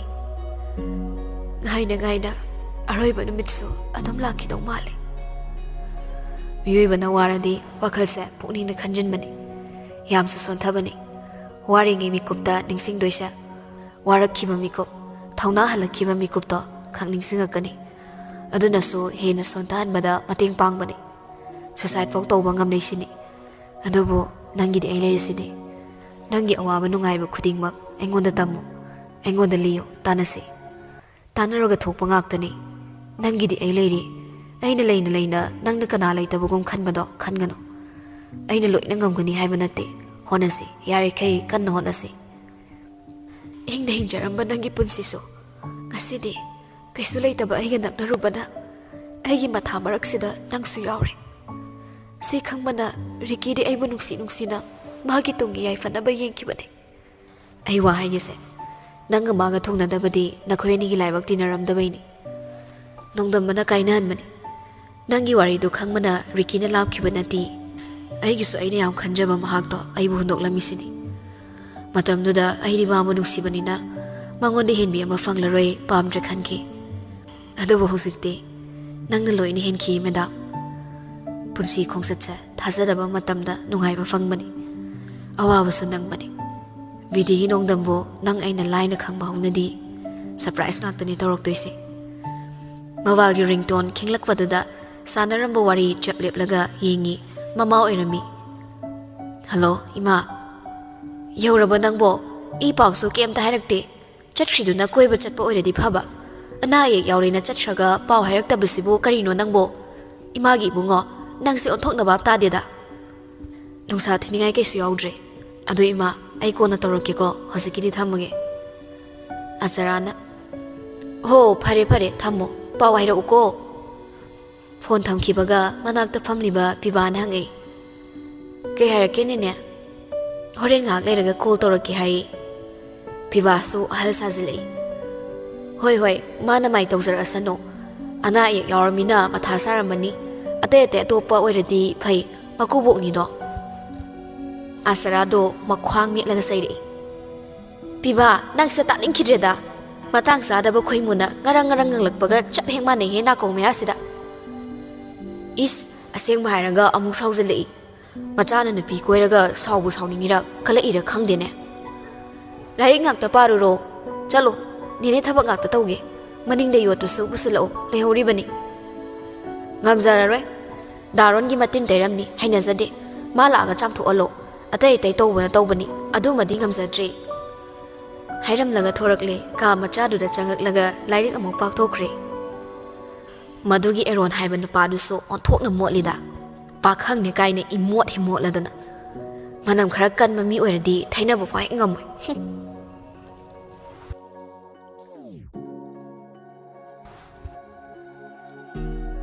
ꯄꯨꯡ ꯈꯔꯒꯤ ꯃꯇꯨꯡꯗ ꯗꯣꯛꯇꯔꯒ ꯖꯤꯌꯣꯔꯁꯀ ꯇꯤꯂꯣꯒ ꯃꯈꯣꯏ ꯑꯍꯨꯝꯗꯣ ꯋꯥꯔꯤ ꯁꯥꯟꯅꯔꯝꯃꯤ ꯀꯦꯕꯤꯟꯗ ꯍꯣꯁꯄꯤꯇꯥꯜꯗ ꯑꯍꯤꯡꯁꯤꯃꯗꯤ ꯂꯩꯔꯣ ꯍꯥꯏꯗꯨꯅ ꯑꯦꯗꯃꯤꯠꯁꯨ ꯇꯧꯁꯤꯜꯂꯝꯃꯤ ꯇꯣꯉꯥꯟꯕ room ꯑꯃꯒ ꯄꯤꯌꯨ ꯍꯥꯏꯗꯨꯅ ꯂꯩꯅꯕ ꯔꯨꯝ ꯑꯃꯒ ꯂꯧꯏ ꯖꯣꯔꯁ ꯑꯣꯏꯅ ꯊꯦꯡꯂꯐꯥꯎ ꯀꯔꯤꯝꯇ ꯄꯥꯎ ꯍꯥꯏꯔꯛꯇꯕꯗꯨꯅ ꯑꯁꯔꯥꯅ ꯑꯃꯨꯛꯀ ꯀꯣꯜ ꯇꯧꯖꯔꯛꯏ ꯃꯆꯥꯅ ꯄꯥꯏꯔꯛꯄꯒ ꯍꯥꯏ ꯅꯣꯏꯕꯨ ꯀꯩꯝꯇꯁꯨ ꯍꯥꯏꯔꯛꯇꯦ ꯀꯃꯥꯏꯅ ꯇꯧꯔꯒꯦꯅꯦ ꯖꯣꯔꯁꯁꯨ ꯃꯃꯥꯗ ꯂꯛꯅꯔꯛꯏ ꯑꯅꯥ ꯑꯌꯦꯛꯅꯤꯅ ꯄꯥꯈꯠꯈꯤꯅꯤ ꯍꯥꯏꯗꯨꯅ ꯐꯥꯒꯤ ꯑꯣꯏꯅ ꯏꯃꯥ ꯑꯩꯁꯨ ꯀꯥꯎꯔꯨꯔꯦ ꯅꯃꯧ ꯅꯨꯄꯤꯒꯤ ꯋꯥꯈꯜꯗ ꯉꯥꯏꯍꯥꯛꯇꯤ ꯏꯃꯥꯒꯁꯦ ꯄꯨꯛꯀꯥꯎꯅꯤ ꯍꯧꯔꯛꯑꯕ꯭ꯔꯥ ꯅꯪꯒꯤ ꯍꯧꯅꯕꯤꯗꯣ ꯀꯃꯥꯏ ꯇꯧꯔꯕ ꯀꯔꯤ ꯍꯥꯏꯔꯒꯦ ꯉꯁꯤ ꯑꯍꯤꯡꯁꯦ ꯂꯦꯛꯑꯣꯅ ꯍꯥꯏꯌꯦ ꯄꯤꯕꯥꯁꯨ ꯂꯩꯕꯅꯤꯅ ꯑꯩ ꯁꯤꯗ ꯂꯦꯛꯑꯒꯦ ꯑꯦꯔꯣꯟ ꯊꯥꯗꯣꯔꯛꯑꯒꯦ ꯍꯣꯏ ꯌꯦꯡꯉꯣ ꯆꯥꯛ ꯏꯁꯤꯡꯗꯤ ꯌꯥꯗꯧꯔꯤꯕ꯭ꯔꯣ ꯏꯃꯥꯅ ꯆꯥꯛꯇꯤ ꯍꯥꯞꯄꯤꯕꯅꯤ ꯑꯦꯔꯣꯟ ꯅꯕꯥꯅꯤꯒꯤ ꯄꯤꯕꯥꯗ ꯉꯥꯛꯇꯪ ꯊꯤꯜꯂꯛꯑꯟꯁꯤꯔꯥ ꯕꯣꯔꯤꯁ ꯀꯧꯔꯒ ꯃꯕꯥꯅꯤ ꯃꯥꯏ ꯂꯥꯛꯁꯅꯤ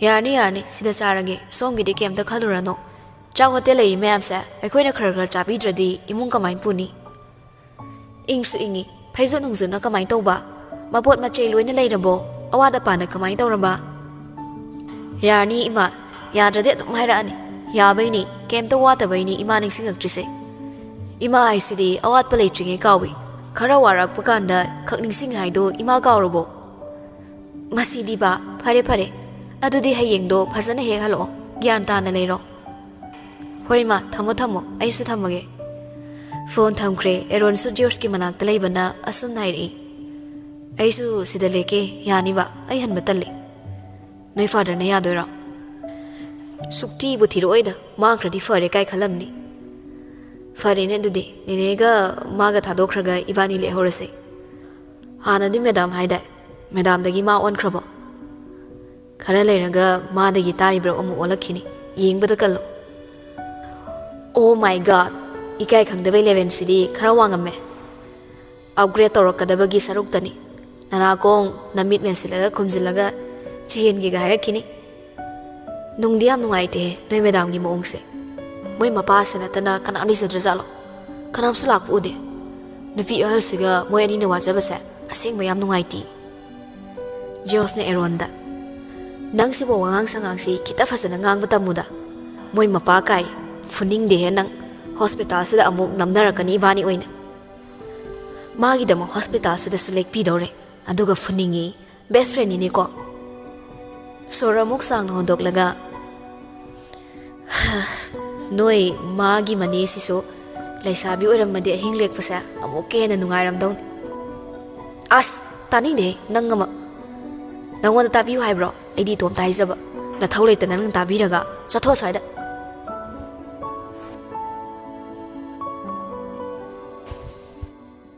ꯁꯅꯥꯌꯥꯁꯨ ꯄꯥꯎ ꯇꯥꯕꯗ ꯃꯄꯨꯔꯣꯏꯕꯗ ꯑꯅꯥꯕꯒꯤ ꯃꯅꯥꯛꯇ ꯆꯠꯂꯨꯅꯕ ꯍꯥꯏꯔꯝꯃꯤ ꯈꯔ ꯆꯠꯄꯤꯕꯅ ꯐꯅꯤꯗ ꯅꯨꯄꯥ ꯐꯅ ꯐꯠꯇ꯭ꯔꯁꯨ ꯑꯩꯈꯣꯏ ꯅꯠꯇꯅ ꯀꯅꯥ ꯂꯩꯇ꯭ꯔꯕꯅꯤ ꯀꯩꯗꯧꯕꯒꯤ ꯆꯠꯇꯣꯔꯤꯕꯅꯣ ꯆꯠꯂꯣꯏ ꯈꯔ ꯋꯥꯔꯒ ꯈꯪꯁꯅꯨ ꯃꯣꯏꯅ ꯍꯥꯏꯖꯔꯛꯇ꯭ꯔꯤꯐꯥꯎ ꯁꯨꯛꯆꯪ ꯆꯪꯉꯨꯏ ꯃꯣꯏꯒꯤ ꯄꯨꯟꯁꯤꯗ ꯑꯩ ꯑꯃꯁꯦ ꯀꯌꯥꯝ ꯌꯥꯝꯅ ꯃꯔꯨ ꯑꯣꯏꯒꯦ ꯍꯥꯏꯕꯁꯤ ꯃꯣꯏ ꯈꯪꯗꯦꯅꯦ ꯅꯨꯄꯥ ꯅꯪ ꯁꯦꯜꯗ ꯌꯥꯝ ꯆꯣꯞꯃꯜꯂꯤꯀꯣ ꯅꯆꯥ ꯑꯃ ꯌꯥꯎꯕꯁꯨ ꯅꯠꯇꯦ ꯌꯥꯎꯗꯧꯁꯨ ꯂꯩꯇ꯭ꯔꯦ ꯑꯩꯈꯣꯏ ꯇꯥꯝꯅꯥꯒꯤ ꯊꯕꯛꯇ ꯃꯇꯦꯡ ꯇꯧꯔꯒ ꯏꯔꯦꯟꯖꯅ ꯂꯩꯃꯤꯟꯅꯕꯁꯦ ꯀꯩ ꯀꯥꯏꯒꯤ ꯅꯨꯄꯥꯅ ꯁꯦꯜ ꯌꯥꯝꯅ ꯄꯥꯏꯕ ꯑꯃ ꯊꯦꯡꯅꯈ꯭ꯔꯗꯤ ꯀꯝꯄꯅꯤꯁꯦ ꯀꯠꯊꯣꯔꯛꯀꯅꯤ ꯅꯪ ꯀꯔꯤ ꯈꯪꯗꯅ ꯉꯥꯡꯉꯤꯕꯅꯣ ꯍꯧꯖꯤꯛ ꯇꯞ ꯇꯞ ꯈꯪꯂꯛꯅꯤ ꯑꯩ ꯌꯥꯎꯗꯕꯗ ꯀꯌꯥꯝ ꯀꯝꯄꯅꯤꯁꯦ ꯑꯋꯥꯕ ꯇꯥꯒꯦ ꯍꯥꯏꯕꯗꯣ ꯀꯝꯄꯅꯤ ꯇꯣꯛꯈ꯭ꯔꯣ ꯏꯇꯩ ꯍꯣꯁꯄꯤꯇꯥꯜ ꯆꯠꯂꯤꯗꯣ ꯑꯃꯨꯛꯇ ꯆꯠꯂꯨꯁꯤꯗꯅ ꯑꯩꯅ ꯆꯠꯂꯣꯏꯗꯤ ꯆꯠꯂꯣꯏ ꯆꯥꯛꯇꯣꯝ ꯊꯤꯔꯣꯁꯨ ꯆꯠꯂꯣ ꯆꯥꯔꯒꯅꯦ ꯅꯨꯡꯉꯥꯏꯅ ꯇꯨꯝꯊꯣꯛꯀꯦ ꯍꯜꯂꯛꯄꯗ ꯁꯔꯦꯡꯗꯣꯝ ꯂꯩꯔꯛꯑꯝꯗꯧꯅꯤ ꯁꯅꯥꯌꯥꯏꯗꯣ ꯌꯥꯅꯤꯡꯗꯕꯒꯤ ꯆꯩꯔꯛꯏ ꯑꯅꯥ ꯑꯌꯦꯛ ꯌꯥꯎꯔꯒ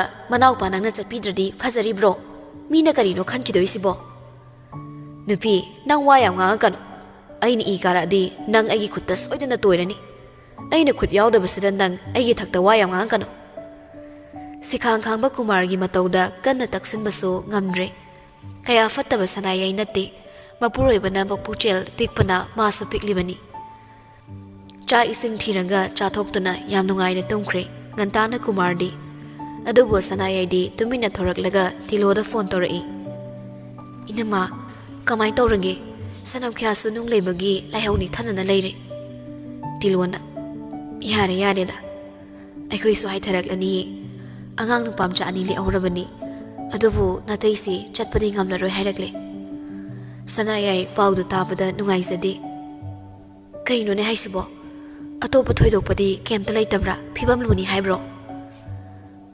ꯑꯇꯩꯗꯤ ꯀꯩꯁꯨ ꯇꯧꯗ꯭ꯔꯦꯗ, ꯋꯥꯈꯜꯁꯨ ꯂꯥꯛꯑꯦ꯫ ꯁ꯭ꯇ꯭ꯔꯣꯛ ꯃꯆꯥ ꯑꯃ ꯇꯧꯕꯅꯤ ꯍꯥꯏꯌꯦ꯫ ꯍꯥꯟꯅꯒꯤ ꯈꯔ ꯁꯣꯟꯕꯒ ꯆꯠꯄ ꯈꯣꯠꯄꯗꯤ ꯉꯝꯂꯔꯣꯏ ꯑꯗꯨꯕꯨ ꯁꯥꯖꯦꯜꯗꯤ ꯑꯗꯨꯝ ꯇꯧꯍꯜꯂꯣ ꯍꯥꯏꯔꯛꯏ꯫ ꯑꯍꯜꯁꯨ ꯑꯣꯏꯔꯕꯅꯤꯅ ꯁꯤꯡꯂꯤ ꯅꯥꯎꯔꯤ ꯌꯥꯝꯅ ꯁꯣꯟꯕꯒꯤꯅꯤ ꯍꯥꯏ꯫ ꯐꯔꯦ ꯑꯩ ꯌꯨꯝ ꯌꯧꯔꯛꯑꯒ ꯑꯃꯨꯛ ꯋꯥꯔꯤ ꯁꯥꯔꯁꯤꯀꯣ꯫ ꯑꯁꯨꯝꯅ ꯊꯝꯅꯈ꯭ꯔꯦ꯫ ꯇꯤꯂꯣꯒ ꯇꯥꯝꯅꯥꯒꯁꯨ ꯍꯣꯁꯄꯤꯇꯥꯜ ꯉꯥꯏꯍꯥꯛ ꯂꯩꯔꯝꯂꯒ ꯍꯜꯂꯛꯂꯦ꯫ ꯆꯥꯎꯕꯅ ꯊꯤꯟꯕꯤꯔꯝꯂꯒ ꯂꯩꯀꯥꯏ ꯑꯣꯏꯕꯅꯤꯅ ꯑꯗꯨꯝ ꯈꯣꯡꯅ ꯍꯟꯈꯤ꯫ ꯑꯅꯤꯗꯨꯁꯨ ꯆꯪꯃꯤꯟꯅꯔꯛꯂꯦ꯫ ꯃꯥꯒꯤ ꯀꯥꯗ ꯆꯪꯅꯈꯤ꯫ ꯇꯤꯂꯣꯁꯨ ꯃꯐꯤ ꯌꯥꯝ ꯊꯨꯅ ꯍꯣꯡꯂꯒ ꯆꯥ ꯈꯔ ꯊꯥꯡꯒꯠꯂꯛꯂꯝꯃꯤ꯫ ꯇꯥꯝꯅꯥꯁꯨ ꯏꯔꯨ ꯃꯥꯏꯊꯖꯔꯒ ꯃꯁꯥ ꯈꯔ ꯏꯪꯍꯜꯂꯤ꯫ ꯀꯨꯃꯥꯔꯁꯤ ꯌꯨꯝꯗ ꯂꯩꯅ ꯂꯩꯅ ꯀꯩꯁꯨ ꯍꯥꯏꯔꯛꯇꯕꯗꯨꯅ ꯈꯔꯗꯤ ꯋꯥꯔꯧꯕꯅꯤ꯫ ꯑꯗꯨꯕꯨ ꯃꯈꯣꯏꯅ ꯍꯥꯏꯔꯨꯗ꯭ꯔꯗꯤ ꯃꯣꯏꯅ ꯑꯣꯏꯅ ꯑꯔꯥꯟꯕ ꯇꯥꯔꯅꯤ ꯈꯜꯂꯒ ꯀꯨꯃꯥꯔ ꯍꯣꯏꯒꯤ ꯌꯨꯝꯗ ꯂꯥꯛꯂꯝꯃꯤ꯫ ꯃꯥꯡꯒꯣꯜ ꯀꯥꯈꯠꯂꯛꯂꯒ ꯊꯣꯡ ꯂꯣꯜꯂꯤꯕ ꯏꯃꯨꯡ ꯂꯣꯝꯗ ꯀꯧꯔꯛꯂꯝꯃꯤ꯫ ꯏꯃꯥꯁꯤ, ꯄꯥꯕꯨꯡꯆꯥ꯫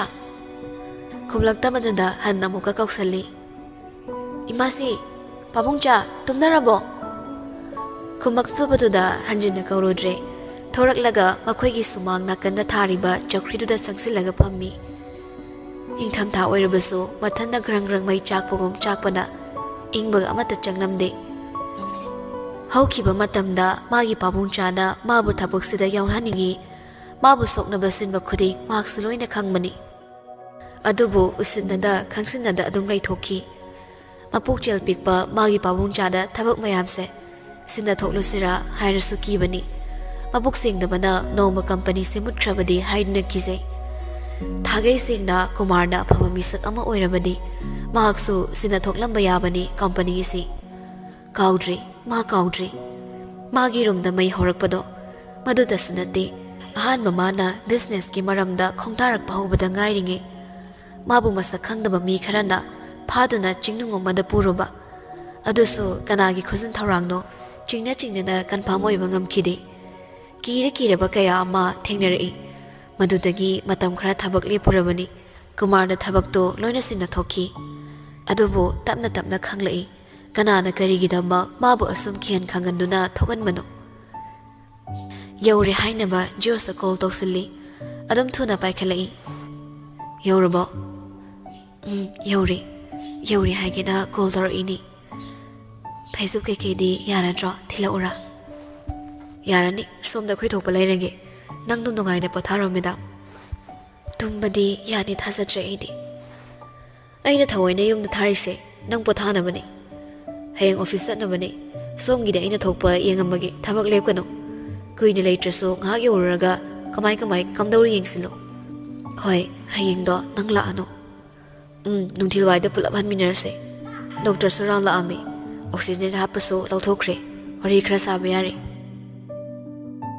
ꯍꯔꯥꯎꯕꯅ ꯁꯣꯔ ꯍꯣꯟꯗꯣꯔꯛꯂꯦ꯫ ꯐꯔꯦꯗ, ꯅꯨꯡꯉꯥꯏꯕ ꯋꯥꯔꯤ ꯈꯔ ꯁꯥꯔꯒ ꯂꯩꯃꯤꯟꯅꯧ꯫ ꯄꯥꯕꯨꯡꯗꯣ ꯑꯩꯒ ꯃꯥꯟꯅꯗꯕꯅꯤ, ꯅꯨꯄꯤꯒꯤ ꯊꯃꯣꯏ ꯄꯥꯟꯕꯅꯤ꯫ ꯖꯣꯔꯖꯅ ꯅꯨꯄꯤ ꯅꯪꯅ ꯅꯨꯄꯤꯒꯤ ꯊꯃꯣꯏ ꯄꯥꯟꯗꯕ, ꯑꯗꯨꯒ ꯄꯥꯕꯨꯡꯗꯅ ꯄꯥꯜꯂꯕ? ꯌꯥꯏ, ꯆꯥꯛ ꯊꯣꯡꯈ꯭ꯔꯕꯣ? ꯊꯣꯡꯈ꯭ꯔꯦ꯫ ꯄꯥꯕꯨꯡ ꯅꯥꯔꯦꯅ ꯋꯥꯈꯜ ꯋꯥꯔꯤꯅꯤ ꯀꯥꯏꯅ ꯑꯂꯨ ꯉꯥꯜꯂꯒ ꯇꯣꯛꯄꯤ ꯐꯤꯕꯝꯒ ꯇꯧꯔꯝꯃꯗꯤ ꯌꯥꯔꯣꯏꯍꯦ꯫ ꯑꯅꯥꯕꯅ ꯅꯥꯔꯁꯨ ꯊꯕꯛ ꯆꯦꯟꯒꯗꯕ ꯑꯩꯈꯣꯏꯗꯤ ꯏꯁꯥ ꯁꯣꯟꯊꯍꯟꯕ ꯌꯥꯗꯦ꯫ ꯋꯥꯈꯜ ꯅꯨꯡꯉꯥꯏꯇ꯭ꯔꯗꯤ ꯑꯍꯥꯎꯕ ꯆꯥꯎ ꯃꯦꯗꯥꯝ꯫ ꯆꯥꯅꯤꯡ ꯊꯛꯅꯤꯡ ꯐꯥꯎꯗ꯭ꯔꯤꯉꯩ ꯃꯊꯛꯇ ꯀꯥꯡꯁꯣꯏ ꯍꯋꯥꯏ ꯊꯣꯡꯖꯤꯜꯂꯗꯤ ꯀꯅꯥ ꯆꯥꯅꯤꯡꯗꯣꯏꯕ? ꯌꯣꯠꯄ ꯌꯥꯅꯕ ꯍꯣꯠꯅꯧ꯫ ꯆꯥꯛ ꯐꯖꯅ ꯆꯥꯊꯣꯛꯑꯒ ꯏꯟꯁꯥꯡ ꯍꯥꯎꯋꯤ ꯍꯥꯎꯇꯦ ꯍꯥꯏꯔꯛꯑꯣ꯫ ꯅꯣꯏ ꯗꯗꯥꯁꯨ ꯊꯝꯃꯒꯦꯀꯣ꯫ ꯇꯥꯝꯅꯥꯗꯣ ꯏꯀꯥꯏꯔꯛꯏ꯫ ꯗꯗꯥ ꯀꯥꯏꯅ, ꯆꯍꯤꯗꯤ ꯑꯩꯅ ꯍꯜꯂꯝꯅꯤ꯫ ꯆꯍꯤ ꯑꯃꯈꯛ ꯍꯟꯕꯕꯣ? ꯅꯪꯅ ꯋꯥꯊꯤ ꯉꯥꯡꯕ ꯇꯥꯅꯤꯡꯗꯕꯩꯅꯦ 19 ꯍꯩꯖꯤꯟꯈꯤꯕꯅꯦ꯫ 38 ꯔꯟꯅꯤꯡꯅꯦ ꯈꯪꯉꯕꯣ? ꯑꯗꯨꯅ ꯑꯩꯁꯦ ꯑꯃꯨꯛ ꯅꯪꯉꯣꯟꯗ ꯌꯥꯝ ꯏꯀꯥꯏꯖꯥꯠꯅꯤ꯫ ꯇꯥꯅꯤꯡꯗꯦ, ꯆꯍꯤꯒꯤ ꯃꯇꯥꯡ ꯋꯥ ꯉꯥꯡꯅꯔꯣꯏꯁꯦ꯫ ꯆꯍꯤ ꯍꯜꯂꯁꯨ ꯂꯧꯔꯗꯤ ꯑꯩꯉꯣꯟꯗ ꯖꯤꯌꯣꯁ ꯀꯥꯏꯅ ꯀꯧꯔꯛꯀꯦ ꯍꯥꯏꯔꯕ? ꯑꯗꯨꯃꯥꯏꯅ ꯇꯧꯔꯗꯤ ꯗꯝ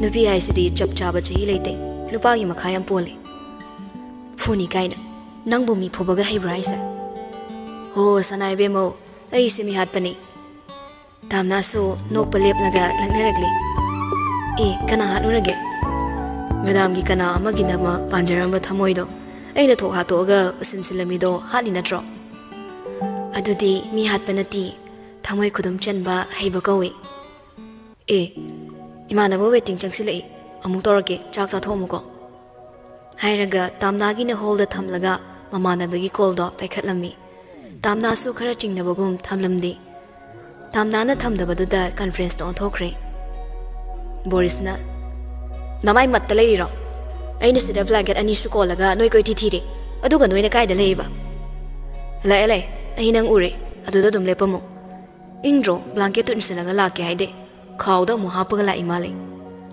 nang di marup ne di hairaga ai angawba tahanna ba yam hotna be enemy ni phone thamna da bi manak changsilakle boris na blanket ama geos ta pire se anabadi khara farabo boris na phone du kak thalaga pocket ta hapchin kre aduga wari du sanai khara budi fare haitai kai kamai toraba chak supur abani ensang dinga sa iyo nga thongkhibe ngaring khangauba aduga hawai ga thongjilamni Arun su changsilai o matong na noina mathiga makoka marugana aikhoina wa boris na idawia Arun yawe haradi text to lona thar uyadro sauri thongaga ngaring khasa amata pura moidabani nga taw paso tokhreni pamu khreda Arun na as horakanu go mi usitaba aina singna khradin noi phabo oiroi boris na nangna singnara dikai dodoi ha kedongom doino ba namai yuda fak nungsilakani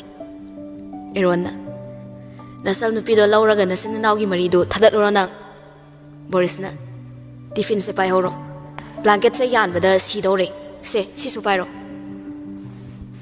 hairanga Arun da pulap na namsilaklami Arun su tapok laga hairi han kro nayumda natuna ngairamani dida lak trena boris na hoi kuiroi sosti mu torani George na congrats Arun na on thok na thukreda boris to kharei kairekle chandan sidi luhongba tha kya surya pa Arun sunok lei sum lakna bani he nasan people ka nuko nupa pulo khara thengna nupi thidoba akhoi ni degi khara hanbado aduna nupi poalaga nasa nupa da lohan be aidana haidi hayeng wai ichai su se akhoi hongi isai su da round chalalaga lona lehenan se mari suk tat na dana ba boris tu hakam chanslei ai to lingbada loire chalo khige awala pa ne swai ro ko Arun na adongai ko hakam chan balairi sakta nu shide na ngaring khasa masinga lauthok patabida ngorok bro boris na ai na nga sai na haire nang yawe khangdamina fataba plan amata ta hodrena George na yare aikoi su chak sana ba tawrage nang so hallo boris na ado atai tai leira su paw dum hairo ko ai lake ba hoi taw somdana tamna marup singi wari do kabak tarubada makpuksel do khara saw thorakle asuklu na tinabra khalai marup leitaba magidi asigum marup se kalakche tilona chak su loiraduna mapan na leiriba tamna da koraklami bemo chak thire la o hoine la age changak laga dining table da chak chana ba famina kre adubo mi su dabana mapa yaw dabana chak tu ichang changdre mapi ira chena leikre tilona halnina wakhal do khara chak thok pangamle aduna thamlei tamna se chak chaning draso khara cha thok na ba tawsi se kaya chaning da basida tawbanina ne khara budi chage themduna chak chana bo na ringe George na WhatsApp ta message thazilai yenglubada boris na thilak lamba nga atawba hawai thongbaga ngaring kha kang hogani tekso asumne iragle aikoi sansang hawi champut ka chak tiffin ka amaga thamgre pabu makeup thoraga pijanaba noi ensang do yengi tamna ensang do photo kap laga thai kangsoi ga yeruma tawba maga adu de khoi ni helene hawba phasana cha thoga chaba loibagi pukham dusu yengdoini as yam pakte ko adui matang yora ade ai bu kai dan nop kai sa pakte gai sibo tilo so kai so haidre to minna usindana chak charami Tamnasu mamon phone do nakanda thamkhraga chakto namnamdana chasinkhre. Chaba loiraga photo copy chakpu khamdo aduga jiosa tharami. Chari yam chadena lemalle. Hallodre lukhak chagum loisinba yawrai tilona.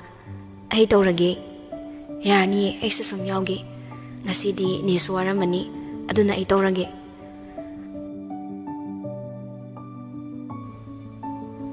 Somda ko lukhaka pivana loina silami acharana sangbiri sangna sangna asumna silakna rei akoi piba leibasi ichaningo leibaga chapmane nungai khreda o mi leidabagi ko lukha khra loisin basida nupiga sangdamnara kano I karaktana hayengde thabak mat yawzaroi somlakna banida nang nupiga koirabo koidrida tuyapse loiraga oina koirage tawba monthokna nunganna nupi koidorida Nina Kampote da, Kraleraga Toknagi, Aduga Signaraga, IS officer Oige Tobani. Aduna Tradi Brenda Sida, Miwido Mandreva. Confing Baluibada among Imunglom the Changi, Ajarana. Ngag Botaraga Larik Song, Hagimuko, Sadik Tatumkino. Hiram Laga, Tumba Chankre, Pivasa Magi Rum the Changak Laga, Machin Bando, Chinglap Hire. Angon the Bulai Paui. Ahayo Pabirani. Hiraga, Pamung the Fun Chunkat Cray. Pung tara mathoy tagadawba minute mangamu walinge ahover ringtone duna masado ikhang khangali Joski video call oirambaduda masado krase maga paikhali paikhalakpada nokmi ba Joski masakto yamna naksina urei kainom yengzo hairaga camera do back ta thamlaga erona joyda chak in mado uhalagli khonjel khara hauna joyda sumna so hairi pabung se phone dam tiyango nachanu pine pari se Joydo Kradi Chokthai, no me yangaglami, Makol Kra sing patana hide Ichatwibido among the Wallow. Franta amu on Toklaga, Jos and Joy Manakta from Jile. Joyna Pabung Pare Toibi Tamnana Chakto Fasana Chato, Pabung a hang lucky. Hoi hoi Josna Pabung Chakto Fazana quite me nice in a illa logo. Hairaga noki camera bag ta amuk thamlaga mapana chak chabadu machana pida uhali Josna iku pabo chak fasana chaw nachana pi video call le yingi Joyna masai son sona chak chaba ngamoi ngamdoboi machana pina wadanaba masakan basaraga chak chabado tamnadi mapukni nushirakpana phone do satkak thalami thune chenthораklaga table manakta khiliba Mamagi photo do chena kolaga kapaklami. Ima, kasi de nang buyang unigi. Warak pamikupta, nacha na kwai dagi niksing base. Ima, nang kang ni ima. Puning buson tharaklaba, awaba na buhilaba. Ima haiba ima mahakse, kaktamag mitmang do urakbani. Ay bunung si haiduna, ay gitong da lepliba mahagtagiso, ima na hena lumlakpani. Siramday mikup hawba, ima gitampak talay rabadi, China kawi hainaribani. Ngasidi masakso sa uuhongdraba, foto kaktamag usaba fangba, mamagi saktam si uraga, kapihin galaklami. Makut na china ko lamba foto do amug yingi. Nokmi, mangon na yinglak pamana, layriba mamagi saktam do, Uraga hin so kapakle. Nang lao iba. Ay si fana medyo eraso. Ay naso tarak pada. Ima. Nang bo adom ningsing doon kamning isi kay gino ima. Nang sa pati ay nabo chay sira. Ay buhondok lang bagi. Natraga na. Ay butaw na alay biohen bibagi. Nang butagat sira ima.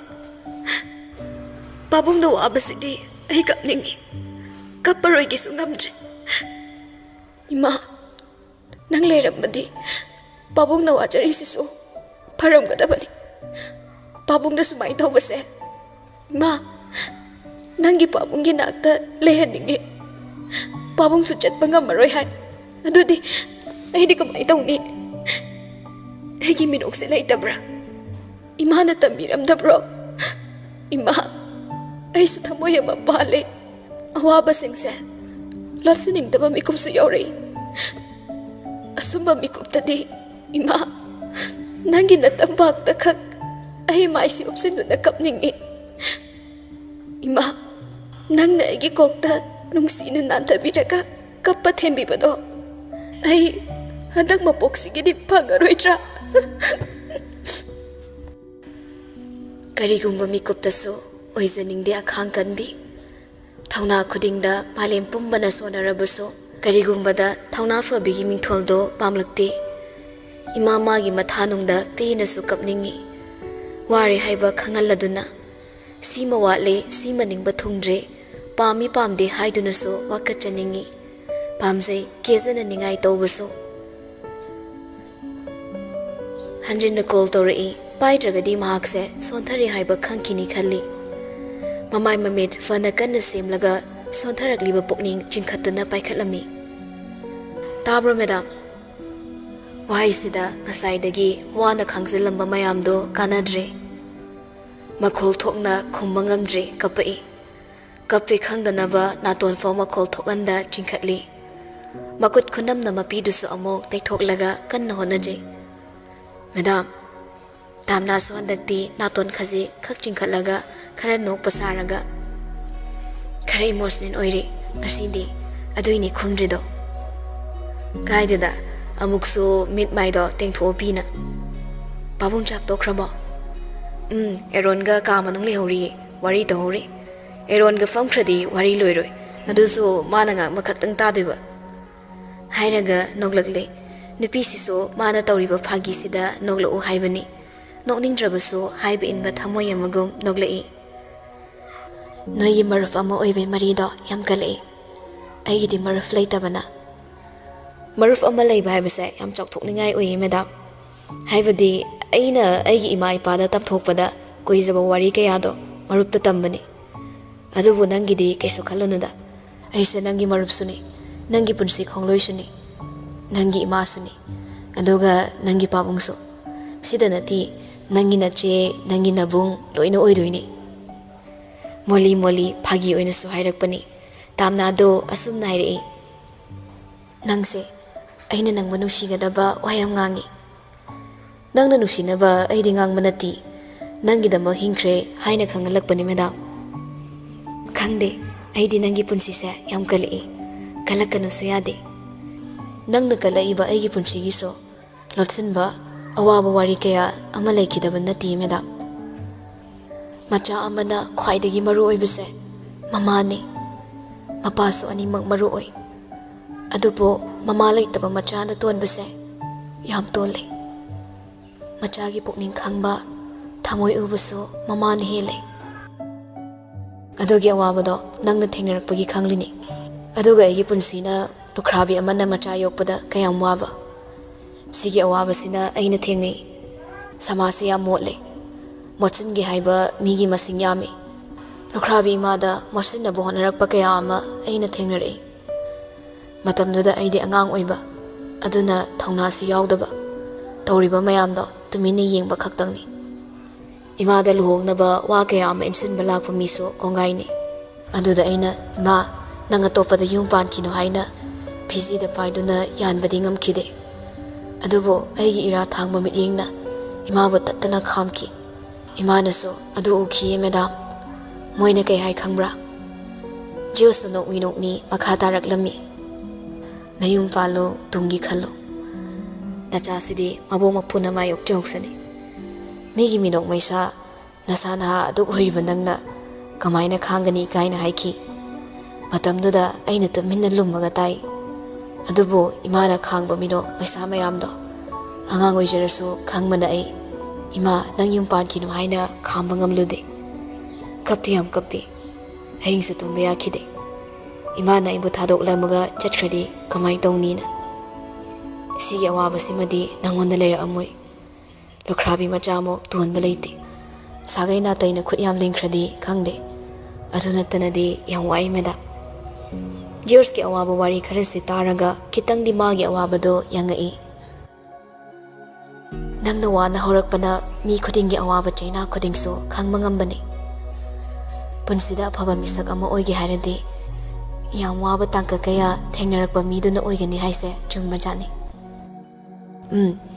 ꯑꯈꯥꯡ ꯀꯟꯕ ꯑꯃꯁꯨ ꯆꯪꯏ ꯑꯁꯨꯛ ꯋꯥꯅ ꯍꯤꯡꯕꯕꯨ ꯍꯥꯏꯗꯅ ꯅꯤꯁꯥꯗ ꯇꯥꯏꯅꯔꯕ ꯑꯗꯨꯝ ꯃꯥꯡꯏ ꯑꯐꯕ ꯃꯤ ꯑꯃ ꯑꯣꯏꯅꯕ ꯍꯣꯠꯅꯕ ꯌꯥꯝ ꯋꯥꯏ ꯃꯇꯝ ꯆꯪꯏ ꯑꯗꯨꯕꯨ ꯐꯠꯇꯕ ꯃꯤ ꯑꯃ ꯑꯣꯏꯈꯤꯕꯗꯤ ꯃꯤꯠꯅ ꯀꯨꯞꯄꯗ ꯑꯣꯏꯕ ꯉꯝꯈꯤꯕꯅꯤ ꯇꯥꯝꯅꯥꯁꯨ ꯃꯥꯅ ꯅꯨꯡꯉꯥꯏꯇꯕꯒꯤ ꯃꯔꯝꯗꯣ ꯍꯥꯏꯔꯛꯏ ꯄꯥꯕꯨꯡꯆꯥꯁꯨ ꯌꯨꯝꯗ ꯂꯩ ꯑꯩꯅ ꯀꯧꯕꯗ ꯈꯨꯃꯛꯇꯤ ꯏꯃꯨꯡ ꯃꯅꯨꯡ ꯌꯦꯛꯅꯕ ꯑꯣꯏꯕꯁꯨ ꯑꯩ ꯄꯥꯝꯗꯦ ꯑꯩꯒꯤ ꯂꯩꯖꯕ ꯈꯨꯗꯤꯡꯁꯦ ꯀꯠꯊꯣꯛꯂꯒ ꯑꯩ ꯄꯥꯕꯨꯡꯒ ꯂꯥꯞꯅ ꯆꯤꯛꯅ ꯍꯤꯡꯉꯨꯔꯁꯤꯔ ꯈꯪꯗꯦ ꯑꯩꯒꯤ ꯑꯣꯏꯕ ꯇꯥꯏꯕꯪ ꯑꯃ ꯁꯦꯝꯒꯠꯂꯒ ꯀꯂꯛ ꯌꯦꯡꯊꯤꯅꯕ ꯂꯟ ꯊꯨꯝꯗ ꯃꯤꯍꯧꯕꯁꯦ ꯑꯩ ꯊꯥꯒꯩ ꯁꯦꯡꯅ ꯄꯥꯝꯗ꯭ꯔꯦ ꯑꯇꯣꯞꯄ ꯑꯅꯧꯕ ꯈꯣꯡꯊꯥꯡ ꯑꯃꯗ ꯑꯩ ꯍꯤꯡꯅꯤꯡꯏ ꯅꯪꯒꯤ ꯇꯥꯏꯕꯪꯗꯤ ꯑꯩ ꯅꯠꯇꯕ ꯀꯔꯝꯕ ꯇꯥꯏꯕꯪ ꯑꯃꯗ ꯅꯪ ꯆꯠꯀꯦ ꯍꯥꯏꯕꯅꯣ ꯑꯩꯒꯤ ꯇꯥꯏꯕꯪꯁꯤꯗ ꯅꯪꯁꯨ ꯂꯥꯛꯈ꯭ꯔꯕꯅꯤ ꯑꯗꯨꯅ ꯅꯪꯅ ꯃꯪꯖꯔꯤꯕ ꯃꯪꯂꯥꯟꯗꯣ ꯂꯣꯏꯅꯃꯛ ꯊꯨꯡꯍꯟꯕ ꯉꯝꯗ꯭ꯔꯁꯨ ꯇꯪꯈꯥꯏ ꯍꯦꯟꯅꯗꯤ ꯊꯨꯡꯍꯟꯒꯦꯅ ꯈꯜꯂꯤ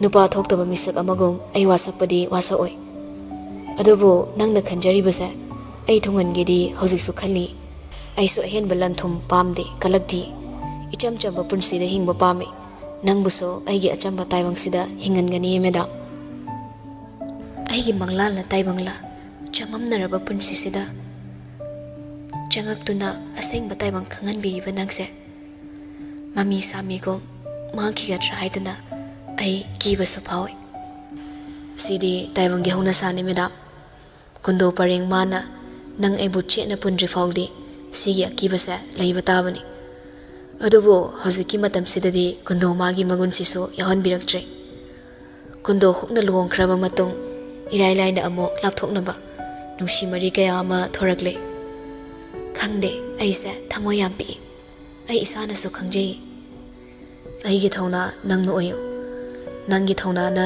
ꯑꯩꯅ ꯑꯣꯏꯒꯦ ꯑꯗꯨꯒ ꯅꯪꯅ ꯈꯪꯒꯗꯕ ꯑꯃꯅ ꯑꯩꯗꯤ ꯊꯥꯡꯖꯤꯟꯈꯤꯕ ꯈꯣꯡꯊꯥꯡꯗꯒꯤꯗꯤ ꯄꯥꯛꯅ ꯍꯟꯗꯣꯛꯏ ꯃꯔꯝ ꯆꯥꯗ ꯅꯪꯒꯤ ꯄꯨꯟꯁꯤꯗꯁꯨ ꯑꯩ ꯈꯣꯡ ꯊꯥꯡꯖꯤꯜꯂꯨꯔꯦ ꯑꯗꯨꯅ ꯑꯃꯨꯛ ꯊꯥꯡꯗꯣꯛꯂꯔꯣꯏ ꯈꯟꯈ꯭ꯔꯦ ꯅꯪꯒꯤ ꯄꯨꯟꯁꯤꯗꯒꯤ ꯑꯩꯅ ꯃꯥꯡꯈꯤꯅꯤ ꯍꯥꯏꯕꯁꯦ ꯃꯦꯗꯥꯝꯅ ꯈꯟꯗꯕꯅ ꯐꯅꯤ ꯑꯗꯨꯒ ꯑꯃꯨꯛ ꯑꯁꯨꯝꯅ ꯋꯥꯗꯣ ꯁꯝꯖꯤꯜꯂꯛꯏ ꯐꯔꯦ ꯇꯨꯝꯅꯕ ꯇꯧꯔꯣ ꯇꯨꯝꯕ ꯌꯥꯔꯣꯏ ꯍꯥꯏꯕꯗꯤ ꯈꯪꯉꯤ ꯑꯗꯨꯕꯨ ꯇꯨꯝꯕ ꯊꯦꯝꯃꯨ ꯅꯪꯅ ꯈ꯭ꯋꯥꯏ ꯅꯨꯡꯁꯤꯕ ꯃꯤꯁꯛ ꯑꯃꯒ ꯅꯪꯒꯒꯤ ꯁꯨꯛꯀꯥꯎ ꯀꯥꯎꯕ ꯉꯝꯂꯔꯣꯏꯗꯕ ꯋꯥꯔꯤꯁꯤꯡ ꯊꯧꯗꯣꯛꯁꯤꯡ ꯅꯤꯡꯁꯤꯡꯉꯒ ꯋꯥꯈꯜ ꯅꯨꯡꯉꯥꯏꯍꯜꯂꯣ ꯇꯥꯝꯅꯥꯁꯨ ꯈꯔ ꯀꯣꯏꯅ ꯆꯍꯤꯗꯤ ꯑꯩꯅ ꯍꯜꯂꯒ ꯑꯍꯜꯅ ꯃꯥꯅ ꯁꯥꯔꯛꯏ ꯀꯣꯛꯂꯤꯡꯕ ꯑꯩꯅ ꯍꯦꯟꯕ ꯑꯗꯨꯏꯅꯤ ꯐꯔꯦ ꯐꯖꯅ ꯄꯣꯊꯥꯔꯣꯀꯣ ꯑꯩꯁꯨ ꯃꯅꯨꯡ ꯆꯪꯉꯒꯦ ꯑꯗꯣ ꯇꯥꯏ ꯑꯁ ꯊꯝꯃꯒꯦ ꯍꯥꯏꯔꯒ ꯀꯛꯊꯠꯂꯤ ꯁꯣꯔ ꯑꯃꯨꯛ ꯁꯥꯡꯅ ꯍꯣꯟꯗꯣꯛꯂꯒ ꯃꯃꯥꯒꯤ ꯐꯣꯇꯣꯗꯣ ꯑꯃꯨꯛ ꯌꯦꯡꯉꯤ ꯅꯣꯛꯃꯤ ꯇꯞꯅ ꯑꯃꯨꯛ ꯍꯥꯏꯔꯛꯏ ꯏꯃꯥ ꯑꯩꯁꯦ ꯂꯥꯏꯕꯛ ꯌꯥꯝ ꯐꯩ ꯑꯩꯒꯤ ꯑꯋꯥꯕ ꯑꯩꯒꯤ ꯄꯨꯟꯁꯤ ꯃꯍꯤꯡ ꯈꯪꯕ ꯉꯝꯕ ꯃꯍꯥꯛꯀ ꯊꯦꯡꯅꯕꯒꯤ ꯇꯦꯕꯜ ꯃꯊꯛꯇꯨꯗ ꯑꯃꯨꯛ ꯅꯤꯡꯊꯤꯅ ꯊꯝꯂꯝꯂꯒ ꯐꯃꯨꯡꯗ ꯀꯥꯈꯠꯂꯛꯂꯦ ꯀꯥꯡꯈꯜ ꯊꯥꯗꯔꯒ ꯍꯤꯞꯊꯩ ꯍꯥꯏꯕ ꯏꯟꯕꯤꯒꯨꯝ ꯃꯈꯣꯏ ꯑꯅꯤꯅ ꯍꯦꯛ ꯊꯦꯡꯅꯔꯛꯄ ꯅꯨꯃꯤꯠꯇꯨꯗꯒꯤ ꯍꯧꯔꯒ ꯅꯤꯡꯁꯤꯡꯉꯤ ꯃꯈꯣꯏ ꯑꯅꯤꯒꯤ ꯊꯧꯗꯣꯛ ꯈꯨꯗꯤꯡꯃꯛꯇꯣ ꯑꯍꯥꯟꯕꯗ ꯃꯥꯅ ꯖꯣꯁꯄꯨ ꯍꯩꯅꯗꯕ ꯈꯖꯤꯛ ꯈꯔꯥꯛꯀꯤ ꯅꯠꯇꯦ ꯁꯛꯇꯒꯤ ꯋꯥꯉꯥꯡ ꯁꯉꯥꯡꯗꯒꯤ ꯌꯥꯝꯅ ꯍꯩꯄꯥ ꯁꯥꯕ ꯑꯣꯚꯔ ꯌꯥꯝꯅ ꯆꯠꯄ ꯃꯤ ꯑꯃ ꯑꯣꯏꯅ ꯎꯈꯤꯕꯅꯤ ꯑꯗꯨꯕꯨ ꯈꯪꯗꯦ ꯇꯞꯅ ꯇꯞꯅ ꯅꯨꯄꯥꯁꯤꯒꯤ ꯋꯥꯉꯥꯡ ꯃꯑꯣꯡ ꯃꯇꯧ ꯇꯞꯅ ꯇꯞꯅ ꯃꯉꯣꯟꯗ ꯂꯨꯞꯆꯕ ꯃꯤꯁꯛ ꯑꯃ ꯑꯣꯏꯔꯛꯈꯤ ꯖꯣꯁꯨ ꯃꯣꯕꯥꯏꯜꯗꯣ ꯍꯥꯞꯆꯤꯜꯂꯒ ꯄꯦꯁꯟꯒꯤ ꯔꯨꯝꯗ ꯆꯪꯂꯛꯏ ꯑꯦꯔꯣꯟꯗꯤ ꯖꯣꯏꯒꯤ ꯈꯨꯌꯥꯗ ꯇꯨꯝꯗꯨꯅ ꯂꯩꯔꯝꯂꯦ ꯖꯣꯁꯅ ꯑꯁ ꯈꯗꯥꯡ ꯂꯣꯏꯔꯝꯈꯤꯔꯣꯏ ꯍꯥꯏꯔꯨꯔꯤꯁꯤꯗꯤ ꯃꯇꯤꯟ ꯇꯥꯈꯩ ꯇꯨꯝ ꯂꯩꯔꯝꯃꯦ ꯖꯣꯏꯗꯣ ꯄꯣꯊꯥꯗꯨꯅ ꯂꯩꯔꯝꯃꯤ ꯇꯨꯃꯤꯟꯅ ꯑꯦꯔꯣꯟꯒꯤ ꯃꯁꯥ ꯅꯣꯝꯗꯨꯅ ꯍꯧꯗꯣꯛꯂꯝꯃꯤ ꯇꯥꯕ꯭ꯔꯣ ꯏꯇꯥꯎ ꯇꯥꯕ꯭ꯔꯣ ꯃꯤ ꯎꯏꯔꯤ ꯍꯧꯒꯠꯂꯛꯂꯒ ꯍꯥꯎ ꯀꯩꯗꯧꯔꯒꯦ ꯇꯣꯏꯂꯦꯠ ꯆꯪꯅꯤꯡꯕ꯭ꯔꯣ ꯀꯤꯔꯤꯔꯣ ꯁꯤꯗ ꯂꯩꯔꯁꯤꯕꯣ ꯑꯁ ꯅꯨꯄꯥ ꯃꯥꯟꯗꯦ ꯍꯧꯒꯠꯂꯣ ꯇꯨꯝꯃꯨꯔꯁꯤ ꯑꯦꯔꯣꯟ ꯃꯃꯤꯠ ꯅꯣꯏꯔꯒ ꯍꯧꯒꯠꯂꯛꯂꯦ ꯃꯃꯤꯠꯇꯨꯁꯨ ꯁꯤꯡꯍꯜꯂꯤ ꯆꯤꯔꯣꯜ ꯑꯣꯏꯅ ꯇꯨꯃꯤꯟꯅꯁꯨ ꯋꯥꯔꯤ ꯁꯥꯟꯅꯩ ꯀꯥꯏ ꯇꯨꯝꯃꯨꯁꯤ ꯍꯥꯏꯅꯣ ꯊꯪꯅꯕꯩ ꯔꯨꯝꯁꯤꯗ ꯇꯨꯝꯃꯨꯔꯁꯤ ꯂꯥꯛ ꯄꯥꯕꯨꯡ ꯃꯊꯟꯇ ꯊꯅꯝ ꯌꯥꯒꯗ꯭ꯔꯣ ꯍꯤꯗꯥꯛ ꯀꯥꯞꯈ꯭ꯔꯦ ꯍꯥꯏꯌꯦ ꯑꯗꯨꯝ ꯌꯥꯅꯤ ꯍꯥꯏꯕꯅꯤ ꯂꯥꯛꯑꯣ ꯑꯗꯨꯗꯤ ꯑꯁꯨꯝꯅ ꯑꯅꯤꯗꯣ ꯊꯪꯅꯕꯒꯤ ꯔꯨꯝꯗ ꯉꯥꯏꯍꯥꯛ ꯄꯣꯊꯥꯅꯕ ꯇꯧꯔꯝꯃꯤ ꯑꯦꯔꯣꯟꯗꯤ ꯇꯨꯝꯈ꯭ꯔꯦ ꯖꯣꯁꯇꯤ ꯀꯌꯥ ꯇꯨꯝꯂꯝꯗꯦ ꯎꯏꯊꯔꯕꯁꯨ ꯃꯤꯀꯞ ꯊꯣꯔꯛꯄ ꯈꯨꯗꯤꯡ ꯖꯣꯏꯒꯤ ꯃꯅꯥꯛ ꯆꯪꯂꯒ ꯇꯣꯏꯅ ꯌꯦꯡꯂꯝꯃꯤ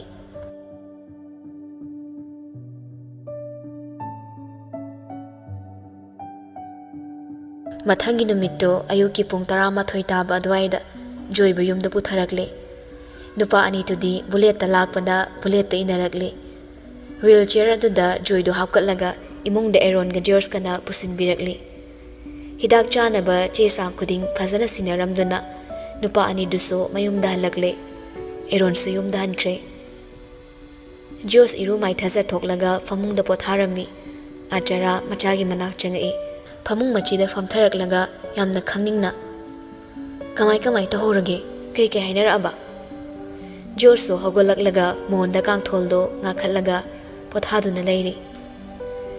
Paralysis tare marol mari dikaya 5 oide adum sing ngang bangami. Adubu amuk hanna chatpa ngamni di thajajrena hairi e doctor na. Masadi kaya sonde haujisu kaisu tawdabagum lehowi. Onthokpani da nungai khidreda. Laibakna tamlambanina ngamnaba hingma tabani ima. Ahal oirakpa haibasina laina ama natraga ama adum loinaba tabani. Ai sungai hayeng ahal hek oirakladi sum adum tawrakpa masan tabani. Naha oiringi sumaina sum kallaga leigidi kaida yadoiba. Nang suwaramani ngayak pothajaro. Ima sak sara wanaba kambiyuro. Toda cha oina thage achapot ka leibro. Imagi daraputi do adu oirasu yai. Acharadi betsi daraputi he haibani aduna laknarakbani. Tanjaduda phagi amusu tawrakpado acharadi noklamde cheidum cheri. Nuksi khidre kimbo leramni adu oina charo. Hoi ngaktang uiruraga charage. Potharo. Machana pana tumhoraga mana tapna thorakle. Pibadi school de extra class ni haiduna chatkibani halaklamdri. Makuding hakta tumina leiba haitabana sukchai chaidaba imung mangoldo mana thokpa pugloida loisilami. Boris ke Arun gaso phone da wari sani. Arun na moido kainomnida. Makuboktuna wari matek sarakpada khangbani. Adu tokro. Aduk thina nabadubu mi amta laktine pura berani ngo. Boris na sel paiba imungse jat ama tawbani yam nungsinadamni. Sel paiba chap manaradi yam nungsine hainadaine. Ado moi anigi relation gi matangdadi khara urakpro. Arun su acting gi hanjilaga tamai. As thi nungsinaba male he ma asi nupisida tarani khange aina. Akhoiduna marwal ama mi faaba haibane amaduna marwal ama kenganbane. Fazana mai chatpa malengo. Boris na surudo longbai numit amuk lepnaraga mapa amuk naba henjile haine sidora male. Mapai mahut maoi sikradi fadawni sakto yam nungsimandeba. As nang suba hayeidemi. Hayedaba nati aina nupi farabagi noi lekai ekhoi lekai irang hogdana wa launadana izat manguido. Adugi matamduda aina haibadi aigi marupse wakhal khara chawthoknaba thembigedi haidene. Thok hekta tokthok naine. Itaw na magi damak tawbiba mayamduga lawai nupi haisini.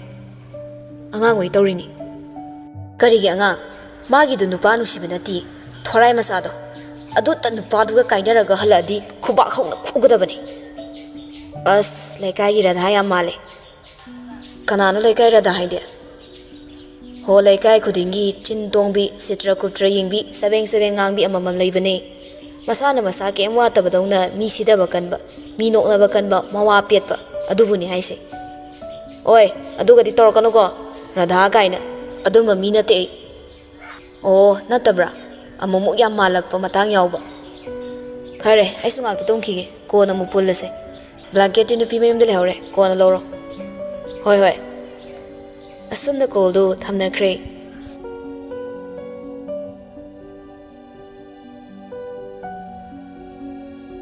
Numidang wairam kisor hanjilaklami George bu kokthor o haiduna kokthokhanlanga mangolda faminaraga wari sanarami.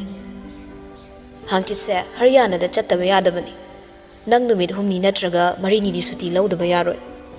George na asyam kuina suti lawradi faraktani yaroi mamona haido. Ibungo nang hojiki khangano wari khara sanadaba yadabani. Partnership se ainu oibani dealer na nang na pairaga. Aduna aikhoi animak chattaba yadre. Adugini yarike isu nang yawdanaba kanno honabani. Tangai fadabaini ko. Mamo na aigidama wai haiba ai khangi. Aduda aina hoji pairiba company sa thadokpa ngamgadaba mandre. Kishore so George bu wakhal taana bairei. Nangsa wakhal yamna leiba angangni. Wakhal yawdaba matau ulakano.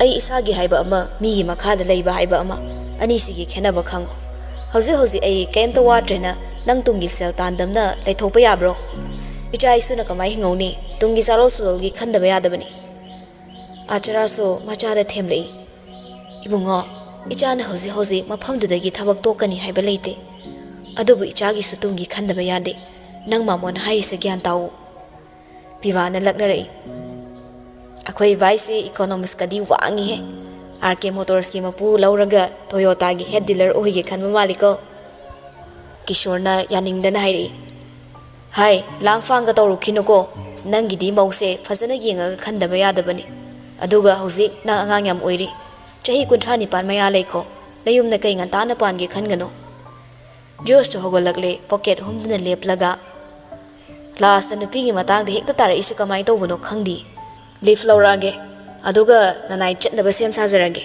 ꯋꯥ ꯃꯈꯥ ꯇꯥꯕꯤꯔꯛꯑꯅꯨ ꯀꯤꯁꯣꯔꯅ ticket ꯀꯛꯑꯗꯕꯅꯤ ꯍꯣꯏ ꯖꯣꯁꯇꯣ ꯆꯪꯈ꯭ꯔꯦ ꯄꯤꯕꯥꯅ ꯃꯄꯥꯗ ꯍꯥꯏꯔꯛꯏ ꯕꯥ ꯆꯥꯛ ꯆꯥꯔꯍꯜꯂꯣ ꯉꯥ ꯊꯣꯡꯕ ꯆꯥꯁꯦ ꯁꯦꯜ ꯄꯨꯊꯣꯔꯛꯑꯣ ꯑꯩ ꯂꯩꯔꯨꯒꯦ ꯑꯆꯔꯥꯅ ꯉꯥ ꯌꯥꯝ ꯆꯥꯕ ꯐꯠꯇꯦꯀꯣ ꯍꯨꯃꯥꯡ ꯊꯣꯛꯄ ꯁꯨꯕ ꯑꯃꯠꯇꯁꯨ ꯅꯠꯇꯦ ꯄꯤꯕꯥꯅ ꯃꯔꯩ ꯁꯠ ꯇꯤꯡꯊꯣꯛꯂꯒ ꯑꯩꯈꯣꯏꯗꯤ ꯏꯄꯥꯗ ꯍꯥꯏꯖꯕ ꯅꯥꯔꯁꯨ ꯏꯄꯥꯅ ꯂꯥꯏꯌꯦꯡꯖꯅꯤ ꯇꯥꯜꯂꯤꯕ ꯁꯦꯜ ꯃꯌꯥꯝꯁꯦ ꯈꯔ ꯊꯥꯗꯣꯛꯑꯟꯒꯦ ꯅꯥꯔꯒ ꯀꯤꯟꯁꯤꯅ ꯁꯨꯔ ꯊꯅꯝꯃꯗꯤ ꯏꯄꯥꯒꯤ ꯏꯕꯨꯡꯉꯣ ꯅꯪ ꯀꯛꯆꯦꯡ ꯑꯣꯜꯍꯧꯅꯤ ꯃꯆꯦꯗ ꯑꯃꯨꯛ ꯑꯣꯟꯁꯤꯜꯂꯛꯂꯒ ꯏꯆꯦ ꯆꯠꯂꯨꯈꯤꯒꯦ ꯆꯥꯛ ꯑꯦꯟꯁꯥꯡꯒꯗꯣ ꯑꯩꯈꯣꯏ ꯄꯤꯕꯥꯗ ꯊꯣꯡꯍꯜꯂꯨ ꯂꯥꯏꯔꯤꯛꯁꯨ ꯁꯨꯛꯄꯥ ꯄꯥꯔꯝꯃꯣꯏ ꯈꯪꯉꯤ ꯑꯩꯅ ꯑꯥꯆꯔꯥꯁꯨ ꯅꯣꯛꯂꯒ ꯄꯥꯏꯗ ꯁꯥꯎꯒꯦ ꯇꯧꯔꯝꯕ ꯄꯤꯕꯥ ꯃꯅꯦꯅ ꯂꯥꯏꯔꯤꯛ ꯄꯥꯏ ꯍꯥꯏꯔꯛꯄꯗꯨꯗ ꯃꯃꯣꯟꯒ ꯇꯧꯖꯔꯝꯃꯤ ꯑꯗꯨꯒ ꯏꯀꯦ ꯀꯦꯖꯅ ꯃꯤꯅ ꯂꯥꯏꯔꯤꯛ ꯑꯁꯨꯛ ꯌꯥꯝ ꯀꯟꯅ ꯄꯥꯖꯩꯁꯤꯕꯨ ꯑꯩꯈꯣꯏ ꯄꯥꯁꯤꯗꯤ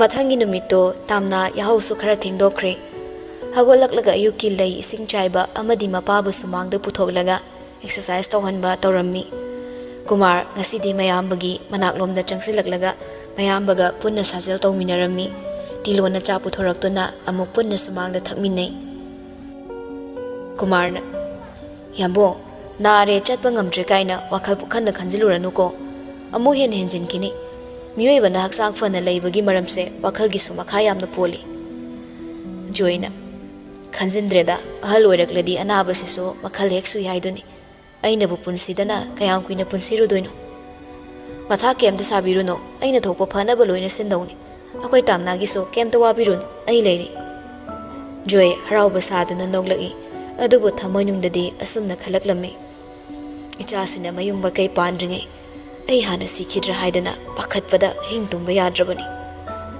ꯑꯩꯈꯣꯏ ꯇꯥꯝꯅꯥꯒꯤꯁꯨ ꯅꯨꯄꯥ ꯑꯐꯕ ꯑꯃ ꯊꯤꯕꯤꯔꯗꯧꯅꯤ ꯑꯍꯜꯁꯤꯡꯅ ꯀꯜꯂꯤꯉꯩ ꯃꯐꯝ ꯆꯥꯕ ꯑꯃ ꯈꯪꯅ ꯂꯩꯖꯈꯤꯕꯗꯨ ꯄꯥꯝꯃꯤ ꯆꯍꯤꯁꯨ ꯑꯉꯥꯡ ꯅꯠꯇ꯭ꯔꯦ ꯌꯥꯝꯁꯤꯜꯂꯛꯂꯕꯅꯤꯅ ꯃꯥꯒꯤꯁꯨ ꯀꯩꯅꯣꯗꯣ ꯈꯟꯅꯗꯕ ꯌꯥꯗ꯭ꯔꯦ ꯇꯥꯝꯅꯥꯅ ꯄꯥꯕꯨꯡꯆꯥ ꯌꯨꯝ ꯀꯩ ꯄꯥꯟꯕꯒꯤ ꯃꯇꯥꯡꯁꯤꯗꯤ ꯄꯥꯕꯨꯡꯆꯥ ꯍꯣꯏꯅ ꯍꯣꯠꯅꯕꯤꯗ꯭ꯔꯁꯨ ꯌꯥꯔꯅꯤꯗ ꯑꯩꯒꯤꯁꯨ ꯑꯄꯥꯝꯕ ꯂꯩꯌꯦ ꯀꯨꯃꯥꯔꯗꯨ ꯐꯖꯊꯣꯔꯛꯏ ꯀꯥꯏꯗꯦꯗ ꯐꯕꯨ ꯐꯔꯕꯗꯤ ꯑꯩꯈꯣꯏꯅꯕꯨ ꯀꯔꯤꯕꯨ ꯍꯥꯏꯔꯨꯅꯤ ꯆꯥ ꯊꯛꯄ ꯂꯣꯏꯕꯒꯤ ꯀꯣꯜꯂꯤꯛꯁꯤꯡꯗꯨ ꯇꯥꯝꯅꯥꯅ ꯑꯣꯏꯅ ꯂꯣꯏꯁꯤꯜꯂꯤ ꯉꯁꯤꯗꯤ ꯊꯕꯛ ꯏꯪꯈꯥꯡ ꯑꯇꯩ ꯂꯣꯏꯁꯤꯜꯂꯤꯉꯩ ꯆꯥꯛ ꯇꯣꯛꯄ ꯂꯣꯏꯔꯒ ꯑꯣꯏꯅ ꯏꯔꯨ ꯂꯨꯖꯔꯦ ꯍꯥꯊꯨ ꯑꯃꯨꯛ ꯑꯣꯐꯤꯁ ꯆꯠꯅꯕ ꯐꯤꯔꯣꯜ ꯍꯣꯡꯗꯣꯛꯂꯝꯂꯒ ꯊꯣꯔꯛꯂꯝꯃꯤ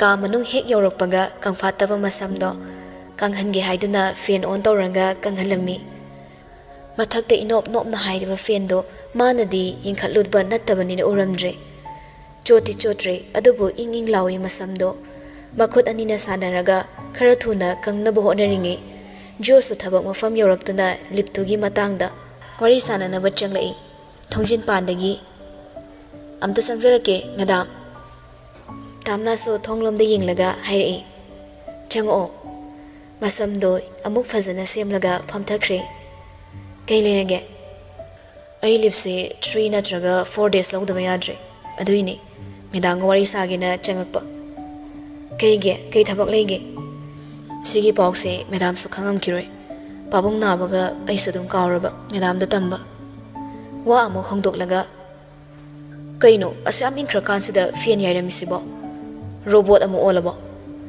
ꯍꯥꯏꯔꯒ ꯃꯥꯅ ꯃꯊꯛꯇ ꯍꯦꯛ ꯌꯦꯡꯈꯠꯂꯛꯄꯒ ꯐꯦꯟꯗꯨꯅ ꯃꯔꯤ ꯇꯠꯂꯒ ꯈꯖꯤꯛꯈꯛ ꯌꯥꯟꯗꯨꯅ ꯂꯩꯔꯤꯗꯣ ꯎꯔꯛꯏ Hek ubaga mari khakta tatuna makhada Madamgi mapa kokton da taraklami. Fing na table da chongkhalaga table wang mana famliba tamnagi makokto magi pambo manina khanjilami. Huru huru na pairakpa fendugi masa machena George ki pambom da yatlam laga pai khibani. Fenduna leimaida balweraga takrabatong khanjillaga thamlamba makhutto lokthok hanglei. So over madam. Fenlomda yengluraga nupasada yenglaga. So hodi. Fenduna khetkiba mapado frit sagairami. Matawduda makhut anina pairaga yam pakhatna su hairei. Sidi so ina. Nadeda yam sokpo oiramoi. Tamna mipaisana hairei. Sibu kamai soktrino. Doctor jasilao. Hausikti sokta ngaibagi China phawdabani. Ngak leidi khamanga maroi. Fracture gumba yawra inthokpana fani. Hoiba chase madam.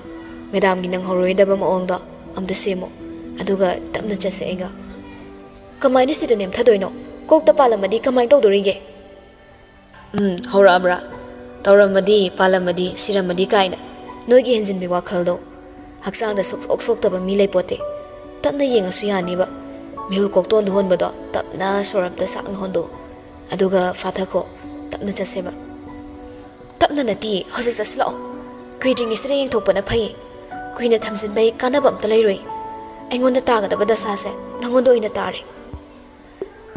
Thuna chatnaba hotnabada mamangda thokiba matagum magi samlangduna Joski kudamda yatsankibana Joski thabak waida khangnak naksilai. Masamdo khangpan kibadada si chingkhatuna khangi. Josna nokmi. Kudam sinafo phingmalli ya ngai ko haire inpi. Mina mukta khradi farak tadoini. Chinsina marol ama ingawri. Gyan fana taba isa madamna phagi matang chade matagum cheri. Asokpa thoidaba manba nupaduda. Nangsa phagi su matang chade. Oina ningba matamdasu oina rakte. Tanjay am khangdaba pakhangni. George nokmi adum hairei. Tanza khangdaba nati. Nang nawazaba egidama pakhatjabado ubada thamoise narakpa aduini. Lehenganu se madam dongna ifing phingbi lamhenbi masamse tap pairaga foidatke. Moli yam ingna kundamdagi masamdo lokthokpiraklami.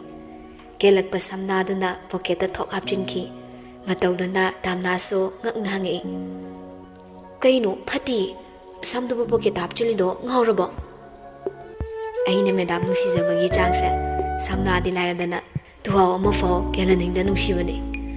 Aso aina thamoi hokhe ngawjariba samlangse malem leimaida takhraga mi khongnefam oihanbado ai pamdi aduna hapchilini. Yaragadi madam fa pocket hapchilagena leiba misakni.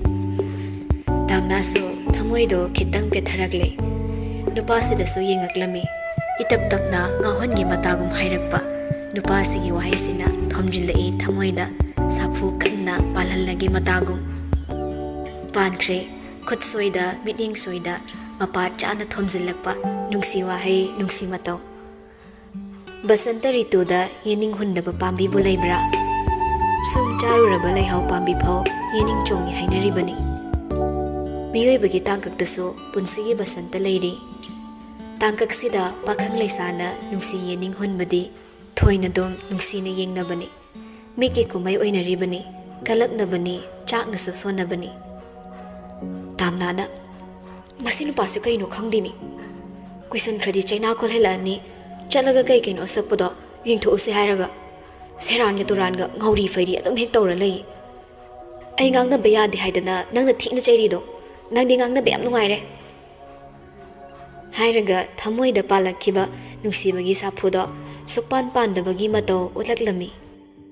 Onthoknasu haikhrabani lotsinba khangsinnadaba usinnadabado. Nupi oibi khudingmakiso machatni sinaso chinglembi sabada pakcharibani. Hoi madam chalurase. Asumna George kapunna thongminaraklami. Sales manager dasu thabak khara sinaramle. Fena kamaina taraklino kamaina lus oiramino yengo haina sinaramlaga madi chatkrabani. Sinarambagi matung ina technician oina leiba staff senior amaga changminaraklaga yengi. ꯋꯦꯌꯔꯁꯤꯡ ꯀꯩ ꯇꯞ ꯇꯞ ꯂꯧꯔꯒ ꯌꯦꯡꯉꯤ ꯀꯨꯃꯥꯔꯁꯨ ꯆꯪꯁꯤꯜꯂꯛꯂꯤ ꯇꯧꯅꯔꯤꯕ ꯃꯇꯧꯁꯤꯗ ꯆꯤꯡꯅꯗꯨꯅ ꯍꯦꯟꯅ ꯌꯥꯡꯅ ꯄꯥꯏꯁꯤꯜꯂꯛꯏ ꯀꯩꯅꯣ ꯀꯩꯗꯧꯅꯔꯦ ꯀꯩꯗꯧꯕ ꯌꯥꯎꯔꯒꯦ ꯃꯦꯅꯦꯖꯔꯅ ꯁꯥꯔ ꯃꯊꯛꯇꯒꯤ ꯐꯦꯟꯁꯦ ꯎꯡꯉꯤꯉꯩꯗ ꯇꯠꯂꯒ ꯇꯥꯔꯛꯄꯗꯒꯤ ꯁꯥꯔ ꯖꯤꯌꯣꯁꯇ ꯁꯣꯛꯑ ꯃꯥꯜꯂꯦ ꯍꯣꯁꯄꯤꯇꯥꯜ ꯆꯠꯈ꯭ꯔꯦ ꯑꯗꯨ ꯀꯃꯥꯏꯅ ꯇꯧꯔꯤꯅꯣ ꯑꯝꯇ ꯌꯦꯡꯉꯣꯅ ꯌꯦꯡꯍꯟꯕ ꯑꯉꯥꯡꯁꯤꯡꯗ ꯀꯨꯃꯥꯔ ꯈꯔ ꯐꯤꯡꯕ ꯁꯥꯔꯒ ꯀꯌꯥꯝ ꯁꯣꯛꯄ ꯈꯣꯠꯄ ꯌꯥꯎꯈꯤꯒꯦꯅꯦ ꯀꯃꯥꯏꯅ ꯇꯠꯂꯛꯏꯅꯣ ꯑꯗꯨꯅ ꯁꯥꯔ ꯎꯆꯤꯅꯕꯨ ꯆꯤꯛꯏꯕ꯭ꯔꯥ ꯀꯃꯥꯏꯅ ꯇꯧꯔꯤꯅꯣ ꯍꯥꯏꯗꯅ ꯑꯉꯥꯡꯁꯤꯡ ꯌꯦꯡꯍꯟꯒꯦꯅ ꯃꯣꯏꯗ ꯌꯦꯡꯍꯜꯂꯝꯕ ꯇꯦꯛꯅꯤꯁꯤꯌꯟ ꯑꯃꯅ ꯍꯥꯏꯔꯛꯏ ꯑꯦ ꯁꯤꯗꯤ ꯑꯊꯧꯕ ꯈꯨꯠꯂꯥꯏ ꯑꯃꯅ ꯀꯛꯊꯠꯄ ꯃꯥꯜꯂꯦ ꯍꯥꯏꯗꯨꯅ ꯄꯨꯊꯔꯛꯂꯒ ꯌꯦꯡꯍꯜꯂꯝꯃꯤ ꯀꯨꯃꯥꯔꯁꯨ ꯆꯪꯁꯤꯜꯂꯒ ꯌꯦꯡꯂꯒ ꯍꯥꯏꯔꯛꯏ ꯃꯊꯛꯁꯤꯗꯕꯨ ꯀꯅꯥꯅ ꯀꯥꯈꯠꯂꯒ ꯂꯦꯟꯗꯧꯔꯤꯒꯦ ꯊꯑꯣꯏꯅ ꯎꯆꯤꯅꯒ ꯆꯤꯛꯊꯠꯄ ꯑꯣꯏꯔꯝꯅꯤ ꯌꯥꯔꯦ ꯌꯥꯝ ꯋꯥꯔꯨꯔꯅꯨ ꯐꯦꯟꯒꯁꯦ ꯂꯣꯏꯅ ꯂꯧꯊꯣꯛꯈ꯭ꯔꯣ ꯑꯁꯨꯛ ꯏꯪꯂꯀꯥꯟꯁꯤꯗ ꯀꯃꯥꯏꯅ ꯐꯦꯟ ꯊꯥꯔꯨꯔꯤꯅꯣ ꯈꯪꯗꯦꯅꯦ ꯄ꯭ꯔꯣꯕ꯭ꯂꯦꯝꯁꯦ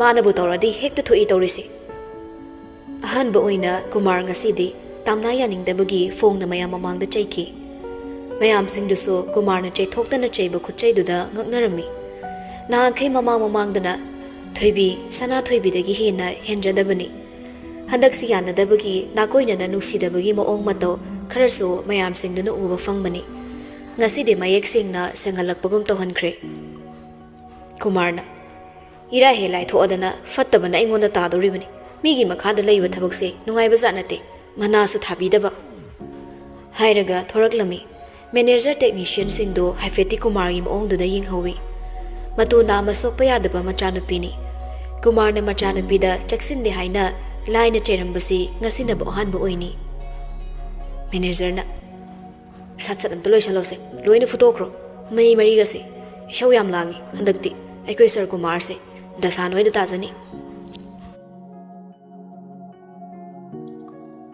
ꯍꯣꯁꯄꯤꯇꯥꯜꯗꯒꯤ ꯊꯣꯔꯛꯂꯦ ꯄꯥꯝꯕꯣꯝꯗꯣ ꯈꯔ ꯂꯦꯡꯕ ꯌꯥꯔꯔꯣꯏꯗꯤ ꯍꯥꯏꯔꯛꯏ ꯑꯗꯨꯕꯨ ꯃꯅꯨꯡꯗ ꯁꯔꯨꯗꯤ ꯁꯣꯛꯂꯝꯗꯦ ꯃꯌꯨꯝꯂꯣꯝꯗ ꯑꯣꯏꯅ ꯊꯤꯜꯂꯛꯂꯝꯃꯤ ꯖꯤꯌꯣꯁꯀꯤ ꯒꯥꯔꯤꯗꯤ ꯑꯣꯐꯤꯁꯇ ꯂꯩꯍꯧꯔꯦ ꯆꯥꯎꯕꯁꯨ ꯌꯥꯎꯅ ꯄꯨꯟꯅ ꯌꯥꯎꯔꯛꯄꯅꯤ ꯆꯨꯔꯤ ꯇꯥꯕꯤꯗ ꯈꯣꯡꯎꯞ ꯂꯧꯊꯣꯛꯂꯒ ꯃꯥꯡꯒꯣꯜꯗ ꯀꯥꯈꯠꯇꯨꯅ ꯐꯝꯃꯤ ꯖꯤꯌꯣꯁ ꯏꯃꯨꯡꯂꯣꯝꯗ ꯑꯣꯟꯁꯤꯜꯂꯒ ꯃꯃꯥꯕꯨ ꯀꯧꯔꯛꯂꯝꯃꯤ ꯏꯃꯥꯎ ꯇꯥꯕ꯭ꯔꯣ ꯑꯥꯆꯥꯔꯥꯗꯣ ꯇꯥꯔꯗꯨꯅ ꯊꯣꯔꯛꯏ ꯄꯨꯂꯞ ꯂꯩꯔꯝꯕꯗꯨꯗ ꯀꯩꯗꯧꯔꯕꯅꯣ ꯈꯜꯂꯛꯏ ꯅꯠꯇ꯭ꯔꯒ ꯁꯨꯝ ꯆꯠꯂꯨꯁꯤ ꯍꯥꯏꯗꯨꯅꯕꯨ ꯀꯣꯏꯔꯛꯂꯤꯕ꯭ꯔꯥ ꯈꯪꯅꯤꯡꯅ ꯍꯪꯉꯛꯏ ꯍꯩꯃꯥ ꯀꯗꯣꯝꯗ ꯆꯠꯂꯨꯗꯣꯏꯅꯣ ꯅꯠꯇ꯭ꯔꯒ ꯀꯣꯏꯔꯛꯏꯔꯣ ꯅꯣꯏꯕꯣ ꯖꯤꯌꯣꯁꯅ ꯈꯨꯠꯁꯦ ꯄꯥꯝꯕꯣꯝꯁꯤ ꯇꯦꯕꯜꯗ ꯌꯩꯁꯤꯟꯈ꯭ꯔꯕ ꯑꯗꯨꯒ ꯍꯣꯁꯄꯤꯇꯥꯜꯁꯨ ꯌꯧꯔꯨꯔꯦ ꯀꯩꯝ ꯇꯧꯔꯝꯗ꯭ꯔꯦ ꯁꯣꯝꯗ ꯑꯣꯏꯅ ꯊꯤꯜꯂꯛꯑꯦ ꯃꯦꯗꯥꯝꯅ ꯄꯣꯊꯥꯔꯣꯅ ꯑꯥꯆꯥꯔꯥꯗꯣ ꯄꯥꯈꯠꯂꯝꯗꯦ ꯃꯆꯥꯅ ꯀꯌꯥ ꯁꯣꯛꯇꯦ ꯍꯥꯏꯗꯨꯗ ꯑꯗꯨꯕꯨ ꯑꯁꯨꯝꯅꯗꯤ ꯍꯥꯏꯔꯛꯏ ꯆꯠꯇꯧꯔꯤ ꯊꯕꯛꯇꯨꯒ ꯑꯁꯣꯛ ꯑꯄꯟ ꯌꯥꯎꯗꯅꯕ ꯐꯖꯅ ꯍꯣꯠꯅꯧ ꯌꯥꯗ꯭ꯔꯣ ꯅꯪꯕꯣ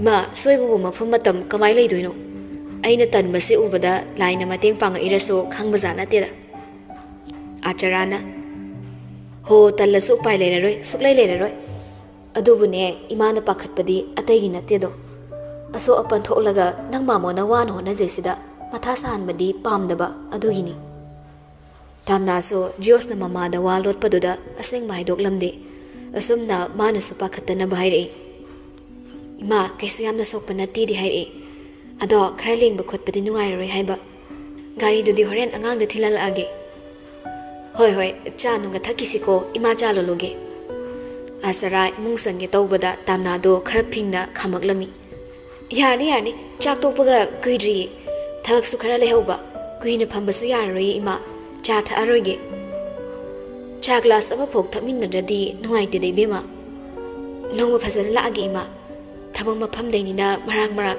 ꯑꯩꯈꯣꯏꯁꯦ ꯏꯟꯊꯤꯅ ꯐꯝꯕ ꯉꯝꯃꯔꯣꯏ ꯏꯃꯥ ꯖꯤꯌꯣꯁꯅ ꯃꯦꯗꯥꯝ ꯌꯥꯔꯅꯤ ꯆꯠꯂꯣ ꯁꯨꯝ ꯂꯩꯍꯧꯔꯒꯦ ꯑꯥꯆꯥꯔꯥꯗꯣ ꯆꯩꯔꯛꯏ ꯍꯥꯏ ꯀꯔꯤꯅꯣꯅꯦ ꯍꯦꯛꯇ ꯇꯥꯜꯂꯤꯅꯦ ꯃꯁꯤꯕꯣ ꯉꯥꯛꯇꯪ ꯐꯝꯈꯤꯁꯅꯨ ꯅꯪꯅ ꯅꯃꯥꯏ ꯊꯛꯑꯒ ꯃꯦꯗꯥꯝ ꯊꯕꯛ ꯁꯤꯟꯖꯈ꯭ꯔꯤꯕꯁꯤꯗ ꯌꯦꯠꯄꯤꯔꯦ ꯊꯕꯛ ꯃꯌꯥꯝ ꯂꯩꯍꯧꯕꯅꯦ ꯑꯗꯨꯏꯅꯦ ꯏꯃꯥ ꯁꯤꯗ ꯀꯨꯏꯅ ꯐꯝꯗꯣꯛꯄ ꯌꯥꯔꯣꯏ ꯇꯥꯟꯕ ꯅꯠꯇꯦ ꯑꯩꯒꯤ ꯀꯔꯤ ꯏꯇꯤꯛ ꯂꯩꯗꯅ ꯑꯩꯅ ꯃꯦꯗꯥꯝꯕꯨ ꯇꯥꯟꯗꯣꯏꯕ ꯑꯩꯈꯣꯏ ꯃꯦꯗꯥꯝꯅ ꯁꯨꯄ꯭ꯔꯤꯝꯅꯦ ꯃꯉꯣꯟꯗꯩ ꯇꯥꯟꯕꯒꯤ ꯄꯥꯡꯒꯜꯒ ꯅꯆꯥꯗ ꯌꯥꯎꯖꯗꯦ ꯇꯥꯝꯅꯥꯅ ꯏꯃꯥ ꯑꯗꯨꯗꯤ ꯑꯩꯈꯣꯏ ꯑꯃꯨꯛ ꯊꯣꯛꯈꯤꯒꯦ ꯖꯤꯌꯣꯁꯇ ꯑꯃꯨꯛ ꯍꯤꯗꯥꯛ ꯒꯨꯂꯤꯗꯣ ꯐꯖꯅ ꯆꯥꯊꯣꯛꯑꯣ ꯄꯦꯟ ꯀꯤꯂꯔꯗꯣ ꯆꯥꯕ ꯀꯥꯎꯅꯤꯀꯣ ꯆꯈꯥꯎ ꯒꯨꯂꯤꯗꯣ ꯑꯗꯨꯁꯨ ꯑꯌꯨꯛꯇ ꯆꯥꯗꯣꯏꯅꯤꯀꯣ ꯍꯣꯏ ꯑꯩ ꯈꯪꯉꯤ ꯃꯦꯗꯥꯝ ꯐꯖꯅ ꯄꯣꯊꯥꯍꯧꯔꯣ ꯁꯨꯇꯤꯗꯨꯁꯨ ꯌꯥꯔꯅꯤ Asumna thokre moi thokhibaga mama macha ani di wari amuk sanarami.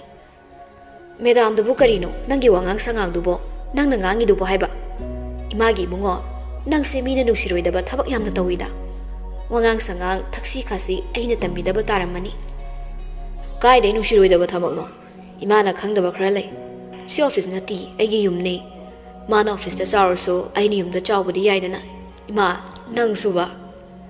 Nakhutubu chatori thabak sige yadori bro. Yani aina chatoise yo thangat ba yawba nati. Khadang khara nom daba khakni. Khutki mathau nati ima. Khadangi hang tat khibadawna imana wasin biruno. Hidaguli gase ai pusin biramagi ko chango nafi na rolga do hongdok naba. Asumni hidaguli pusin birami George hogolaklaga mafi hongge tawbaga pocket tagi samna amani do amuk tapna lawthoraklaga upu manunggi box machado da amu hapchin birami. Nokmi ga tawsilami potni samna do daso. Adagi amuk thoraklaga mafi hongkre ngasi di halakpaga iruluzabado luzaramde. Pamung dangak pamlinge Arun gi ko laksili. Paikhatlaga hangaklami. Kay lerage. Surudo ibo hayeng luhongbo iramingo. Yethokani tawbado thuno hongnaba haidana tongnaramale. Ibungo nangama bit leba wari amata suliro. Ex ki wari natradi amta leizadramona. Sum nang taram khiroena tamakpani. Tadrasu taningde adi wari dude. Haujiktine aise aigi oiba taibang amada yam thina nungaina leibani khangaba ex ki wari pusalakano nupina sawe namai duda yam asitningi nupi naw so hon mayam haina adunani hundok pirami mayam do kaide mayam do amatagni handak ki sidi hundok piramoi he aibu yam khanjabani nang kai khangadana handak nupi kaina badana chahi ke am hapu chudoiba ado kaina rasu kem khalono banner changnaba nang namanaba ai ma chaw chaw na leiri nangi pendaba mayam do ai loi ta doini ai sibo wakhal yam warak pangam daba mi dona thamo ai room da luzarukhige hoi thamme paul tambirak pane hairaga thamna khre josu thau isa sada nokmi hegi de madam leirasibo ex kaina matama mada ina manu shirami adubu nusirame na hojik su mabu nusiraga leini haiba leite hongkre loin hongkre ai so hongi nusiba su hongi maso mara tapna ingna chikna mai panjani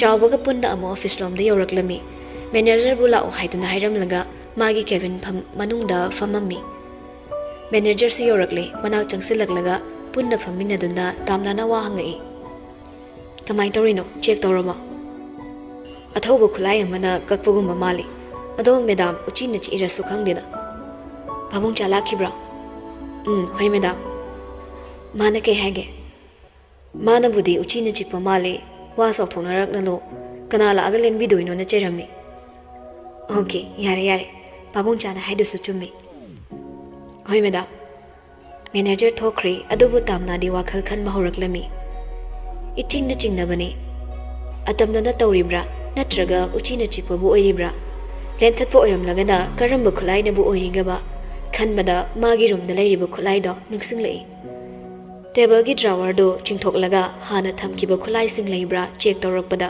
wire cutter do yoramdri atatpa wire pirambaduda amuksu yingi khulai leramdabaduga khatatsiga sumsung wakhal do khanjin bahorakle phuk hogolaklaga thorai kumar gi room da changaklami kumar di leramdre table mathaktuda sumpot chaising yingakpada ingan ngana kumar gi table mathakta wire cutter du so taduna leramle che kharana nansilaga paikhalaga thangatuna yingi chingnaba chumadra haina thajarakpani mi sokpasi ba yaba thabaksida kumarna laithokna khumambaga sida kumarna sinba oyani haina thajarami office manungsi uchi sulaitabani uchi na chikpagi maongda tatlamba sunate magi dasasi josna takhi maduda amuk ke hena nungai sadabani office sokpasi mahag masa sokpa natrabaso masa sokpadagi hinaso pakhatchabani cutter do hani fibamduda mapop kaida thamkhre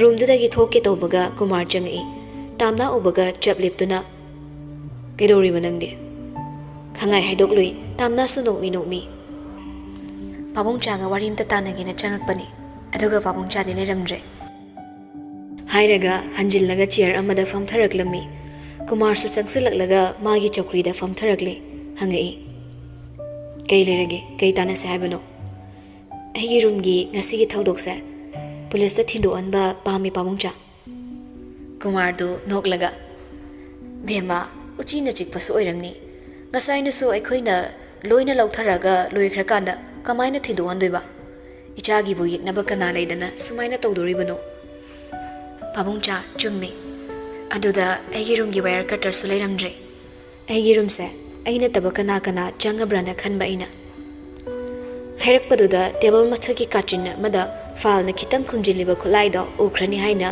ꯍꯨꯃꯥꯡ ꯀꯥꯡꯈꯠꯂꯛꯂꯦ ꯋꯥꯔꯤ ꯁꯥꯖꯤꯟꯅꯔꯒ ꯃꯈꯨꯠ ꯂꯦꯡꯗꯨꯅ ꯐꯥꯏꯜꯁꯤꯡ ꯂꯣꯏꯁꯤꯟꯕ ꯁꯥꯔꯒ ꯁꯠ ꯇꯨꯃꯤꯟꯅ ꯊꯥꯡꯒꯠꯈ꯭ꯔꯦ ꯉꯁꯥꯏꯗꯒꯤ ꯍꯨꯔꯥꯟꯕ ꯐꯥꯒꯤ ꯌꯦꯡꯂꯤꯕ ꯅꯨꯄꯤꯗꯨꯁꯨ ꯎꯈ꯭ꯔꯦ ꯍꯨꯔꯥꯟꯕꯁꯨ ꯂꯥꯏꯅ ꯐꯥꯈ꯭ꯔꯦ ꯎꯁꯤꯟꯅꯗ ꯋꯥꯔꯤ ꯃꯈꯥꯗꯤ ꯆꯠꯊꯅꯩ ꯍꯣꯏꯗ ꯄꯥꯕꯨꯡ ꯆꯥꯅꯕ ꯑꯗꯨꯃꯥꯏ ꯈꯜꯂꯗꯤ ꯌꯥꯏꯗ ꯑꯗꯣ ꯄꯥꯕꯨꯡꯆꯥ ꯌꯦꯛꯅꯕꯕꯨꯗꯤ ꯑꯅꯛꯄ ꯃꯔꯤꯅ ꯍꯦꯟꯅ ꯀꯤꯌꯨ ꯍꯥꯏꯅꯕ ꯑꯃ ꯂꯩꯕꯁꯤꯗ ꯑꯣꯐꯤꯁꯁꯤꯗ ꯑꯩ ꯅꯨꯡꯁꯤꯗꯕ ꯑꯩ ꯃꯥꯡꯅꯕ ꯁꯤꯟꯕ ꯃꯤ ꯂꯩꯔꯕ꯭ꯔꯥ ꯁꯤꯅꯤ ꯃꯃꯥꯡꯗꯁꯨ ꯁ꯭ꯇꯦꯁꯟ ꯀꯣꯠꯇꯣ ꯃꯩ ꯍꯧꯔꯛꯈꯤ ꯀꯨꯃꯥꯔ ꯆꯤꯡꯅꯈꯤꯗꯅꯕ ꯃꯁꯛ ꯁꯦꯝꯅꯕ ꯍꯣꯠꯅꯕꯗ ꯑꯋꯥꯕꯅꯤ ꯍꯦꯔꯥ ꯀꯩꯁꯨ ꯇꯧꯔꯣꯏ ꯑꯗꯨꯃꯥꯏꯅꯒꯅꯦ ꯑꯩ ꯂꯩꯔꯤꯉꯩ ꯇꯧꯕ ꯌꯥꯕ ꯅꯠꯇꯦ ꯏꯆꯥꯅ ꯍꯦꯛ ꯇꯜꯂꯁꯨ ꯌꯨꯝꯗ ꯄꯣꯊꯥꯗꯣ ꯄꯥꯕꯨꯡꯆꯥꯅ ꯂꯣꯏꯅ ꯌꯦꯡꯁꯤꯜꯂꯒ ꯂꯣꯏꯔꯦ ꯗꯥꯝꯅꯥꯁꯨ ꯅꯣꯛꯂꯛꯏ ꯍꯔꯥꯎꯕ ꯃꯥꯜꯍꯟꯕꯅꯤ ꯍꯣꯏ ꯄꯥꯕꯨꯡꯆꯥ ꯑꯗꯨꯗꯤ ꯄꯥꯕꯨꯡꯆꯥꯁꯨ ꯐꯝꯍꯧꯔꯣ ꯑꯩꯁꯨ ꯊꯣꯛꯈ꯭ꯔꯒꯦ ꯍꯥꯏꯔꯝꯂꯒ ꯀꯥꯗꯒꯤ ꯊꯣꯔꯛꯂꯦ ꯄꯤꯔꯝꯃꯤ ꯁꯥꯍꯨꯝ ꯑꯃ ꯅꯪꯕꯨꯗꯤ ꯅꯣꯡꯃ ꯑꯩꯅ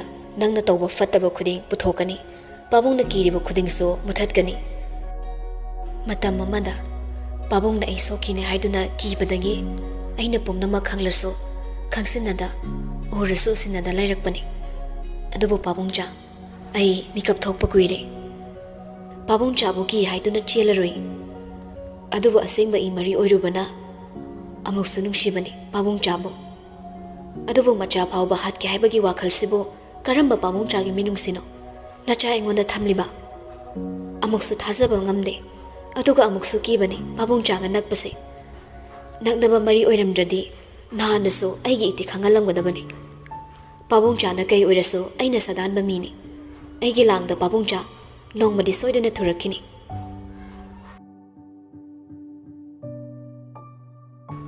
ꯃꯃꯥꯟꯅꯕ ꯅꯥꯏ ꯇꯥꯕꯒ ꯃꯔꯨꯞ ꯑꯅꯤꯗꯣ ꯑꯍꯥꯎ ꯑꯊꯨꯝ ꯃꯌꯥꯝ ꯑꯃ ꯂꯩꯔꯒ ꯂꯥꯛꯂꯝꯃꯤ ꯆꯠꯇꯣꯔꯦꯁꯨ ꯄꯥꯎ ꯇꯥꯕꯅ ꯂꯥꯛꯄꯅꯤ ꯑꯅꯤꯗꯣ ꯍꯧꯅꯔꯒ ꯖꯣꯔꯖꯀꯤ ꯀꯥ ꯃꯅꯨꯡꯗ ꯐꯝꯃꯤꯟꯅꯩ ꯄꯨꯟꯅ ꯄꯤꯕꯥꯁꯨ ꯆꯍꯤ ꯁꯨꯏ ꯈꯪꯗꯦ ꯁꯨꯗꯦ ꯈꯪꯗꯦ ꯑꯍꯜꯁꯤꯡꯗꯨꯒꯤ ꯋꯥꯔꯤꯗ ꯌꯥꯎꯔꯛꯂꯝꯃꯤ ꯑꯍꯜꯁꯤꯡꯗꯨꯅꯗꯤ ꯌꯥꯎꯍꯟꯅꯤꯡꯗꯕ ꯃꯥꯅꯗꯤ ꯌꯥꯎꯖꯅꯤꯡꯕ ꯕꯣꯔꯤꯁꯅ ꯄꯤꯕꯥ ꯑꯉꯥꯡ ꯊꯧꯔꯝ ꯅꯠꯇꯦ ꯅꯪ ꯂꯥꯏꯔꯤꯛ ꯄꯥꯔꯨꯁꯨ ꯆꯠꯂꯣ ꯑꯩ ꯅꯕꯥꯒꯤ ꯋꯥꯔꯤ ꯉꯥꯛꯇ ꯁꯥꯟꯅꯒꯦ ꯄꯤꯕꯥꯅ ꯑꯩ ꯇꯥꯕꯤꯔꯣꯏꯌꯦ ꯀꯩꯁꯨ ꯑꯗꯨꯝ ꯇꯨꯃꯤꯟꯅ ꯐꯝꯖꯒꯦ ꯅꯣꯏ ꯊꯣꯛꯄ ꯑꯗꯨꯝ ꯁꯥꯟꯅꯖ ꯋꯥꯔꯤꯗꯣ ꯑꯦꯔꯣꯟꯅ ꯖꯣꯔꯖꯇ ꯈꯪꯉꯦ ꯑꯩ ꯍꯦꯔꯣ ꯁꯥꯅꯤꯡꯗꯅ ꯐꯤꯜꯝꯗꯒ ꯇꯧꯕ ꯑꯗꯥꯏꯅ ꯊꯛ ꯂꯥꯎꯅꯒ ꯀꯣꯟꯁꯤꯂꯨꯔꯤ ꯑꯣꯏꯔꯝꯅꯤ ꯖꯤꯌꯣꯔꯖꯅ ꯑꯁ ꯑꯗꯨꯅꯕꯨ ꯃꯥꯒꯤ ꯂꯋꯥꯏꯗ ꯄꯥꯜꯂꯝꯃꯗꯤ ꯑꯗꯨꯝ ꯕ꯭ꯔꯦꯟ ꯍꯥꯞ ꯊꯥꯕꯩ ꯐꯤꯕꯝꯅꯤ ꯐꯥꯒꯤꯒ ꯅꯠꯇꯦ ꯕꯣꯔꯤꯁꯅ ꯅꯍꯥꯟꯃꯨꯛꯁꯨ ꯀꯜꯂꯨꯏ ꯍꯥꯏꯗꯥꯏ ꯏꯂꯦꯛꯇ꯭ꯔꯤꯛ ꯁꯣꯛꯇꯦ ꯑꯦꯔꯣꯟꯅ ꯅꯠꯇꯦ ꯁꯦꯜ ꯄꯥꯏꯔꯦꯅ ꯇꯞꯅꯅ ꯍꯥꯠꯂꯒꯦ ꯀꯥꯏꯅ ꯇꯧꯔꯤꯔꯕ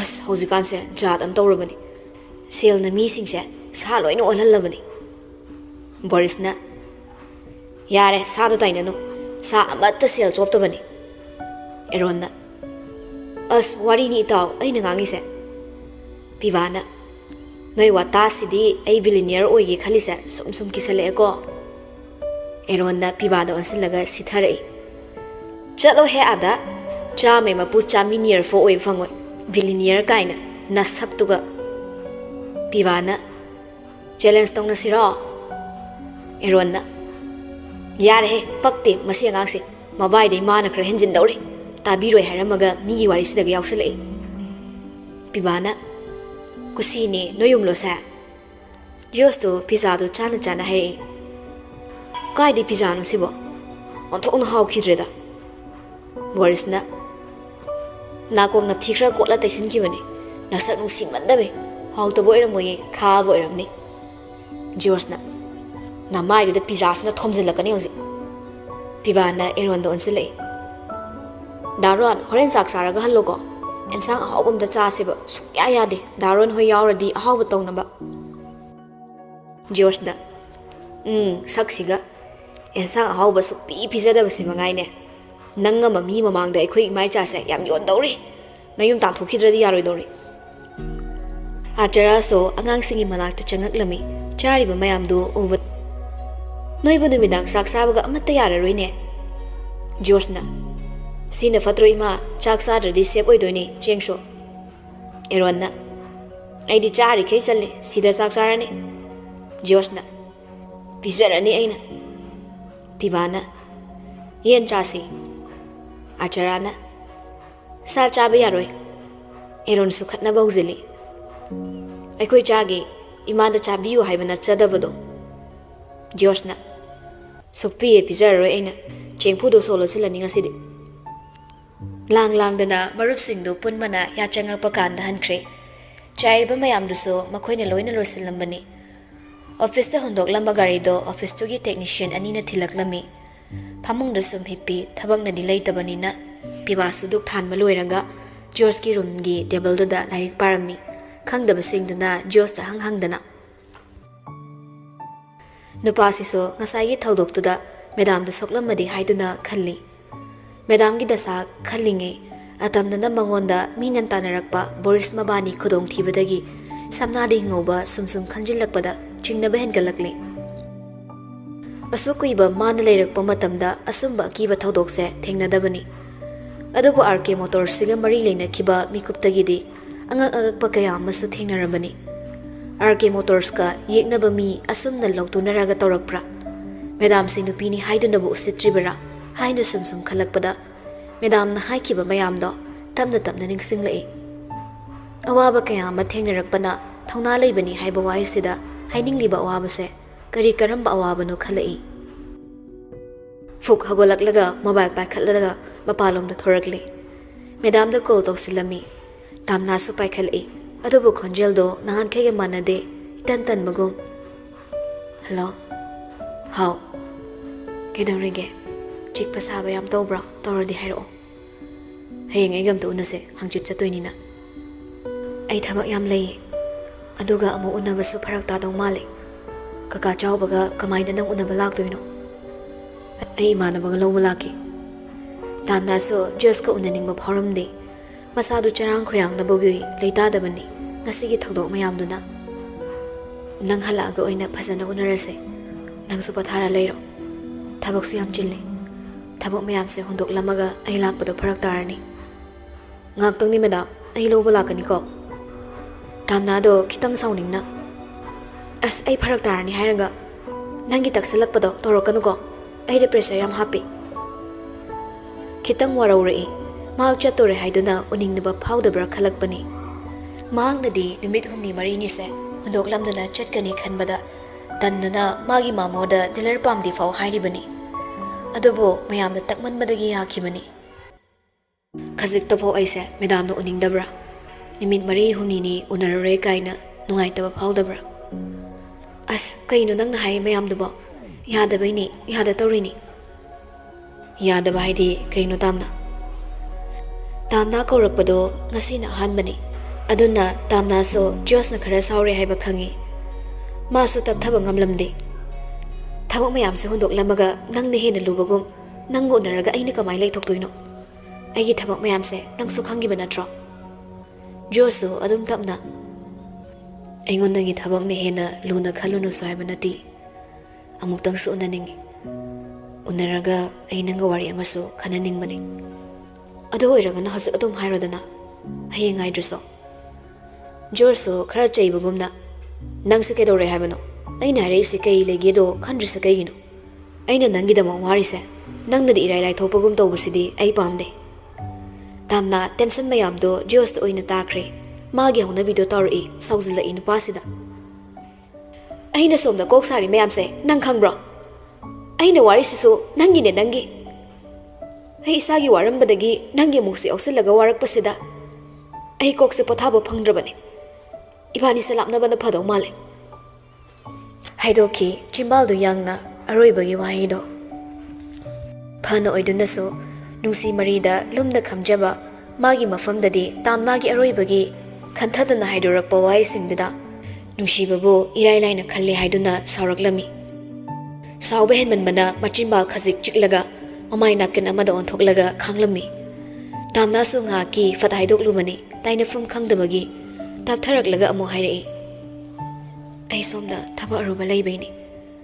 Ai wa haige fana sauninge haidunaso nang aigi nungsi marise irai lai thopagum kainarasi tatana haiba lapnarasi toina panba maridudi aidi pamde fingali ni haidunaso si ai kaya pamde nungsi base phagi nate aina nang nungsi base phagi nate angang machagumba nangi wahaido ai khara warawi thabak chile haiba natro fare tawzaro hairaga kol thamkre tamnasu khara warau sakhibaduda nungairamje hanjinna kol tawsili adobo sachop hairakle hina leita zadre waruraga phone chatkidabado masagi tension amada laikibana chimbal da haido kibani nupasida nungsibada lai thoknam khalubasu nate kainabana fadong male haiba waise hairurabasu kainabangam loi khangi ngaya kisat haido kibani kainaragi khankibasu nate oina bahitana oina rubani tafom khangdabagi ka manungda koi chachali sungkap sukapta mapiduso tap tap nantharaklami mamaido bang bang sarai koksaw bisu karai mana warau khrai bagi pakhat manbagi sintharakpa mapini tasengna manga sidi mako yam sare aduna jos na hayeng la ke haibado mamani unaba phau talli kumar na makhoi ani gi relationship khangki ni haiduna kibani makhoi ani nungsinare khanglabadi mabuk phattaba makura sina kari fattaba torakani haibisu ngamde ngasi su magi dasa nupasida taki text aina tharaklami online leraga text am thalo ai soikhriba matung hairarui ai am soikhre ngaya ke sawbana ai taina fam khangdabani ai am soikhre ai amu hanna sawra soikhoi ni nushinamada sokadaba nangna waraugadaba wa mata hairarui ngasi su phone off hangdabi ka manung changlai famung changaklaga kangtholda nga tharaga pothai hakchang potharabaso wakhaldi pothaba ngamlamde henadum khoidau langkhalakpani angang machagumba maongduda madam si phatte haibasu natte mabu nungside haibasu leite kayamu mabu nungsi adum mahaksu khangbani madu fana oirabaso mana yam serious tajaba relation da asumna sawningini haiduna laithokna nganglakpasi mahak pamde kaisu khanda hawdaba wahi amana yamna lumna khanjaba kana amagi thamoidadi nungai handre mi amana yamna khanjaba amadi luna lawzaba phirepta chimbal da irai lai thokpagum kanglakpase mi dugi emotions da sanabagum sawningi mana luna tawre magi damba khongfam che na lepi amadi khongfam hongloi khangmana thamoi nagadaba wahi sizinnarakpa nupa sina lapthokhini wadaba matausi sathina su yaningdabani Pibana Ibai tu the skylark se amta takpiyo atralaga Joso pibana tainare aibu English ki ozaro khangdemta hairaga hagolaga thokre thokhibaduda maya karaga yenghobani machindasu isau tawraga pendana chehauri taktra tu una na thaukai lege aina na khong paraga haijadau sunate position ne na hangbi bewani nawa lawde nangna ta asu tak trasu exam di faurani walore hairaga laik ta mu mamai onsin ki ifing fing na mamagi nak changaklaga chokri amada fam tharagli mamona ticket ka e habro ima hangundana phone do toranga aigi phone yadre off tare pibagi de toro hayo chatpei duso ado kai jang thongage sebot ngaring khani jos horagle khadang do mamagi manak tuda haujikan se sinjak sipau chado kire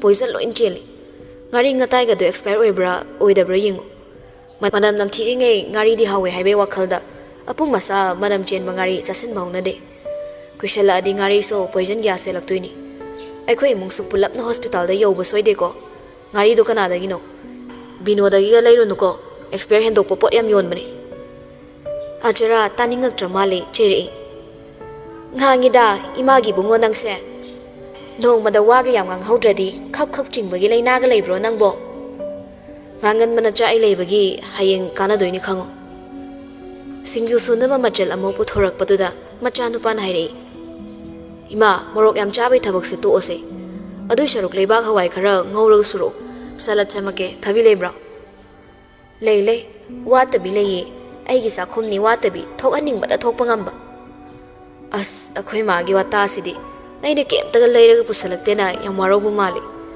thanga piro ai se magi imana mayam ngangaso aidi na khara dikallani asarana thabi asoba phajaba ama khamen asinba amaga phajana chamthoklaga soinaba plate ka thang amaga pulapna machada pirei Dios na soiba hore tilau do amuk chamlaga pirei acharana aduga farigom so malambani Dios na khangko kore ima asarado khangura male machin thiduna cheri hey mahasandan kari khokong no kaidore farigom bana yellow changbodo khara lawtho kaino apat pasroi na hapchili dubo ho kaisu tawroi haidana happy bani aina nang kari khangana ngangi no ima nang yam molakanu ko ima na thongba saw phau cha dok talakani phare kaino sadraga tu hotel gi thongba tawba mayam du chaine taning de ko nasa yam na nan basar kanu hotel cha ba thak pasibu aibu kyam charage haisa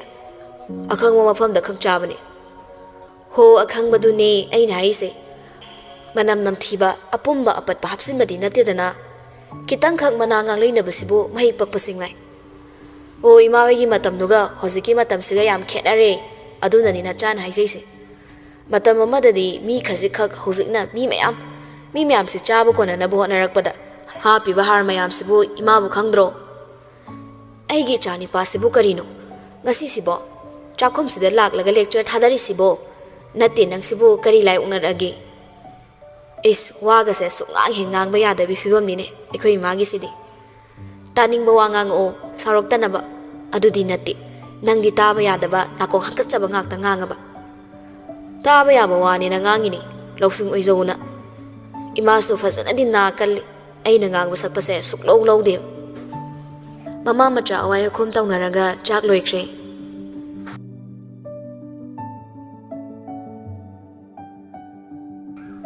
somdaso chak thi baloiranga makhoi ahum punna chak chaminaramani adubu tamdana chakya icha chada sum ungbagu matawduda mapan hanglei hai kedoroge nangbo nasaga ngamdabaga leibrane ibima wakhalai kaiso tawdaba saraga chak chai pabo kaisam tawdi chatho nasa nungai dressune nani de hektayo hoi pabo hoziki matam sidi nabage adre haiduni matam amadadi lok thungbada hidaguli fau charam banate do nowangkha adagi medicinal plan na loin hodarami hozikti hapta ama thakai amagi guli sadrabadine fau yadre paracetamol 500 fau kanadre 650 yokre si fau bada hanlu yadri bani tilona lokhuba fanaba nowangkha manado khara sugairaga ngakta fadi amada yetlaga tumdarami bane hingso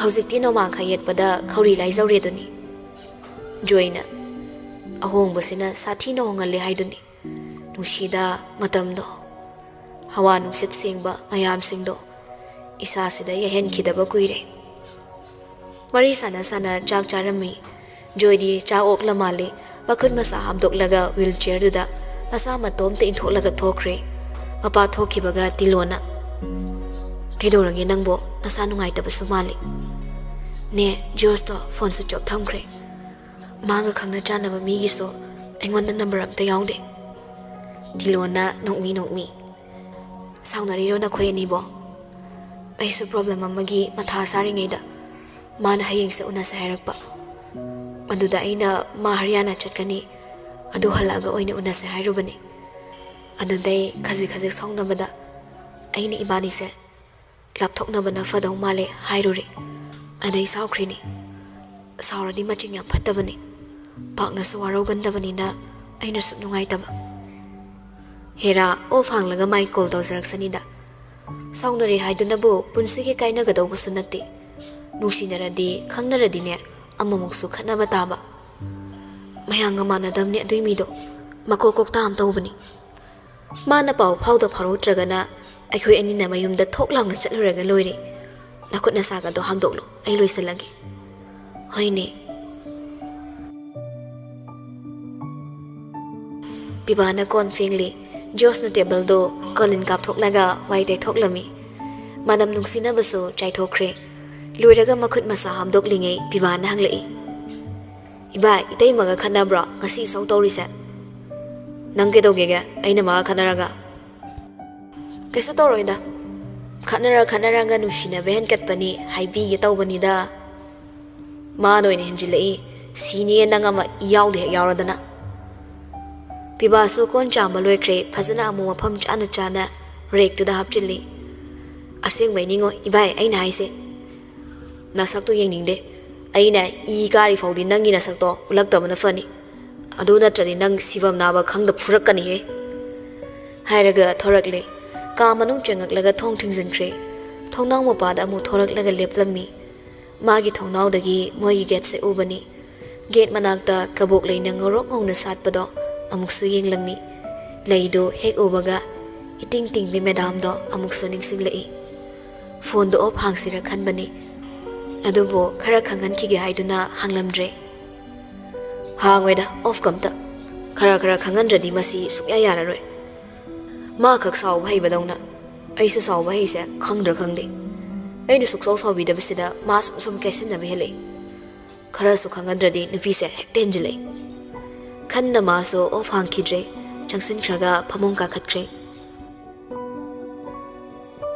ꯑꯍꯤꯡꯗꯣ ꯇꯨꯝꯕ ꯑꯃꯠꯇ ꯌꯥꯅꯔꯝꯗꯦ ꯇꯥꯝꯅ ꯅꯣꯡ ꯉꯥꯟꯕ ꯉꯥꯏꯕꯗ ꯋꯥꯔꯝꯃꯤ ꯍꯦꯛ ꯅꯣꯡ ꯉꯥꯟꯕꯒ José ꯍꯣꯏꯗ ꯆꯠꯀꯦ ꯍꯥꯏꯅ ꯈꯟꯕꯅꯤ ꯋꯥꯔꯧꯒꯟꯗꯕ ꯃꯍꯥꯛꯅ ꯀꯌꯥ ꯁꯥꯎꯕ ꯃꯇꯧ ꯎꯠꯇꯅ ꯋꯥꯔꯧꯈꯤꯕꯁꯤꯗ ꯊꯋꯥꯏ ꯃꯥꯅ ꯋꯥꯖꯕꯅꯤ ꯇꯅꯤꯛꯆꯕꯅꯤ ꯊꯃꯣꯏ ꯃꯍꯥꯛꯁꯨ ꯃꯤꯄꯥꯏꯖꯩ ꯀꯣꯜꯗꯣ ꯑꯃꯨꯛꯀ ꯇꯧꯁꯤꯜꯂꯤ ꯑꯗꯨꯕꯨ ꯁ꯭ꯋꯤꯆ ꯑꯣꯐ ꯍꯥꯏꯔꯛꯂꯦ ꯁꯨꯃꯥꯏꯅ ꯅꯪꯅ ꯑꯩꯉꯣꯟꯗ ꯁꯥꯎꯈꯤꯅꯤ ꯍꯥꯏꯕꯁꯦ ꯑꯩ ꯈꯟꯖꯤꯜꯂꯨꯗꯦ ꯉꯥꯏꯔꯒꯦ ꯍꯌꯦꯡ ꯑꯗꯨꯒ ꯑꯩ ꯅꯪꯉꯣꯟꯗꯁꯨ ꯂꯥꯜꯂꯦ ꯍꯥꯏꯖꯒꯦ ꯅꯪꯉꯣꯟꯗ ꯂꯥꯜꯂꯦ ꯍꯥꯏꯕꯗꯤ ꯑꯩ ꯏꯀꯥꯏꯕꯁꯨ ꯐꯥꯎꯗꯦ ꯈꯪꯉꯤ ꯅꯪꯅ ꯌꯥꯝ ꯋꯥꯔꯧꯔꯦ ꯍꯥꯏꯕꯁꯨ ꯍꯤꯔꯝ ꯈꯨꯗꯤꯡꯗ ꯅꯪꯗꯤ ꯊꯃꯣꯏ ꯁꯦꯡꯕꯅꯤ ꯑꯃꯣꯠꯄ ꯃꯣꯠꯁꯤꯟꯕ ꯍꯩꯇꯕꯅꯤ ꯑꯩꯒꯤ ꯏꯔꯥꯏ ꯂꯥꯏꯊꯣꯛꯄ ꯋꯥꯉꯥꯡꯁꯤꯗ ꯅꯪꯅ ꯁꯥꯎꯈꯤꯕꯅꯤ ꯁꯥꯎꯒꯟꯗꯕ ꯅꯪꯅ ꯁꯥꯎꯕꯁꯦ ꯑꯩ ꯌꯥꯝ ꯋꯥꯏ ꯑꯦꯔꯣꯟꯁꯨ ꯇꯨꯝꯊꯕ ꯌꯥꯔꯝꯗꯦ ꯂꯥꯏꯕꯤꯅ ꯑꯃꯨꯛꯇꯪ ꯎꯅꯁꯦ ꯍꯥꯏꯗꯨꯅ ꯇꯠꯇꯅ ꯄꯥꯎ ꯐꯥꯎꯔꯛꯄꯁꯤꯗ ꯎꯅꯁꯤꯔ ꯎꯅꯒꯨꯝꯁꯤꯔ ꯈꯜꯂꯛꯂꯝꯃꯤ ꯑꯗꯨꯕꯨ ꯃꯄꯥꯅ ꯂꯥꯏꯕꯤꯁꯤ ꯁꯨꯛꯌꯥ ꯌꯥꯔꯝꯗꯕꯅꯤ ꯃꯆꯥꯅꯨꯄꯥꯕꯨ ꯈꯣꯡꯒꯣꯏꯅꯔꯝꯂꯒ ꯃꯤꯃꯥꯡ ꯐꯝꯍꯜꯂꯝꯕꯅ ꯁꯨꯛꯌꯥ ꯌꯥꯗꯕꯅꯤ ꯃꯥꯒꯤ ꯍꯥꯛꯇꯛꯇ ꯇꯥꯈꯤꯕ ꯑꯋꯥꯕ ꯃꯌꯥꯝꯁꯤꯡꯗꯣ ꯏꯔꯥꯏ ꯂꯥꯏꯅ ꯂꯧꯕ ꯌꯥꯗꯦ ꯀꯦꯁ ꯀꯛꯄꯤꯌꯨ ꯍꯥꯏꯖꯕꯗ ꯏꯒꯣ ꯋꯥꯡꯕ ꯃꯄꯥꯅ ꯌꯥꯈꯤꯗꯕꯅꯤ ꯑꯁ ꯀꯩꯅꯣ ꯅꯨꯄꯤ ꯅꯍꯥꯒꯤ ꯃꯇꯥꯡꯁꯤꯁꯨ ꯀꯣꯛꯇꯤ ꯐꯖꯅ ꯁꯥꯏꯌꯦ ꯑꯦꯛꯖꯥꯝ ꯍꯌꯦꯡꯅꯤ ꯉꯁꯤꯗꯨꯐꯥꯎ ꯁꯨꯃꯥꯏꯅ ꯃꯊꯥ ꯁꯥꯗꯦ ꯑꯩꯅ ꯁꯨꯃꯥꯏꯅ ꯇꯨꯝꯕ ꯁꯨꯝ ꯌꯥꯔꯛꯇ꯭ꯔꯤꯁꯦ ꯃꯗꯨꯒꯤ ꯅꯨꯄꯤꯗꯣ ꯍꯦꯛ ꯊꯦꯡꯅꯔꯨꯕꯗꯩꯅꯤ ꯇꯨꯝꯊꯕ ꯌꯥꯅꯕ ꯁꯨꯝ ꯍꯣꯠꯅꯕꯅꯤ ꯌꯥꯔꯛꯇ꯭ꯔꯕꯗ ꯈꯥꯏꯕꯝ ꯊꯤꯔꯛꯄꯗ ꯅꯤꯡꯉꯣꯜꯗ ꯇꯥꯔꯛꯂꯝꯃꯤ ꯇꯥꯅ ꯆꯥꯔꯤꯁꯨ ꯋꯥꯆꯦꯞ ꯁ꯭ꯇꯦꯇꯁꯀ ꯀꯣꯏꯔꯨꯕꯒꯤ ꯐꯣꯇꯣ ꯊꯥꯒꯠꯂꯛꯄꯅꯤ ꯔꯤꯄ꯭ꯂꯥꯏ ꯍꯜꯂꯤ ꯁꯛꯁꯤꯒ ꯃꯤ ꯀꯧꯕꯅꯤꯅ ꯐꯣꯇꯣ ꯀꯥꯞꯇꯅꯒꯁꯨ ꯇꯧꯔꯤ ꯅꯤꯡꯉꯣꯜꯅ ꯔꯤꯄ꯭ꯂꯥꯏꯗ ꯅꯪꯅ ꯊꯧꯀꯩ ꯂꯩꯒꯦ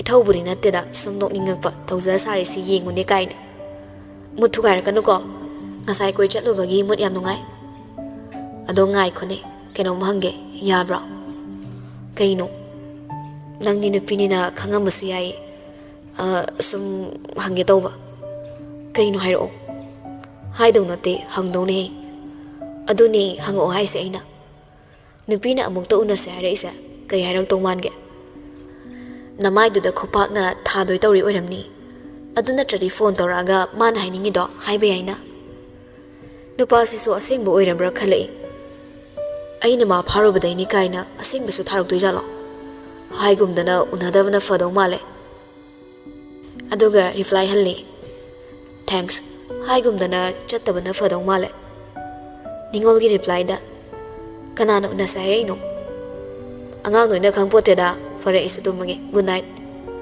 ꯅꯦꯠ ꯑꯣꯐ ꯂꯩꯈ꯭ꯔꯦ ꯅꯤꯡꯉꯣꯜꯁꯨ ꯅꯨꯄꯥꯁꯤꯅ ꯍꯥꯏꯔꯝꯃꯤꯁꯦ ꯀꯩꯅꯣ ꯈꯜꯂꯛꯂꯝꯃꯤ ꯅꯨꯄꯥ ꯅꯍꯥ ꯀꯣꯏꯖꯕ ꯅꯠꯇꯕꯅꯤꯅ ꯑꯦꯔꯣꯟꯅ ꯂꯛꯅꯈꯤꯕ ꯃꯌꯥꯝꯗꯨꯅ ꯋꯥꯈꯜ ꯃꯆꯥ ꯈꯟꯕꯅꯤ ꯏꯔꯥꯡ ꯃꯇꯦꯛ ꯍꯧꯔꯛꯄꯅꯤ ꯃꯥꯒꯤ ꯑꯦꯛꯁꯇꯤ ꯂꯩꯇꯦꯁꯦ halakpido oirajalo nusi manbai pharuini nusi mayai do chamam khidaba yai moi ani na jura sakhraga ai oina single ta hodana ne kaisu khanjaram dabado Arun na hairam bawai singduna ma su yauna tumba ya hanbidre ngasi numit si tumba ya dabagi ya daba ngakta ngaikre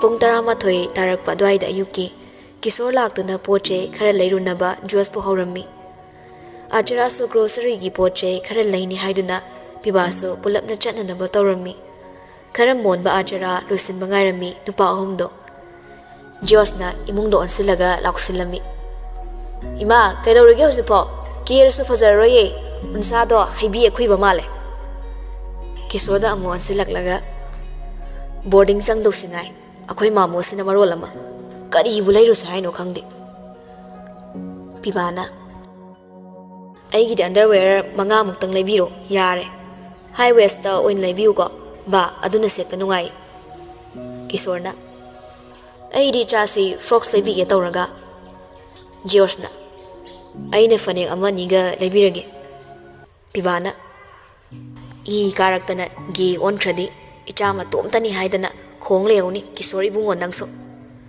Josna sandal chagiro wangang se pibana as sorry noina laknarak paduda I karakpani ajara do khawang paira thorai lao lao thankini chanaba tawrasi Josna nayan mana mana ngahalaga aikhoina matam ya manghanbaga mandro aikoi mai wangang se asumna kangbudo thokre moina he gari thodokhibaga tamna gari thawjilai gate chawbana ngaihallamlaga mana manung changakpada yumgi mi kanam leiramdre maning mamangso koilei leduna yengi leiramdabadoda mapukningda khitang nungshirei khaisat khrazano sawbo kyam kina sawge haino khangde phone do abhangde masinu paside nakan gi polang khokta Jos ki firol kharaso sudok lagi phawri do madu ubada imungi miwei singado kadai dano ma chatkhibo oiramgani khalli polang khoktagi Jos ki inner shirt to malak thorak laga pikna thupchilaga bag ta hapchilami matom ta amukso ikairap sonje aisa horanbi ole nang manusibai nang na paw pharok chi faudi nangi puritse inakta thamlaga pothagi nang leiri khange aduna chadi isa se yam tayang tasui inung nungaite ngarang su tumba yade numit to so paw machet amata fauraktre phone tawsilaso adum op hairammi masu kitang ni waro bahorakle asok nusinababu thamoi khangnadabago kitang khaktada mabu waro kibado matomta muksu khandoi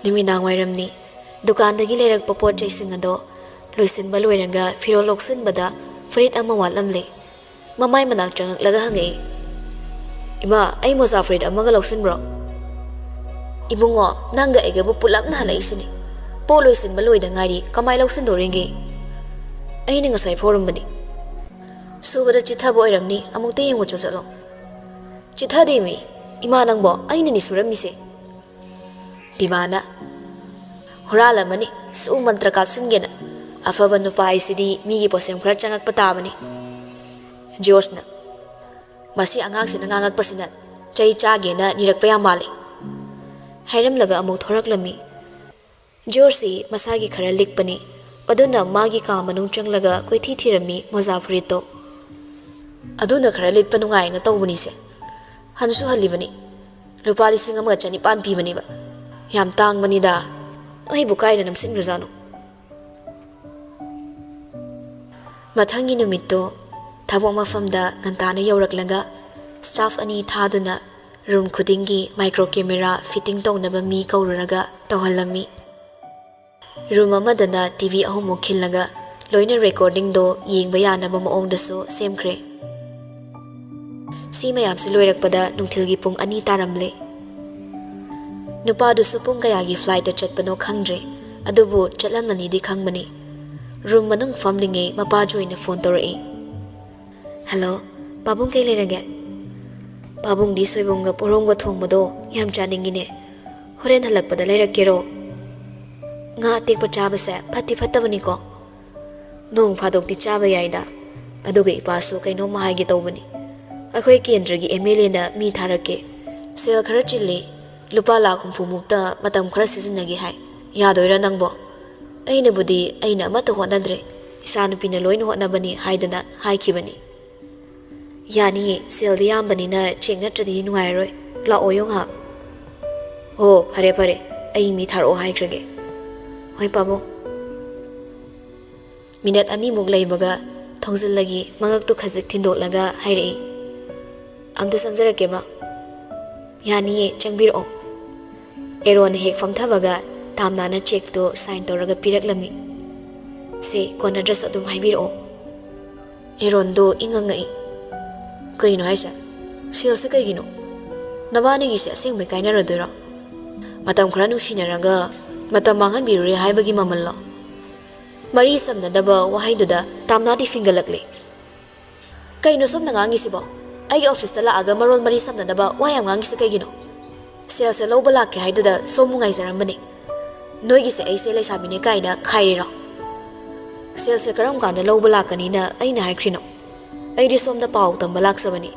Ai George ki mama na bani. George ki mama na bani haiduda warisi samrade khangai. Khara phingna so sendore. Sorry, warobi bayade ko. Ai di hana khangzaudre. Se loba lakani na hairak padurana khaluraba. Kei matangi oirabano. Ai coffee kauzage. Yare. Somgi adui khukak tu dani. Amaduna paira sakhrido. Hospital daga hinglek pa yawbado somdi kawra male. Tamna do nupasi chatkri haiduda nungaizaramde. Kitang sa ikaire Arun gi wahaiduna. Lana khanada na basem doragle. Ai laksan mangam haudre waraw binuko. Ai so handak marakse tension kitang leiba. Ado ma do pung kya gi flight chatkrino. Pung 12 na chatkibani. Nabani saunai na hairamba. Mana kem ta hairamde na haye. Aduda somda nungairaroi na imana baibani na pau haibiruse na lakpani. Aikhoi gi dusu sauragadi sono yam chubani. Tamnana khara saunakre. Ado ma phone so ophangaktre. Atopa number yauragadi amta pibiramgira. Phone aingonda sinarami halaga paigina. Ma do mausana sono khara chubani. Ado saunanu ko somna mo hondo piramadi ma di nupi amta hanna yengo yaroi. Aigi number oin pisaramagi. Aingonda call torakpaga ay atum somna pau pisarake. Khara maching tongan mani. Pau phaurak trena wakhaldi hongbino. Ma di thamoyam chachabani. Tamna so Jos ki marufna manakta lakpasida wakhaldo khara yangaklami. Aidi honglaroida kaiso. Ma dongna nungsiba mi so thoraklaroi. Ado somse Arun duni ko. Mani Arun ne. O mamangda su fazana thengna hodre. Sumaina lakani so khangaudabanina aisu sa khangodre. Arun ga Boris ka se karambano fazana khangdri. Number am taibiro. Ai septam da tawsalauge. Hoi fazana thengna kidabaini. Hospital da so adum marang maiga onsinaraga gyan ta ana faminaraga wari foksana kidre adunani.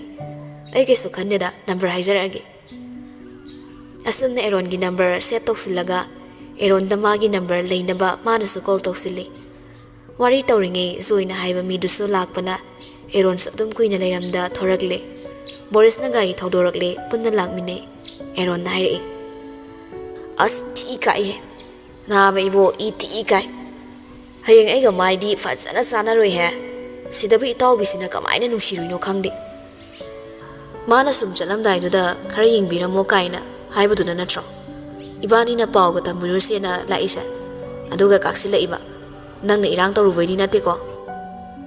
Aina kamaina imana bai nupida irang tawrudoino.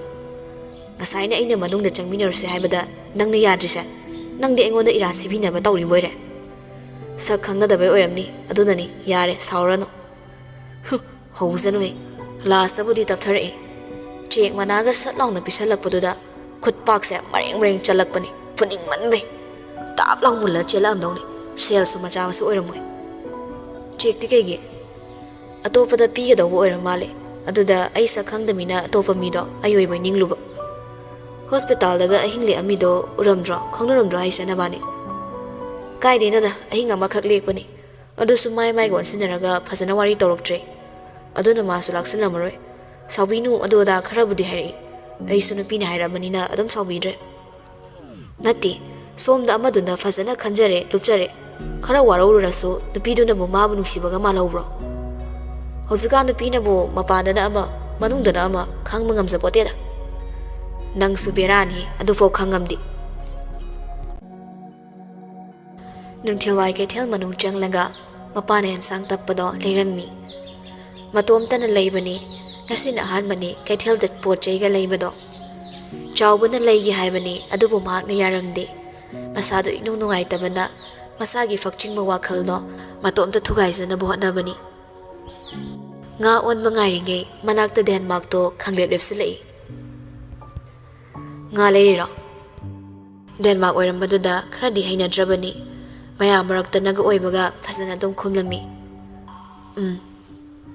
ꯋꯥꯔꯤ ꯑꯝꯇ ꯁꯥꯁꯦ ꯅꯨꯡꯉꯥꯏꯗꯧ ꯃꯥꯟꯗ꯭ꯔꯦ ꯉꯥꯌꯣꯟꯕꯤꯗꯨꯅ ꯉꯥ ꯑꯣꯜꯂꯒ ꯄꯤꯔꯛꯄꯗꯣ ꯂꯧꯔꯒ ꯀꯩꯊꯦꯜ ꯃꯅꯨꯡꯗꯒꯤ ꯊꯣꯔꯛꯄꯗꯣ ꯃꯇꯨꯡꯗ ꯋꯥ ꯉꯥꯡꯅ ꯉꯥꯡꯅ ꯏꯅꯔꯛꯏ ꯅꯛꯅ ꯅꯪꯗꯤ ꯑꯩꯒꯤ ꯋꯥꯔꯤ ꯁꯥꯕꯒꯤ ꯇꯟꯖꯥꯁꯨ ꯁꯨꯄꯤ ꯄꯤꯗꯦ ꯉꯁꯤ ꯊꯦꯡꯅꯩꯁꯤꯗ ꯋꯥ ꯈꯔ ꯍꯥꯏꯅꯤꯡꯉꯤ ꯇꯥꯝꯅꯥꯁꯨ ꯆꯞ ꯂꯦꯞꯄꯒ ꯁꯠ ꯑꯣꯟꯊꯣꯔꯛꯏ ꯗꯦꯟꯃꯥꯔꯛꯇ ꯑꯣꯟꯁꯤꯟꯗꯨꯅ ꯍꯪꯂꯛꯏ ꯀꯩ ꯄꯥꯝꯃꯤꯅꯣ ꯅꯪꯒꯤꯁꯦ ꯅꯪꯅ ꯂꯥꯟꯅ ꯂꯧꯗꯨꯅ ꯑꯩꯕꯨ ꯍꯪꯒꯣꯏꯕꯗꯣ ꯑꯩ ꯆꯝꯊꯣꯛꯄ ꯄꯥꯝꯃꯤ ꯑꯗꯨꯏꯅꯤ ꯅꯪꯗꯤ ꯑꯩꯅ ꯁꯨꯝ ꯍꯥꯟꯅꯗꯒꯤ ꯍꯪꯒꯣꯏꯔꯦ ꯁꯦꯝꯗꯣꯛꯄ ꯌꯥꯔꯔꯣꯏ ꯅꯪꯅ ꯆꯝꯊꯣꯛꯑꯁꯨ ꯎꯄꯥꯏ ꯂꯩꯇꯦ ꯑꯩꯅ ꯅꯪꯕꯨ ꯌꯨꯝꯒꯤ ꯃꯧ ꯑꯣꯏꯅ ꯄꯨꯁꯤꯟꯕ ꯄꯥꯝꯕꯅꯤ ꯑꯗꯨꯒ ꯑꯃꯅ ꯅꯪꯒꯤ ꯄꯥꯕꯨꯡꯁꯥꯅ ꯅꯪꯕꯨ ꯅꯝꯊꯨꯅꯕ ꯍꯣꯠꯅꯕꯁꯤꯁꯨ ꯅꯪ ꯈꯪꯗꯕ꯭ꯔꯥ ꯅꯪꯒꯤ ꯌꯦꯛꯅꯕꯁꯤ ꯀꯅꯥ ꯀꯅꯥꯅꯣ ꯑꯩ ꯂꯣꯏꯅ ꯈꯪꯉꯤ ꯑꯗꯨꯒ ꯑꯃꯅ ꯅꯪꯅ ꯄ꯭ꯔꯨꯐ ꯄꯥꯝꯃꯕ ꯑꯩꯉꯣꯟꯗ ꯂꯩ ꯁꯤꯒꯤ ꯅꯝꯕꯔꯅꯤ ꯀꯣꯜꯁꯤꯗ ꯇꯧꯔꯛꯑꯣ ꯀꯩꯒꯨꯝꯕ ꯅꯪꯅ ꯑꯩꯒꯤ ꯃꯇꯦꯡ ꯄꯥꯝꯃꯁꯨ ꯅꯝꯕꯔꯁꯤ ꯁꯠꯄꯤꯔꯝꯂꯒ ꯗꯦꯟꯃꯥꯔꯛ ꯃꯃꯥꯏ ꯂꯩꯗꯨꯅ ꯍꯟꯈ꯭ꯔꯦ ꯇꯥꯝꯅꯥꯁꯨ ꯗꯦꯟꯃꯥꯔꯛ ꯆꯠꯈꯤꯕꯔꯣꯝꯗ ꯌꯦꯡꯂꯝꯂꯒ ꯃꯃꯥꯏ ꯂꯩꯔꯛꯂꯦ ꯆꯥꯎꯕꯅ ꯒꯥꯔꯤ ꯈꯥꯝꯂꯤꯕ ꯃꯅꯥꯛꯇ ꯂꯥꯛꯂꯒ ꯀꯥꯈꯠꯂꯛꯏ ꯏꯕꯦꯝꯃ ꯍꯜꯂꯁꯤꯔꯥ ꯍꯣꯏ ꯀꯀꯥ ꯗꯦꯟꯃꯥꯔꯛꯅ ꯄꯤꯔꯝꯕ ꯅꯝꯕꯔꯗꯣ ꯕꯦꯒꯇ ꯍꯥꯞꯆꯤꯟꯈ꯭ꯔꯦ ꯅꯝꯕꯔ ꯑꯁꯤꯒꯤ ꯀꯥꯟꯅꯕ ꯅꯣꯡꯃꯗꯤ ꯃꯉꯣꯟꯗ ꯁꯣꯏꯗꯅ ꯂꯩꯔꯛꯈꯤꯅꯤ ꯈꯪꯉꯤ ꯗ꯭ꯔꯥꯏꯚꯔꯅ ꯒꯥꯔꯤ ꯊꯧꯕ ꯍꯧꯈ꯭ꯔꯦ ꯇꯥꯝꯅꯥꯁꯨ ꯖꯣꯁꯀꯤ ꯏꯟꯁꯇꯥꯒ꯭ꯔꯥꯝꯗ ꯆꯪꯂꯒ ꯐꯣꯇꯣꯁꯤꯡꯗꯨ ꯌꯦꯡꯅ ꯃꯇꯣꯝꯇ ꯅꯨꯡꯁꯤꯅ ꯁꯣꯟꯖꯩ ꯅꯪ ꯑꯩ ꯁꯥꯎꯅꯔꯝꯗ꯭ꯔꯕ ꯗꯦꯟꯃꯥꯔꯛꯀꯤ ꯉꯁꯤꯒꯤ ꯃꯑꯣꯡꯁꯦ ꯑꯩꯅ ꯅꯉꯣꯟꯗ ꯇꯝꯕꯗ ꯅꯪꯅ ꯇꯞ ꯇꯞꯅ ꯗꯦꯟꯃꯥꯔꯛ ꯐꯨꯕ ꯆꯠꯈꯤꯒ ꯇꯧꯗꯣꯏ ꯐꯤꯕꯝꯗꯣ ꯃꯤꯠꯇ ꯎꯔꯤ ꯑꯗꯨꯗ ꯑꯩꯅ ꯑꯃꯨꯛ ꯈꯠꯅ ꯆꯩꯅ ꯊꯣꯛꯀꯅꯤ ꯄꯥꯈꯠꯆꯕ ꯃꯔꯛꯇ ꯅꯪꯕꯨꯁꯨ ꯍꯦꯟꯅ ꯅꯨꯡꯁꯤꯔꯛꯄ ꯃꯤꯀꯨꯞ ꯑꯃꯁꯨ ꯑꯣꯏꯔꯝꯒꯅꯤ ꯈꯪꯗꯦ ꯅꯪꯅ ꯑꯩ ꯅꯨꯡꯁꯤ ꯂꯥꯞꯅ ꯆꯠꯂꯣꯏ ꯈꯪꯂꯁꯨ ꯋꯥꯔꯧꯕꯅ ꯇꯧꯁꯤꯅ ꯑꯩ ꯄꯨꯛꯅꯤꯡ ꯌꯥꯝ ꯅꯨꯡꯁꯤꯍꯜꯂꯦ ꯍꯧꯖꯤꯛ ꯑꯣꯏꯔꯤꯕ ꯂꯩꯕꯥꯛꯀꯤ ꯑꯆꯧꯕ ꯏꯔꯥꯡ ꯑꯁꯤꯅ ꯃꯔꯝ ꯑꯣꯏꯔꯒ ꯑꯩꯈꯣꯏꯒꯤ ꯆꯦꯅꯦꯜ ꯑꯁꯤꯕꯨ ꯅꯨꯡꯁꯤꯕꯤꯕ ꯋꯥꯔꯤ ꯇꯥꯕꯤꯔꯤꯕ ꯃꯌꯥꯝꯒ ꯈꯨꯠꯁꯝꯅꯖꯔꯒ ꯅꯨꯃꯤꯠ ꯍꯨꯝꯅꯤ ꯈꯛꯇꯒꯤ ꯑꯣꯏꯕ ꯐꯟ ꯗ꯭ꯔꯥꯏꯕ ꯑꯃꯈꯛ ꯇꯧꯖꯒꯦ ꯉꯁꯤ ꯐꯥꯎꯕ ꯆꯦꯅꯦꯜ ꯑꯁꯤꯅ ꯄꯔꯁꯅꯦꯜꯂꯤ ꯃꯇꯦꯡ ꯄꯥꯡꯖꯈꯤꯕ ꯑꯗꯨꯗꯤ ꯁꯟꯐꯝ ꯑꯃ ꯈꯪꯅ ꯆꯥꯎꯅ ꯄꯥꯡꯖꯕ ꯉꯝꯕ ꯅꯠꯆꯗꯦ ꯑꯗꯨꯅ ꯃꯌꯥꯝꯒꯤ ꯃꯇꯦꯡ ꯗꯔꯀꯥꯔ ꯑꯣꯏꯔꯤ ꯃꯁꯤꯅ ꯐ꯭ꯔꯟꯠꯂꯥꯏꯟꯗ ꯂꯩꯔꯤꯕ ꯑꯩꯈꯣꯏꯕꯨ ꯉꯥꯛꯄꯤꯔꯤꯕ ꯏꯕꯨꯡ ꯏꯄ꯭ꯋꯥꯁꯤꯡꯒꯤ ꯃꯇꯦꯡ ꯑꯣꯏꯍꯟꯁꯤ ꯃꯈꯣꯏꯒꯤ ꯃꯇꯦꯡ ꯇꯧꯕꯤꯁꯤ ꯌꯥꯝꯕ ꯌꯥꯝꯗꯕ ꯊꯤꯗꯅ ꯑꯉꯝꯕ ꯂꯨꯄꯥ 10 10 ꯑꯣꯏꯔꯕꯁꯨ ꯄꯤꯕꯤꯔꯛꯀꯅꯤ ꯍꯥꯏꯕꯒꯤ ꯊꯥꯖꯕ ꯊꯝꯖꯔꯤ ꯄꯤꯖꯔꯤꯕ ꯖꯤꯄꯦ ꯅꯝꯕꯔ ꯑꯁꯤꯗ ꯊꯥꯕꯤꯔꯛꯎ ꯑꯩꯈꯣꯏꯒꯤ ꯖꯤꯄꯦ ꯅꯝꯕꯔ 7005437055 ꯑꯦꯀꯥꯎꯟ ꯃꯃꯤꯡꯅ ꯕꯂꯥꯕꯤ ꯃꯉꯥꯡ ꯀꯤꯔꯟ ꯕꯂꯥ ꯌꯨꯝꯅꯥꯝ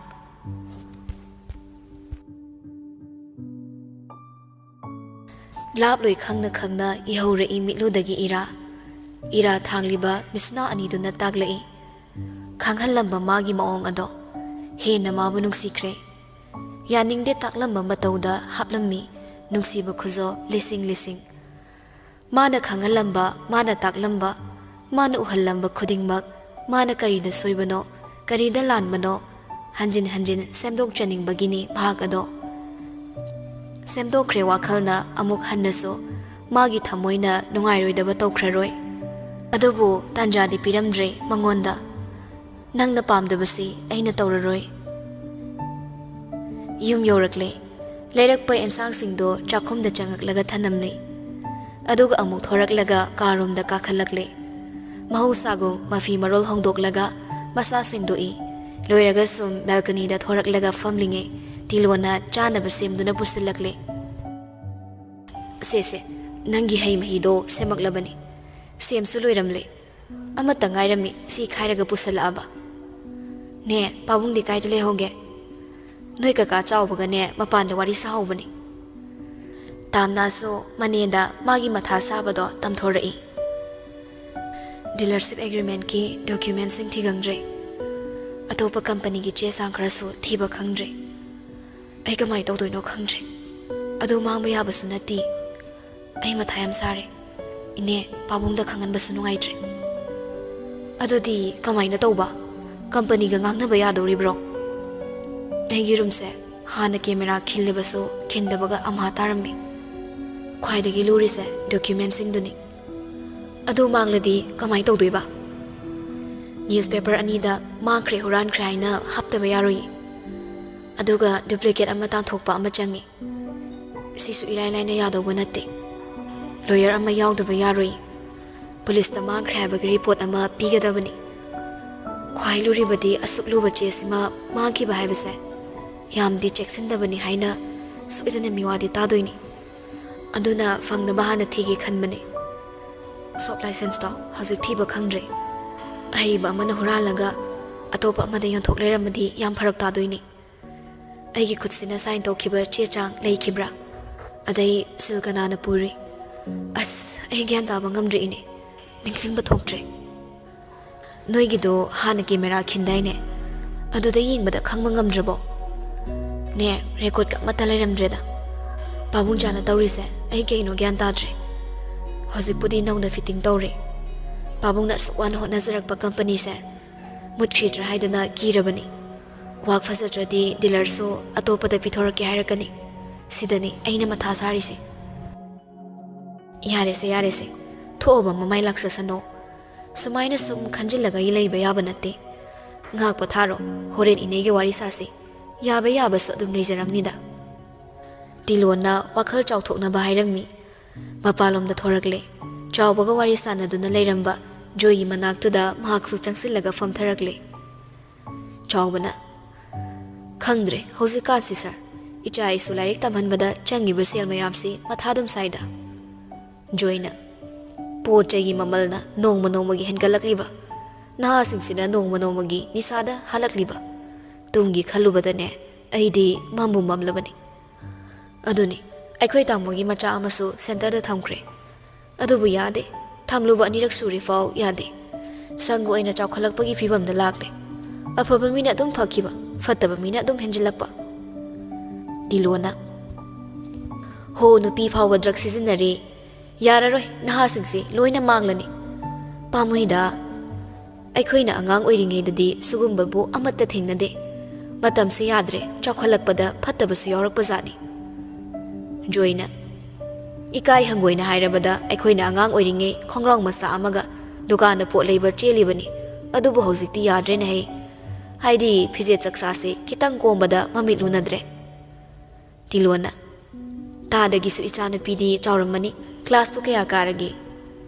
ꯆꯥꯎꯕꯅ, 12 ꯊꯥꯗꯧꯔꯤꯕꯅꯤ, ꯆꯤꯊꯤ ꯐꯥꯗꯅ ꯃꯃꯥꯅ ꯉꯔꯥꯡ ꯈꯔ ꯇꯣꯠꯈ꯭ꯔꯦ꯫ ꯋꯥ ꯂꯥꯎꯅꯁꯨ ꯑꯃꯨꯛ ꯅꯣꯛꯏ ꯋꯥꯔꯤꯗꯨꯗ꯫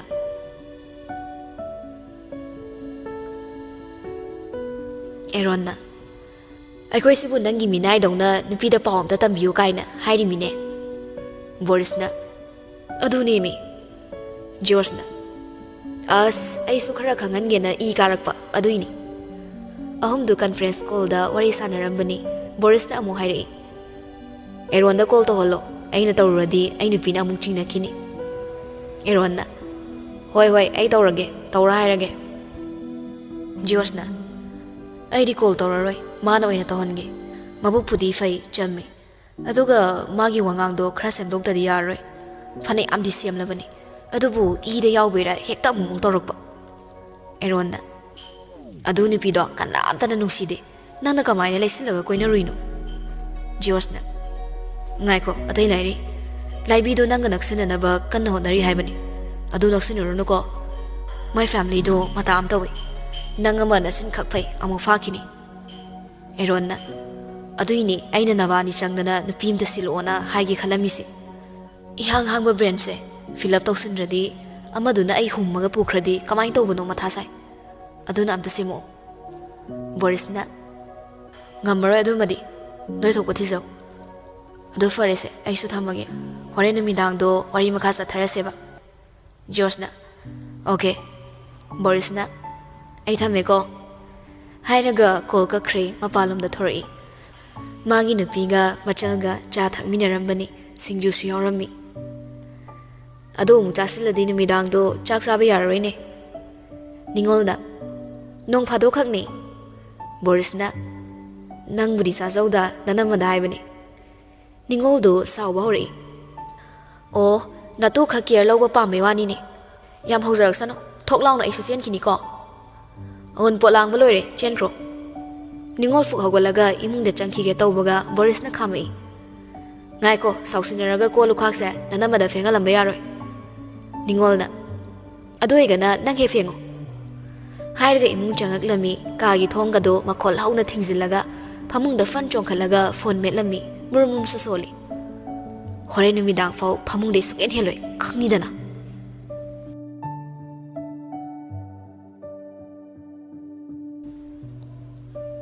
numinini di hausen kre adubo paw mata fauraktre mas office adum chali amu halai wakhalamu mangduna leiba machi machi ungba thaba khoizangdaba tawrabani ahing sutumba iya yadi ngasi so adum balcony duda chokri ama thangdoklaga famlami mana ngamle mana kiba leiti haiduna haining bata haiba ngangning pata ngang matawbani thamoi da fana chamlabaso chimalna migi thamoi sokadaba wahi hairubana ngasidi sigi awabaso nupasinaso nangnaso khanglo matagum khangalabani khatsa theklaga halakadaba numit masing pabada chahi mari chupna ngaibagum kayadi wakre nang halakpa ngaibada aidi si dawre numinini humni mutang hairaga chahi kya lerake haino khangdeba unknown number ama call tawsilai mahal to iramgadra natraga kanabo iramgani khanglamde paikhatli nakong na happy wai ama tairamde aiga uningaktra khangpre khangni mihulduso dakdak makhol hauna nahan khega manada chongkhalaklami karigi khangdani taibungsida chapmanaba khonjel lising leirabaso mahakna lupchaba mai khonjaldi adum tongana tabani sonthaganbi nokthaganbi thamoi onki apet palai khongumna kapli kapli tawraga makhol nikna masagi maraldo yazaragle ai lanjare ayam hana nangna thamoi sokadaba wahai hairui nangna tumina laiki base ayam wai Jurso ingna themagle aisu nangi thamoi do masa khangna nangonda warorure nangi bu saunu ko madam saude aigi mina nungai roi khangda ba wangakse nangna yade khangan bane sisu ipamdati anawa parane ai nangbu waraude waraudre na kholo ni anu madam di kaktak na wangang mana pakseda madam na kapli tawbada nungaiti aina nanakta leidana fagi tawraga nokhannisu nataba aduna kapkano ai madam bu yam themningi superman dongna pai bairandi wislauna pairak payaba damna so kesinaraga hairi nangna paudi su phau pharak te duga kayam kuire aina nangai ri se century ani ahungai baga chapmane aido halaga fasana oina madam gu unarage na tawba ado ngamdre madam da kuina waroba sawa ingamdre iso khara kalaso nagundi sathina leiba zani aina no yumda chalubada so nangni leiramdi yum solo lami jorso khangingna kamkanda ibani khatnaba nongalaga o shopping chatbada oiramani ai sunu mito isada tension yam leiba aduna ai nangondo intaina kre nangi tension do engonda tamlamasu faramoidra haujikti tension free oiraba maramna kaigino engonda swayo nangla aga hairage nang yauraga lirage ba kaidongi halaktoino khuti kem tawdraba nushi chaina marakta ai khutki matha so amu yoramiro tawdre hangsit ayungan ta na yorani hayeng lake tawba ticket mamal hayengi khutang sida aikhoin mamodo sel pamuina hangsit kara hongbada oina ka asena ka aba Somdadi nungsi saktam ujaning bana ikhong lang libi mahakti nong machon thana lakani haiba wahi sida karasu khoi saunare aina somda wahana ngairaga nana nungaina nong maga chon thatho iba ticket mamal do tharagi thuna tholo arik pau George nogli saving dawrini arik pai fangbagi hayang wai madam su nungai doini ado aikhoi mirol su leite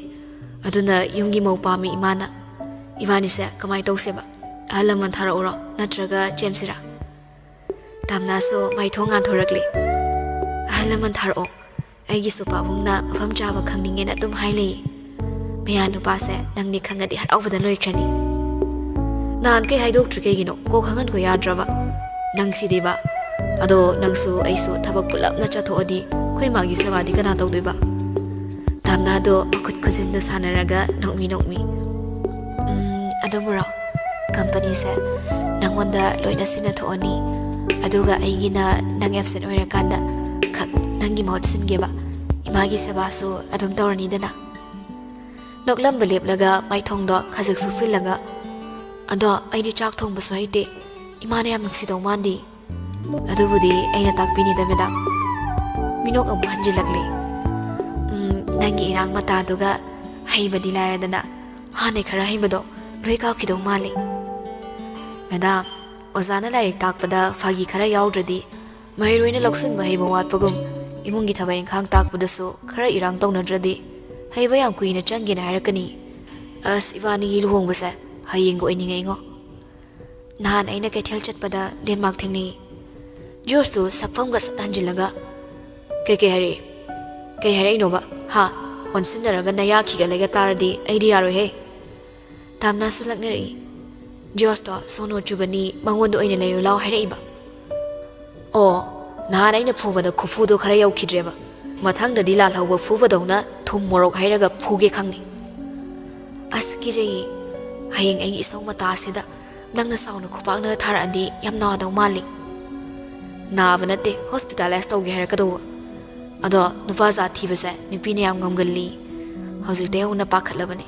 madam na ngamthokidrana adudi Denmark na khara sathi bani na khangni mana oina fadoira mabu fattaba kawi magi do sathi banati hayeng Denmark to chelasu aidi nimitu da madam mu chengani tamna sunok pelep laga siwa do to oba ado nang thuna thoraga halsinga wari sana laseba aishi da lening dre nangi nak da leningi Jorso khonjel hongagle hoi ai hek thorakpaga halsin da khweni gi mari sa khangalasi fare ai su thamage ko mamo ga ai room pullaba mamo changi hoi thammo bye madam hairaga phone da chupsilai nupi si so nokmi tawraga phone do thangtharakle makhut ani na thina paisilaga soron doi momon tawjai chair do dagi khut thamfam do da makhut sauraga chuba meli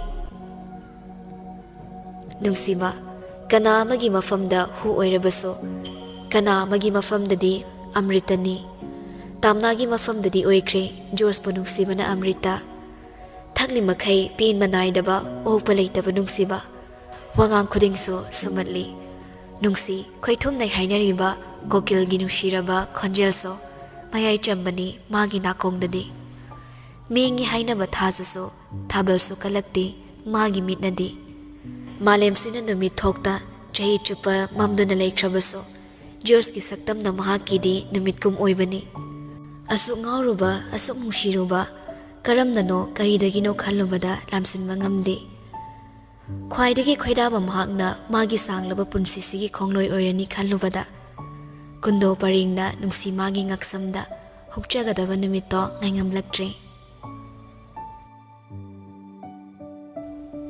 tilwana tamnagi famnung sembirami mon makhada fazana thuplaga leiba mazapuri to lokthoraglaga haireklami e yamungi furit oirazalo masi angangsina tawrisibo pairaga puthorakle tamna su tumma changakpani animak thengne tilwana pairiba furit to satlauraga ne sikagino akhoi yamungi furit natro sibo nangi mon makhada leirami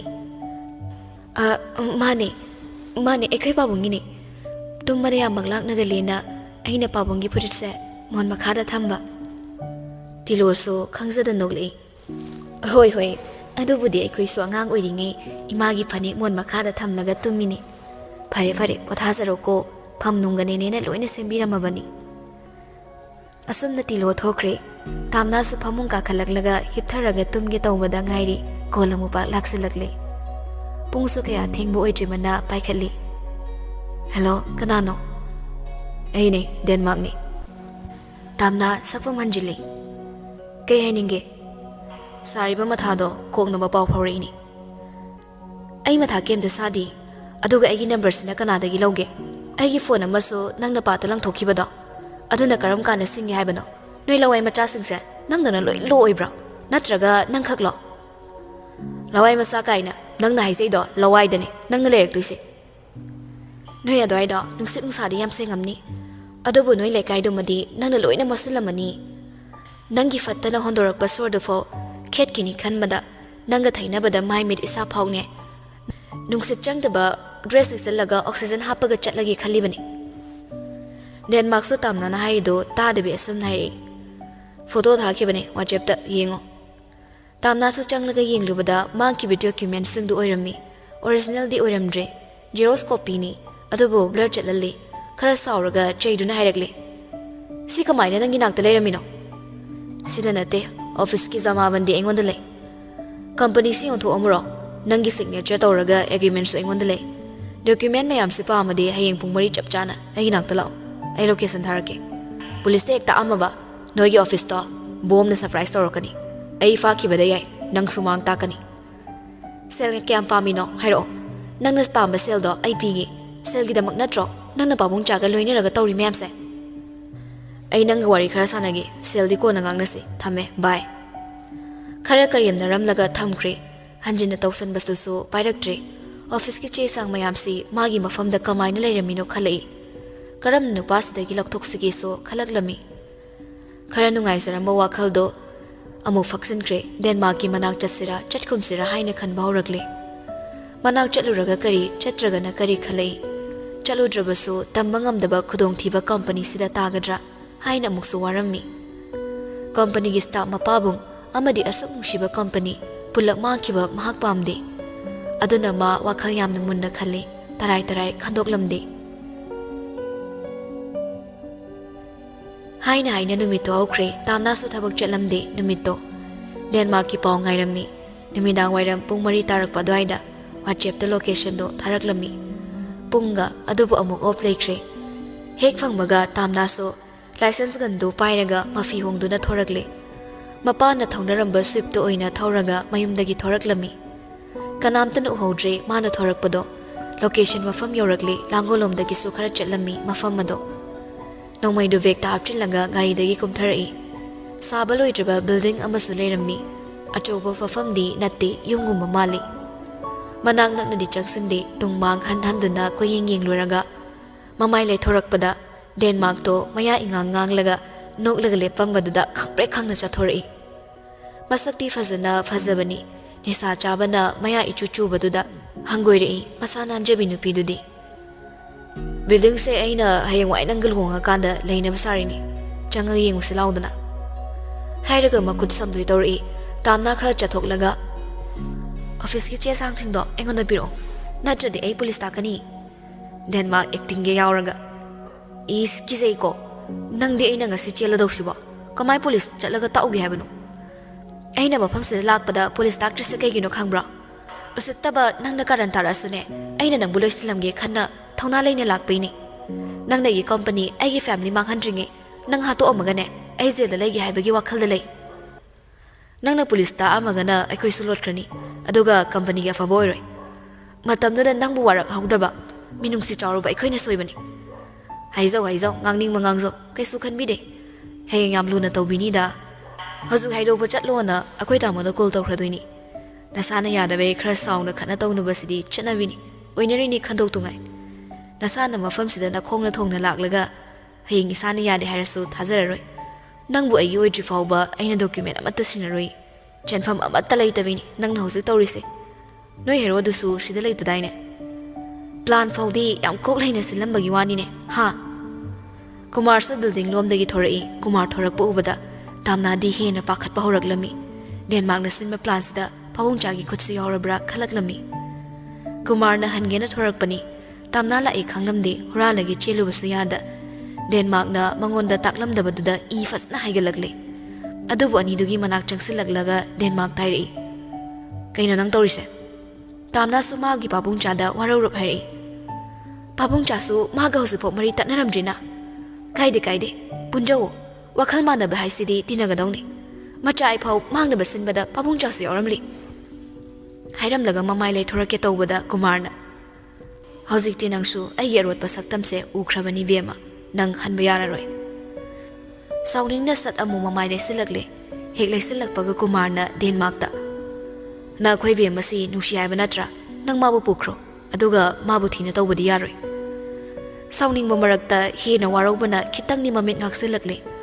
ꯋꯥꯔꯧꯕꯇ ꯅꯠꯇꯦ ꯅꯨꯡꯁꯤ ꯄꯟꯊꯨꯡ ꯌꯧꯕ ꯉꯝꯗ ꯅꯨꯡꯁꯤꯕ ꯃꯥꯕꯨ ꯎꯖꯕ ꯐꯪꯗ ꯑꯁꯨꯝꯅ ꯂꯣꯏꯈꯤꯒꯗ꯭ꯔꯥ ꯖꯣꯔꯖꯀ ꯃꯈꯣꯏ ꯑꯅꯤꯒꯤ ꯅꯨꯡꯁꯤꯕ ꯍꯥꯏꯅ ꯀꯤꯖꯔꯛꯂꯝꯃꯤ ꯅꯨꯡꯁꯤ ꯃꯥꯕꯨ ꯉꯥꯏꯗꯕ ꯌꯥꯗꯦ ꯅꯨꯡꯁꯤꯕ ꯃꯥꯒꯤꯗꯃꯛꯁꯨ ꯍꯤꯡꯗꯕ ꯌꯥꯗꯦ ꯋꯥꯈꯜꯁꯤꯅ ꯃꯥꯒꯤ ꯊꯧꯅꯥ ꯑꯣꯏꯔꯛꯏ ꯀꯅꯥ ꯑꯃꯕꯨ ꯍꯥꯠꯂꯕꯁꯨ ꯍꯥꯠꯂꯒꯦ ꯈꯜꯂꯛꯏ ꯍꯤꯡꯆꯥꯕꯤꯅꯤ ꯑꯁꯣꯟꯕ ꯋꯥꯈꯜ ꯈꯟꯕ ꯍꯩꯇꯕꯤ ꯁꯄꯝ ꯍꯣꯡꯉꯛꯏ ꯄꯥꯕꯨꯡꯆꯥꯗ ꯑꯣꯟꯁꯤꯜꯂꯛꯂꯒ ꯄꯥꯕꯨꯡꯆꯥ ꯅꯆꯥꯒꯤ ꯃꯤꯠꯀꯤ ꯄꯤꯁꯦ ꯄꯥꯕꯨꯡꯆꯥꯗꯤ ꯈꯧꯔꯥꯡꯅ ꯌꯦꯡꯅꯤꯡꯂꯝꯂꯦ ꯀꯨꯃꯥꯔ ꯈꯤꯇꯪ ꯃꯥꯏꯊꯣꯡ ꯃꯛꯁꯤꯜꯂꯛꯏ ꯍꯧꯖꯤꯛꯀꯤ ꯑꯣꯏꯅꯗꯤ ꯑꯩ ꯏꯁꯥ ꯀꯟꯖꯕꯅ ꯃꯔꯨ ꯑꯣꯏꯔꯤ ꯅꯨꯄꯤꯁꯤ ꯃꯃꯤꯠ ꯃꯅꯥ ꯌꯥꯎꯔꯒ ꯌꯦꯞꯂꯛꯄ ꯅꯣꯡꯃꯩꯗꯣ ꯁꯠ ꯁꯠꯇꯣꯔꯛꯏ ꯂꯣꯛ ꯆꯤꯡꯉꯛꯏ ꯑꯅꯤꯗꯨꯗ ꯑꯦꯝ ꯇꯧꯔꯒ ꯍꯥꯏꯔꯛꯏ ꯉꯛꯂꯞ ꯇꯧꯕ ꯃꯈ꯭ꯌꯥꯠ ꯆꯤꯛꯂꯒ ꯀꯌꯥ ꯄꯥꯈꯠꯄꯁꯨ ꯎꯠꯇ ꯏꯅꯥꯛꯇ ꯅꯛꯁꯤꯜꯂꯛꯀꯅꯨ ꯄꯥꯕꯨꯡꯆꯥ ꯑꯣꯏꯔꯁꯨ ꯑꯩꯅ ꯀꯥꯞꯇꯨꯅ ꯍꯥꯠꯀꯅꯤ ꯄꯥꯕꯨꯡꯆꯥꯅ ꯄꯥꯕꯨꯡꯆꯥ ꯈꯛꯀꯤꯗꯃꯛ ꯑꯩꯕꯨ ꯃꯥꯡꯅꯕ ꯍꯣꯠꯅꯕ ꯑꯗꯨꯒ ꯑꯩꯅ ꯅꯨꯡꯁꯤꯕ ꯃꯥꯒꯤꯗꯃꯛ ꯃꯥꯒꯤ ꯃꯃꯥꯡꯗ ꯃꯣꯃꯣꯟ ꯅꯣꯛꯅ ꯂꯦꯞꯅꯕꯒꯤꯗꯃꯛ ꯃꯤ ꯈꯨꯗꯤꯡ ꯍꯥꯠꯄꯁꯨ ꯀꯤꯗꯦ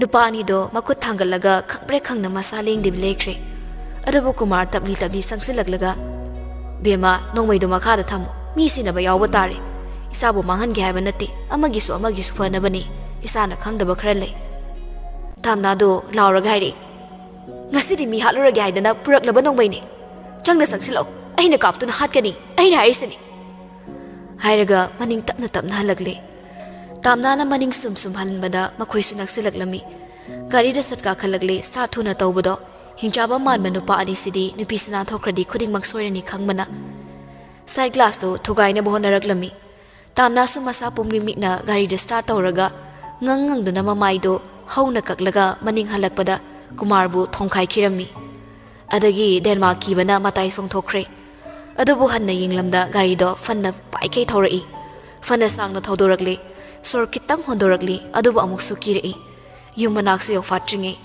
ꯈꯥꯝꯂꯒ ꯃꯃꯥꯏꯗꯣ ꯍꯨꯃꯥꯡ ꯇꯩꯊꯣꯔꯛꯏ ꯒꯥꯔꯤꯗ ꯌꯥꯎꯔꯤꯕ ꯏꯁꯤꯡ ꯕꯣꯇꯜꯗꯣ ꯑꯃꯨꯛ ꯂꯧꯔꯒ ꯊꯛꯅꯕ ꯃꯈꯨꯝ ꯍꯥꯡꯕꯗꯐꯥꯎ ꯃꯈꯨꯠ ꯅꯤꯛꯃꯟꯕꯅ ꯉꯝꯂꯝꯗꯦ ꯕꯣꯇꯜ ꯃꯈꯨꯝ ꯊꯨꯅ ꯍꯥꯡꯕꯗ ꯃꯈꯥꯗ ꯈꯪꯇꯥ ꯇꯥꯈꯤ ꯈꯨꯠꯇꯒꯤ ꯅꯥꯟꯊꯈ꯭ꯔꯦ ꯏꯁꯤꯡꯗꯨꯁꯨ ꯒꯥꯔꯤꯗꯨꯗꯒꯤ ꯃꯈꯥꯗ ꯈꯔ ꯍꯩꯗꯣꯛꯂꯒ ꯇꯥꯔꯤ ꯈꯧꯔꯥꯡꯂꯨꯗ꯭ꯔꯦ ꯏꯁꯤꯡ ꯑꯗꯣ ꯃꯈꯨꯠ ꯑꯅꯤ ꯆꯪꯂꯒ ꯀꯣꯟꯇꯦꯛ ꯂꯤꯁꯇ ꯆꯪꯂꯒ ꯀꯣꯏꯊꯤ ꯊꯤꯗꯨꯅ ꯀꯣꯜ ꯇꯧꯁꯤꯜꯂꯝꯃꯤ ꯍꯦꯛ ꯄꯥꯏꯔꯛꯄꯒ ꯏꯍꯥꯟꯗ ꯅꯣꯔꯃꯦꯜꯗ ꯍꯥꯏꯔꯛꯏ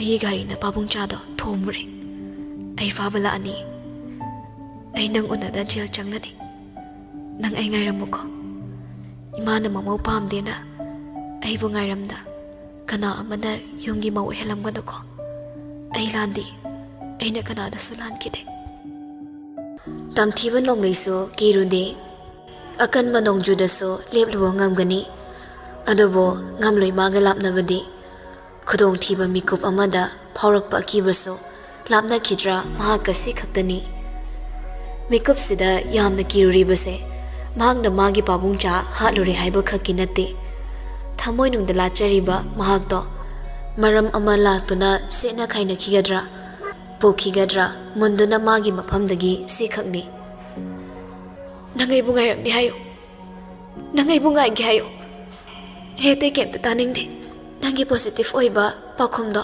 ꯑꯗꯨ ꯈꯛ ꯇꯥꯕ ꯄꯥꯝꯃꯤ ꯑꯅꯤꯛꯄ ꯈꯣꯟꯖꯦꯜꯗ ꯌꯥꯝꯅ ꯇꯞꯄ ꯃꯑꯣꯡꯗ ꯉꯥꯏꯉꯝꯗ ꯍꯥꯏꯔꯛꯂꯤꯕ ꯋꯥꯍꯩꯁꯦ ꯇꯥꯔꯨꯕꯗ ꯅꯨꯄꯥꯁꯤꯗꯤ ꯃꯤꯍꯨꯜꯒꯤ ꯈꯣꯡꯂꯩꯗꯣ ꯃꯐꯝ ꯃꯔꯥꯡ ꯈꯪꯈꯤꯗ꯭ꯔꯦ ꯃꯁꯥꯗꯣ ꯅꯦꯝꯊꯕ ꯐꯥꯎ ꯀꯥꯎꯏ ꯃꯁꯥꯃꯛꯅ ꯃꯤ ꯍꯥꯠꯂꯨꯔꯕꯁꯨ ꯁꯤ ꯌꯧꯅ ꯃꯥ ꯄꯥꯈꯠꯂꯝꯂꯣꯏ ꯑꯗꯨꯕꯨ ꯅꯨꯄꯤꯁꯤꯅ ꯀꯤꯔꯝꯒꯗꯕ ꯄꯥꯈꯠꯂꯝꯒꯗꯕ ꯃꯌꯥꯝꯗꯣ ꯈꯪꯕꯅ ꯂꯩꯐꯝ ꯈꯪꯗ꯭ꯔꯦ Manak nakna leiduna magi manakta chelugani haibasu natte. Phana mi paijarabasu themjarai asum tapna hanglei. Nang kai leino madam? Yumgi manaktani. Yumda fazana chango madam. Ayum chang mangamoi. Nang negi phibamse khangdabaini. Ngak leradi aibu thiba soidana laani. Aibu phaba laani. Ai kadaidana malot khrege. Ai lot khrege. Nangna thom yauna thomadi natte dana madam. Gari na thomaga mi hekta sini haiba leiti. Yumda fazana changa leiro. Tamnana kanna laura gairi. Ayumda chang mangamaroi. Nang negi phibamse khangdri kaigino. Ai wakhal amata thoktre. Aigi phibamse uraga yumna kari oini. Yumgi pabung hoina uragana kari haini. Ai to phom khangdri amta. Ai hauze kamai togodabano ai khangdri. Ai kokse am ngawre. Police da oina isana khangna thausin bana phadoira. Ngai ko madam, ngak payo ko ngai ko. Hairaga hold the thamkre nupado. Tamna di nupasina pau ama hairak pangai bada warabani. Lambi de icham chamna chatpa mina pau mihat pini mara lebini haiduna yenglek lamoy ningi. Wakal piksin behen manmana maun ha uragana mabu gari sidagi chingtharaga makhura hatpini haiduna miya mamangsida khongoi nagadare boy khaloi. Suklep ta sintharakwa mapi duso makhutna kanna taithokna bohone. Josna. Hello, tabra. Tari, tabra ngaktraso ko hairo. Ngak leiro duda minute mangamu. Minute manga ngayo haibasi pong manga ngayo haibaga chamana krabani. Tamnana kapna kapnang lei. Nang hayeng do pung kya da laktoino. Kirekpa mikupta magi damag sengna lei khangzaba misa khorang lakpasi masana tabani. Mikupsida George pulak haning bani. Uzaning mana ngaiba ngamlaktrabani. Aduna hanglei. George so ingna khumlei. Thuna laktoini. Pakat kanu si madam. Madam na pakhaladi loina soirani. Nasado normal da lay na po no. Ay fa na walo isilakise kaktang ngay roba. Ngay bo ay na ibani wari sase. Madam, kasi kay chatluge. Office ki document mangkre. Denmark na loy na pairami. Ado low ba chatlay. Mapam sumana tharak pani. Ado da pabung jasu lay rami. Moy na itadok radi Arun makhangani hayda na phana bo narak pani. Ado da inathok na ba ngam na ba chelak pada. Pabung jado. Ahi gari na thomam bani. Ahi na karam tada tanaram da basi. Ahi asoybra. Ahi na tanadoy sina kanada no. Hiram kuding da ahi na sing na adum hot na bani. Ado bo ahi miyoy bani. Ahi suwakal thokok da ba matanga mayawi. Ahi na pare na khaluba decision da. Wakal khanta ba wat ba matang oy krabra. Ahi khangdri. Ado bo ngasigi thawdok se. Yam na thuman kibana. Ahi tare tara thok na khanbagi matamsu phangkide. Madam, phomzilaga thamba rod patam thiba ama phongak paibase turei irei chen batabani iheu amadi thorak pa masan tabani aduga amana isa ngak thoksana ba mi hatpada madam na kari gi kiri madam na tamakli ba wasidi madam lande landa ba mi gi ni michang yam thorakani pabung chana fatanung da thoklamadi ai mi hat bi oradra mi kuptu da madam na isa ngak thokna bo hona bada mi hat pi mi thol phangning dena Makoy da madam gi thawai sina thokadro. Mikup tu da tawda ba yada ba thabak ni madam na tawri do. Ai gi thawai sibudi isana kanjari. Adubu ai mi di halura bani na dandi amadi fangani. Nang na sida lehoraga. Ai na nang una ba fangdana jail da adom punsigi lai kidoira. Adu mai tawdo eradi ai sai top da sibana phadaw male. Natraga ai lot khrage. Ai mi rot lage. Nangalap na badi ay di nga mo eh.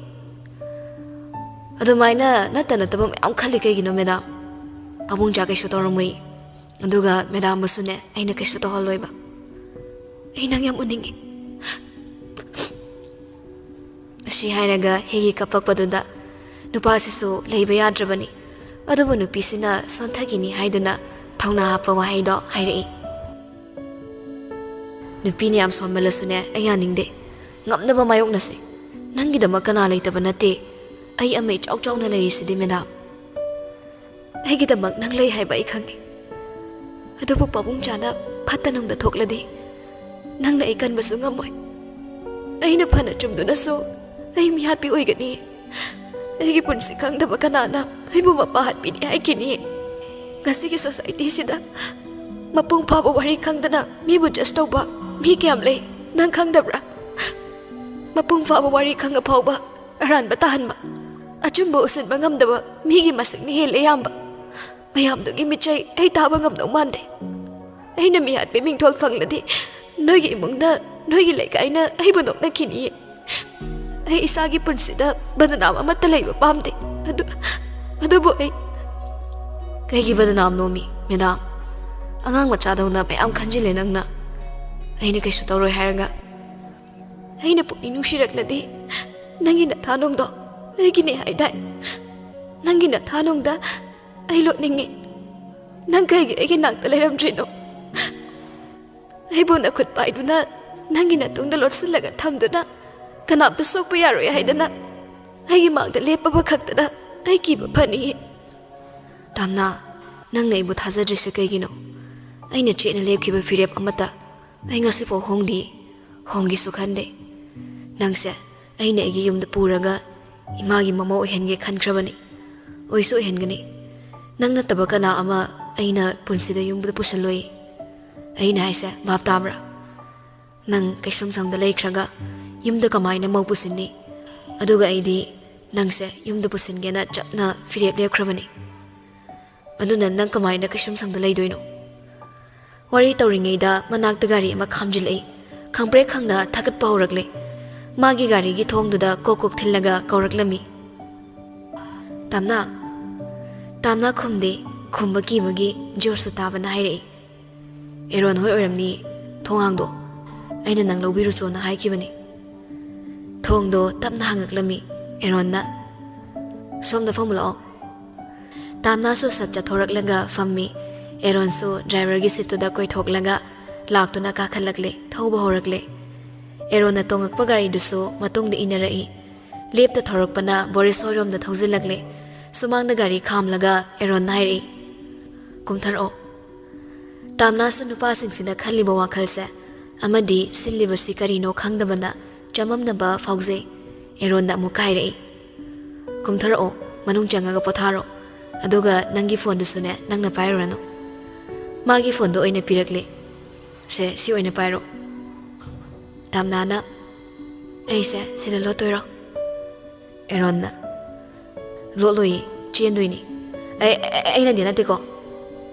ꯖꯣꯁꯅ ꯑꯃꯨꯛ ꯐꯣꯟꯗꯨꯗ ꯍꯥꯏꯔꯛꯏ. ꯅꯪ ꯑꯗꯨꯗ ꯂꯩꯔꯝꯃꯨ. ꯑꯩ ꯑꯍꯤꯡ ꯅꯣꯡꯌꯥꯏꯒꯤ ticket ꯀꯛꯑꯦ. ꯉꯟꯇꯥꯅ ꯌꯧꯔꯛꯑꯅꯤ. ꯑꯗꯨꯒ ꯑꯩꯈꯣꯏꯗ ꯑꯣꯏꯅ ꯆꯠꯂꯁꯦ. ꯐꯔꯦ ꯊꯝꯃꯣ. ꯐꯣꯟ ꯑꯣꯐ ꯊꯝꯃꯣꯀꯣ. ꯑꯩ ꯌꯨꯝꯗꯁꯨ ꯄꯥꯈꯠꯇꯅꯕ ꯍꯥꯏꯔꯒꯦ. ꯅꯪ ꯀꯩꯝꯇ ꯃꯊꯥ ꯁꯥꯔꯨꯅꯨ. ꯑꯩ ꯐꯅꯕ ꯂꯣꯏ ꯁꯤꯜꯂꯛꯀꯦ. ꯑꯁꯨꯝꯅ ꯇꯥꯝꯅꯥꯁꯨ ꯃꯥꯒꯤ ꯐꯣꯟꯗꯣ ꯑꯦꯔꯣꯟꯗ ꯄꯤꯊꯣꯛꯂꯛꯂꯝꯃꯤ. ꯑꯗꯨꯒ ꯒꯥꯔꯤꯗꯒꯤ ꯀꯨꯝꯊꯔꯛꯄꯗ ꯅꯤꯡꯉꯣꯜꯒ ꯊꯣꯏꯒꯁꯨ ꯊꯣꯔꯛꯂꯝꯃꯤ. ꯃꯤ ꯄꯨꯔꯛꯀꯅꯤ ꯍꯥꯏꯈꯤꯕꯅꯤꯅ ꯉꯥꯏꯔꯝꯕꯅꯤ. ꯅꯤꯡꯉꯣꯜꯗꯤ ꯄꯥꯎ ꯈꯪꯗꯕꯅ ꯑꯦꯔꯣꯟꯒꯤ ꯅꯨꯄꯤ ꯆꯦꯜꯂꯛꯏꯔ ꯈꯜꯂꯛꯏ. ꯃꯅꯝꯃꯗ ꯆꯤꯔꯣꯜ ꯇꯧꯔꯛꯏ.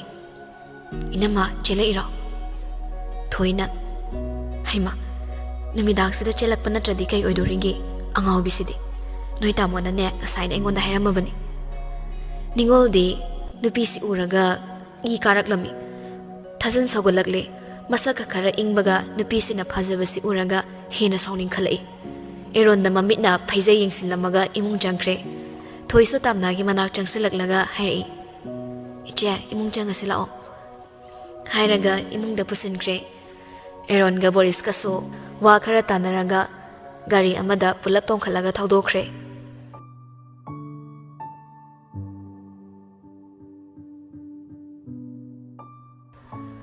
ꯁꯣꯝꯗ ꯖꯣꯁꯅ ꯄꯥꯎ ꯍꯥꯏꯔꯛꯄꯅ ꯑꯃꯗꯤ ꯋꯥꯔꯤ ꯄꯨꯝꯕꯁꯨ ꯈꯪꯕꯅ ꯖꯣꯏꯒ ꯇꯤꯂꯣꯒꯁꯨ ꯂꯣꯟꯅ ꯋꯥ ꯈꯟꯅꯔꯝꯃꯤ. ꯑꯁꯣꯝꯒꯤ ꯑꯁꯣꯛ ꯑꯄꯟ ꯄꯥꯎ ꯑꯃꯠꯇ ꯇꯥꯗꯦꯀꯣ? ꯇꯥꯗꯦ. ꯁꯅꯥꯌꯥꯏꯁꯨ ꯊꯧꯒꯩꯁꯨ ꯁꯥꯍꯧꯗꯦ. ꯆꯥꯛ ꯊꯣꯡꯍꯧꯔꯤꯌꯦ. ꯃꯅꯨꯡꯗ ꯀꯔꯤꯕꯨ ꯁꯤꯟꯅꯔꯤꯕꯅꯣ ꯈꯪꯗꯦ. ꯑꯁꯨꯛ ꯌꯥꯝꯅ ꯐꯠꯇꯕꯁꯤꯕꯣ ꯀꯔꯤꯅꯣ? ꯑꯩ ꯀꯣꯛꯀ ꯉꯥꯎꯏ. ꯑꯗꯨꯕꯨ ꯑꯃꯔꯣꯝꯗ ꯏꯆꯥꯅ ꯆꯦꯟꯈꯤꯕꯁꯦ ꯐꯔꯦꯅ ꯈꯜꯂꯕꯅꯤ. ꯃꯤꯍꯨ ꯃꯔꯛꯇ ꯍꯤꯡꯕꯗ ꯋꯥꯖꯔꯕꯅꯤ. ꯃꯥꯏꯀꯩ ꯃꯔꯤꯗꯒꯤ ꯀꯥꯝꯁꯤꯜꯂꯛꯄ ꯍꯨꯅ ꯏꯆꯥꯒꯤ ꯁꯣꯔ ꯇꯠꯈꯤꯗꯧꯔꯦ. ꯖꯣꯁꯄꯨ ꯄꯨꯡ ꯀꯌꯥꯗ ꯌꯧꯔꯛꯅꯤ ꯍꯥꯏꯒꯦ? ꯃꯥꯅ ꯌꯧꯔꯛꯇ꯭ꯔꯤꯉꯩ ꯑꯃꯨꯛ ꯐꯠꯇꯕ ꯊꯣꯛꯀꯗ꯭ꯔꯅ ꯀꯤꯔꯦ ꯇꯧꯔꯤꯁꯦ. ꯑꯗꯨꯗ ꯂꯨꯔꯤꯗꯤ ꯁꯣꯛꯏ ꯄꯜꯂꯤ ꯍꯥꯏꯗꯅ ꯄꯥꯎ ꯑꯃꯠꯇ ꯇꯥꯗꯕꯁꯤꯅꯤ. ꯑꯗꯨꯕꯨꯅꯦ ꯑꯩ ꯀꯩꯅꯣꯝꯃ ꯍꯥꯏꯒꯦ. ꯖꯣꯁꯅ ꯍꯥꯏꯔꯛꯄꯅꯤ. ꯀꯩꯒꯨꯝꯕ ꯑꯦꯛꯁꯤꯗꯦꯟ ꯊꯣꯛꯑꯦ ꯍꯥꯏꯅ ꯄꯥꯎ ꯇꯥꯔꯕꯁꯨ ꯊꯤꯅ ꯁꯣꯛꯑꯝꯗ꯭ꯔꯗꯤ ꯃꯅꯥ ꯃꯅꯤ ꯅꯥꯏꯔꯣꯏ ꯃꯈꯣꯏꯅ ꯑꯗꯨꯅ ꯑꯩꯈꯣꯏꯁꯨ ꯄꯥꯎ ꯀꯔꯤꯝꯇ ꯈꯪꯗꯕ ꯁꯥꯔꯒ ꯂꯩꯒꯗꯕꯅꯤꯀꯣ ꯍꯣꯏ ꯌꯥꯝꯕꯨꯡ ꯑꯗꯣ ꯆꯦꯟꯕ ꯆꯣꯡꯕ ꯊꯣꯛꯑꯕꯅꯤꯅ ꯍꯌꯦꯡ ꯑꯗꯨꯝ ꯊꯤꯜꯂꯛꯀꯅꯤ ꯍꯥꯏꯕ꯭ꯔꯣ ꯖꯣꯏꯅ ꯇꯤꯂꯣꯗ ꯆꯩꯔꯛꯏ ꯍꯥꯏ ꯅꯪꯕꯨꯁꯨ ꯑꯣꯟꯊꯣꯛꯅ ꯇꯥꯟꯖꯥ ꯃꯦꯟꯖꯥ ꯈꯪꯗꯦꯅꯦ ꯍꯩ ꯆꯩꯔꯛꯁꯤꯗ ꯑꯗꯨꯒꯤ ꯋꯥꯔꯤꯗꯣ ꯑꯃꯨꯛ ꯀꯣꯠꯁꯤꯜꯂꯛꯑꯕ꯭ꯔꯥ ꯆꯦꯜꯂꯦ ꯍꯥꯏꯗꯅ ꯋꯥ ꯂꯥꯎꯕ ꯌꯥꯕꯗꯕ ꯇꯥꯟꯖꯥꯁꯨ ꯃꯦꯟ ꯇꯥꯕ ꯅꯠꯇꯦ ꯏꯆꯥꯅ ꯌꯨꯝꯗ ꯂꯩꯕꯗ ꯐꯔꯛ ꯈꯔ ꯇꯥꯗꯧꯕ ꯊꯩꯕꯅꯤ ꯁꯠ ꯍꯦꯛꯇ ꯆꯦꯟꯕ ꯌꯥꯕꯒꯤ ꯐꯤꯕꯝꯁꯨ ꯇꯝꯕ ꯉꯝꯕ ꯅꯠꯇꯦ ꯈꯪꯗꯦꯗ ꯑꯋꯥꯕ ꯃꯔꯛꯇ ꯅꯨꯡꯉꯥꯏꯕ ꯍꯥꯏꯕꯗꯨꯅꯤ ꯖꯣꯔꯖꯄꯨ ꯊꯣꯔꯛꯂꯗꯤ ꯅꯣꯡ ꯅꯤꯅꯤ ꯆꯦꯟꯗ꯭ꯔꯁꯨꯅꯦ ꯆꯦꯟꯕ ꯌꯥꯕ ꯅꯨꯃꯤꯠꯇ ꯆꯦꯜꯂꯗꯧꯕ ꯅꯠꯇ꯭ꯔꯣ ꯇꯤꯂꯣ ꯅꯪꯁꯦ ꯅꯅꯥꯎ ꯅꯨꯄꯤꯁꯤꯒ ꯆꯞ ꯃꯥꯟꯅꯩꯗ ꯋꯥꯈꯜꯁꯦ ꯑꯗꯣ ꯌꯥꯝꯕꯣ ꯆꯥꯛꯁꯦ ꯆꯥꯛꯈꯣꯝ ꯑꯃꯠꯇ ꯆꯥꯊꯣꯛꯅꯕ ꯇꯧꯔꯁꯤꯔꯣ ꯑꯣ ꯍꯣꯏ ꯍꯣꯏ ꯏꯆꯥ ꯇꯦꯛꯇ ꯀꯥꯏꯗꯅ ꯂꯩꯔꯕꯅꯤꯅ ꯆꯥꯛꯈꯣꯝ ꯑꯃ ꯆꯥꯊꯣꯛꯑꯁꯤ ꯑꯗꯨꯕꯨ ꯑꯩꯒꯤ ꯏꯆꯥꯗꯨ ꯆꯥꯔꯝ ꯊꯛꯂꯝꯕꯗꯤ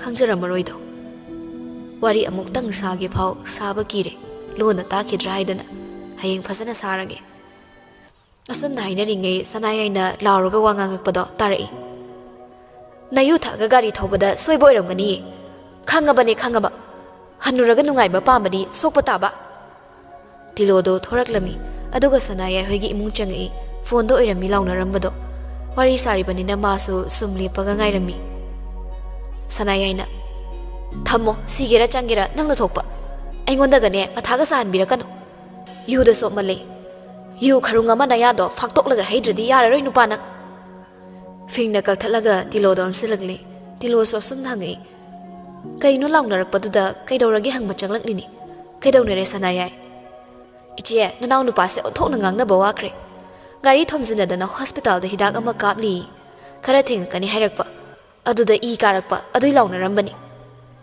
ꯏꯍꯦ ꯀꯌꯥꯝ ꯁꯣꯛꯂꯕ ꯀꯃꯥꯏ ꯇꯧꯔꯤꯅꯣ ꯅꯪꯅ ꯍꯪꯗꯅ ꯐꯤꯡꯒꯠꯂꯨꯔꯤꯗꯨꯕꯨ ꯀꯔꯤꯒꯤꯅꯣ ꯁꯣꯛꯅꯤꯡꯗꯅ ꯁꯣꯛꯄ ꯑꯣꯏꯔꯝꯃꯣꯏꯅꯦ ꯈꯪꯗꯦꯗ ꯏꯆꯦ ꯑꯩ ꯃꯁꯤ ꯅꯨꯄꯥꯁꯤꯒꯅꯦ ꯂꯩꯃꯤꯟꯅꯗꯧ ꯁꯔꯨꯛ ꯍꯨ ꯆꯥꯔꯒ ꯁꯤꯈ꯭ꯔꯁꯤꯔꯕꯣ ꯈꯜꯂꯕꯅꯤ ꯏꯆꯥꯒ ꯌꯥꯎꯗꯕꯁꯤꯗ ꯉꯥꯎꯁꯤꯟꯅꯔꯒ ꯂꯩꯔꯦ ꯍꯩꯃ ꯑꯗꯨꯕꯨ ꯃꯥꯁꯨ ꯑꯦꯛꯁꯤꯗꯦꯟꯗꯣ ꯃꯥꯅ ꯊꯣꯛꯀꯦ ꯌꯥꯎꯅ ꯊꯣꯛꯍꯟꯕꯗꯤ ꯑꯣꯏꯔꯝꯃꯣꯏꯗ ꯅꯨꯄꯤ ꯌꯦꯡꯉꯤꯉꯩꯗ ꯇꯧꯕ ꯑꯦꯛꯁꯤꯗꯦꯟ ꯑꯣꯏꯔꯝꯅꯤꯌꯦ ꯑꯁꯤꯗ ꯁꯤꯈ꯭ꯔꯒ ꯂꯨꯈ꯭ꯔꯥꯕꯤ ꯑꯣꯏꯔꯒꯅꯦ ꯂꯩꯅꯤꯡꯉꯕꯅꯤ ꯃꯕꯨꯛꯅ ꯐꯠꯇ꯭ꯔꯤꯕ ꯂꯥꯏꯅ ꯋꯥꯔꯛꯏꯅꯤ ꯃꯥꯒꯤꯗꯃꯛ ꯑꯩꯅ ꯋꯥꯕꯤꯗꯧ ꯅꯠꯇꯦ ꯍꯥꯏ ꯇꯣꯛꯑꯣ ꯌꯥꯔꯦ ꯆꯥꯛ ꯏꯁꯤꯡꯒꯗꯣ ꯐꯖꯅ ꯆꯥꯊꯣꯛꯂꯒ ꯂꯩꯔꯣ ꯍꯣꯁꯄꯤꯇꯥꯜꯗ ꯆꯠꯇꯧꯕ ꯌꯥꯎꯔꯒꯗꯤ ꯑꯩꯉꯣꯟꯗꯁꯨ ꯍꯥꯏꯔꯛꯑꯣ ꯍꯥꯏꯔꯝꯂꯒ ꯇꯤꯂꯣꯁꯨ ꯑꯃꯨꯛ ꯊꯣꯔꯛꯂꯝꯃꯤ ꯖꯣꯏꯗ ꯄꯥꯎꯗꯨ ꯇꯝꯂꯝꯂꯒ ꯃꯥꯁꯨ ꯆꯥꯛꯈꯨꯝ ꯆꯪꯉꯛꯂꯒ ꯆꯥꯛ ꯏꯁꯤꯡꯗꯣ ꯑꯃꯨꯛ ꯊꯤꯅꯕ ꯍꯣꯠꯅꯈ꯭ꯔꯦ ꯀꯌꯥ ꯑꯁꯣꯛ ꯑꯄꯟꯒꯤ ꯋꯥ ꯇꯥꯗꯕꯅ ꯈꯔꯗꯤ ꯌꯥꯡꯅꯔꯝꯃꯤ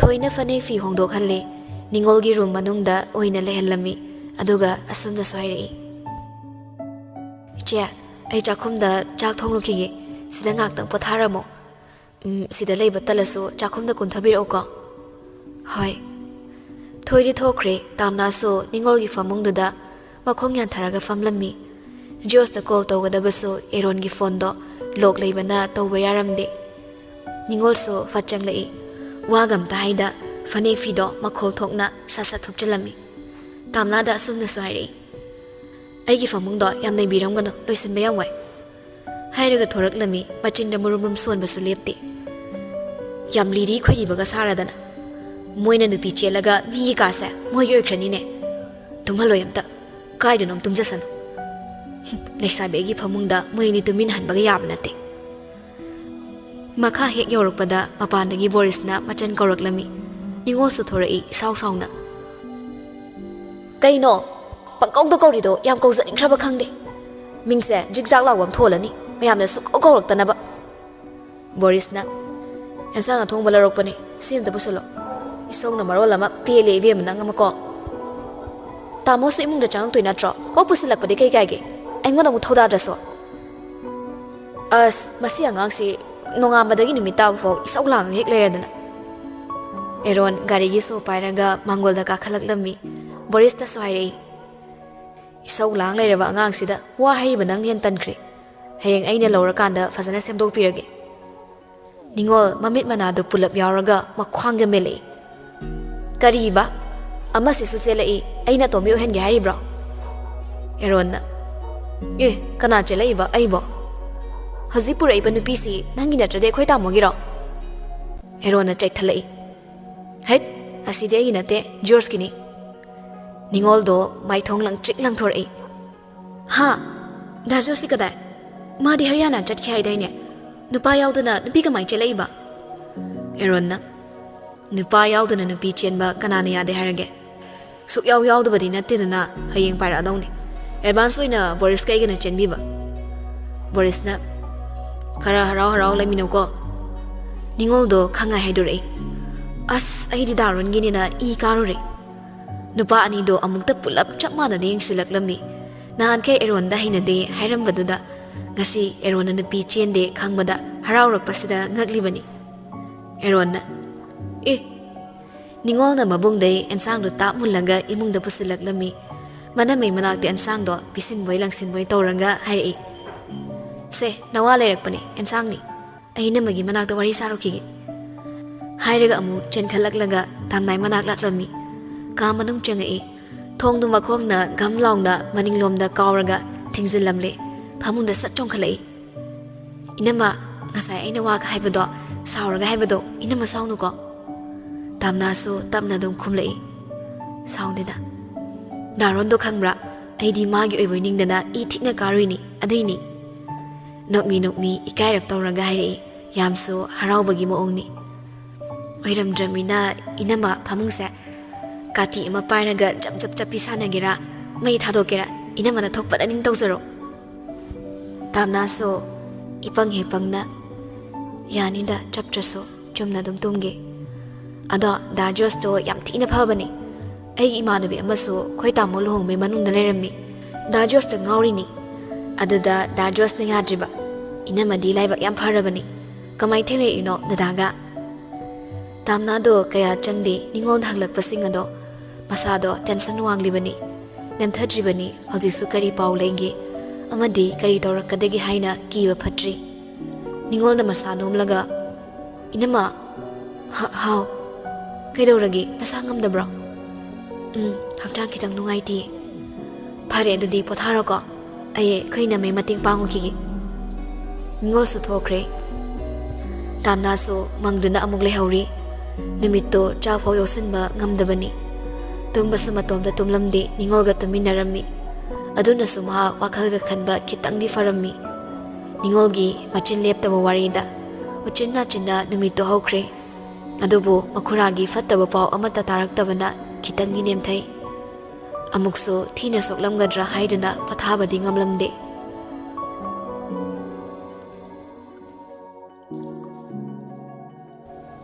ꯃꯧ ꯑꯃꯅꯤ ꯍꯥꯏꯗꯨꯅ ꯆꯦꯜꯂꯛꯂꯕꯅꯤ ꯍꯥꯏꯗꯨꯅꯁꯨ ꯏꯃꯨꯡꯒꯤ ꯊꯕꯛ ꯏꯪꯈꯥꯡ ꯑꯃꯠꯇ ꯌꯥꯎꯔꯝꯗꯦ ꯃꯔꯝ ꯈꯪꯗꯕ ꯅꯤꯡꯉꯣꯜꯗꯤ ꯀꯩꯅꯣ ꯈꯪꯗꯕꯅ ꯏꯃꯨꯡ ꯃꯅꯨꯡꯒꯤ ꯄ꯭ꯔꯣꯕ꯭ꯂꯦꯝ ꯊꯣꯛꯄꯒꯤꯔꯥ ꯈꯜꯂꯛꯂꯦ ꯄꯨꯡ 7 ꯇꯥꯔꯛꯄ ꯑꯗꯨꯋꯥꯏꯗ ꯕꯥꯠꯔꯨꯝꯗ ꯏꯔꯨ ꯂꯨꯖꯊꯣꯔꯛꯂꯝꯃꯤ ꯂꯣꯏꯔꯒ ꯃꯁꯝ ꯃꯅꯥ ꯇꯩꯊꯣꯛꯂꯤꯉꯩ ꯅꯤꯡꯉꯣꯜꯅ ꯆꯪꯁꯤꯜꯂꯛꯂꯒ ꯇꯥꯝꯅꯥꯒꯤ ꯈꯨꯗꯥꯡꯗꯣ ꯄꯥꯏꯔꯒ ꯐꯝꯍꯜꯂꯝꯃꯤ ꯗ꯭ꯔꯦꯁꯤꯡ ꯇꯦꯕꯜꯗꯒꯤ ꯂꯩꯁꯥꯗꯣ ꯏꯁꯤꯡꯅ ꯈꯔ ꯆꯣꯠꯍꯜꯂꯨꯔꯒ ꯇꯥꯝꯅꯥꯒꯤ ꯂꯥꯏꯕꯛꯇ ꯈꯤꯠ ꯅꯝꯁꯤꯟꯕꯤꯔꯝꯃꯤ ꯑꯁꯤ ꯑꯣꯏꯗꯤ ꯃꯧ ꯃꯥꯜꯂꯦ ꯑꯗꯣ ꯆꯥ ꯊꯛꯎꯁꯤ ꯂꯥꯛꯑꯣ ꯏꯅꯝꯃ ꯌꯥꯔꯦ ꯑꯩ ꯆꯥꯛ ꯑꯣꯏꯅ ꯆꯥꯔꯒꯦ ꯆꯥꯁꯦ ꯀꯌꯥ ꯊꯛꯇꯦꯕ ꯌꯨꯝꯗꯁꯨ ꯑꯗꯨ ꯑꯣꯏꯔꯒꯅ ꯑꯦꯟꯁꯥꯡ ꯁꯦꯝꯃꯨꯁꯤ ꯂꯥꯛꯑꯣ ꯑꯗꯣ ꯏꯅꯝꯃ ꯆꯦꯟꯕꯁꯦ ꯈꯠꯅꯔꯒ ꯁꯥꯎꯅꯔꯒ ꯂꯣꯏꯅ ꯆꯦꯟꯅꯕꯅꯤ ꯑꯗꯨꯅ ꯏꯅꯝꯃꯅ ꯎꯪꯉꯒ ꯁꯨꯝ ꯂꯩꯕꯗꯣ ꯅꯨꯡꯉꯥꯏꯇꯦꯕ ꯗꯥ ꯖꯣꯔꯖꯁꯨ ꯉꯁꯤ ꯂꯥꯛꯑꯗꯣꯏꯁꯤꯗꯤ ꯂꯥꯛꯑꯅꯤ ꯍꯥꯏꯕꯅꯤ ꯑꯩ ꯀꯩꯁꯨ ꯎꯪꯗꯦꯗ ꯁꯨꯝ ꯁꯛꯐꯝꯁꯤꯅꯅꯤ ꯑꯩꯗꯤ ꯃꯁꯥꯒꯤ ꯁꯨꯃꯥꯏꯅ ꯁꯨꯞꯄ ꯑꯗꯨꯝ ꯃꯥꯟꯕꯅꯤ ꯌꯥꯗꯦ ꯀꯩꯅꯣꯝꯗꯤ ꯊꯣꯛꯑꯦ ꯈꯪꯉꯤ ꯑꯗꯣ ꯀꯩꯁꯨ ꯈꯜꯂꯨꯅꯣ ꯍꯧꯖꯤꯛꯇꯤ ꯅꯣꯏ ꯍꯦꯔꯣ ꯂꯥꯛꯑꯅꯤ ꯅꯣꯏ ꯍꯦꯔꯣꯗꯣ ꯄ꯭ꯔꯣꯕ꯭ꯂꯦꯝ ꯁꯣꯜꯕ ꯇꯧꯕ ꯌꯥꯝ ꯊꯤꯅ ꯍꯩꯕꯅꯤ ꯑꯦꯟꯁꯥꯡ ꯁꯦꯝꯃꯨꯔꯁꯤ ꯂꯥꯛꯑꯣ ꯅꯪ ꯀꯨꯝꯊꯔꯝꯃꯣ ꯑꯩ ꯂꯥꯛꯑꯒꯦ ꯍꯣꯏ ꯑꯗꯨꯗꯤ ꯂꯥꯛꯑꯣꯀꯣ ꯑꯩ ꯀꯨꯝꯃꯝꯃꯒꯦ ꯅꯤꯡꯉꯣꯜꯁꯨ ꯊꯣꯛꯈ꯭ꯔꯦ ꯇꯥꯝꯅꯥꯁꯨ ꯃꯇꯣꯝꯗ ꯋꯥꯈꯜ ꯃꯪꯕ ꯍꯧꯔꯛꯂꯦ ꯖꯣꯔꯖꯁꯤꯁꯨ ꯉꯔꯥꯡꯗꯒꯤ ꯄꯥꯎ ꯍꯥꯏꯔꯛꯇꯦ ꯆꯦꯜꯂꯛꯂꯦ ꯍꯥꯏꯗꯨꯅ ꯂꯩꯔꯤꯕ ꯃꯍꯥꯛꯁꯦ ꯆꯦꯜꯂꯛꯂꯤꯕ꯭ꯔꯥ ꯂꯣꯠꯂꯤꯕ꯭ꯔꯥ ꯋꯥꯈꯜ ꯇꯥꯕ ꯅꯠꯇꯦ ꯃꯄꯨꯛꯅꯤꯡꯗꯣ ꯏꯔꯨꯝ ꯂꯨꯝꯗꯦ ꯃꯁꯥ ꯃꯇꯣꯝꯇ ꯊꯃꯣꯏꯁꯨ ꯌꯥꯝꯅ ꯁꯣꯟꯊꯖꯔꯝꯃꯤ ꯀꯩꯅꯣ ꯑꯩꯅ ꯇꯧꯔꯤꯁꯤꯕꯣ ꯀꯩꯒꯤꯅꯣ ꯑꯩꯅ ꯑꯁꯨꯛ ꯌꯥꯝꯅ ꯀꯤꯔꯤꯁꯤꯅ ꯃꯪꯂ ꯇꯥꯏꯕꯛꯂ ꯑꯩ ꯋꯥꯈꯜ ꯑꯃꯠꯇ ꯊꯣꯛꯇ꯭ꯔꯦ ꯑꯩꯅ ꯍꯧꯖꯤꯛ ꯂꯥꯏꯅꯤꯡ ꯑꯣꯏꯖꯔꯤꯁꯦ ꯑꯩꯅ ꯈꯨꯗꯣꯡꯊꯤꯕ ꯗꯁꯥꯁꯦ ꯇꯥꯗ꯭ꯔꯤꯉꯩ ꯅꯪꯕꯨ ꯎꯖꯕ ꯑꯩꯒꯤ ꯏꯃꯥꯡꯗ ꯅꯪꯅ ꯂꯦꯞꯄꯗꯨꯅꯤ ꯅꯪꯒ ꯊꯦꯡꯅꯔꯨꯕ ꯃꯤꯀꯨꯞꯇꯒꯤ ꯅꯪꯒ ꯂꯥꯞꯅꯈꯤꯗ꯭ꯔꯥ ꯍꯥꯏꯕꯒꯤ ꯑꯀꯤꯕꯁꯦ ꯑꯩ ꯑꯗꯨꯝ ꯐꯥꯎꯗꯨꯅ ꯂꯥꯛꯄꯅꯤ ꯑꯗꯨꯕꯨ ꯉꯁꯤꯗꯤ ꯅꯪ ꯑꯩꯒꯤ ꯄꯟꯊꯨꯡꯁꯤꯁꯨ ꯃꯍꯤ ꯆꯠꯂꯕ ꯃꯤꯡꯁꯦꯜꯗ ꯇꯥꯕ ꯃꯃꯤꯒꯨꯝꯅ ꯃꯤꯡꯁꯦꯜꯁꯤꯗ ꯀꯥꯏꯈꯤꯕꯗ ꯅꯪ ꯑꯩꯒꯤ ꯅꯨꯡꯁꯤꯕꯁꯤꯁꯨ ꯃꯨꯠꯈꯤꯗ꯭ꯔꯥ ꯃꯥꯡꯈꯤꯗ꯭ꯔꯥ ꯑꯩ ꯀꯤꯔꯦ ꯈꯪꯉꯤ ꯑꯩ ꯆꯦꯟꯕ ꯌꯥꯔꯣꯏꯗꯕ ꯗꯁꯥ ꯑꯃ ꯑꯩꯒꯤ ꯏꯃꯥꯡꯗ ꯂꯦꯞꯂꯔꯤ ꯍꯥꯏꯕꯁꯨ ꯅꯤꯡꯉꯣꯜꯅ ꯇꯥꯝꯅꯥꯕꯨ ꯀꯧꯕ ꯆꯪꯂꯛꯏ ꯏꯅꯝꯃ ꯑꯦꯟꯁꯥꯡ ꯁꯦꯝꯃꯨꯔꯁꯤ ꯂꯥꯛꯑꯣ ꯇꯥꯝꯅꯥ ꯐꯤꯕꯝ ꯈꯤꯇꯪ ꯁꯦꯝꯃꯤ ꯂꯣꯠꯁꯤꯟꯈ꯭ꯔꯦ ꯑꯋꯥꯕꯁꯤꯡ ꯑꯗꯣ ꯍꯣꯏ ꯂꯥꯛꯑꯒꯦ ꯅꯤꯡꯉꯣꯜ ꯆꯪꯁꯤꯜꯂꯛꯂꯒ ꯃꯈꯨꯠ ꯄꯥꯏꯗꯨꯅ ꯆꯤꯡꯉꯤ ꯌꯥꯝ ꯃꯣꯜꯂꯤ ꯂꯥꯛꯑꯣ ꯆꯥꯛ ꯉꯟꯇꯥꯅ ꯆꯥꯁꯦꯕ ꯍꯥꯏꯔꯒ ꯅꯝꯗꯅ ꯇꯥꯝꯅꯥꯕꯨ ꯄꯨꯊꯣꯔꯛꯂꯝꯃꯤ ꯆꯥꯛꯈꯨꯝꯗ ꯐꯝꯃꯤꯟꯅꯔꯒ ꯆꯥ ꯅꯨꯡ ꯊꯛꯏ ꯑꯦꯟꯁꯥꯡꯗꯨ ꯁꯦꯝꯃꯤꯟꯅꯔꯝꯃꯤ ꯉꯥ ꯑꯣꯏꯅ ꯊꯣꯡꯉꯤ ꯅꯤꯡꯉꯣꯜꯅ ꯑꯁ ꯅꯨꯄꯤ ꯆꯦꯜꯂꯛꯄꯁꯦ ꯑꯦꯟꯁꯥꯡ ꯑꯍꯥꯎꯕꯗꯤ ꯌꯥꯝ ꯇꯣꯏꯅ ꯆꯥꯕ ꯐꯪꯉꯤ ꯑꯩꯈꯣꯏ ꯏꯅꯝꯃ ꯆꯦꯜꯂꯛꯄꯗꯁꯨ ꯇꯥꯃꯣꯅ ꯑꯦꯟꯁꯥꯡ ꯑꯍꯥꯎꯕ ꯑꯗꯨꯝ ꯂꯩꯔꯛꯏ ꯑꯗꯩ ꯂꯨꯍꯣꯡꯕ ꯀꯨꯏꯗ꯭ꯔꯤꯉꯩꯗꯁꯨ ꯑꯦꯟꯁꯥꯡꯒꯁꯦ ꯍꯥꯎ ꯍꯥꯎꯅ ꯊꯣꯡꯅꯕ ꯑꯍꯥꯎꯕ ꯉꯥꯛꯇ ꯂꯩꯔꯛꯏ ꯍꯧꯖꯤꯛꯅ ꯋꯥ ꯌꯥꯝ ꯉꯥꯡꯅꯤꯡꯗꯦꯗ ꯂꯨꯍꯣꯡꯕ ꯂꯣꯏꯈ꯭ꯔꯕ ꯃꯇꯨꯡ ꯑꯄꯥꯝ ꯅꯨꯡꯁꯤ ꯏꯍꯨꯜꯁꯤꯁꯨ ꯃꯌꯥꯏ ꯆꯝꯃꯛꯏ ꯍꯥꯏꯁꯦ ꯆꯨꯝꯃꯕ꯭ꯔꯥ ꯈꯪꯗꯦꯗ ꯊꯣꯏꯅ ꯅꯪꯁꯨ ꯌꯥꯝ ꯈꯪꯅꯤꯡꯉꯒꯅꯦ ꯀꯣꯛ ꯆꯦꯟꯊꯣꯛꯑꯣꯗꯅ ꯅꯤꯡꯉꯣꯜꯅ ꯑꯩꯗꯤ ꯆꯦꯜꯂꯗꯤ ꯅꯥꯔꯣꯟꯗ ꯆꯦꯟꯅꯤ ꯊꯣꯏꯁꯨ ꯂꯛꯅꯔꯛꯏ ꯆꯦꯜꯂꯅꯤ ꯍꯜꯂꯛꯄꯤꯅ ꯐꯥꯗꯣꯏ ꯀꯟꯅ ꯇꯧꯔꯤꯕꯅꯤ ꯃꯤꯗꯤ ꯅꯨꯄꯥ ꯐꯥꯕ ꯌꯥꯝ ꯍꯩ ꯅꯪꯒꯨꯝꯕ ꯑꯄꯪꯕ ꯅꯠꯇꯤꯌꯦ ꯅꯤꯡꯉꯣꯜꯅ ꯃꯥꯅ ꯅꯨꯄꯤ ꯆꯦꯟꯈ꯭ꯔꯗꯤ ꯏꯅꯝꯃ ꯑꯁꯦꯡꯕ ꯑꯩ ꯂꯦꯛꯊꯗꯧ ꯃꯥꯜꯂꯤꯕꯣ ꯍꯧꯖꯤꯛ ꯐꯥꯎꯕ ꯊꯃꯣꯏꯁꯦ ꯅꯦ ꯇꯥꯕ ꯁꯨꯡꯉꯝ ꯉꯝꯗꯦꯕ ꯐꯥꯒꯤꯒ ꯅꯠꯇꯦꯀꯣ ꯇꯥꯝꯅꯥꯗ ꯑꯃꯨꯛ ꯅꯣꯛꯃꯤ ꯑꯣꯟꯁꯤꯜꯂꯛꯂꯒ ꯑꯩꯈꯣꯏ ꯏꯅꯝꯃꯁꯤꯁꯨ ꯂꯥꯏꯕꯛꯇꯤ ꯊꯤꯅ ꯐꯩꯌꯦ ꯅꯣꯏ ꯑꯅꯤꯗꯤ ꯅꯨꯡꯁꯤ ꯄꯟꯊꯨꯡ ꯌꯧꯔꯦ ꯑꯩꯒꯤꯗꯤ ꯃꯦꯕꯤꯅꯤ ꯊꯣꯏꯅ ꯍꯣ ꯏꯔꯥꯡ ꯈꯔ ꯍꯧꯖꯤꯜꯂꯣ ꯅꯨꯄꯥꯅ ꯁꯨꯝ ꯍꯧꯕ ꯉꯥꯏ ꯂꯩꯔꯗꯤ ꯀꯥꯏꯗ ꯌꯥꯗꯣꯏꯕ ꯅꯤꯡꯉꯣꯜꯅ ꯏꯅꯝꯃ ꯋꯥ ꯑꯝꯇ ꯉꯥꯡꯗꯦ ꯀꯩꯗꯧꯔꯒꯦ ꯖꯥꯔꯖꯁ ꯂꯥꯛꯇꯦꯅ ꯁꯨꯞꯄ ꯃꯥꯜꯂꯤ ꯌꯧꯔꯛꯑꯅꯤ ꯑꯗꯨꯒ ꯍꯣꯔꯦꯟ ꯔꯣꯃꯥꯟꯁꯇꯣ ꯅꯩꯈꯥꯏꯔꯣꯉꯣ ꯑꯩꯈꯣꯏꯗꯤ ꯅꯨꯡꯁꯤꯅꯕꯒꯤ ꯃꯇꯥꯡꯁꯦ ꯌꯥꯝ ꯊꯤꯅ ꯆꯥꯛꯆꯩꯌꯦ ꯍꯣꯔꯦꯟ ꯑꯩꯁꯨ ꯏꯇꯣꯝꯇ ꯇꯨꯝꯖꯔꯒꯦ ꯌꯦꯠꯄꯤꯔꯣꯏꯗ ꯊꯣꯏꯅ ꯅꯤꯡꯉꯣꯜ ꯋꯥ ꯉꯥꯡꯕꯗꯅꯦ ꯕ꯭ꯔꯦꯛ ꯐꯥꯎꯀꯣ ꯏꯀꯥꯏꯅꯤ ꯏꯀꯥꯏꯔꯣꯏ ꯈꯪꯗꯕꯗꯣ ꯇꯧꯅꯣꯕ ꯅꯪꯒꯤ ꯋꯥ ꯉꯥꯡꯈ꯭ꯔꯒ ꯃꯔꯤ ꯆꯠꯄꯤꯗꯣ ꯇꯧꯅꯣ ꯁꯨꯝ ꯍꯥꯏꯕꯅꯤ ꯏꯅꯝꯃ ꯑꯁꯨꯝꯅ ꯆꯥꯛ ꯑꯦꯟꯁꯥꯡ ꯍꯣꯠꯅꯔꯝꯃꯤ ꯅꯨꯄꯥ ꯑꯅꯤꯗꯨꯗꯤ ꯂꯩꯔꯝꯗꯦ ꯆꯥꯛ ꯊꯣꯡꯕ ꯂꯣꯏꯁꯤꯜꯂꯛꯂꯦ ꯏꯔꯣꯟꯕ ꯐꯨꯠꯅꯕ ꯇꯥꯝꯅꯥꯅ ꯑꯂꯨꯗꯣ ꯍꯩꯕꯣꯏ ꯍꯩꯇꯕꯣꯏ ꯀꯟꯅ ꯈꯦꯠꯂꯝꯃꯤ ꯅꯨꯄꯤꯗꯨꯅ ꯍꯩꯇ ꯇꯧꯔꯤꯕꯗꯣ ꯊꯣꯡꯖꯜꯗ ꯉꯥꯊꯔꯞ ꯅꯣꯛꯃꯤ ꯌꯦꯡꯂꯤꯕ ꯅꯨꯄꯥꯗꯨꯅ ꯍꯥꯏꯔꯛꯏ ꯑꯦꯟꯁꯥꯡ ꯐꯥꯎ ꯁꯦꯝꯕ ꯍꯩꯇꯦ ꯆꯦꯜꯂꯛꯏꯅꯦꯅ ꯇꯧꯔꯤꯁꯦ ꯑꯩꯕꯨ ꯔꯣꯃꯥꯟꯁ ꯇꯝꯕꯤꯗ꯭ꯔꯤꯉꯩ ꯊꯣꯡꯕ ꯊꯥꯛꯄ ꯍꯥꯟꯅ ꯇꯝꯕꯤꯕꯅ ꯐꯗꯣꯏꯔꯥ ꯍꯣꯏꯗ ꯔꯣꯃꯥꯟꯁ ꯃꯔꯛꯇ ꯊꯣꯡꯕ ꯊꯥꯛꯄꯒꯤ ꯆꯦꯞꯇꯔ ꯌꯥꯟꯁꯤꯜꯂꯒ ꯆꯠꯁꯤ ꯀꯩꯁꯨ ꯀꯥꯏꯗꯦ ꯈꯪꯄ꯭ꯔꯦꯛ ꯈꯪꯅ ꯊꯥꯡꯒ ꯑꯂꯨꯡꯒꯗꯣ ꯐꯠ ꯊꯝꯂꯒ ꯌꯦꯡꯊꯣꯔꯛꯏ ꯊꯥꯡꯒꯤ ꯃꯈꯣꯜ ꯇꯦꯕꯜꯗ ꯀ꯭ꯔꯦꯡ ꯂꯥꯎꯅ ꯇꯥꯈꯤꯕꯗꯨꯒꯤ ꯃꯈꯣꯜꯗꯨꯁꯨ ꯇꯞꯂꯤ ꯅꯤꯟꯗꯨꯅ ꯇꯥꯔꯤ ꯅꯣꯛꯃꯤ ꯂꯦꯞꯂꯤꯕ ꯅꯨꯄꯥꯁꯤꯁꯨ ꯊꯥꯡꯅ ꯇꯥꯈꯤꯕꯒꯤ ꯇꯥꯅꯤꯡꯗꯕ ꯈꯣꯟꯖꯦꯜꯁꯤ ꯅꯨꯡꯁꯤꯕꯒꯤ ꯈꯣꯟꯖꯦꯜꯒꯨꯝꯅ ꯍꯦꯟꯅ ꯅꯣꯛꯃꯤ ꯇꯧꯈꯤ ꯃꯥꯒꯤ ꯃꯒꯨꯟ ꯂꯩꯕ ꯃꯤꯅꯣꯛꯁꯤꯗ ꯅꯨꯡꯁꯤꯕ ꯃꯑꯣꯡ ꯃꯆꯦꯠ ꯌꯥꯎꯅ ꯅꯣꯛꯂꯛꯄꯅ ꯏꯉꯥꯎ ꯍꯦꯛ ꯉꯥꯎꯈ꯭ꯔꯦ ꯂꯦꯞꯄ ꯂꯩꯔꯝꯕ ꯅꯨꯄꯥꯗꯣ ꯎꯕꯗ ꯍꯔꯥꯎꯃꯟꯕꯒꯤ ꯀꯞꯂꯤ ꯇꯧꯔꯛꯂꯦ ꯇꯥꯝꯅꯥꯗꯤ ꯍꯧꯒꯠꯂꯛꯇꯕꯤ ꯇꯨꯃꯤꯟꯅ ꯐꯝꯃꯤ ꯃꯆꯤ ꯂꯦꯡꯗꯦ ꯃꯆꯤꯟꯗꯨꯅ ꯊꯤꯅꯁꯨ ꯆꯩꯅꯤꯡꯕꯅꯤ ꯃꯍꯧꯁꯥꯒꯨꯝ ꯑꯁꯨꯛ ꯋꯥꯅ ꯉꯥꯏꯔꯒ ꯂꯥꯛꯇꯦ ꯂꯥꯛꯄꯤꯅꯨ ꯌꯦꯡꯅꯤꯡꯗꯦ ꯆꯠꯄꯤꯈ꯭ꯔꯣ ꯍꯥꯏꯅ ꯆꯩꯒꯦꯁꯨ ꯈꯜꯂꯨꯏ ꯑꯗꯨꯕꯨ ꯈꯣꯟꯖꯦꯜꯗꯨ ꯅꯤꯛꯃꯟꯕꯅ ꯋꯥ ꯉꯥꯡꯕ ꯊꯣꯛꯂꯝꯗꯦ ꯍꯦꯛ ꯉꯥꯡꯂꯨꯔꯕꯗꯤ ꯁꯣꯏꯗꯅ ꯀꯞꯄꯛꯂꯅꯤ ꯈꯪꯂꯝꯃꯤ ꯑꯗꯨꯅ ꯑꯣꯟꯈ꯭ꯔꯦ ꯂꯣꯟꯊꯣꯛꯇꯕꯤꯁꯨ ꯅꯤꯡꯉꯣꯜꯅ ꯍꯥꯏꯔꯛꯏ ꯗꯗꯥ ꯑꯆꯥꯄꯣꯠꯀ ꯂꯩꯔꯛꯇ꯭ꯔꯣ ꯖꯣꯁꯅ ꯀꯥꯏꯗꯩ ꯑꯆꯥꯄꯣꯠꯅꯣ ꯉꯔꯥꯡꯗꯒꯤꯅꯦ ꯆꯥꯛꯐꯥꯎ ꯆꯥꯗ꯭ꯔꯤꯕꯅꯤ ꯆꯥꯛ ꯂꯣꯏꯁꯜꯂꯣ ꯆꯈꯥꯎꯁꯤ ꯐꯤꯜ ꯑꯞ ꯗ ꯕ꯭ꯂꯦꯡ ꯇꯧꯁꯤꯟꯒꯦ ꯆꯥꯛꯄꯨꯗꯤ ꯊꯣꯡꯉꯤ ꯑꯆꯥꯄꯣꯠ ꯋꯥꯅ ꯉꯥꯏꯔꯒ ꯋꯥ ꯌꯥꯝ ꯈꯪꯗꯦ ꯍꯣꯔꯦꯟ ꯄꯤꯖꯔ ꯂꯣꯏꯔꯤ ꯆꯥꯅꯤꯡꯕ ꯂꯣꯏ ꯄꯤꯖꯗꯧꯅꯤ ꯆꯥꯛ ꯍꯦꯛ ꯇꯣꯛꯄꯒ ꯑꯪꯀ ꯐꯥꯎꯗꯤ ꯐꯖꯩꯅꯦ ꯍꯣ ꯌꯥꯖꯔꯦ ꯆꯥꯛꯇꯤ ꯂꯣꯏꯔꯛꯑꯅꯤ ꯍꯥꯎꯅ ꯆꯥꯊꯣꯛꯑꯁꯤ ꯑꯗꯨꯗꯤ ꯍꯣꯔꯦꯟ ꯑꯆꯥꯄꯣꯠꯇꯣ ꯅꯨꯡꯊꯤꯜꯒꯤ ꯆꯥꯛ ꯇꯨꯝꯈ꯭ꯔꯀꯥꯟꯗ ꯂꯤꯛꯅ ꯂꯩꯕꯒꯥꯏꯗꯤ ꯌꯥꯔꯣꯏꯀꯣ ꯑꯩꯗꯤ ꯅꯄꯨꯟꯁꯤ ꯆꯨꯞꯄꯗꯣ ꯆꯥꯅꯕ ꯂꯩꯈꯥꯏꯔꯨꯔꯣ ꯍꯧꯖꯤꯛ ꯑꯗꯨꯁꯨ ꯌꯥꯏ ꯀꯥꯏꯗꯦ ꯑꯗꯨꯗꯤ ꯅꯣꯏ ꯍꯦꯔꯣꯗ ꯌꯥꯏ ꯀꯥꯏꯅ ꯗꯠ ꯈꯪꯉꯕꯅꯤ ꯃꯥꯅ ꯊꯣꯛꯄ ꯃꯈꯨꯝ ꯑꯅꯤꯁꯦ ꯄꯥꯈꯪ ꯑꯔꯤꯛꯄ ꯍꯥꯏꯁꯤꯅꯤ ꯍꯧꯖꯤꯛꯇꯤ ꯅꯨꯄꯤ ꯊꯤꯔꯃꯤꯅ ꯄꯥꯈꯪ ꯁꯤꯡꯖꯗ꯭ꯔꯕꯗꯣ ꯌꯥꯝ ꯅꯨꯡꯁꯤꯗꯤꯌꯦ ꯑꯩꯈꯣꯏ ꯇꯥꯃꯣꯗꯩ ꯈꯔ ꯍꯦꯟꯗꯧꯔꯤ ꯇꯥꯝꯅꯥꯗ ꯑꯃꯨꯛ ꯑꯣꯟꯁꯤꯜꯂꯛꯂꯒ ꯏꯅꯝꯃ ꯅꯣꯏ ꯍꯦꯔꯣ ꯍꯜꯂꯛꯑꯕꯅꯤꯅ ꯑꯣꯏꯅꯔꯨꯔꯣ ꯑꯩꯈꯣꯏ ꯏꯅꯝꯃ ꯏꯕꯥꯅꯤ ꯊꯣꯡꯖꯍꯧꯔꯒꯦ ꯆꯥꯛꯀꯗꯣ ꯅꯨꯡꯁꯤꯗꯅ ꯃꯇꯝ ꯄꯤꯕꯤꯕ ꯅꯠꯇꯦ ꯅꯣꯏ ꯌꯣꯕꯣꯒꯤ ꯃꯁꯛꯁꯦ ꯌꯦꯡꯖꯅꯤꯡꯗ꯭ꯔꯕ ꯊꯣꯏꯅ ꯇꯥꯝꯅ ꯏꯀꯥꯏꯔꯅꯤ ꯈꯟꯗꯨꯅ ꯅꯤꯡꯉꯣꯜꯗ ꯊꯧꯗꯥꯔꯛꯂꯝꯃꯤ ꯅꯤꯡꯉꯣꯜ ꯅꯣꯏꯅ ꯅꯝꯃꯒꯤ ꯑꯦꯟꯁꯥꯡꯁꯦ ꯅꯪ ꯑꯝꯇ ꯂꯣꯏꯁꯤꯟꯕꯤꯔꯛꯑꯣ ꯖꯣꯔꯖꯁꯨ ꯆꯨꯝꯅ ꯑꯃꯨꯛ ꯀꯧꯏ ꯃꯦꯗꯥꯝ ꯍꯦꯛ ꯀꯧꯕꯁꯨ ꯏꯀꯥꯏꯒꯨꯝ ꯃꯤꯡ ꯀꯧꯈ꯭ꯔꯦ ꯇꯥꯝꯅ ꯂꯥꯛꯑꯣ ꯑꯩꯒ ꯋꯥꯔꯤ ꯁꯥꯔꯨꯁꯦ ꯅꯤꯡꯉꯣꯜ ꯅꯣꯛꯁꯤꯜꯂꯒ ꯃꯤꯆꯤꯁꯨ ꯌꯥꯎꯅ ꯍꯥꯏꯔꯛꯏ ꯁꯦꯁ ꯌꯥꯗꯦꯀꯣ ꯃꯤ ꯃꯆꯥꯗꯤ ꯖꯣꯔꯖꯅ ꯆꯩꯔꯛꯏ ꯈꯠꯈ꯭ꯔꯦ ꯑꯣꯟꯊꯣꯛꯅ ꯅꯣꯏꯅ ꯕꯥꯞ ꯌꯥꯝ ꯐꯕꯁꯤꯗꯅꯦ ꯑꯩꯈꯣꯏꯗꯤ ꯔꯣꯃꯥꯟꯁ ꯇꯧꯗꯧꯒ ꯇꯜꯂꯕꯅꯤ ꯍꯌꯦꯡ ꯂꯨꯍꯣꯡꯉꯀꯥꯟꯗ ꯄꯦꯟꯅ ꯇꯧꯖꯔꯒꯦ ꯖꯣꯔꯖꯅ ꯀꯧꯈꯤꯕꯗꯨꯗ ꯇꯥꯝꯅꯥꯁꯨ ꯍꯧꯒꯠꯂꯛꯂꯒ ꯃꯇꯨꯡꯗ ꯏꯟꯅꯔꯛꯂꯦ ꯃꯊꯛꯂꯣꯝꯗ ꯀꯥꯈꯠꯈꯤꯕ ꯅꯨꯄꯥꯁꯤꯒꯤ ꯃꯇꯨꯡꯗ ꯃꯥꯁꯨ ꯁꯨꯝ ꯀꯥꯈꯠꯂꯛꯄꯅꯤ ꯅꯤꯡꯉꯣꯜꯒꯤ ꯀꯥ ꯃꯅꯨꯡꯂꯣꯝꯗ ꯆꯪꯈꯤꯕꯗꯣ ꯇꯥꯝꯅꯥꯁꯨ ꯃꯇꯨꯡꯗ ꯏꯟꯅꯔꯒ ꯆꯪꯉꯛꯂꯦ ꯅꯨꯄꯤꯁꯤꯅ ꯀꯥ ꯃꯅꯨꯡ ꯍꯦꯛ ꯆꯪꯉꯛꯄꯒ ꯉꯥꯏꯗꯨꯅ ꯊꯣꯡꯗꯣ ꯊꯤꯡꯖꯤꯜꯂꯝꯃꯤ ꯂꯣꯛ ꯇꯧꯔꯒ ꯑꯃꯨꯛ ꯑꯣꯟꯁꯤꯜꯂꯛꯂꯦ ꯑꯣꯟꯁꯤꯜꯂꯛꯄꯗꯗꯤ ꯃꯈꯨꯠ ꯑꯅꯤꯅ ꯃꯄꯤ ꯇꯩꯊꯣꯛꯂꯒ ꯑꯉꯥꯡ ꯑꯄꯤꯛꯄꯅ ꯃꯄꯨꯛꯅꯤꯡ ꯌꯥꯝ ꯅꯨꯡꯁꯤꯅ ꯀꯞꯄꯒꯨꯝ ꯀꯞꯂꯛꯂꯝꯃꯤ ꯖꯣꯔꯖꯁꯨ ꯊꯦꯝꯂꯨꯗꯦ ꯃꯄꯨꯛꯅꯤꯡ ꯅꯨꯡꯁꯤꯔꯤꯕ ꯅꯨꯄꯤꯁꯤꯅ ꯀꯞꯂꯤꯕꯗꯣ ꯂꯦꯞꯇꯨꯅꯁꯨ ꯇꯨꯃꯤꯟ ꯌꯦꯡꯂꯤ ꯃꯇꯥꯡ ꯆꯥꯅ ꯃꯇꯝ ꯆꯥꯅ ꯂꯥꯛꯎꯗ꯭ꯔꯦ ꯍꯥꯏꯗꯨꯅ ꯃꯥꯁꯨ ꯅꯤꯡꯉꯝꯖꯗꯦ ꯑꯗꯨꯕꯨ ꯅꯨꯡꯉꯥꯏꯇ꯭ꯔ ꯃꯥꯜꯂꯦ ꯊꯦꯝꯂꯒꯦ ꯈꯜꯂꯛꯏ ꯃꯦꯗꯥꯝ ꯑꯩ ꯂꯥꯛꯑꯁꯤꯗꯤ ꯀꯞꯄ ꯇꯣꯛꯑꯣ ꯅꯨꯄꯥꯁꯤꯅ ꯍꯥꯏꯔꯤꯕ ꯋꯥꯁꯤꯒ ꯈꯨꯝꯕ ꯉꯝꯂꯝꯗꯦ ꯑꯗꯨꯝ ꯀꯞꯇꯨꯅ ꯂꯩꯈ꯭ꯔꯦ ꯈꯤꯇꯪ ꯃꯅꯥꯛ ꯆꯪꯁꯤꯜꯂꯒ ꯍꯥꯏꯐꯦꯠꯇꯪ ꯌꯦꯡꯂꯒ ꯃꯊꯥꯅꯨꯡꯗꯁꯨ ꯇꯞꯂꯤ ꯇꯞꯂꯤ ꯃꯈꯨꯠ ꯄꯥꯏꯗꯨꯅ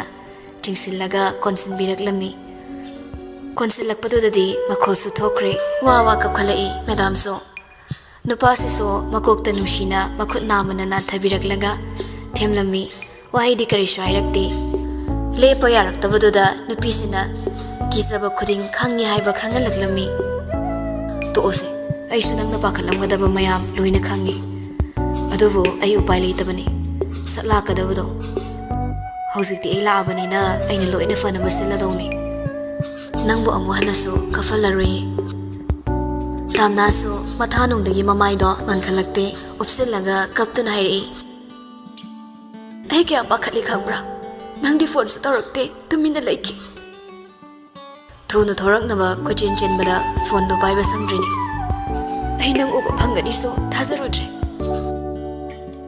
ꯇꯥꯝꯅꯥꯕꯨ ꯂꯧꯊꯣꯛꯄꯤꯔꯛꯂꯒ ꯃꯄꯤꯗꯣ ꯃꯈꯨꯠ ꯑꯅꯤꯅ ꯇꯩꯊꯣꯛꯄꯤꯔꯛꯂꯒ ꯑꯁꯨꯝꯅ ꯍꯥꯏꯔꯛꯏ ꯐꯝꯃꯨ ꯂꯥꯛꯑꯣ ꯋꯥꯔꯤ ꯁꯥꯁꯦꯕ ꯐꯣꯟꯗ ꯋꯥꯔꯤ ꯁꯥꯟꯅꯕꯗꯣ ꯅꯤꯡꯊꯤꯅ ꯅꯨꯡꯉꯥꯏꯔꯔꯣꯏꯅ ꯑꯩ ꯐꯖꯅ ꯍꯪꯗ꯭ꯔꯕꯅꯤ ꯍꯥꯏꯔꯒ ꯈꯨꯗꯥꯡ ꯄꯥꯏꯔꯒ ꯄꯨꯟꯅ ꯐꯃꯨꯡ ꯃꯆꯤꯗ ꯐꯝꯃꯤꯟꯅꯈ꯭ꯔꯦ ꯅꯨꯄꯤꯁꯤꯅ ꯋꯥ ꯍꯥꯏꯔꯛꯄ ꯉꯥꯏꯕ ꯑꯣꯏꯅ ꯃꯃꯥꯏ ꯈꯔ ꯂꯩꯁꯤꯜꯂꯛꯂꯒ ꯌꯦꯡꯉꯤ ꯑꯩꯅ ꯅꯨꯡꯁꯤꯖꯕ ꯑꯩꯅ ꯈ꯭ꯋꯥꯏꯗꯒꯤ ꯊꯥꯖꯕ ꯃꯍꯥꯛꯀꯤ ꯃꯃꯥꯡꯗꯗꯤ ꯈ꯭ꯋꯥꯏꯗꯒꯤ ꯁꯣꯟꯕꯤ ꯑꯣꯏꯕꯅꯤ ꯃꯤꯠꯂꯨ ꯄꯤꯔꯥꯡꯁꯨ ꯃꯥꯒꯤ ꯃꯃꯥꯡꯗꯗꯤ ꯐꯣꯡꯅ ꯁꯤꯟꯊꯔꯛꯂꯦ ꯃꯥꯅꯁꯨ ꯂꯣꯠꯁꯤꯜꯂꯨꯒꯦ ꯈꯜꯂꯝꯗꯦ ꯊꯧꯅꯥ ꯐꯕꯤ ꯁꯥꯗꯨꯅ ꯈꯥꯡꯂꯕꯁꯨ ꯃꯥꯒꯤ ꯃꯐꯝꯗꯗꯤ ꯂꯣꯠꯁꯤꯟꯕ ꯉꯝꯂꯝꯗꯦ ꯊꯣꯛꯈꯤꯕ ꯊꯧꯗꯣꯛ ꯈꯨꯗꯤꯡꯃꯛ ꯑꯃꯗ ꯆꯤꯊꯗ ꯂꯤꯔꯛꯂꯝꯃꯤ ꯂꯤꯕ ꯂꯣꯏꯔꯛꯄꯗꯁꯨ ꯍꯤꯛ ꯀꯞꯂꯝꯃꯤ ꯃꯈꯨꯠ ꯑꯅꯤꯗꯣ ꯆꯦꯅ ꯄꯥꯏꯔꯛꯂꯝꯃꯤ ꯅꯨꯄꯥꯁꯤꯅ ꯑꯗꯨꯒ ꯍꯥꯏꯔꯛꯏ ꯀꯞꯀꯅꯨꯁꯦ ꯃꯈꯥ ꯍꯥꯏꯔꯛꯑꯣ ꯇꯥꯝꯅꯥꯗꯣ ꯄꯦꯟꯗꯅ ꯃꯈꯥ ꯇꯥꯔꯛꯏ ꯁꯤꯗꯁꯨ ꯅꯠꯇꯦ ꯑꯩꯒꯤ ꯏꯃꯥꯁꯤꯅ ꯑꯦꯛꯁꯤꯗꯦꯟꯇ ꯂꯩꯈꯤꯗꯕꯗꯣ ꯄꯥꯕꯨꯡ ꯆꯥꯅ ꯄꯥꯕꯨꯡꯒꯤ ꯕꯤꯖꯤꯅꯦꯁꯁꯦ ꯃꯥ ꯈꯛꯀꯤ ꯑꯣꯏꯅꯤꯡꯕꯒꯤ ꯄꯥꯕꯨꯡ ꯁꯣꯛꯅꯕ ꯍꯣꯠꯅꯕꯗ ꯏꯃꯥꯁꯤ ꯂꯩꯈꯤꯗꯕꯅꯤ ꯍꯥꯏ ꯑꯩꯅ BBA MBA ꯇꯧꯕ ꯃꯇꯝꯗꯁꯨ ꯄꯥꯕꯨꯡ ꯆꯥꯅ ꯌꯥꯝ ꯊꯤꯡꯅꯕ ꯍꯣꯠꯅꯕꯅꯤ ꯑꯩꯅ ꯃꯍꯩꯁꯦ ꯇꯝꯃꯨꯔꯗꯤ ꯕꯤꯖꯤꯅꯦꯁꯇ ꯌꯥꯎꯒꯦ ꯍꯥꯏꯔꯛꯀꯅꯤ ꯍꯥꯏꯅ ꯄꯥꯈꯠꯄꯅꯤ ꯃꯥꯗꯤ ꯑꯩꯁꯦ ꯕꯤꯖꯤꯅꯦꯁꯀ ꯃꯔꯤ ꯑꯃꯠꯇ ꯁꯝꯅꯍꯟꯕ ꯁꯨꯄꯥꯝ ꯄꯥꯝꯗꯕꯅꯤ ꯑꯗꯨ ꯈꯪꯕꯅ ꯄꯥꯕꯨꯡꯅ ꯂꯣꯟꯅ ꯑꯩꯕꯨ ꯑꯥꯎꯠꯁꯥꯏꯗꯇ ꯂꯥꯞꯅ ꯊꯥꯗꯣꯛꯂꯒ ꯃꯍꯩ ꯇꯝꯍꯜꯂꯦ ꯄꯥꯕꯨꯡꯅ ꯑꯩꯒꯤꯗꯃꯛ ꯋꯥꯖꯕ ꯑꯩ ꯁꯣꯛꯈꯤꯅꯤ ꯍꯥꯏꯅ ꯀꯤꯖꯕ ꯄꯨꯝꯅꯃꯛꯇꯣ ꯃꯗꯨꯅ ꯑꯩ ꯋꯥꯈꯜ ꯑꯃ ꯃꯇꯝꯗꯨꯗ ꯈꯜꯂꯛꯈꯤ ꯄꯥꯕꯨꯡ ꯆꯥꯅ ꯌꯥꯅꯕ ꯆꯠꯀꯦ ꯀꯩꯁꯨ ꯈꯪꯁꯤꯟꯅꯗꯕ ꯁꯥꯔꯒ ꯑꯩ ꯂꯩꯒꯦ ꯍꯥꯏꯅ ꯑꯗꯨꯅ ꯑꯩ ꯔꯤꯆ ꯑꯣꯏꯕ ꯃꯤ ꯈꯨꯗꯤꯡꯃꯛꯄꯨ ꯊꯥꯛ ꯅꯦꯝꯅ ꯈꯟꯕ ꯕꯤꯖꯤꯅꯦꯁꯇ ꯈꯣꯏꯗꯥꯗꯕ ꯂꯟ ꯊꯨꯝ ꯃꯥꯡ ꯇꯥꯛꯍꯟꯕꯤ ꯑꯃ ꯑꯣꯏꯗꯨꯅ ꯂꯥꯛꯄꯅꯤ ꯃꯅꯥꯇꯣꯟꯗ ꯑꯃꯨꯛ ꯆꯤꯡꯈꯠ ꯄꯦꯟꯗꯕꯒꯤ ꯁꯤꯟꯊꯔꯛꯄ ꯃꯄꯤꯗꯨꯁꯨ ꯃꯈꯨꯠ ꯑꯅꯤꯅ ꯅꯝꯁꯤꯜꯂꯒ ꯇꯩꯊꯣꯛꯂꯒ ꯃꯈꯥ ꯇꯥꯔꯛꯏ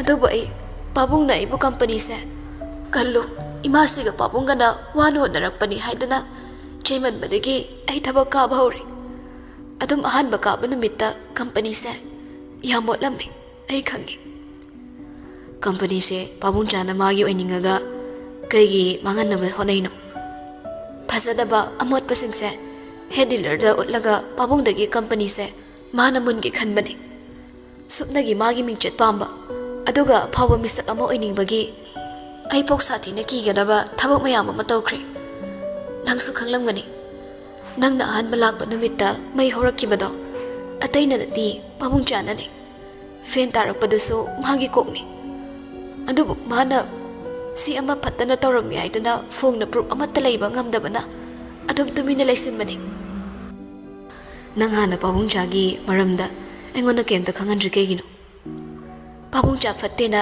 ꯑꯩ ꯀꯃꯥꯏꯅ ꯅꯪꯉꯣꯟꯗ ꯍꯥꯏꯅꯤ ꯑꯇꯝꯗꯅ ꯐꯣꯡꯅ ꯃꯥꯅ ꯁꯤ ꯍꯥꯏꯔꯛꯏ ꯍꯥꯏꯔꯛꯇꯦ ꯍꯥꯏꯅꯤꯡꯉꯥꯏꯁꯨ ꯂꯩꯇꯦ ꯅꯨꯡꯗ ꯆꯤꯛꯄ ꯄꯥꯕꯨꯡꯆꯥꯅꯤ ꯅꯨꯃꯤꯠ ꯑꯃ ꯅꯪꯅ ꯂꯥꯛꯑꯒ ꯑꯩꯕꯨ ꯀꯟꯕꯤꯈꯤꯕꯗꯣ ꯄꯥꯕꯨꯡꯆꯥꯅ ꯗꯦꯟꯃꯥꯔꯛꯀ ꯁꯤꯟꯅꯕꯅꯤ ꯀꯝꯄꯅꯤꯗ ꯂꯥꯛꯏꯕ ꯁꯦꯜꯒꯤ ꯗꯤꯃꯥꯜ ꯑꯇꯩ ꯑꯃꯅ ꯅꯠꯇꯦ ꯄꯥꯕꯨꯡꯆꯥꯅ ꯅꯦꯛꯄ ꯃꯤꯅꯤ ꯅꯨꯃꯤꯠꯇꯨꯗ ꯑꯩꯅ ꯄꯨꯕ ꯒꯥꯔꯤꯁꯨ ꯃꯥꯅ ꯊꯥꯎ ꯌꯥꯎꯍꯜꯂꯝꯗꯕꯅꯤ ꯄꯨꯟꯁꯤꯁꯦ ꯈꯨꯗꯣꯡꯊꯤꯕ ꯀꯌꯥꯗꯒꯤ ꯊꯩꯗꯨꯅ ꯁꯔꯚꯥꯏꯚ ꯇꯧꯔꯒ ꯂꯥꯛꯄꯅꯤ ꯑꯩꯒꯤꯗꯃꯛ ꯍꯤꯡꯂꯤꯕ ꯅꯪꯁꯦ ꯄꯥꯕꯨꯡꯆꯥꯅ ꯈꯪꯈꯤꯗꯨꯅ ꯅꯪꯕꯨꯁꯨ ꯈꯨꯗꯣꯡꯊꯤꯕ ꯅꯪꯒꯗ꯭ꯔꯥ ꯍꯥꯏꯅ ꯑꯩ ꯅꯪꯉꯣꯟꯗꯒꯤ ꯂꯥꯞꯊꯣꯛꯂꯁꯤꯔꯥ ꯍꯥꯏꯗꯨꯅ ꯑꯃꯨꯛꯃꯨꯛꯁꯨ ꯈꯜꯂꯛꯏ ꯅꯪꯅ ꯑꯩ ꯁꯣꯛꯀꯅꯤ ꯀꯤꯕ ꯑꯗꯨꯒ ꯑꯩꯅ ꯅꯪ ꯋꯥꯈꯤꯅꯤ ꯄꯥꯈꯠꯆꯕꯅꯤ ꯃꯦꯗꯥꯝ ꯑꯩꯉꯣꯟꯗꯒꯤ ꯂꯥꯞꯊꯣꯛꯀꯦ ꯍꯥꯏꯕꯁꯤꯃꯗꯤ ꯃꯦꯗꯥꯝꯅ ꯄꯨꯟꯁꯤꯗ ꯈꯟꯒꯅꯨ ꯑꯩꯒꯤ ꯊꯃꯣꯏꯗ ꯁꯥꯟꯅꯕ ꯑꯣꯏꯅ ꯊꯣꯛꯀꯅꯤ ꯅꯪꯅ ꯑꯩ ꯅꯨꯡꯁꯤꯗꯨꯅ ꯆꯠꯈ꯭ꯔꯕꯁꯨ ꯑꯩꯗꯤ ꯅꯪꯁꯦ ꯅꯁꯥꯈꯛꯀꯤ ꯈꯟꯕ ꯑꯣꯏꯖꯕ ꯊꯤꯕ ꯃꯤꯁꯛ ꯑꯃ ꯇꯥꯍꯧꯒꯅꯤ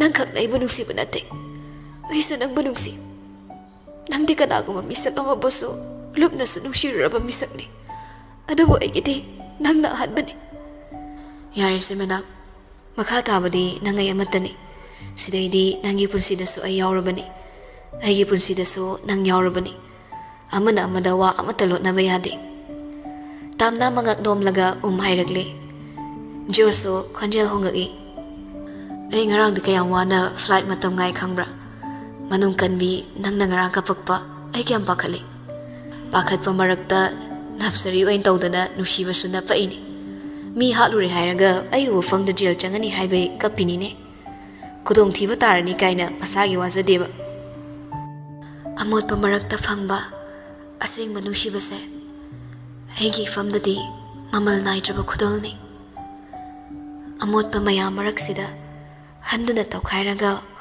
ꯋꯥꯅ ꯐꯪꯂꯛꯄ ꯅꯪꯁꯦ ꯑꯃꯨꯛ ꯅꯥꯟꯊꯣꯛꯈꯤꯗ꯭ꯔꯥ ꯍꯥꯏꯅ ꯑꯩ ꯀꯤꯈꯤꯕꯅꯤ ꯑꯃꯣꯠꯄ ꯁꯥꯁꯤꯟꯅꯕ ꯅꯨꯡꯁꯤꯕ ꯃꯔꯛꯇ ꯆꯥꯎꯔꯛꯄ ꯑꯩꯗꯤ ꯅꯪꯁꯦ ꯑꯩꯒꯤ ꯄꯨꯟꯁꯤꯗꯒꯤ ꯃꯥꯡꯈꯤꯒꯗ꯭ꯔꯥ ꯍꯥꯏꯅ ꯑꯩ ꯌꯥꯝ ꯀꯤ ꯑꯩꯗꯤ ꯁꯨꯛꯂꯥꯞ ꯂꯥꯞꯄꯨꯏ ꯃꯦꯗꯥꯝꯗꯒꯤ ꯑꯁꯨꯛ ꯅꯨꯡꯁꯤꯕꯤ ꯃꯦꯗꯥꯝꯕꯨ ꯑꯩꯅ ꯍꯨꯟꯗꯣꯛꯂꯝꯂꯗꯤ ꯑꯩꯗꯤ ꯅꯨꯡꯁꯤꯕ ꯐꯪꯗ ꯁꯤꯕ ꯇꯥꯕꯅꯤ ꯑꯩꯅ ꯃꯦꯗꯥꯝꯕꯨ ꯅꯨꯡꯁꯤꯕꯁꯦ ꯀꯩ ꯍꯥꯏꯅꯤ ꯈꯪꯗꯦꯗ ꯆꯥꯡꯗꯝꯅꯕ ꯌꯥꯕ ꯑꯃꯠꯇꯁꯨ ꯂꯩꯔꯝꯃꯣꯏ ꯅꯪꯅ ꯑꯩ ꯅꯨꯡꯁꯤ ꯍꯥꯏꯔꯛꯄ ꯈꯨꯗꯤꯡ ꯑꯩꯗꯤ ꯄꯥꯈꯠꯄ ꯃꯌꯥꯝ ꯍꯦꯟꯒꯠꯂꯛꯏ ꯂꯥꯞꯄꯒ ꯆꯠꯈ꯭ꯔꯗꯤ ꯉꯥꯎꯍꯧꯔꯅꯤ ꯑꯉꯥꯎꯕꯤ ꯑꯣꯏꯔꯅꯤ ꯑꯩꯗꯤ ꯑꯗꯣ ꯉꯥꯎꯗꯅꯕ ꯂꯥꯞꯄꯔꯣꯏ ꯃꯦꯗꯥꯝ ꯊꯣꯡꯗ ꯀꯣꯛ ꯊꯤꯜꯂꯒ ꯕꯣꯔꯤꯁꯅ ꯀꯧꯔꯛꯏ ꯏꯇꯥꯎꯕꯤ ꯀꯧꯔꯛꯄꯗꯨꯗ ꯍꯧꯒꯠꯂꯒ ꯊꯣꯛꯈ꯭ꯔꯦ ꯊꯣꯡ ꯍꯥꯡꯗꯣꯛꯂꯒ ꯊꯣꯡꯖꯤꯟꯗꯨꯗ ꯋꯥꯔꯤ ꯖꯨ ꯁꯥꯔꯒ ꯑꯃꯨꯛ ꯊꯣꯡꯗꯣ ꯉꯥꯟꯁꯤꯜꯂꯝꯂꯒ ꯊꯣꯔꯛꯂꯤ ꯇꯥꯝꯅꯥꯅ ꯀꯥꯗ ꯂꯩꯍꯧꯔꯤ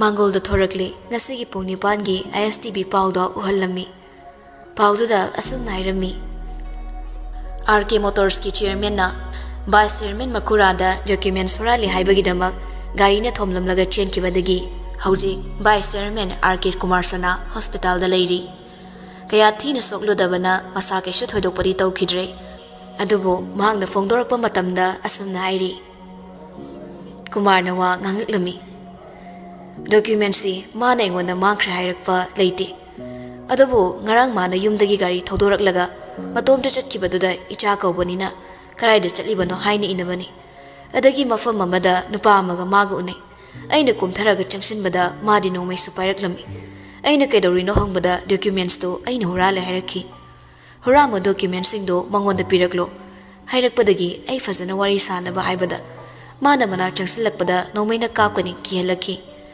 ꯑꯗꯩ ꯒꯥꯔꯤꯗ ꯊꯨꯅ ꯀꯥꯈꯠꯂꯒ ꯃꯅꯤꯡ ꯍꯜꯂꯒ ꯑꯩꯕꯨ ꯇꯛꯈꯥꯏꯔꯝꯕꯅꯤ ꯑꯗꯨꯒ ꯃꯥꯁꯨ ꯆꯦꯟꯈꯤ ꯗꯤꯂꯔ ꯑꯃ ꯍꯥꯡꯕꯗ ꯃꯤ ꯑꯃꯈꯛꯅ ꯍꯥꯡꯕ ꯌꯥꯗꯕꯒꯤ ꯄꯥꯔꯠꯅꯔꯁꯤꯞꯁꯦ ꯑꯩꯒ ꯄꯨꯟꯅ ꯑꯣꯏꯃꯤꯟꯅꯕꯅꯤ ꯑꯗꯨꯕꯨ ꯑꯩ ꯀꯦꯁ ꯄꯥꯟꯖꯔꯣꯏ ꯑꯉꯥꯡꯅꯤ ꯏꯆꯥꯅꯤ ꯇꯧꯕꯇꯕꯨ ꯑꯁꯨꯛ ꯅꯨꯡꯁꯤꯅ ꯌꯣꯛꯂꯛꯄ ꯏꯆꯥ ꯃꯥꯅ ꯑꯁꯨꯝꯅ ꯃꯈꯨꯔꯥ ꯑꯩꯕꯨ ꯍꯟꯅ ꯌꯦꯡꯂꯝꯗ ꯁꯤꯔꯁꯅꯨ ꯍꯥꯏꯅ ꯍꯨꯟꯗꯣꯛꯄꯤꯔꯝꯕꯁꯦ ꯀꯔꯤ ꯅꯨꯡꯉꯥꯏꯇꯕ ꯃꯅꯤꯡ ꯊꯨꯡꯗꯕ ꯂꯩꯕꯅꯣ ꯑꯩ ꯈꯪꯗ꯭ꯔꯦ ꯏꯇꯩꯃꯅ ꯉꯟꯅ ꯍꯨꯟꯗꯣꯛꯂꯝꯕꯗꯒꯤ ꯑꯩꯒꯤ ꯂꯣꯏꯅꯕꯤ ꯁꯤꯖꯒ ꯑꯩꯒꯅ ꯃꯄꯥ ꯃꯃꯥ ꯁꯛꯅ ꯌꯣꯛꯂꯛꯄꯗ ꯃꯥꯒꯤ ꯃꯅꯤꯡ ꯊꯨꯡꯗꯕ ꯑꯃ ꯂꯩꯔꯝꯕꯁꯨ ꯌꯥꯏꯗ ꯃꯨꯊꯠꯈ꯭ꯔꯦ ꯄꯥꯎꯗꯣ ꯍꯌꯦꯡ ꯅꯣꯡꯉꯥꯜꯂꯒ ꯅ꯭ꯌꯨꯁꯄꯦꯄꯔ ꯁꯔꯥꯁꯜꯂꯅꯤ ꯈꯪꯉꯤ ꯑꯗꯩ ꯃꯆꯤꯟ ꯃꯌꯥ ꯐꯕ ꯈꯔꯅ ꯀꯝꯄꯅꯤ ꯊꯤꯡꯖꯤꯟꯅꯕ ꯃꯩ ꯊꯥꯅꯕ ꯏꯔꯥꯡ ꯍꯧꯒꯠꯂꯛꯄꯁꯨ ꯌꯥꯏꯈꯠꯂꯛꯏ ꯋꯥꯁꯨ ꯌꯥꯝꯅ ꯆꯥꯎꯊꯣꯔꯛꯄꯅ ꯌꯥꯝꯅꯗꯤ ꯂꯨꯔꯦ ꯀꯨꯃꯥꯔꯅ ꯀꯝꯄꯅꯤꯁꯤ ꯃꯥꯒꯤ ꯑꯣꯏꯅꯕ ꯍꯩꯅ ꯁꯤꯟꯈ꯭ꯔꯦ ꯗꯦꯟꯃꯥꯔꯛꯅ ꯄꯥꯔꯠꯅꯔꯁꯤꯞ ꯑꯣꯏꯔꯒ ꯃꯥꯅ ꯗꯤꯂꯔ ꯃꯄꯨ ꯑꯣꯏꯅꯕ ꯁꯤꯟꯕ ꯄ꯭ꯂꯥꯟꯅꯤ ꯕꯣꯔꯤꯁꯅ ꯐꯤꯕꯝꯁꯤꯗ ꯆꯦꯟꯕ ꯆꯣꯡꯕ ꯅꯨꯄꯤ ꯊꯤꯟꯕ ꯈꯣꯠꯄ ꯀꯃꯥꯏ ꯇꯧꯅꯤ ꯑꯦꯔꯣꯟꯅ ꯐꯤꯕꯝꯗꯨꯗ ꯑꯩꯈꯣꯏꯅ ꯅꯨꯄꯤ ꯆꯦꯟꯕ ꯍꯥꯏꯗꯣꯛꯂꯨꯕꯗ ꯂꯩꯀꯥꯏ ꯀꯨꯝꯍꯩ ꯑꯣꯏꯔꯅꯤ ꯖꯣꯔꯖꯅ ꯐꯔꯦ ꯑꯩ ꯄꯥꯕꯨꯡꯒ ꯐꯣꯟꯗ ꯋꯥꯔꯤ ꯁꯥꯔꯒꯦ ꯄꯥꯎꯁꯦ ꯃꯉꯣꯟꯗꯗꯤ ꯇꯥꯍꯜꯂꯒꯨꯝꯁꯤ ꯆꯥꯛ ꯇꯣꯛꯑꯒ ꯇꯥꯔꯁꯅꯨ ꯑꯗꯨ ꯅꯠꯇ꯭ꯔꯗꯤ ꯆꯥꯛ ꯊꯣꯛꯑꯒ ꯑꯃꯠꯇ ꯌꯥꯔꯔꯣꯏ ꯃꯪꯗꯨꯅ ꯂꯩꯔꯅꯤ ꯑꯦꯔꯣꯟꯅ ꯑꯗꯨꯅ ꯐꯔꯅꯤꯕꯣ ꯅꯪ ꯄꯥꯕꯨꯡꯗ ꯋꯥꯔꯤ ꯁꯥꯟꯅꯊꯣꯛꯑꯣ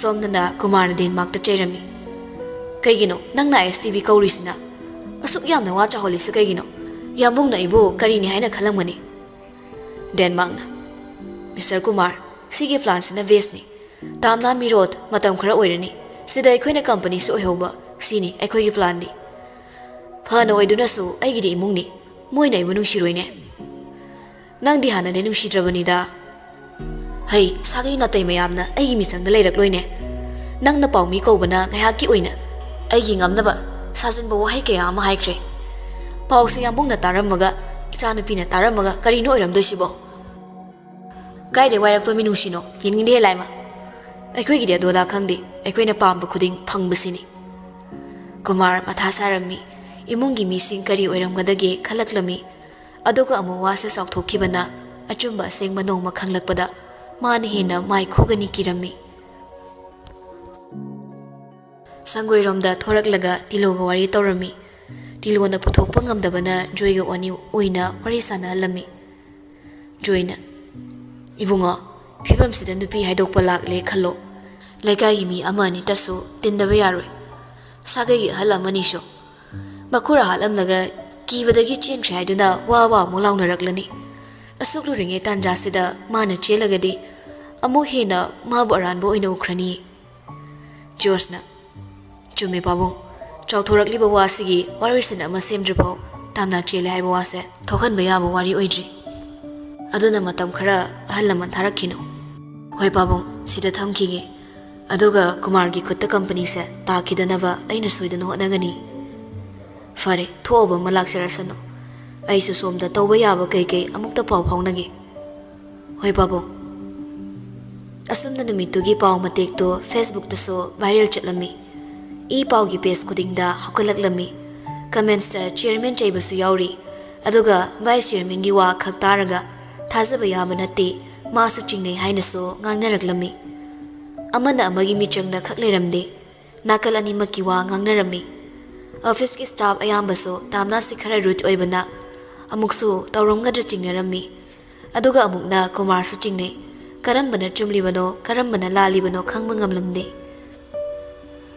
ꯑꯣꯐꯤꯁꯀꯤ ꯑꯆꯧꯕ ꯄ꯭ꯔꯣꯕ꯭ꯂꯦꯝ ꯑꯃꯁꯨ ꯑꯣꯏꯕꯅ ꯖꯣꯔꯖꯇꯤ ꯄꯣꯊꯥꯔꯝꯗꯦ ꯑꯣꯐꯤꯁ ꯂꯣꯝꯗ ꯂꯥꯛꯂꯝꯃꯤ ꯇꯥꯟꯖꯥ ꯆꯥꯅ ꯌꯦꯡꯁꯤꯜꯍꯧꯗ꯭ꯔꯕꯗꯤ ꯀꯝꯄꯅꯤꯁꯤ ꯀꯨꯃꯥꯔꯒꯤ ꯈꯨꯕꯥꯝꯅꯨꯡꯗ ꯆꯪꯈꯤꯗꯧꯔꯤꯕꯅꯤ ꯁ꯭ꯇꯥꯐ ꯃꯌꯥꯝ ꯃꯊꯪ ꯃꯊꯪ ꯀꯧꯔꯒ ꯃꯤꯇꯤꯡ ꯁꯤꯜꯂꯝꯃꯤ ꯃꯤꯇꯤꯡ ꯔꯨꯝꯗ ꯋꯥ ꯉꯥꯡꯕ ꯍꯧꯔꯛꯏ ꯖꯣꯔꯖꯅ ꯍꯧꯖꯤꯛ ꯀꯝꯄꯅꯤꯁꯤ ꯌꯥꯝꯅ ꯂꯨꯕ ꯐꯤꯕꯝ ꯑꯃꯗ ꯂꯩꯔꯤ ꯍꯣꯏ ꯄꯥꯈꯪ ꯂꯩꯁꯥꯕꯤ ꯏꯃꯨꯡ ꯄꯨꯗꯕꯅ ꯐꯈ꯭ꯔꯦ ꯑꯗꯨ ꯅꯠꯇꯕ ꯏꯃꯨꯡ ꯄꯨꯕꯁꯤꯡ ꯀꯝꯄꯅꯤꯁꯤꯅ ꯔꯟ ꯇꯧꯗ꯭ꯔꯗꯤ ꯅꯣꯏꯁꯨ ꯆꯥꯛꯈꯨꯝ ꯃꯨꯠꯇꯧꯔꯤꯕꯅꯤ ꯑꯗꯨꯅ ꯑꯃꯒꯤꯁꯨ ꯐꯅꯕ ꯋꯥ ꯑꯃ ꯈꯟꯅꯗꯕ ꯌꯥꯗꯕꯅꯤ ꯑꯩ ꯍꯧꯖꯤꯛ ꯆꯥꯛꯐꯣꯛ ꯆꯥꯔꯛꯇ꯭ꯔꯤꯕꯅꯤ ꯍꯜꯂꯛꯇ ꯉꯥꯏꯔꯤꯕꯅꯤ ꯅꯣꯏ ꯆꯤꯌꯔꯃꯦꯟꯒ ꯚꯥꯏꯁ ꯆꯤꯌꯔꯃꯦꯟꯒꯤ ꯋꯥꯔꯤꯁꯦ ꯀꯩ ꯃꯣꯠꯂꯦ ꯁꯦꯜꯁ ꯃꯦꯅꯦꯖꯔꯅ ꯁꯔ ꯁꯣꯞ ꯂꯥꯏꯁꯦꯟꯁ ꯑꯃꯗꯤ ꯄꯥꯔꯠꯅꯔꯁꯤꯞ ꯑꯦꯒ꯭ꯔꯤꯃꯦꯟꯠꯀꯤ ꯗꯣꯀ꯭ꯌꯨꯃꯦꯟꯠ ꯃꯥꯡꯈꯤꯕꯒꯤ ꯃꯦꯗꯥꯝꯗꯤ ꯅꯨꯃꯤꯠꯇꯣ ꯃꯊꯥ ꯈꯔ ꯁꯥꯈꯤꯕꯅꯤ ꯑꯩꯒ ꯊꯤꯃꯤꯟꯅꯕꯅꯤ ꯗꯣꯀ꯭ꯌꯨꯃꯦꯟꯠꯁꯦ ꯆꯤꯡꯅꯕ ꯃꯤꯅ ꯂꯧꯔꯝꯂꯒꯗꯤ ꯍꯥꯏꯗꯨꯅ ꯈꯔꯁꯨ ꯄꯥꯈꯠꯂꯤ ꯁ꯭ꯇꯥꯐꯁꯤꯡꯅ ꯃꯥꯡꯈ꯭ꯔꯦ ꯈꯪꯍꯟꯗꯕꯤ ꯁꯠ ꯂꯥꯎꯅ ꯗꯣꯀ꯭ꯌꯨꯃꯦꯟꯠꯁꯦ ꯃꯥꯡꯈ꯭ꯔꯦ ꯍꯥꯏꯕꯒꯤ ꯄꯨꯂꯤꯁꯇ ꯄꯥꯎ ꯄꯤꯔꯒ ꯅ꯭ꯌꯨꯁꯄꯦꯄꯔ ꯑꯅꯤꯗꯁꯨ ꯍꯥꯞꯄꯒꯤ ꯈꯜꯂꯛꯀꯦꯅ ꯍꯥꯏꯔꯝꯕꯅꯤ꯫ ꯁ꯭ꯇꯥꯐ ꯑꯃꯅ ꯑꯗꯨꯗꯤ ꯍꯧꯖꯤꯛ ꯑꯩꯈꯣꯏꯒꯤꯁꯨ ꯃꯦꯗꯤꯌꯥꯒꯤ ꯃꯤ ꯀꯧꯔꯒ ꯁꯤ ꯐꯣꯡꯗꯣꯛꯄꯅ ꯆꯨꯝꯒꯅꯤ ꯈꯜꯂꯤ ꯁꯥꯔ꯫ ꯁꯥꯔ ꯀꯨꯃꯥꯔꯅ ꯗꯣꯀꯨꯃꯦꯟ ꯃꯥꯡꯗꯦ ꯍꯥꯏꯔꯤꯕꯅꯤꯅ ꯋꯥꯁꯤ ꯀꯩꯅꯣꯝ ꯂꯩꯔꯦ꯫ ꯀꯨꯃꯥꯔꯒꯤ ꯃꯤꯁꯨ ꯌꯥꯎꯕꯅꯤꯅ ꯋꯥ ꯍꯥꯏꯔꯛꯏ꯫ ꯑꯗꯨꯗ ꯃꯦꯗꯥꯝꯅ ꯀꯩꯒꯤ ꯃꯤ ꯂꯣꯟꯅ ꯎꯅꯕ ꯆꯠꯄꯅꯣ? ꯃꯈꯨꯔꯥ ꯒꯥꯔꯤꯅ ꯊꯣꯝꯃꯝꯕꯁꯤꯁꯨ ꯋꯥ ꯑꯃꯗꯤ ꯂꯩꯔꯝꯒꯅꯤ꯫ ꯑꯃꯅ ꯑꯃꯨꯛ ꯍꯥꯏꯔꯛꯏ ꯑꯗꯨꯗꯤ ꯃꯁꯥ ꯀꯟꯖꯅꯕ ꯑꯣꯏꯔꯝꯕꯁꯨ ꯌꯥꯏꯅꯦ꯫ ꯗꯦꯟꯃꯥꯔꯛ ꯂꯩꯔꯤꯉꯩ ꯁꯥꯔ ꯀꯨꯃꯥꯔꯅ ꯈꯪꯗꯦ ꯍꯥꯏꯔꯤꯕ ꯑꯃꯣꯠꯄꯁꯤꯡ ꯂꯣꯏꯅ ꯃꯕꯥꯅꯤꯅ ꯌꯥꯅꯔꯒ ꯇꯧꯔꯤꯅꯤ ꯈꯪꯗꯦ ꯍꯥꯏꯅ ꯆꯦꯟꯕꯩꯅꯤ꯫ ꯁꯤ ꯅꯣꯏ ꯑꯝꯇ ꯎꯗ꯭ꯔꯤ ꯀꯩꯒꯤꯅꯣ?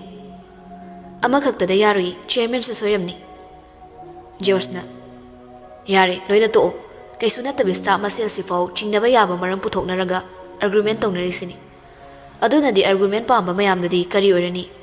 ꯍꯧꯖꯤꯛ ꯑꯩꯈꯣꯏꯅ ꯐꯣꯡꯅ ꯁꯤꯒꯤ ꯐꯤꯕꯝꯗ ꯂꯩ ꯍꯥꯏꯅ ꯋꯥ ꯍꯦꯛ ꯉꯥꯡꯂꯨꯕꯗ ꯀꯦꯁꯁꯦ ꯁꯨꯛꯂꯣꯏ ꯂꯣꯏꯁꯤꯜꯂꯔꯣꯏ꯫ ꯀꯦꯁ ꯂꯣꯏꯗ꯭ꯔꯕ ꯊꯣꯡ ꯍꯥꯡꯕ ꯌꯥꯔꯣꯏ꯫ ꯑꯗꯨꯅ ꯁꯤ ꯃꯌꯥꯝꯁꯦ ꯄꯨꯂꯞ ꯁꯨꯞꯆꯤꯜꯂꯁꯤ, ꯑꯗꯨꯒ ꯑꯩꯈꯣꯏꯒꯤꯗꯤ ꯀꯝꯄꯅꯤꯁꯦ ꯔꯟ ꯇꯧꯅꯕ ꯍꯣꯠꯅꯁꯤ꯫ ꯀꯨꯃꯥꯔꯗ ꯆꯤꯌꯔꯃꯦꯟꯁꯨ ꯁꯤꯟꯅꯔꯣꯏꯁꯤ꯫ ꯀꯨꯃꯥꯔ ꯀꯅꯥꯅꯣ ꯇꯥꯝꯅꯥꯅ ꯀꯅꯥꯅꯣ ꯈꯪꯂꯀꯥꯟꯗ ꯑꯩꯈꯣꯏ ꯋꯥ ꯉꯥꯡꯂꯁꯤ꯫ ꯅꯣꯏꯁꯨ ꯇꯨꯃꯤꯟ ꯂꯩꯔꯣ꯫ ꯀꯨꯃꯥꯔꯅ ꯀꯦꯁ ꯊꯥꯡꯒꯠꯇ꯭ꯔꯕꯅꯤꯅ ꯍꯌꯦꯡꯗ ꯑꯣꯐꯤꯁ ꯊꯣꯡ ꯍꯥꯡꯕ ꯌꯥꯒꯅꯤ꯫ ꯅꯣꯏ ꯂꯣꯏꯅ ꯂꯥꯛꯑꯣ꯫ ꯑꯗꯨꯒ ꯑꯦꯅꯤ ꯁ꯭ꯇꯥꯐ ꯑꯃꯅ ꯁꯤꯒꯤ ꯃꯔꯝꯗ ꯋꯥ ꯀꯥꯡꯊꯣꯛꯅꯒꯅꯨ꯫ ꯃꯅꯨꯡꯒꯤ ꯊꯕꯛꯇꯤ ꯃꯦꯅꯦꯖꯔꯁꯤꯡꯒ ꯇꯥꯟꯅꯔꯒ ꯑꯩꯈꯣꯏꯅ ꯍꯣꯠꯅꯔꯒꯦ꯫ ꯑꯩꯈꯣꯏꯒꯤ ꯑꯃꯠꯇ ꯉꯥꯏꯔꯕ ꯄꯥꯟꯗꯝꯁꯦ ꯊꯣꯡ ꯍꯥꯡꯂꯒ ꯁꯦꯟ ꯇꯥꯟꯕ ꯁꯤꯅꯤ꯫ ꯁꯤ ꯌꯥꯔꯦꯀꯣ?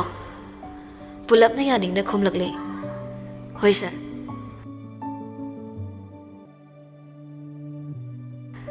ꯀꯝꯄꯅꯤꯗꯒꯤ ꯊꯣꯔꯛꯂꯒ ꯀꯨꯃꯥꯔꯒꯤ ꯃꯅꯥꯛꯇ ꯂꯥꯛꯂꯝꯃꯤ꯫ ꯀꯨꯃꯥꯔ ꯍꯣꯁꯄꯤꯇꯥꯜꯒꯤ ꯕꯦꯗꯇ ꯍꯤꯞꯂꯝꯃꯤ꯫ ꯃꯥꯗꯤ ꯖꯣꯔꯖ ꯎꯕꯗ ꯏ ꯍꯥꯏꯒꯠꯂꯛꯂꯦ꯫ ꯑꯗꯨꯕꯨ ꯅꯣꯛꯃꯤ ꯅꯣꯛꯃꯤ ꯀꯧꯁꯤꯜꯂꯛꯏ꯫ ꯍꯩꯃꯥ ꯂꯥꯛꯏꯔꯣ? ꯅꯪꯗꯤ ꯀꯔꯝ ꯀꯥꯟꯗ ꯍꯜꯂꯛꯏꯕ? ꯉꯁꯤ ꯍꯧꯖꯤꯛ ꯋꯥꯏꯗ ꯊꯨꯡꯂꯕꯅꯤ꯫ ꯄꯥꯎ ꯎꯕꯗ ꯈꯪꯄ꯭ꯔꯦꯛ ꯈꯪꯔꯨꯔꯦ꯫ ꯑꯗꯣ ꯁꯥꯔ ꯍꯛꯆꯥꯡꯕꯨ ꯀꯃꯥꯏꯅ ꯇꯧꯔꯒꯦ? ꯈꯔ ꯐꯔꯦ, ꯍꯣꯔꯦꯟ ꯌꯨꯝꯗ ꯍꯜꯂꯗꯧꯅꯤ꯫ ꯁꯅꯥꯌꯥꯏ ꯀꯞꯅ ꯃꯆꯥꯅꯨꯄꯤꯕꯨ ꯋꯥꯔꯧꯅ ꯍꯥꯏꯔꯛꯏ꯫ ꯑꯩꯅ ꯑꯁꯨꯛ ꯃꯥꯕꯨ ꯆꯥꯎꯅꯕ ꯋꯥꯅ ꯌꯣꯛꯂꯛꯄ, ꯑꯗꯨꯒ ꯃꯥꯗꯤ ꯃꯤꯅꯨꯡꯁꯤ ꯃꯆꯦꯠ ꯑꯃꯐꯥꯎ ꯂꯩꯔꯝꯗ꯭ꯔꯦꯅꯦ꯫ ꯇꯣꯛꯂꯣ ꯊꯕꯛꯇꯣ, ꯃꯣꯏ ꯁꯅꯥꯈ꯭ꯌꯥ ꯌꯥꯎꯕꯤꯔꯨꯔꯅꯨ꯫ ꯃꯣꯏꯅ ꯁꯅꯥꯈ꯭ꯌꯥꯁꯤ ꯅꯨꯡꯁꯤꯗꯕꯅꯤ꯫ ꯀꯨꯃꯥꯔꯅ ꯃꯥꯏ ꯅꯨꯄꯤꯗ ꯆꯩꯊꯠꯂꯛꯏ꯫ ꯅꯨꯄꯤ ꯅꯪ ꯋꯥ ꯌꯥꯝ ꯉꯥꯡꯀꯅꯣ, ꯏ ꯀꯥꯔꯛꯀꯅꯤ꯫ ꯖꯣꯔꯖꯅ ꯍꯥꯏꯒꯨꯝꯗꯅ ꯁꯥꯔ ꯀꯦꯁ ꯑꯃ ꯐꯥꯏꯜ ꯇꯧꯁꯤꯜꯂꯒ ꯐꯖꯅ ꯀꯨꯞꯅ ꯊꯤꯒꯠꯍꯟꯕꯅ ꯐꯗꯣꯏꯔꯣ?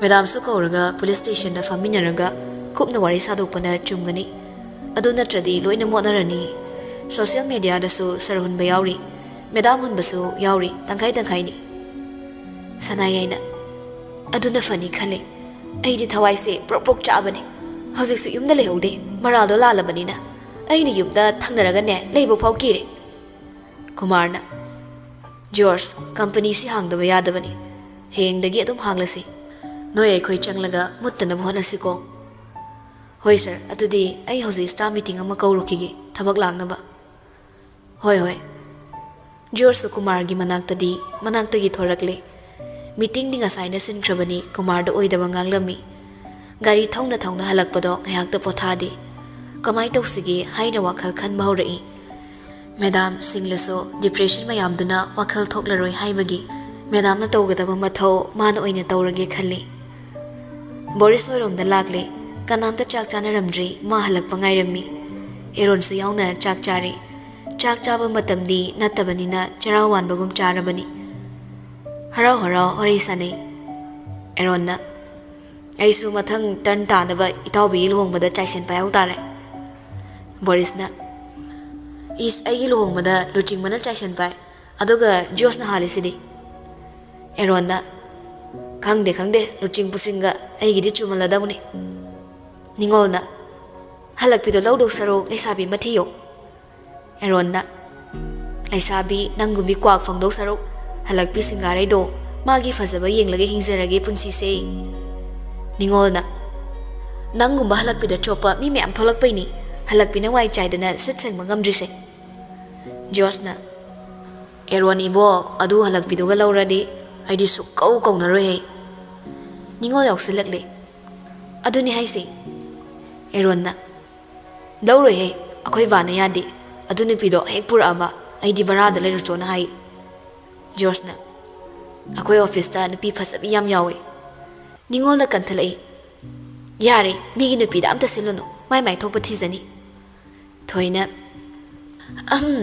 ꯍꯣꯏ ꯍꯣꯏ, ꯃꯌꯥꯝ ꯌꯥꯎꯕꯤꯔꯨꯔꯅꯨ, ꯆꯠꯁꯦ ꯅꯨꯡꯉꯥꯏꯇ꯭ꯔꯦ ꯇꯥꯝꯅꯥꯗꯤ ꯋꯥꯔꯤ ꯁꯥꯟꯅꯔꯤꯗꯣ ꯃꯔꯛꯇ ꯌꯥꯎꯔꯝꯗꯦ ꯇꯨꯃꯤꯟꯅ ꯇꯥꯕ ꯈꯪꯅꯤ ꯆꯥꯛ ꯆꯥꯕꯗꯤ ꯑꯗꯨꯝ ꯆꯥꯏ ꯇꯞꯂꯤ ꯇꯞꯂꯤ ꯆꯥꯕꯗꯨꯗ ꯃꯌꯥꯝ ꯋꯥꯔꯤꯗ ꯌꯥꯎꯅ ꯖꯤꯌꯣꯁꯅ ꯃꯈꯨꯠ ꯁꯥꯡꯗꯣꯔꯛꯂꯒ ꯇꯥꯝꯅꯥꯒꯤ ꯆꯥꯛꯇꯣ ꯈꯔ ꯀꯣꯠꯊꯔꯒ ꯑꯦꯟꯁꯥꯡꯒꯤ ꯍꯥꯏꯕꯤꯔꯝꯃꯤ ꯆꯤꯔꯣꯜ ꯑꯣꯏꯅ ꯈꯔ ꯌꯥꯝ ꯆꯥꯁꯤꯜꯂꯣ ꯍꯥꯏꯔꯒ ꯈꯣꯟꯖꯦꯜ ꯋꯥꯡꯈꯠꯂꯒ ꯑꯃꯨꯛ ꯃꯌꯥꯝꯒꯤ ꯋꯥꯔꯤ ꯃꯈꯥ ꯁꯝꯊꯩ ꯕꯦꯕꯥꯔ ꯀꯥꯏꯕꯗꯤ ꯇꯥꯔꯅꯤ ꯕꯣꯔꯤꯁ ꯅꯆꯟꯅꯨꯄꯤꯁꯦ ꯑꯦꯔꯣꯟꯗ ꯑꯣꯏꯅ ꯄꯤꯔꯣ ꯕꯣꯔꯤꯁꯅ ꯑꯁ ꯅꯨꯡꯉꯥꯏꯈꯤꯗ꯭ꯔꯦꯗ ꯇꯥꯝꯅꯥꯗꯤ ꯖꯤꯌꯣꯁꯇ ꯍꯥꯏꯐꯦꯠ ꯈꯛ ꯌꯦꯡꯈꯠꯂꯛꯂꯝꯃꯤ ꯑꯗꯨꯒ ꯑꯃꯨꯛ ꯅꯣꯟꯊꯔꯒ ꯆꯥꯈ꯭ꯔꯦ ꯅꯤꯡꯉꯣꯜꯅ ꯋꯥ ꯊꯩꯗꯣꯔꯛꯏ ꯑꯩꯈꯣꯏꯅꯦ ꯃꯇꯥꯝꯅꯥꯁꯦ ꯋꯥꯒ ꯑꯝꯇ ꯉꯥꯡꯗ꯭ꯔꯦ ꯖꯤꯌꯣꯁꯅ ꯑꯩꯅ ꯇꯨꯃꯤꯟ ꯂꯩꯌꯣ ꯅꯪꯗꯤ ꯂꯦꯝꯃꯣ ꯑꯔꯦꯝꯕ ꯑꯩꯒꯤ ꯅꯨꯄꯤꯅꯤ ꯍꯥꯏꯕꯗ ꯄꯛꯆꯗꯕ ꯇꯧꯅꯨꯅ ꯈꯨꯖꯤꯟꯅ ꯁꯤꯈ꯭ꯔꯦ ꯑꯦꯔꯣꯟꯅ ꯅꯣꯏꯅ ꯅꯤꯡꯉꯣꯜ ꯂꯧ ꯍꯥꯏꯁꯦ ꯀꯩꯒꯨꯝꯕ ꯑꯩꯅ ꯂꯧꯔꯦꯅ ꯈꯜꯂꯣ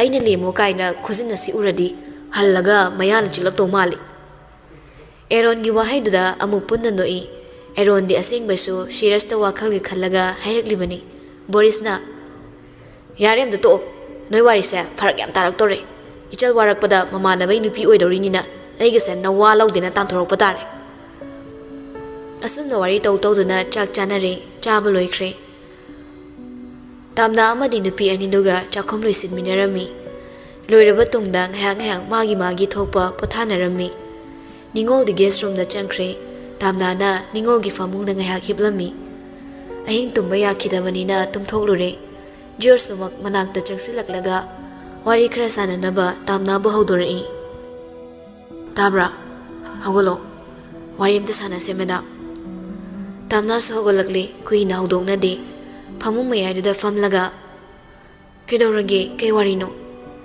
ꯑꯩꯅ ꯋꯥ ꯈꯔ ꯍꯥꯏꯒꯦ ꯇꯧꯕꯅꯤ ꯍꯥꯏꯌꯣ ꯅꯪ ꯃꯇꯝ ꯈꯔ ꯁꯤꯗ ꯂꯩꯌꯣ ꯅꯪ ꯍꯥꯏꯗꯣꯛꯄ ꯆꯠꯄꯁꯦ ꯈꯤꯇꯪ ꯐꯔꯛ ꯇꯥꯗꯣꯔꯦ ꯇꯥꯝꯅꯥꯁꯨ ꯃꯔꯝ ꯈꯪꯂꯨꯗ꯭ꯔꯁꯨ ꯅꯨꯄꯥꯁꯤꯅ ꯍꯥꯏꯕꯗ ꯌꯥꯔꯛꯂꯝꯃꯤ ꯍꯣꯏ ꯂꯩꯒꯦ ꯍꯥꯏꯗꯣꯛꯄ ꯆꯠꯇꯕꯩ ꯃꯔꯝ ꯀꯩꯅꯣ ꯀꯥꯏꯅ ꯋꯥꯈꯜꯗ ꯑꯃꯨꯛ ꯈꯟꯖꯤꯟꯈꯤꯅꯤꯀꯣ ꯈꯜꯂꯣꯏꯌꯦ ꯀꯩꯁꯨ ꯃꯇꯥꯡꯒꯤꯅꯤ ꯑꯃꯨꯛꯁꯨ ꯃꯥꯏꯊꯣꯡꯗꯣ ꯈꯖꯤꯛ ꯁꯨꯛꯂꯒ ꯍꯥꯏꯔꯛꯏ ꯑꯩꯅ ꯌꯨꯝꯗꯨꯗꯒꯤ ꯈꯣꯡ ꯀꯥꯟꯊꯣꯔꯛꯄ ꯅꯨꯃꯤꯠꯇꯩ ꯑꯩꯁꯦ ꯅꯪꯒꯤ ꯁꯥꯒꯩꯗ ꯇꯤꯜꯂꯦꯅ ꯈꯟꯈ꯭ꯔꯦ ꯃꯁꯤꯃꯗꯤ ꯅꯪꯒꯤ ꯊꯕꯛ ꯃꯌꯥꯝꯗꯨꯅ ꯀꯥꯎꯈꯤꯅꯨ ꯖꯤꯌꯣꯁꯁꯨ ꯅꯣꯛꯃꯤ ꯇꯥꯝꯅꯥꯒꯤ ꯂꯦꯡꯖꯨꯝ ꯑꯅꯤꯗꯨ ꯄꯥꯏꯔꯒ ꯑꯩꯒꯤ ꯋꯥꯈꯜꯅ ꯅꯪꯅ ꯑꯣꯏꯈ꯭ꯔꯕꯗ ꯑꯩꯅ ꯃꯦꯗꯥꯝꯕꯨ ꯀꯔꯝꯅ ꯀꯥꯎꯊꯣꯛꯎ ꯍꯥꯏꯕꯅꯣ ꯅꯨꯃꯤꯠ ꯅꯤꯅꯤ ꯍꯨꯝꯅꯤꯇꯪ ꯇꯨꯃꯤꯟꯅ ꯂꯩꯈꯤꯁꯦ ꯃꯗꯨꯒꯤ ꯃꯇꯨꯡ ꯃꯦꯗꯥꯝꯕꯨ ꯑꯩꯒꯤ ꯁꯥꯒꯩꯗ ꯇꯤꯜꯂꯦ ꯑꯩꯒꯤ ꯂꯣꯏꯅꯕꯤ ꯑꯣꯏꯅ ꯄꯨꯈ꯭ꯔꯦ ꯍꯥꯏꯅ ꯃꯌꯥꯝ ꯃꯃꯥꯡꯗ ꯐꯣꯡꯅ ꯂꯥꯎꯒꯦ ꯁꯣꯟꯊꯈ꯭ꯔꯒ ꯄꯛꯁꯣꯟꯗ ꯁꯣꯟꯊꯕ ꯊꯃꯣꯏꯅꯤ ꯅꯨꯡꯁꯤꯕꯒꯤ ꯃꯇꯥꯡꯗꯅꯁꯨ ꯍꯦꯜꯂꯤ ꯃꯥꯒꯤ ꯃꯃꯥꯡꯗꯅꯁꯨ ꯍꯦꯟꯅꯤꯡꯉꯤ ꯏꯅꯥꯛꯇ ꯂꯩꯅ ꯏꯅꯥꯛꯇꯒꯤ ꯆꯠꯈ꯭ꯔꯗꯤ ꯑꯩꯅ ꯀꯅꯥ ꯂꯩꯇꯕꯒꯨꯝ ꯌꯥꯝꯅꯁꯨ ꯋꯥꯅꯤ ꯑꯗꯨꯅ ꯑꯩꯗꯤ ꯅꯪꯒꯤ ꯐꯨꯔꯤꯠꯀꯤ ꯐꯤꯖꯤꯁꯦ ꯄꯥꯏꯗꯨꯅ ꯅꯪꯒꯤ ꯅꯇꯨꯡꯗ ꯏꯟꯅꯒꯅꯤ ꯑꯉꯥꯡ ꯑꯃꯅ ꯌꯥꯝꯅ ꯀꯤꯗꯨꯅ ꯃꯃꯥꯒꯤ ꯐꯤꯖꯤ ꯌꯥꯟꯕꯒꯨꯝ ꯃꯤꯌꯥꯝ ꯃꯥꯡꯗ ꯊꯣꯛꯄꯗ ꯏꯔꯥꯜ ꯂꯩꯕꯒꯨꯝ ꯌꯥꯝꯅ ꯀꯤꯕ ꯃꯤꯀꯨꯞꯁꯤꯗꯗꯤ ꯅꯪꯒꯤ ꯐꯤꯖꯤ ꯄꯥꯏꯔꯒ ꯅꯪꯒꯤ ꯅꯇꯨꯡꯗ ꯏꯟꯅꯅꯤꯡꯉꯤ ꯅꯪꯒꯤ ꯅꯔꯨꯝꯗꯁꯨ ꯂꯣꯠꯅꯤꯡꯉꯤ ꯃꯦꯗꯥꯝꯒꯤꯁꯨ ꯑꯩꯅ ꯍꯤꯡꯒꯅꯤ ꯑꯩꯈꯣꯏꯅ ꯁꯤꯟꯕ ꯄ꯭ꯂꯥꯟꯗ ꯌꯥꯔꯣꯏꯗꯕ ꯑꯃ ꯂꯩꯕꯅ ꯃꯐꯝꯁꯤꯗ ꯂꯩꯌꯨ ꯃꯦꯗꯥꯝ ꯐꯣꯟ パイꯒꯅꯨ ꯆꯠꯊꯣꯛꯀꯅꯨ ꯑꯩꯁꯨ ꯑꯗꯨꯝ ꯂꯥꯛꯀꯅꯤ ꯂꯥꯛꯇꯕ ꯅꯨꯃꯤꯠ ꯌꯥꯎꯔꯁꯨ ꯃꯦꯗꯥꯝ ꯀꯩꯝꯇ ꯆꯤꯡꯅꯔꯝꯒꯅꯨ ꯂꯥꯛꯇꯕ ꯌꯥꯎꯔꯁꯨ ꯍꯥꯏꯔꯛꯄ ꯃꯤꯀꯨꯞꯁꯤꯗ ꯂꯥꯛꯇꯕ ꯌꯥꯔꯣꯏ ꯍꯥꯏꯕꯒꯤ ꯃꯇꯧ ꯎꯠꯂꯛꯏ ꯃꯁꯥꯗꯣ ꯈꯔ ꯐꯤꯡꯅ ꯅꯨꯄꯥꯁꯤꯗ ꯌꯦꯡꯂꯒ ꯍꯥꯏꯔꯛꯏ ꯅꯤꯡꯉꯥꯏ ꯀꯟꯕꯤ ꯃꯦꯗꯥꯝꯒꯤ ꯅꯤꯡꯉꯥꯏꯗꯣ ꯍꯧꯔꯛꯂꯦ ꯑꯗꯨꯗꯤ ꯌꯥꯔꯣꯏ ꯉꯥꯏꯍꯥꯛ ꯑꯣꯏꯔꯁꯨ ꯅꯪ ꯑꯩꯒꯤ ꯅꯥꯛꯇ ꯂꯥꯛꯑꯝꯃꯣ ꯑꯗꯨꯅ ꯅꯨꯃꯤꯠꯇꯨꯒꯤ ꯑꯋꯥꯕ ꯄꯣꯊꯥꯗꯣꯏꯅꯤ ꯅꯪ ꯂꯥꯛꯑꯣꯏꯒꯦ ꯍꯥꯏꯔꯛꯀꯅꯨꯀꯣ ꯂꯥꯛꯀꯗꯧꯕ ꯐꯔꯛ ꯇꯥꯔꯁꯨ ꯍꯧꯖꯤꯛꯀꯤ ꯑꯣꯏꯅꯗꯤ ꯁꯣꯏꯗꯅ ꯂꯥꯛꯀꯦ ꯍꯥꯏꯔꯛꯑꯣ ꯂꯥꯛꯅꯕ ꯍꯣꯠꯅꯒꯦ ꯑꯩ ꯁꯣꯏꯗꯅ ꯃꯦꯗꯥꯝ ꯑꯗꯣ ꯑꯩ ꯍꯜꯂꯛꯄꯗꯒꯤ ꯌꯨꯝꯁꯨ ꯍꯜꯂꯨꯗ꯭ꯔꯤ ꯌꯨꯝ ꯆꯠꯂꯨꯈꯤꯒꯦ ꯃꯦꯗꯥꯝꯁꯨ ꯉꯥꯏꯍꯥꯛꯇꯪ ꯄꯣꯊꯥꯔꯝꯃꯨꯀꯣ ꯍꯣꯏ ꯍꯥꯏꯔꯒ ꯅꯃꯥꯏ ꯅꯃꯤꯠꯀꯤ ꯄꯣꯡ ꯄꯣꯝꯕ ꯂꯩꯔꯝꯃꯕ ꯑꯩꯗꯤ ꯌꯥꯔꯣꯏꯗꯕꯅꯤ ꯑꯩꯅ ꯄꯥꯝꯕ ꯒꯨꯟ ꯈꯨꯗꯤꯡꯃꯛ ꯃꯦꯗꯥꯝꯅ ꯂꯣꯏꯅ ꯆꯦꯟꯒꯦ ꯍꯥꯏꯈꯤꯕꯅꯤ ꯌꯥꯝꯅ ꯁꯣꯟꯊꯕ ꯊꯧꯅꯥ ꯂꯩꯇꯕ ꯃꯤꯗꯤ ꯑꯩꯗꯤ ꯄꯥꯝꯗꯦꯀꯣ ꯍꯟꯖꯤꯟ ꯋꯥꯍꯩꯁꯦ ꯑꯩꯕꯨ ꯃꯦꯗꯥꯝꯗ ꯍꯥꯏꯍꯟꯒꯅꯨ ꯅꯨꯡꯉꯥꯏꯅ ꯄꯣꯊꯥꯔ ꯂꯩꯔꯝꯃꯨ ꯍꯣꯏ ꯑꯗꯣ ꯀꯩꯗꯧꯔꯒꯦ ꯍꯥꯏꯌꯨ ꯅꯪꯒꯤ ꯐꯨꯔꯤꯠ ꯑꯃ ꯄꯤꯔꯝꯃꯨ George to mamit kitang lang tui. Kegi madam de.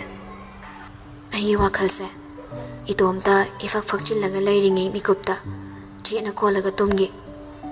George so lagnagum asum nairi. Ay di hatu lakpada sart so anipura udre. Mozafrit amadi manung na thari. Sisu humang marakta ko chenchel bay manam nam tiharak pasuyay madam na. Naton sensitive oiba madam na manam chile na amung nong nakradi ikaizi. Piro ay potaba yabra yenge ba. Pira mo ko. Nangi misida bay tabak to toro kano ba. Mathaki sart to satlok thok laga pirakle. Sese paisa horo. Ado madam yam chena di konsilang wano ko. Ay soran banga moy ba. Tamna sa lawshili. Namay kaini chalo yare. Sigiti thanks. Chue may nupada bu thanks ay. Tut chawgige pasalera mo ko. Thorakle makong tabli thanglak lami. Thongzil yarom dai dalay thorak laga. Momon no uhay na makut na chimbala tham laga. Kayat sang do uhay bagi ingi torami. Adoga bay among toram laga thorakle. Arun su mangolgi sofa duda uhi na layrami. Lep na hogdoi. Itaw be ko no uiro ay thongal fawda thilamo. Arun su hagoting da bay hayri. As numidang oy na hallo ba ay ngak to tumkige. Ngarang su phajana tumde. Jir su matamang hande mamit sing na ba sofa dudagi lakta na khang ching thai. Longda tarai Arun su aduga machin thirei. Namay bat thawai mi ga mathong maram amata khangamaroy. Lao amto thilo lao. So table mathak se lai sha okpura chatkiba kai kai ge ba. Thabak tawre na minai loining era nang maso minai loibi ge pundana. Hoi mi singsa minai oina loina urakpa aduini. Yet krapot pakhang wairing ngai sidana marup no otpa. Nupi thira kana na nupi no otoiba. Ho punsi haisini. Mamit mana amulau thorakle. Nang puriti kada. Nupi do give tawrame. As irang tong na bada sagai krabo. Minnai sidi. Asigumba kokte da chalakani ba. Sum chingada bangamdi aduini. Yare nang na marola mat chagat. Ay na som na mathana ngawro kansida. Arun su hogolagle hairi. Lao thillage yongi anga. Asum na Arun gi gari da George pa mayum phawba thilaklami. Gate gi Arun buhan cry duna mayum da changalamdi. Gari khambaga George na hairi. Nang furi to piro. Kay gya. Yum da kamay na Mozafri sililaga changdurigi. Imana wasab ing sabay ngang bataning di. Ay di Mozafri polita na kamay handurigi. Nang budi pakhang ni na aduna hena hot oiduini. Yare kok law thuro. Namdana Arun gi frito munboy law thok laga mana listen kre. Gari dagi kumtharak lage Arun da bai toram laga imung changlakle. Mama su mangol da famlami. Ima kaurak paduda satin thorai khara su phing na mo hairak-lami. Ngaktang leiramo ima mai larukhige. Hairagi imung lom da changkhre ma su kaisu hairodre ngarang dagi halaklabani. Adubo mama di khangdabani. Kisorna su haidoklamde haibaso adum mama gi chamcham maong sida khangmangamlammi. Imung dagi che machet amaga maikhet ka puthorak laga machabu mai okthok pirami. Lao kanthoro. Kanthorag laga amu yung manung changak laga mama macha punna sofa du da phamini. Akoi pibadi kai lekhrage. Gasi school da ne extra class la haidana chatkhi. Punga manang na ba chatki bani. Ichagi thabak tu mai pak laglabro kamai tora age ba. Hangchitagi de office sa ba horani. Phareda nang mamona ne thabak se tokhaning ba loira bani. Hoi ma adubu aina toromba thabak sa masilaga thanambadi ai pamde aduna kharadi sengdo onge haidi tungdala kadawi staff singduda matha saduna ba artarado noglei phai kaisu kaide isana leirambado thabo mafam mayam chakhalammi kai haido onthona pamjakhri imana so adoima imana pamjabasu thongala dauni thungbudi thunglaba adoda thungle haidok pasa imagi nachin khuyawduda hairubo yadri plan flop chatkaneba kanam tan thukano kanam tam thukano hairaga mic palaga lawrok tobi imani hana dai sumi wa yam pami achara to gyan mangi kaino ne haisibo hayang hangchiti tarani nafina rolga do hongdok laga potharamo ichalam sang lakpagi waramani Ima ichagine chanaba kei keno sembirage. Hoi ma.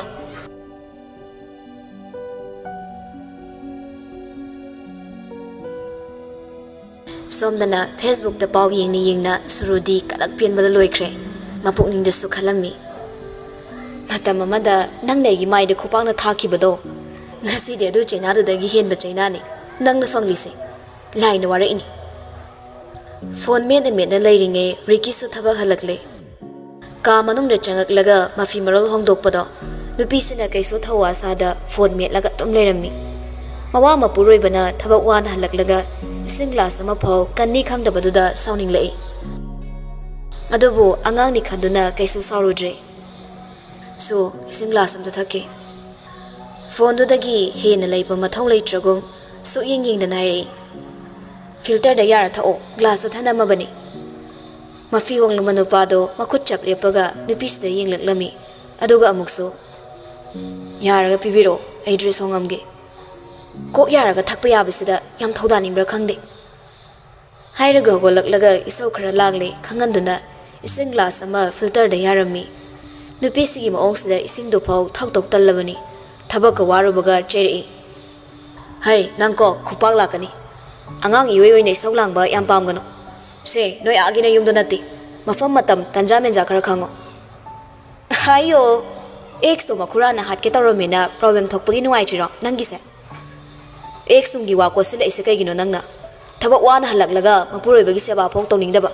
Nangbo mawo mani haidane yum sida leibe kai kanarige. Nangna na yum pala ise. Aigi sel sikhak phamja charaga leige na pala iro. Suru hande sangat la khumai. Oh, na yum ni na ta thoki siro. Ai ni hena leining di na yum sida. Imai pani amadda bai leire ni. Phagi deine chai sagira na kap keraba. Ngam me kai na phawa sarakano yining di. Launa rakpaduda manem posa sangakli. Wa ngang na. Hai, kai daw na re amuk launa re isina. Kai daw bu yaurage. Suru manem da wakalai. Ima na chanu pa na ise yum dale hening dramale. Ricky do fingalakli. Chintibi nang nachin du thugai ro. Ai ni singla sama khakkalu haibagi irang sagali se kai gino. Nang irang kya pamge hairaga thajindoi sangsilakpani linthoina ani makto khamdorakle themai yare ne nabani mak loina to o lekai na taraga fazade ne luhong bada ngai ba matai manaudi yam nungsinai nabani sina kamdo bono khangdre rikina ore imala khanmana mause ore haisini yam pamjakhidai imaga laiminaro aigadi ore suru mapi naurakle magi pendaba singdo hairei ngasi phauda nangna ise nungsina roi nabibra Ricky frito laktana langthoklaga hairei ngasi phauda nangi na ningthongandaba kari karamba numite yaukre nangna set ge haiba selali nangna cha ge haiba pizai sidai henba kai paunge ngasi phaubada aina khupana se thakrabra nangna iba mapan thongda phizet leiting ni ining tamalaso thamoida di otpane khangaba thamoida otpa chaina sidi nangna nati haigero mawa mapuroi bana wan halaklaga seba tawni fo khangdaba aigi pam da fo khangma ngamdaba nangonda aina nang kamai nusidoino aina kamai nang bu nusiba ngamdoino pamdi nang nusi bidraso aigi su nusiba leye nusiba kaine ramaga nangi na tung ilakkibane chatkhro kaidorige aduri chatkhro dana aina nangi nusibado kaino haidana insin kibro linthoina maudoina cherakli yar he nang masu nupasina phingat adi lepo asumna sinkalisi bu kaigino sawa panaraga tapna ngangno suru kap haurakli lan su lan ta bai gonda imana ngangli bani ne nacha nu pasi mi changli bani ne noina e bosu amna nusi bidrabani na aidi pam da chatkhani noina nusi bidrasu kem ta kaidi imai pa leidi khanaba khuding engonda dum chai thaladi nacha nu pase dum nong chau ta ba hinthoina nupi nang na hana tap thau hai bani ne isagi mi chang bana te ne nangbo finglingai dana chindu khumradi apai pona thomlakladi sukani hai bani ne yare khangi imung sida ai nusibak nam ta leite chatkhani aidi amhana su laoi hairaga thuna thokibado linthoina tanage tawrami adubu machanu pana chaiduna khamlai he khambada kaidoge chatkhisano aigi mathane se asine he nakta laaba tension adum hapabane luna tawrena kirini mapam duda kayam kuina leiba yage yenge khamono yade haiba khara khangange Mapa mamana waraktrabanina mayum palaga wangang sanga kay haini kay ngang ni sukita khangde. Imagi bungo nangi na mai khuni ne nangmu phajadi mi luhong dangairi noina tawrisia phajade ko. Phajagera phajaroira ai wakhang ngak ta yangna nungai na pothauge. Hairam laga bathroom nomda changkre makhada tariba frito linthoina khungatlaga phajana yansilami. Mauna yumdudagi thokibado amuksu khamlunaba thoraklami.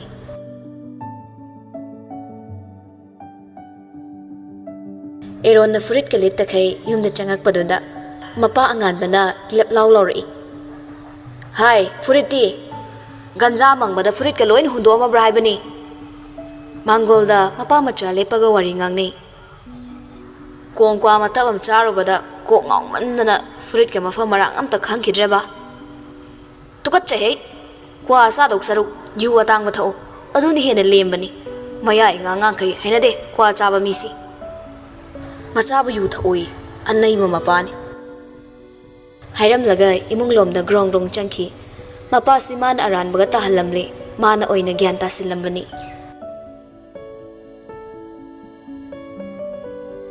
Nimidang ni Kumar mayumda leire magi nupina anaba dressing lawthok pirami monda nga tharaga hibli makut asokpado dressing tongna sanayay na hairi. Asuk yamda luna sa tawsariba adugi yinguni ngamida ko kay macha sauna bayok laga mapu chathoki haido thek tawre mama nang anna handok pirami haidana aina dine nan dana thambiraga makura tawgi tawrami. Kumar magi nupina nganglido manada hapchinde yumda laikhibro mabo maraldo lalabanina mamagi mari mata amagida lotli haibani yumda ko pusinbiraga thamge haide aina kaisu haidoksu natabaduda. Mother Teresa hoy kangbuni ko yam minungsi chawi ko mi chaba kangbu si yoklaga chathoki na ba khitawbirano suknak naksin baga pamjadre tangkhaida wal khasilani changnararoi moiga siza nangam ka tumi layo ai tumi na pothage sanayai tumi lekre mapuroi bana tumi na laina bahairak paduda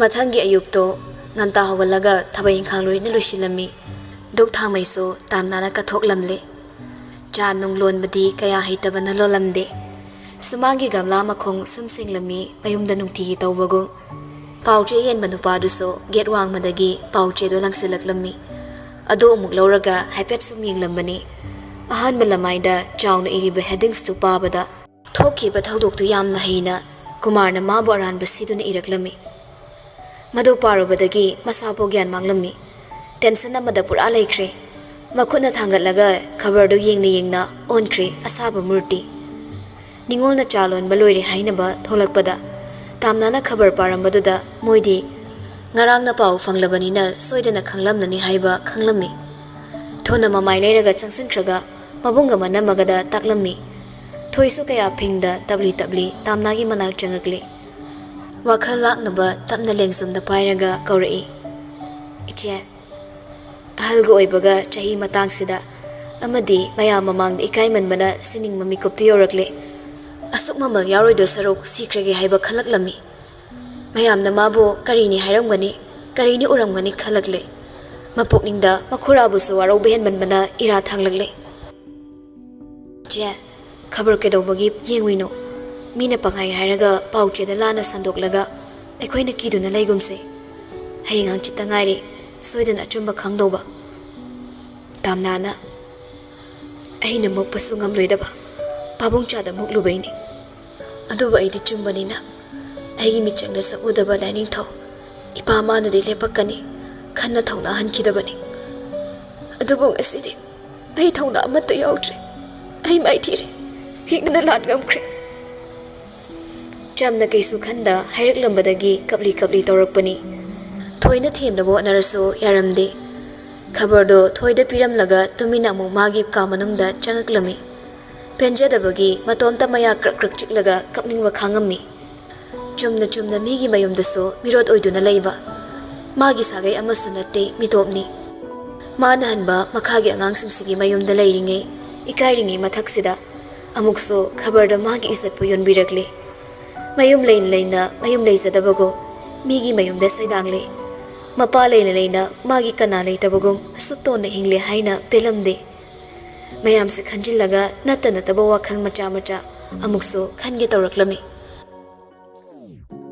sontarak pamiko khudingda masa matomda thongna pizabani masana masagi thongna oizabani adubo mapagi hek manaw nupa makhurana phau nungsiba ngamdrabada mari kaisu thoknadaba kana amabo mana thajabagi asadudi mami samakle asumna pawdo lana sarasan kre khangbadagi masado kainoma tawraga tumina laikre kanamtana ngangba wasu takidre amana changlaga themlabaso asun ado kaisu tawdaba saduna hairei ai kaisu tawrei kaisu tawde wakhalse kitang pothage asi haiduna thadorakpani amasu amata nungainadre punna mapana famlaga wari tawrami ningolna lajosu thabak chiliba khangdi laktrise Borisna company su irang khara thoi mari yene haidana call tor amani Kumar se anamana yadabani aduga Kumar ga tamna ga gi michangsi thoklaga mari tawna poira male tanja se da josna tamna se mayumda pusiluradi amukso khanbani adubu somdadi amadi di fresh leidore thoina yumsida thamsin biga da ba halama su leibanati wakal phatha bahaiba halama ta su leidi aikhoi sumana hanbanina ikai nusiana baso oibani ningolna dajos ki mama do kausira Borisna adu yadi wase chinyam baso yadi papuk chet pa misu oisano pasing yamna khangan bagi mathau kemta tade